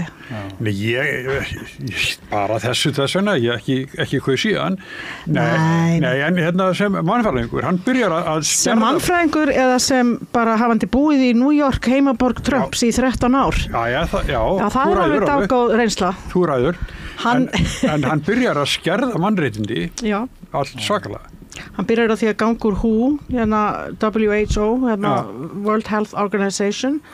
Hann lætur loka öllum federal skrifstofum sem eru að fást við margbreytileika eða það heitir á ensku DEIA sem stendur fyrir Diversity, Equity, Inclusion og eitthvað, ég man ekki hvað A stendur fyrir, það að segja að inngilda alla sem hafa verið jaðarsettir eða mismuna á grundvelli kynferðis, uppruna eða hvað sem og hann búin að loka öllu þessu fólki fær hérna, hvað heitir þetta svona kaup núna, þú veist, nákvæmlega hættir það bara í launaleyfi eða bara allir í burtu og hann bara sko, ég veit ekki sko, ég bara las aðeins í gærkvöldi og í morgun að ég hef ekki haft geð í mér til að lesa neitt þetta en sko mér bara, þetta bara skelfilegt það bara þetta skelfilegt ástand og maður veit ekki alveg, hann svo það sem við Trump, Donald Trump það, hann svo mikið ólíkindatól hann náttúrulega athyglisjúkur og hann alltaf að blasta einhverjum sko rosalegum yfirlýsingum hérna og svo stundur rennur hann á rassinn með það vegna þess að það bara heila ekki fært eins og að koma en svo hann bara líka, við skulum ekki gleyma því hann bara búin að raða í Hæstarétt og þú veist, þannig að það eru bara virkilega tvísýnir tímar ekki bara fyrir Bandaríkin, heldur fyrir heimsbyggðina ég held að það sé bara alveg hárrétt sko þetta bara, maður horfir að þessu svona bara í fjarska sko það alveg rétt að við hverju bjóst maður sko, maður bjóst við ýmsu sko og hann var náttúrulega bara að gefa ýmst þetta í skinn og hann náttúrulega mikil ólíkindatól og grunninn hann svona sjálfhverfur montras sem að svífst einskis og svo nú allt að lýðræðislega kosin, ekki gleyma því að þjóðinni, annað skiptið og við meðum búast við ýmsu sko, hann hótar en hann slær úr og í líka þannig hann óútreiknanlegur, hann tekur alltaf sviðið þó hann segi sem tóma dellu hann náttúrulega marg dellan komin upp úr honum en það náttúrulega það sem að vera í blöðum í morgun að það sem sagt eru margir og mörg fylki og saksóknar margra fylki ríkja, þetta sjálfstæð ríkja sem sagt eins og Bandaríkin eru byggðu en hérna sem hafa sagt að hann getur ekki breytt stjórnarskráni með einu pennastyrki. Það farið að tala það hann að segja að vera að brjóta hana með því að til dæmis að hrekja á landi á þriðalið innflytjendur frá óskráða innflytjendur og afkomendur sem hafa fengið ríkisborgararétt þú getur verið túrist fyrir að hafa fæst í Bandaríkjunum og barni verður bandarískur þannig að Ólafur Darri missir það missa bara allir hann er á mission núna, hann er á algjörri mission vegna þess að honum finnst, hann er hvítur kall og í bandarísku samhengi sem er alltaf sko svo óbúslega fjölbreytilegt samfélag þar finnst honum eftir alla réttindabaráttu minnihlutahópa, svartra og samkynhneigðra, hinsegin og allar þessara, þá finnst honum sem að sér veiði sem heterosexuál hvítum kallmanni hann er bara í algjöru vörn þú veist, hann vil bara 2 kyn og þú veist, og burti með þetta trans og það eru ábyggir allir settir í fangelse Jú, það er svolítið að transkonur eiga að fara í fangelse með köllum ég meina, hann er bara það eru bara að snúa bara veröldin á en nú stendur líka upp á Evrópu og önnur ríki í heiminum að standa í lappirnar og það kemur vel á vondan held ég, það er svona mín persónulega skoðun hvað Evrópuríkin hafa verið opáslega undirgefin sko valdstjórn Bandaríkjanna það hefur ekki haft sjálfstæða skoðun sérstaklega áhugavert með Grænland finnst mér sko, hann bara segir ég ætla að taka Grænland og gera það með hervaldi það er alveg samkvæmt Danir segja sem eru nú í NATO eins og Bandaríkjamenn en hann sem ég þarf Grænland bara og hann er ásælast náttúrulega auðlindir fyrst og fremst en hann segir þetta sé hernaðarlegu tilgangi það verður mjög gaman að sjá hvernig þeir klímun á milli Pútins og hans og hver er munurinn á þeim hver er munurinn á þeim munurinn að Pútin er illmenni finnst mér hann hefur líka meiri völd sem forseti heldur Bandaríkjaforseti þó að völd Bandaríkjaforseta séu heilmikið hann er miklu meiri einræðisherra og hann getur og fólki þorir ekki að mótmæla það við getum búist í brjálæðislegum mótmælum í Bandaríkjunum en þá hefur hann líka sagt allir ég bara siga hernum á okkur. Jú, og hann staða Trumps svolítið ólík núna frá því að var á fyrra forsetatímabili hans, því að núna hann raunum verið búinn að láta hreiðra sig eins og Hallfríður myndist á áðan í Hæstarétti. Nú repúblikanar með meirihluta á þinginu, hann búinn að undirbúa jarðveginn miklu betur, þannig að hann hefur miklu fleiri færa vegi heldur hann hafði áður. Og það er það sem svo skelfilegt að við vitum að hann raun og veru sterkari núna heldur hann hefur nokkuð tíman áður. Nema það ekkert langt í þingkosningar. Nákvæmlega, það sem ég ætlaði að spyrja um, og þar standa meirihluti republikana mjög tæft. Og ef þetta verður allt komið í tóma vitleysu, þá gæti snúist við. Já, það gæti mist fulltrúarfylgi. Stuðningin í þinginu. Sem að demókratar forsetar þeir eru búin að vera með republikana í meirihluti á þinginu. Ég held hreinlega bæði Clinton, Obama og Biden. Republikanar hafa alltaf verið með meirihlutar á þingi, þannig að þetta verið verið barátta fyrir þessa forseta og ná í gegn. Meinar þeir hafa verið við völd? Forseta, já. Bara Obama þegar hann að reyna að koma heilbrigðiskerfinu í gegn sem átt að breyta, þá stóð hann í því stappi bara nánast allt kjörtímabilið. En málið að demókrataflokkur Bandaríkjanna ber bara tölulega mikla ábyrgð á því að Trump sé komið til valda. Og ég ætla að rökstyðja með því að þeir hafa gjörsamlega gleymt grassrótinni. Þeir gleymdu algjörlega þessum venjulega svona average American sem að lífskjör þeirra hafa breyst svo mikið vegna þess að þegar hann að tala um MAGA, M-A-G-A, Make America Great Again, þá hann að vísa til eftirstríðsárana þegar að lífskjör Bandaríkjamanna jukust ár frá ári og kynslóðin á eftir var alltaf í betri efnahagsstöðu heldur en svo sem var áður. Þegar að svo kapitalið leitar alltaf þangað þar sem það fær mest fyrir aurinn. Þannig að þegar allur iðnaður í Bandaríkjunum, þegar að fara útist á honum, annarkot suðrabógin til Rómörsku Ameríku eða yfir til Asíu og öll framleiðsla fer meira eða minna, að þá standa þessar iðnaðarborgir bara svo draugaborgir á eftir. Og það þar sem að basinn, þeir demókratarnir gleymdu að ávarpa þetta fólk og það ofboðslega vansælt og frústrerað og þetta eru borginnar sem eru undirlaðar að þessu fjandans dópi, hvað það nú heitir þarna? Oxycontin. Já, öllu þessu og bara, þannig að það ekkert skrítið að þessi gremja sé til staðar og þeir hafa einhvern veginn og svo bara því miður og ég ætla ekki að fara í lönnkóma með það ég til vinstri í pólitík og ennþá meira eftir ef eitthvað eftir að hafa búið vestanhafs að demókrataflokkurinn vinnur fyrir Wall Street með öðru, hann ekki eins blygðunarlaus í því en hann vinnur fyrir Wall Street sem þýðir hann vinnur fyrir miljardamæringana, hann vinnur, ég meina Kamala Harris stökkarni inn, hún var ekki eins og kosin hjá demókratum sem var mjög dúbjus og svo fær hún peninga frá hverjum, hún fær bara $100 milljónir á no time, bara borga kosningabaráttunar, það var ekki frá alþjóðfólki. Nei. En svo má ekki gleyma hans hægra hönd Elon Musk. Það nú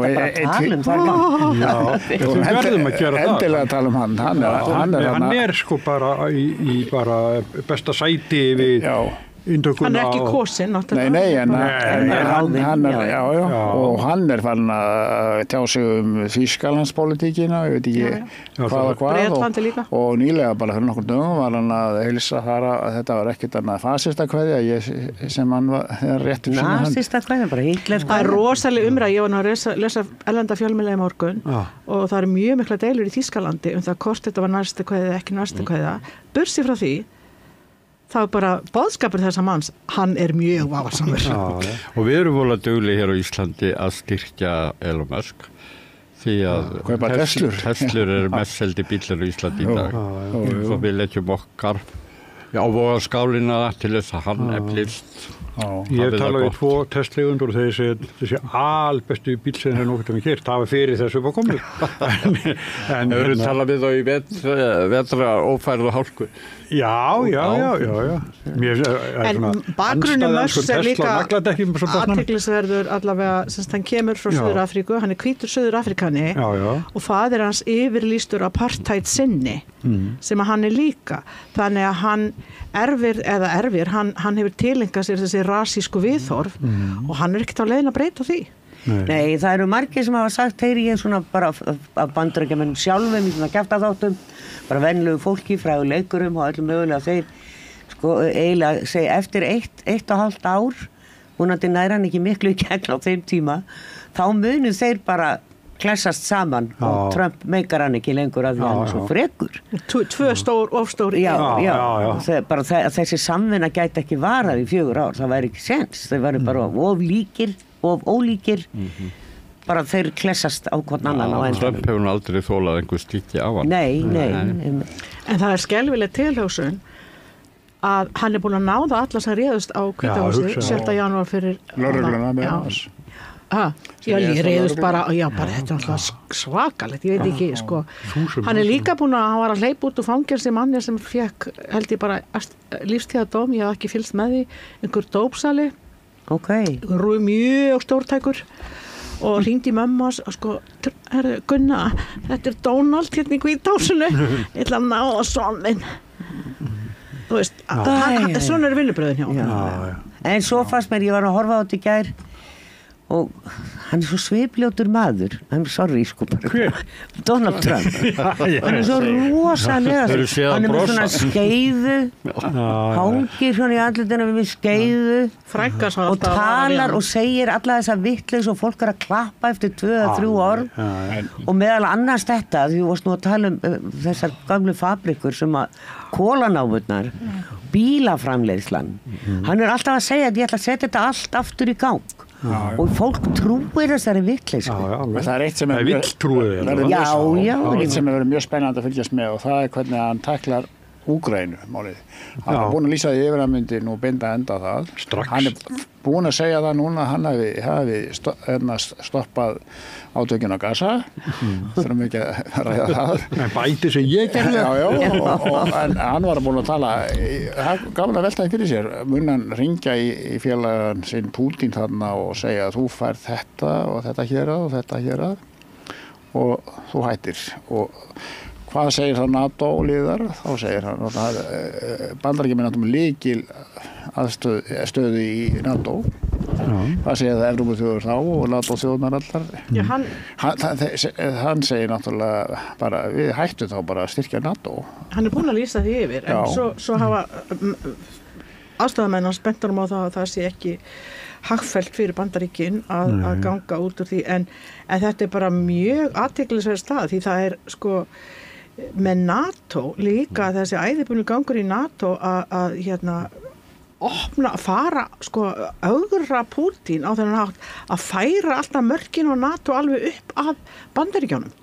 Bandaríski sérfræðingar sjálfur, þeir eru að Úkraínu ég meina að Úkraínu, langt austur að þeir komast, ég meina þeir komast ekkert nær Rússlandi heldur. Nei, Úkraínumenn er að þrýsta. Já, ég meina Úkraínumenn það er sko ég veit það ekki, mér finnst þetta bara sko það er NATO sem að spila þarna svo stóra rullu og svo eru sko bara hlustið bara bandaríska sérfræðinga með þess að innan hernu sem finnst þetta fáránlegt þess að fáránlegt þessi útþenslu stefna NATO og bandaríkjamenn eru sjálfur með lög, ég held að þetta er Monroe samkomulagið eitthvað svolítið 1880 eitthvað sem að er kveður á það að það þýðir árás ef einhver kemur nær Bandaríkjunum en sem hvað segir maður sem ekki einhver ákveðin fjarlægð og þeir segja þessi sömu sérfræðingar myndum við sem sagt að því Pútín er svo ógnað af þessari nærveru NATO, hann vill ekki NATO beint upp undir þetta er náttúrulega bara brjálæði. En koma þess heim með þetta, það er nú er bara uppbygging á Miðnesheiði, bandaríski herinn er að byggja þar upp bæði íbúðablokkir og flugskýli, fyrirlegu kant í Helguvík, Og svo þessi valdaskipti í Bandaríkjónum, gerir þetta ekki bara málið en alvarlegra? Ég meina þeir hafa aldrei alveg farið, þeir eru búin að vera það allan tíman. Já, en núna það hafa kannski verið svona 100 hermenn, en þeir eru alltaf með sína vélar og núna eru þau komið með heilan flugvöld í kassa, þannig að þeir geta bara sest þarna að á einu mánuði. Þessi uppbygging á síðustu missurum, það er búið að ræða það svolítið áður en að sló í brínu núna, sko, að það var ekki talað í íslensk stjórnvöld að því verðist. Alls ekki okkur almenning, við vissum ekkert, sko. Já, það er nú búið að flytja fréttir af þessu. Já, núna bara búið síkast. Hann er nú fréttir þar. Það eru bara enga fréttir hér í íslensku fjölmiðlum þetta mál. Jú, ég hef þetta þaðan. Jú, ég er nú lesið. Ég meina það er nýverið, það var ekki í ferlinu, það bara allt í nörd að komið, þá kemur frétt. Hér er komin bandarískur her. Já, ég meina þeir hljótið að hafa vita að það eru búið að vera hermenn þarna og allar græjur og allt í gangi allan tíman sem þeir offíselt fóru. Já, en íslensk yfirvöld hljóta hafa verið upplýst þessa uppbyggingu sem er núna. Já, þeir hafa bara... Mér finnst annað bara... 2 íbúðablokkir til dæmis. Já, en þeir bara, ég meina þá getur maður spurst, var það kannski bara pólitísk ákvörðun íslenskra yfirvalda að láta ekki almenning vita? Ég vil lesa þetta í fréttum, sko, stundu segir fólk að það er ekki fréttum að því að það hefur ekki séð það í fréttum. Ég er búin að lesa marga fréttur það bæði í desember og janúar. Já, en það er ekki, uppbyggingi byrjaði ekki þá. Það er það sem ég á við. Það er engin umræða meðal almenning sem fer fram með það. Eru þeir hlynnt í eða það stendur til að auka viðveru bandaríkjahers á Miðnesheiði og eitthvað pólitísk umræða það, ekki nokkur. En hún hefur svo sem verið í gangi eftir að Úkraínustríð braust út. Þá er alltaf búið að koma einhverja fréttir þetta í tengslu við veru okkar í NATO. Og þá getum við ekkert hafnað því þá að fara að auka varnarbúna hér út af því stríði. Þá sko er mjög erfitt fyrir íslensk stjórnvöld að segja nei, þið megið ekki. Það ég átti það sko Trump komi litla buttan á Miðnesheiðina sko. Maður sem ætlar að gleypa Grænland og... Mér fannst nú eiginlega það svakalegast í þessu fréttum að valdatöku eða valda innsetningu Trumps var Parísarsamkomulagið. Hvernig hann gengur hart fram í því að afneita öllum loftslags vá og á sama tíma á eldarnir eru að brenna í Los Angeles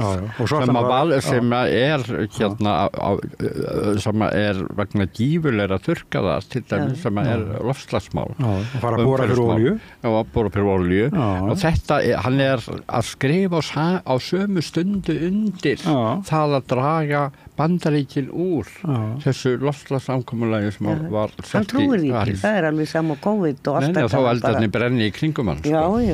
Það skiptir hann ekki hann þarf að græða peninga. Nei, hann þarf að lenda á bálinu sjálfur. Þá trúir hann. Já, mögulega. En ef komaði seim, ég heyrði núna bara í fréttum dag í gærkvöldi að Búseti er búin að setja inn sko kæru á Reykjavíkurborg út af skipulaginu við Álfabakka. Já, ég minnst því. Nei, það var í fréttum. Það var í fréttum. Samt var það í fréttum. Já, ég get alveg trúið því. Þetta dæmi er náttúrulega hryllilega leiðinlega. Sko, ég skil þetta ekki. Þetta er rosalegt klúður. Ég náttúrulega fylgst með skipulagsmálum hér á höfuðborgarsvæðinu og í bæjarfélagunum í kring og skoða þetta og veit alveg það er brjálað að gera hjá þessari blessaða skipula í Reykjavík og ef maður ætlar að ná í einhvern þar í viðtal þá þarf að bóka það með 2-3 vikna fyrirvara því að þetta eru fundasettur allan daginn og það er endalaust verið að vinna. Þannig að fólki þar vinnur vinnuna sína. Þannig að ég skil ekki hvernig þetta hefur farið í gegn meðan að allir sváfu og formann skipulagsráðs í Reykjavíkurborg sem að hafa nú verið 2 konur núna undanfarið. Alexandra Brím fór í þessa stöðu og meðan önnur sem er núna, veitur hún ekki eitthvað Björt, ég bara man ekki öll. Þú varst að meina þá sem pólitík. Skipulagsráði, já, sem að það sem þessi mál eru rætt og þetta er pólitískar... Dóra Björt, já. Það er þessi hópur og borgarstjórnir sem setur endapunktinn, þetta er samþykkt annars ekkert farið af stað þannig að þó að skipulags það er líka bara því að þetta hefur verið svo losaralegt sko, af því að það þegar formennir eru að fara og koma og fólk ekkert inn í málum. Pavel Bartótsek var þarna, Hjálmar Sveinsson var þarna.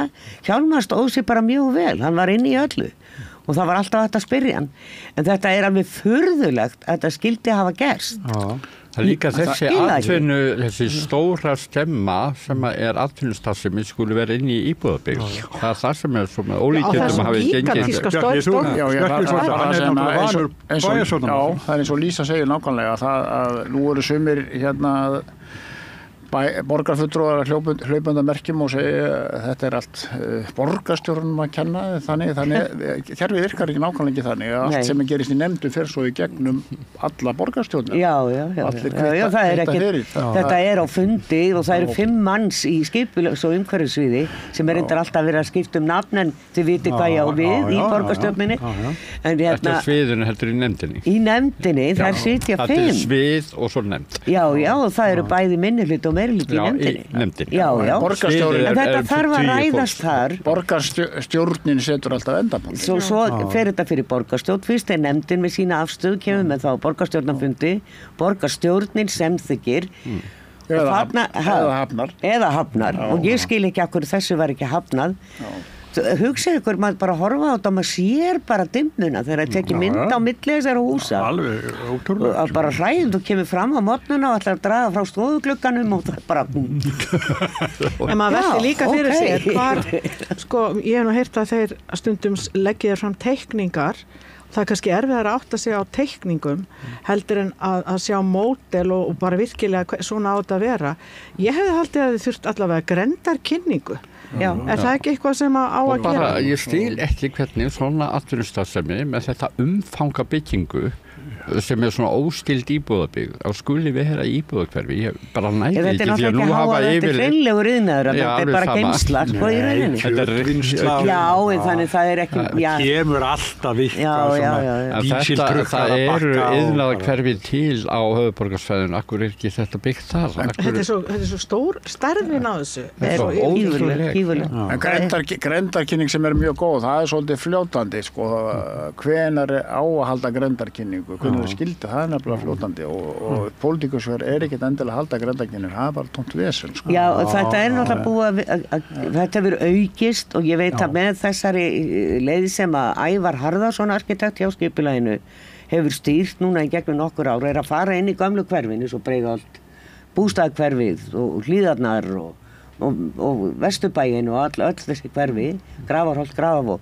Það sem er verið að endurmeta skipulag, breyta reglum og gefa fólki meiri séns á að breyta einhverju í staðin fyrir að sitja bara nei, það má ekki og þar er til dæmis, ég veit ekki, það er búið að taka Breiðholti fyrir. Ég skil ekki akkur þetta var ekki þar. Skilurðu, þessi, af því að það er verið að leyfa reynda sem að mér finnst mjög furðulegt að bæta einni hæðun á blokkirnar sem eru 4 hæða og 5 hæða sumar lyftulausar. En að byggja hæð ofan á blokkirnar og setja lyftu. Og það er náttúrulega bara afskapla flókimál. Þetta getur verið sko margir eigendur. Sumar íbúðurnar eru í leigu, eru kannski á félagsbústöðum og annað þannig að það er ekkert, ég sé þetta ekki framkvæmast, þetta er ágætis hugmynd en þetta er bara ekki það. En það er verið að ræða ýmsa svona hluti og það er svona, ég bara skil ekki hvað þetta hefur risið hratt og í skugganætur. Það er svona gaman að tala um fúsk, svona alls svona fúsk og ég hef búin að ræða þetta, þá langar mér rosalega mikið að tala um svona mjög sérstætt fúsk þegar að atkvæðaselina týndur. Það er nú bara ekki bara aðföra lýðræði. Ég bara hélt þetta gæti ekki skeið. Hvað hétt það sem var hérna hjá honum Birni? Kristján, varst ekki hérna? Hann var í fyrradag á Rauðaborðinu fyrir kvöld. Það er að týnast atkvæðaselar og við veitum ekkert, það er aldrei talið upp úr þeim. Vitum aldrei. Er ekki makalust varandi það? Já, þú ert alltaf Jón Steinar Gullarsson. Nei, ekki Jón Steinar. Heilt kassi af atkvæðum og vitum ekki hvað voru mörg atkvæði í kassanum. En er ekki makalust nú til dags að vera að það skulle vera hægt að týna atkvæða, það skulle ekki vera kerfi sem segir á þessum kjörstað eru x margir kjörkassar, þeir ættu allir að vera merktir og settir inn í kerfi, þannig að svo skila þessum kassanúmer þetta, þannig að þá sjá þeir nákvæmlega. Það sem gerist bara í Kópavogi með þessi atkvæði, kom á daginn að það voru send atkvæði, ég var á okkur daginn og þá var Jón Gunnarsson þingmaður líka og þessi maður var að koma úr viðtali og þá var það þannig að það voru send í venjulegum pósti atkvæði til Kópavogsbæ og þau lentu óvart í kassa sem var pósturinn út lenti í bakka og póstur út var settur ofan á og svo kom þetta aftur til póstsins, þau var ekki sendt í ábyrgðarpósti. Ég meina, hvernig svona hægt? Þetta ferli snýr aðalega að utan kjörfundaatkvæðum, virðist vera. Þetta bara það. Bara það. Já, við hefum ekki séð það. Þetta ótrúlega... Ég ætla bara að leiða mér efast allt bara. Já, ég líka. Það var í Borgarnesi síðast, þá var það ekki utan kjörstaða, það voru bara venjulega atkvæði. Já, það var opið inn, það var allt annað atkvæðin voru þarna, en þá var bara þau voru ekki hérna... Já, ég að segja, klúðurinn var ekki utan kjörfundaatkvæði, þar var það líka klúður. Sem var formaður yfirkjörnefndar í 5 ár og náttúrulega með alla sína lagaþekkingu undan Kristínu Evald með alla sína lagaþekkingu ég held að hann sé að segja að það á að telja þessi atkvæði bara það bendi bara á lög sem segja það á að telja þetta. En landkjörstjórn fer undan í flæmingi og Kristín Edvald, svo sem stýrir þeirri kjörstjórn, landkjörstjórn, hún einhvern veginn vill ekki gefa afgerandi, skilst mér, hún bara þeir íta þessu einhvern veginn, þeir vilja ekki kannast við ég skilda þannig og svo annað, það má bara spyrja sig eins og þessi maður var að nefna hér í þessum rauðabórsþætti í fyrradag. Hún náttúrulega innmóriðin í sjálfstæðisflokkin og það sem að fráfarandi stjórn gerði var það að þeir endur kusu í landkjörstjórn sem situr næstu 4 árin. Þannig að þeir eru einhvern veginn búinir að koma sínu fólki að. Var hún ekki fyrst og fremst að því að var lögunum breytt kosningar þarna 2022 að þá samkvæmt þessu nýju lögum þá ber nefndinni sem Alþingi kýs sem að Dagur B. Eggertsson mun fara fyrir og byrjuð að starfa hún þurfi að stera úr þessi vafaatriði. Þannig hún vísar þessu þess vegna frá sér. Til nefndar. Já, að það nefndin eiga að loka orðið Já, hann var einmitt að segja... Við skal til Alþingis og Alþingis... Hún hafði alveg fulla rétt á því að gera það, ekki bara því hún var í sjálfstæðisflokknum heldur. En ég hveti ykkur til þess að horfa á hann þátt og hlusta á hann mann því að hann segir til dæmis, ég man ekki hvað Evrópustofnun það var eða Alþjóðastofnun sem hefur gert athugasemdir við að það eru þingmenn á endanum sem að ákveða það er mjög sérkennilegt. Það hefur verið í lögunum og því var ekki breytt í lögunum lagabreitingum 2022 og þess vegna var þetta mjög erfitt fyrir þingið þannig í borgarlífsmálinu en það pössuðu allir þeir sem að duttu inn sem jafnaðmenn, uppbótarþingmenn því að þar var hringekjan og hefði getað breyst við talningu atkvæða að nýju að þeir sem sagt greiddu ekki atkvæði með þeir sáttu hjá með atkvæðagreiðslu þegar var kosið og það var passað upp á þeir sætu heldur ekki í nefndinni stillanlega. Þeir voru í mjög óþægilegri stöðu í þingsal að bíða eftir úrskurði nefndarinnar og síðan kosningu á þinginu. Þetta er stjórnarskrárbreyting. Hvað erum við lengi Þetta er lagabreyting. Já, hvað erum við lengi kosningalagabreytingu og það er ekki að breyta stjórnarskrá.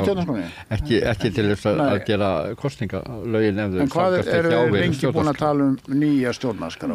Ég segi það. Já, það er allir orðnir hundþreyttir á þeim. Nei.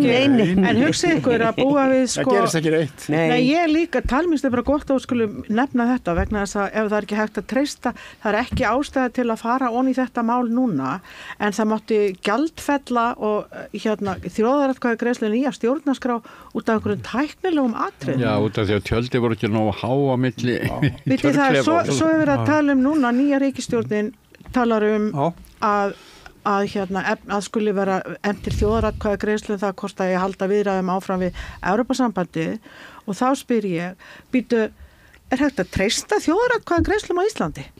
Það bara setur, er full efasemda vegna þess að reynslan er bara mjög slæm. Já, Nei, ég bara svo, þetta er bara alveg burtsér frá því hvernig úrslitin verða, skilur, þetta er bara... Ég vil bara að það verði án undantekninga kosningaeftirlit frá... Já, erlendis frá. Já, frá öryggis og ÖSE. Það verði bara regla í íslensku kosningum, það verði kosningaeftirlit. Ég samanlega. Við verðum að fá svona fólk sem hefur fjarlægð og yngra hagsmuna að gæta til að vega og meta hvort kosning pari raunverulega rétt fram. Við getum aldrei treyst meiri hlutunum eða valdhöfunum fyrir því. Við eigum að hafa kosninga og þá það bara eða stimpillega valtingu vel. Sýslumaður fór með kjörkassan þannig að Herðaðis með kjörkassan og Patrísfirði þetta stundar sem svo fara sem að fyrir að hlæja ekki vegna sem að finnst þetta sniðugt þetta bara því mér finnst þetta alveglegast að í norðaustu kjördæmi þau bara heilti kjörkassi og hann hefur ekki kjörkassi sem ég sagt, heldur kassi ok, það veit enginn hvað eru mörg atkvæði í honum nei Við vitum ekki hvort þau eru 20 eða 2000, þess vegna, segja. Verður talið upp úr honum? Það er ekki búið ákvæði. Það er ekki búið ákvæði. Þetta verður þessi þingnefnd sem á að fara yfir framkvæmd Svo er náttúrulega bara allar þessar nefndir eins og við vitum. Þær eru bara svo lengi að fyrst fyrir að fólk að hittast, borða nokkuð vínarbrauð. Þeir eiga að klára á þeirra þing. Lísa. Hitta svo aftur, já. Þessi nefnd á að klára og koma með málið fram á þingi fyrsta þingdeginu. Og það verður fyrsti þingdagur í byrjun febrúar svo þeir geta ekki drukkið mikið kaffi nema bara þeir sofi ekki neitt til þess að drekka kaffi en þeim ber að stila af sér þarna strax í byrjun fyrstu dögum þingsins eða fyrstu degi þingsins en þetta eru þetta svolítið skrítið að það skuli vera þingmenn sjálfur sem eiga að fara yfir framkvæmd á kosningu þeirra og eiga þeir að telja þetta þeir úrskurðu þá hvort að vera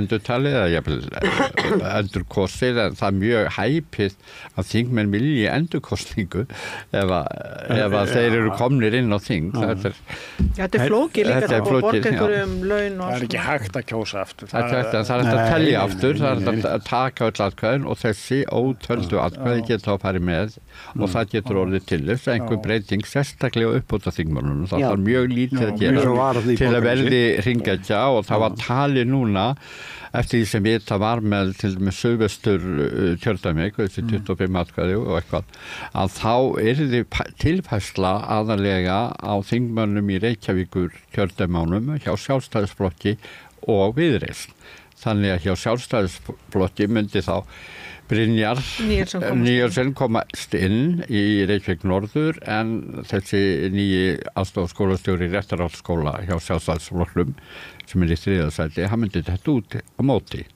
Eins með Viðreisn að þá myndi Grímur Grímsson þetta út en Aðalsteinn Leifsson kæmi inn. Þetta er líklega aðalbreytingin ef út af þessu suðvestur. Þetta er ekki spurning við Willum eða Sigur Inga? Nei, þetta er ekki spurning þar Willum eða Sigur Inga. Það hefur engin áhrif á þá tvo en þegar þessi atkvæði sem koma ef þau koma til talningar sem eru í þessum kassa eða kjörkassa í norðaustur að það geti haft meiri breytingar. Hvað skildi þessi kassi vera?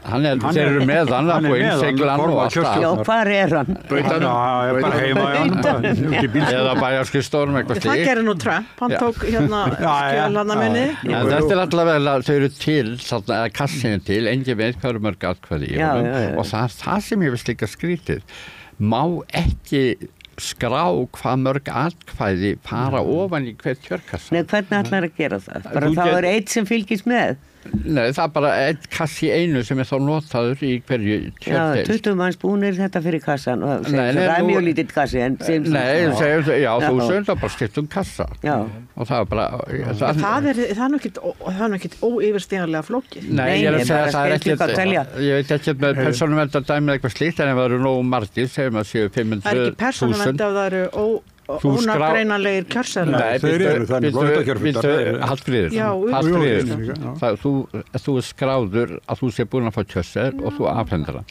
Þannig að það alveg örgulega vera minnst 1000 mann sem að stilla í þennan kassa, en það hlýtur að þetta búa til ásættalega reglu, þannig að þegar finnst kjörkassi, þá vita hverju mörg atkvæði. Undir rúmi hjá einhverju sem satt í. En hvernig finnst ykkur ríkisstjórnin að fara af stað? Og eins þegar kjörkassi er losaður, þá þarf að vita hvað eigi að koma mörg atkvæði. Hvernig hefur ríkisstjórnin farið af stað? Mér finnst nú bara heyrast frekar lítið akkurat. Já, þingið er ekki komin.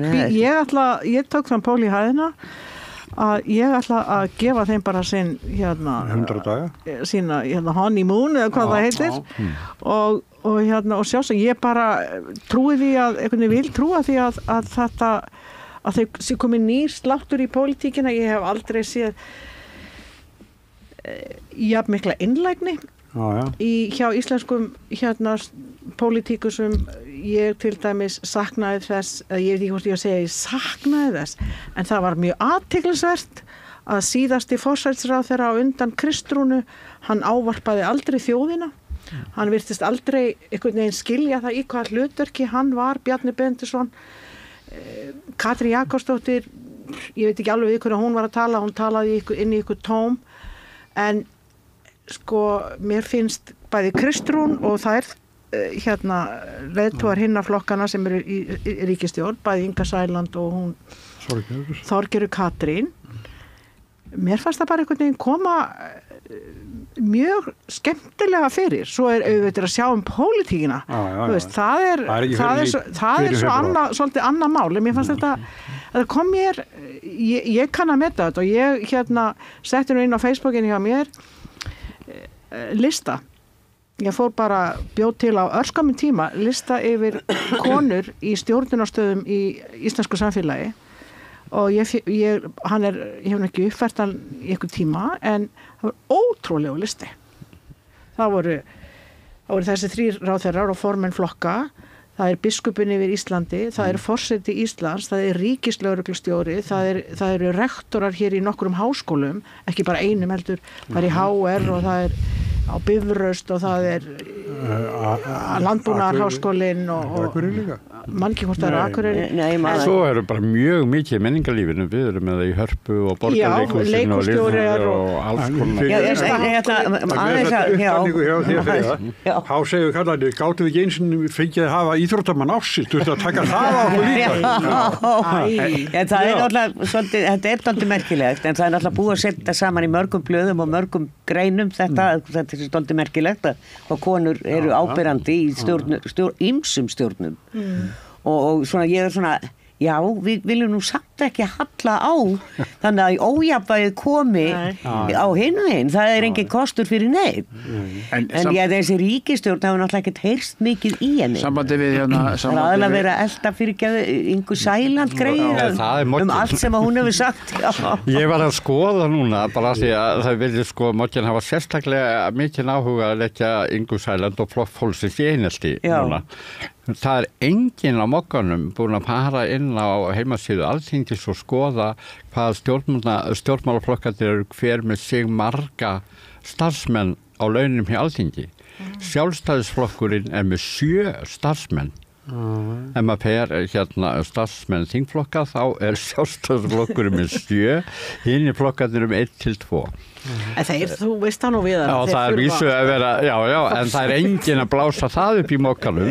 Nei, er ekki fólk sem vantar að kaupa íbúð og frá hærri laun og svona? Það er enginn að blása upp í Mogganum að Rósa Guðbjörnsdóttir, fráfarandi bæjarstjóri í Hafnarfirði, situr enn í bæjarstjórn Hafnarfjarðar, þó þau sé bara hamast á borgarfulltrú. Er hún ekki búin að segja af sér? Nei, hún er ekki búin að segja af sér, en það er enginn á Mogganum að tala um það. Þannig við skulum slá varhuga við hvað við sjáum í Mogganum. Ég vil segja varðandi þess að ríkisstjórnin tek undir allt þetta sem þið segir að ég býð eftir fjármálaáætlun sem er mæntanlega koma í ljós í apríl já það er apríl eða þá eru þessi 100 dagar liðnir mæntanlega og þá sjáum við svona hver stefnan er í raun og veru hvert á að setja fjármagnir og hvað á að hverju á að breyta á að laga en Bjarki svo kurtið hann horfið bara á mig þegar hann vil tala þig, hann grýpur ekkert fram Ég ætla nú að segja með stjórnarsáttmálan, þetta gekk mjög rætt fyrir sig öxl og það náðu mjög vel saman þessar ágætu konur og lukuðu stjórnarsáttmála fyrir jól og það var bara gott að sumir tala hann rýr í róðunum, ég finnst það bara ekki skipta öllu heldur það þetta traust, þetta fræga traust og svo fer þetta ná allt á stað og við mögum eftir að bara sjá hvað mun gerast, það alveg að þegar var að tala Ingu Sæland og nýjustu fréttir, ég veit ekki hvort það séu bara manganum að flokkur flokksins ekki flokkur heldur félag það ítrekka hérna hún að kippur í sig liðin sko, hún náttúrulega einræðisherra svolítið í þessum flokki eða þessu félagi, það maður að segja það og mér finnst það mjög merkilegt að hún geti bara kippt þessu liðin Nei, það sem vantar það vantar hérna en á þá að endurgreiða hjá flokknum sem samþykkir það og það stendur á því. Það vill nú svo til að ég gjaldkeri í ákveðnum pólitísku flokki sem fór hér fram og ég var bara í gær að fylla út þessa umsókn til ríkisins fjárstyrk sem að miðast við ákveðin atkvæða fjölda, þannig það ákveðin upphæð og þá þarf, það þurfti allir ársreikningar, það þarf að vera skila á öllum ársreikningum bara frá upphæfi flokksins, frá ríkisskattstjóra og svo þarf að, þannig að það eru kröfur og til dæmis, bara svo ég segi hvernig, og það nú, ég ætla að segja það að dómsmálaráðuneytisins sem sérum þetta til hrós, að ég hafi fengið þær upplýsingar frá hér innan búðar að það væri nóg að senda afrit af reikningunum sem var búið að greiða og bara og ég sá fyrir mér þetta að fara að skanna þetta allt í nei, þú þarf ekki að skanna þetta, bara tekið myndir af þessu, ég tek myndir af öllum þessum reikningum, þetta fyrir allt í nei, við viljum ekki þetta, við viljum bara alvöru ljósrit, þannig ég var í gær að ljósrita, ég veit ekki hvað þessu marga reikninga og semja post á dómsmálaráðuneytið og þannig að það og mér finnst það bara mjög ánægilegt vegna þess að þýðir það að þarna eru bara fagleg vinnubrögð í gangi. Það að sjálfsögð krafa þegar að fólk hefur aðgang á opinberu fé að það séu gerða kröfur gagnsæi og stíl og ég alveg hifsa að flokkur fólksins hafi komist upp með þetta í þetta mörg ár að hafa ekki þessi mál á hreinu, mér finnst það mjög skrítið og eftirlitsstofnanir ríkisins að það skuli ekki blikka rauð ljós einhvers staðar áður en milljónum afgreiddar inn á bankareikninga félagsamtaka eins og flokkur fólksins hefur verið skráðu félagsamtök, það ekki mörg félagsamtök sem hafa 10 miljóna ári. 10, þetta yfir 200 miljónir samtals, ég veit það. Á öllum árum. Já, en hvernig komust þeir í gegnum þessa bréfalúgu sem þú þurftir? Ég skil það ekki. Það eru skráð sem stjórnmálasamtök en hún ekki. Þau eru skráð sem félagsamtök og það sem við segjum hvernig gat stjórnmálaflokkur sem skráður sem félagsamtök fengið samt þess að styrkja. Pósturinn upplýsingar sem ég fekk frá dómsmálaráðuneytinu og var að skoða, þar kemur, og það alveg svo Reykjavíkurborg, ég var líka að uppfylla standi því, að þá kemur, það bara mjög skýrt. Bara þetta, þessi pólitíski flokkur, kennitala, þannig að ef að það er svona að koma, þá hefði kannski aðilinn sem tók á móti þessu að athuga sig byrju, hvað kennitalið þetta? Getur staðist þetta sé pólitísku flokkur? Er það nýtt? Bara það sem að spyr sig, hvað akkur kviknun yngir rauð ljós það er mjög skrítið. Ekki það, við erum eftir liðin við vitum að þetta er pólitísku flokkur og hann hefur starfað sem pólitísku flokkur, hann hefur haft fulltrúa í sveitarstjórnum og á Alþingi, þannig að það er ekki mafisti leikur á því sjálfur sér og það er það sem að við skulum hafa í huga að við erum ekki að efast að flokkurinn sé stjórnmálasamtök og hafi sjálfur sér átt rétt á þessum upphæðum samkvæmt lögum en að það er skrítið, ég vil segja frekar og snúa dæminu við og segja hvað er að því kerfi sem afhendir félagasamtökum peninga ef það er ekki réttilega skráð sem stjórnmálaflokkur. Við erum öll saman á þetta. Já, en erum við ekki sko. Við erum samanlega. Þetta er alveg galið. Það er svo margt finnst mér í íslensku samfélagi, svona eftir að maður við búið erlendis og fleiri, að það sem að hlutinni ganga bara og það eru reglur og það ekkert hægt að hnika þeim. Ég bjó í Danmörku í 8 ár og ef eitthvað var sem að reglur stóðu þetta svona og sama hvað maður vældi eða reyndi, það bara svarað nei, þetta eru reglurnar og þessu verður ekki breytt. En við erum á svo úlingastíði þessi þjóð hérna í mörgum málum og sumir hlutir eru bara afgreiddir svona týnda atkvæði, þetta er eitthvað mál og þetta er eitthvað mál, þetta er félagsstefna, er ekki bara hægt að laga þetta og þú veist, það á svo ofboðslega mörgum stöðum þar sem að vantar ákveðnar reglur og eftirlit. Þetta er gamla íslenska viðorðið í sjómann og bændasarfæðileginu, þetta reddast og það gerir það og líka bara svona í raun og veru sko, það sem vantar svo mikið í okkar samfélag finnst mér að það vantar prinsip. Fólk skilja ekki, þú veist, að fara eftir prinsipum. Þetta snýst ekki persónur, þetta snýst ákveðin prinsip. Þetta snýst ekki leikreglunar eru þessar og það eiga allir að lúta þeim. Ekki bara sumir. Sko, ég hef nú oft sagt að hérna, þessi blessaða þjóð, ef við svona hugsum bara til 1944 og fram úr, ég man eftir því. Nei, en í alveg bara svona í sögulegu samhengi, en þá sko, við höfum lifað við höft, við höfum lifað við kapitalíska stjórn allan tíman, meirið að minna. Og hér hefur verið smiglað út af því að það eru öll þessi höft. Pælið bara í eftir stríð og það var ekki hægt að kaupa eldavél, ískáp, bíl eða nei.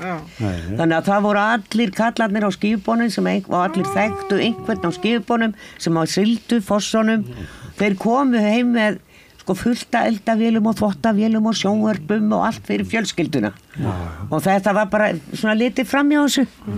Pabbi keypti brennivín af tollara af tollara, hann er löngu dáinn, bæði pabbi og hann en ég meina þetta var bara gleypt bara fram hjá þessu og fannst þetta bara að sjá, það er ekkit skrítið að okkar kynslóðin sem við erum að koma sem börn þessa fólks sem að lifa þetta, börnin okkar eru að fæðast inn í annað og svo eru komið börn í viðbót.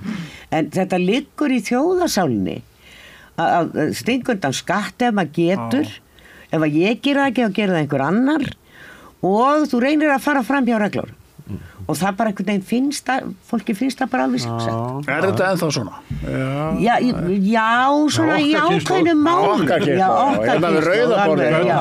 smiklarana. Þetta er svolítið ítalst líka, ef ég má segja, því að það er, en þetta kemur náttúrulega líka því, sko, mér er gott að skuli svona framlýsa vegna þess að ástæðan fyrir því að fólk það er vöru skortur, það er ykkur ástæða eða það er ekki hægt að treysta yfirvöldum, eins og mafían verður til í landi eða umhverfi þar sem ekki var að treysta yfirvöldum, þau tók bara völdin í sín eigin hendur og til dæmis hafandi verið alin upp við hérna rætur við hérna Njarðvíkum þar sem herinn var í heiðinni og ofboðslega skitsofrenist samband milli heimamanna og hersins og svo stjórnvalda í Reykjavík og eigenda þeirra fyrirtækja sem að fleittu rjóman af hermanginu. Það var borgarastéttin í Reykjavík fyrst og fremst.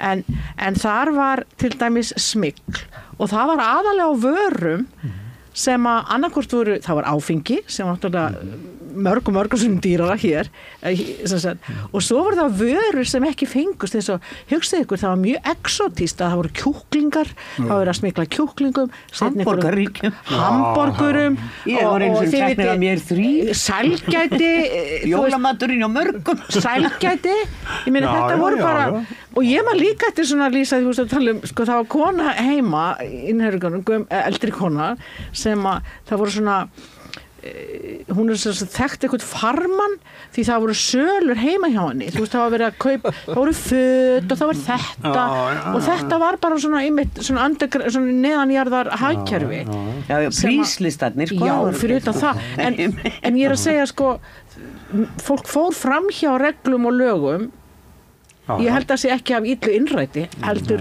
Sjálfsbergar. Já, ég held að... Það var líka skortur á þessum árum.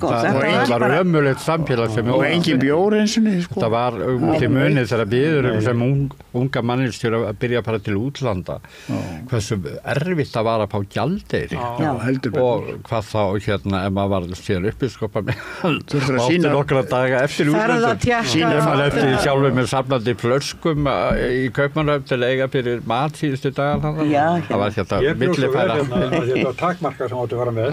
Ég bjó svo vel að bróður minni þjónn, sko. Og hann átti alltaf gjaldeyri, sko. Fjórfé. Já, en fólk ennþá að gera þetta hér á Íslandi, að kaupa gjaldeyri. Og hérna, það náttúrulega lagt á hann hérna, hvers stíl þú ert að kaupa.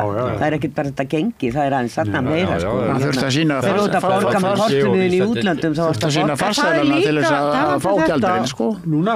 Nei, áður hérna. Já, varsúlið.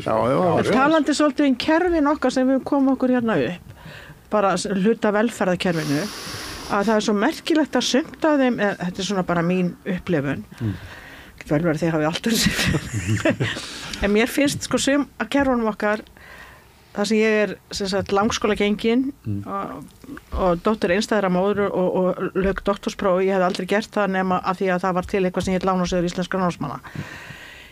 Lánasjóður eru alltaf rekið þannig eins og maður væri að fá ölmusu. Jú. Sjúkratryggingar ríkisins eru rekin eins og fólk sé alltaf að reyna að svindla eitthvað út úr kerfinu. Og þá hugsa maður, sko, í svoleiðis umhverfi, alveg hreint eins og í Sovétríkjunum, hér áður og fyrir Austurblokkinu allri saman, þar var þetta viðhorf yfirvalda. Gagnvart fólkinu, það var ekki að þjóna fólkinu, heldur fólki var alltaf að reyna, þannig að það ýtir undir, sko, það ýtir undir óheiðarleika, tvískinnung. Þetta er svo... En þetta er kannski líka afleiðingin af því sem ég var að segja fyrir þessi klára hérna. Það eru öll þessi höft. Sem að þetta er alveg óbærilegt. Akkur má ég ekki bara taka 500.000 ef ég á það í gjaldeyri? Af hverju má ég ekki gera það? Þú mátt það í dag. Já, en eftir hrun þá máttu það nú bara alls ekki. Nei. Ég tek alveg undir með þetta sem að Hallfríður segir. Það er, sko, mér finnst að verða viðsnúningur hjá sumum af þessum apparöndum. Þau eru átt að segja á að þau eiga að þjóna fólkinu. Ég hef að hafa tölvið samskipti við Tryggingastofnun í gegnum núna síðustu árin með bara starfa minna fyrir eldri borgara og fleiri.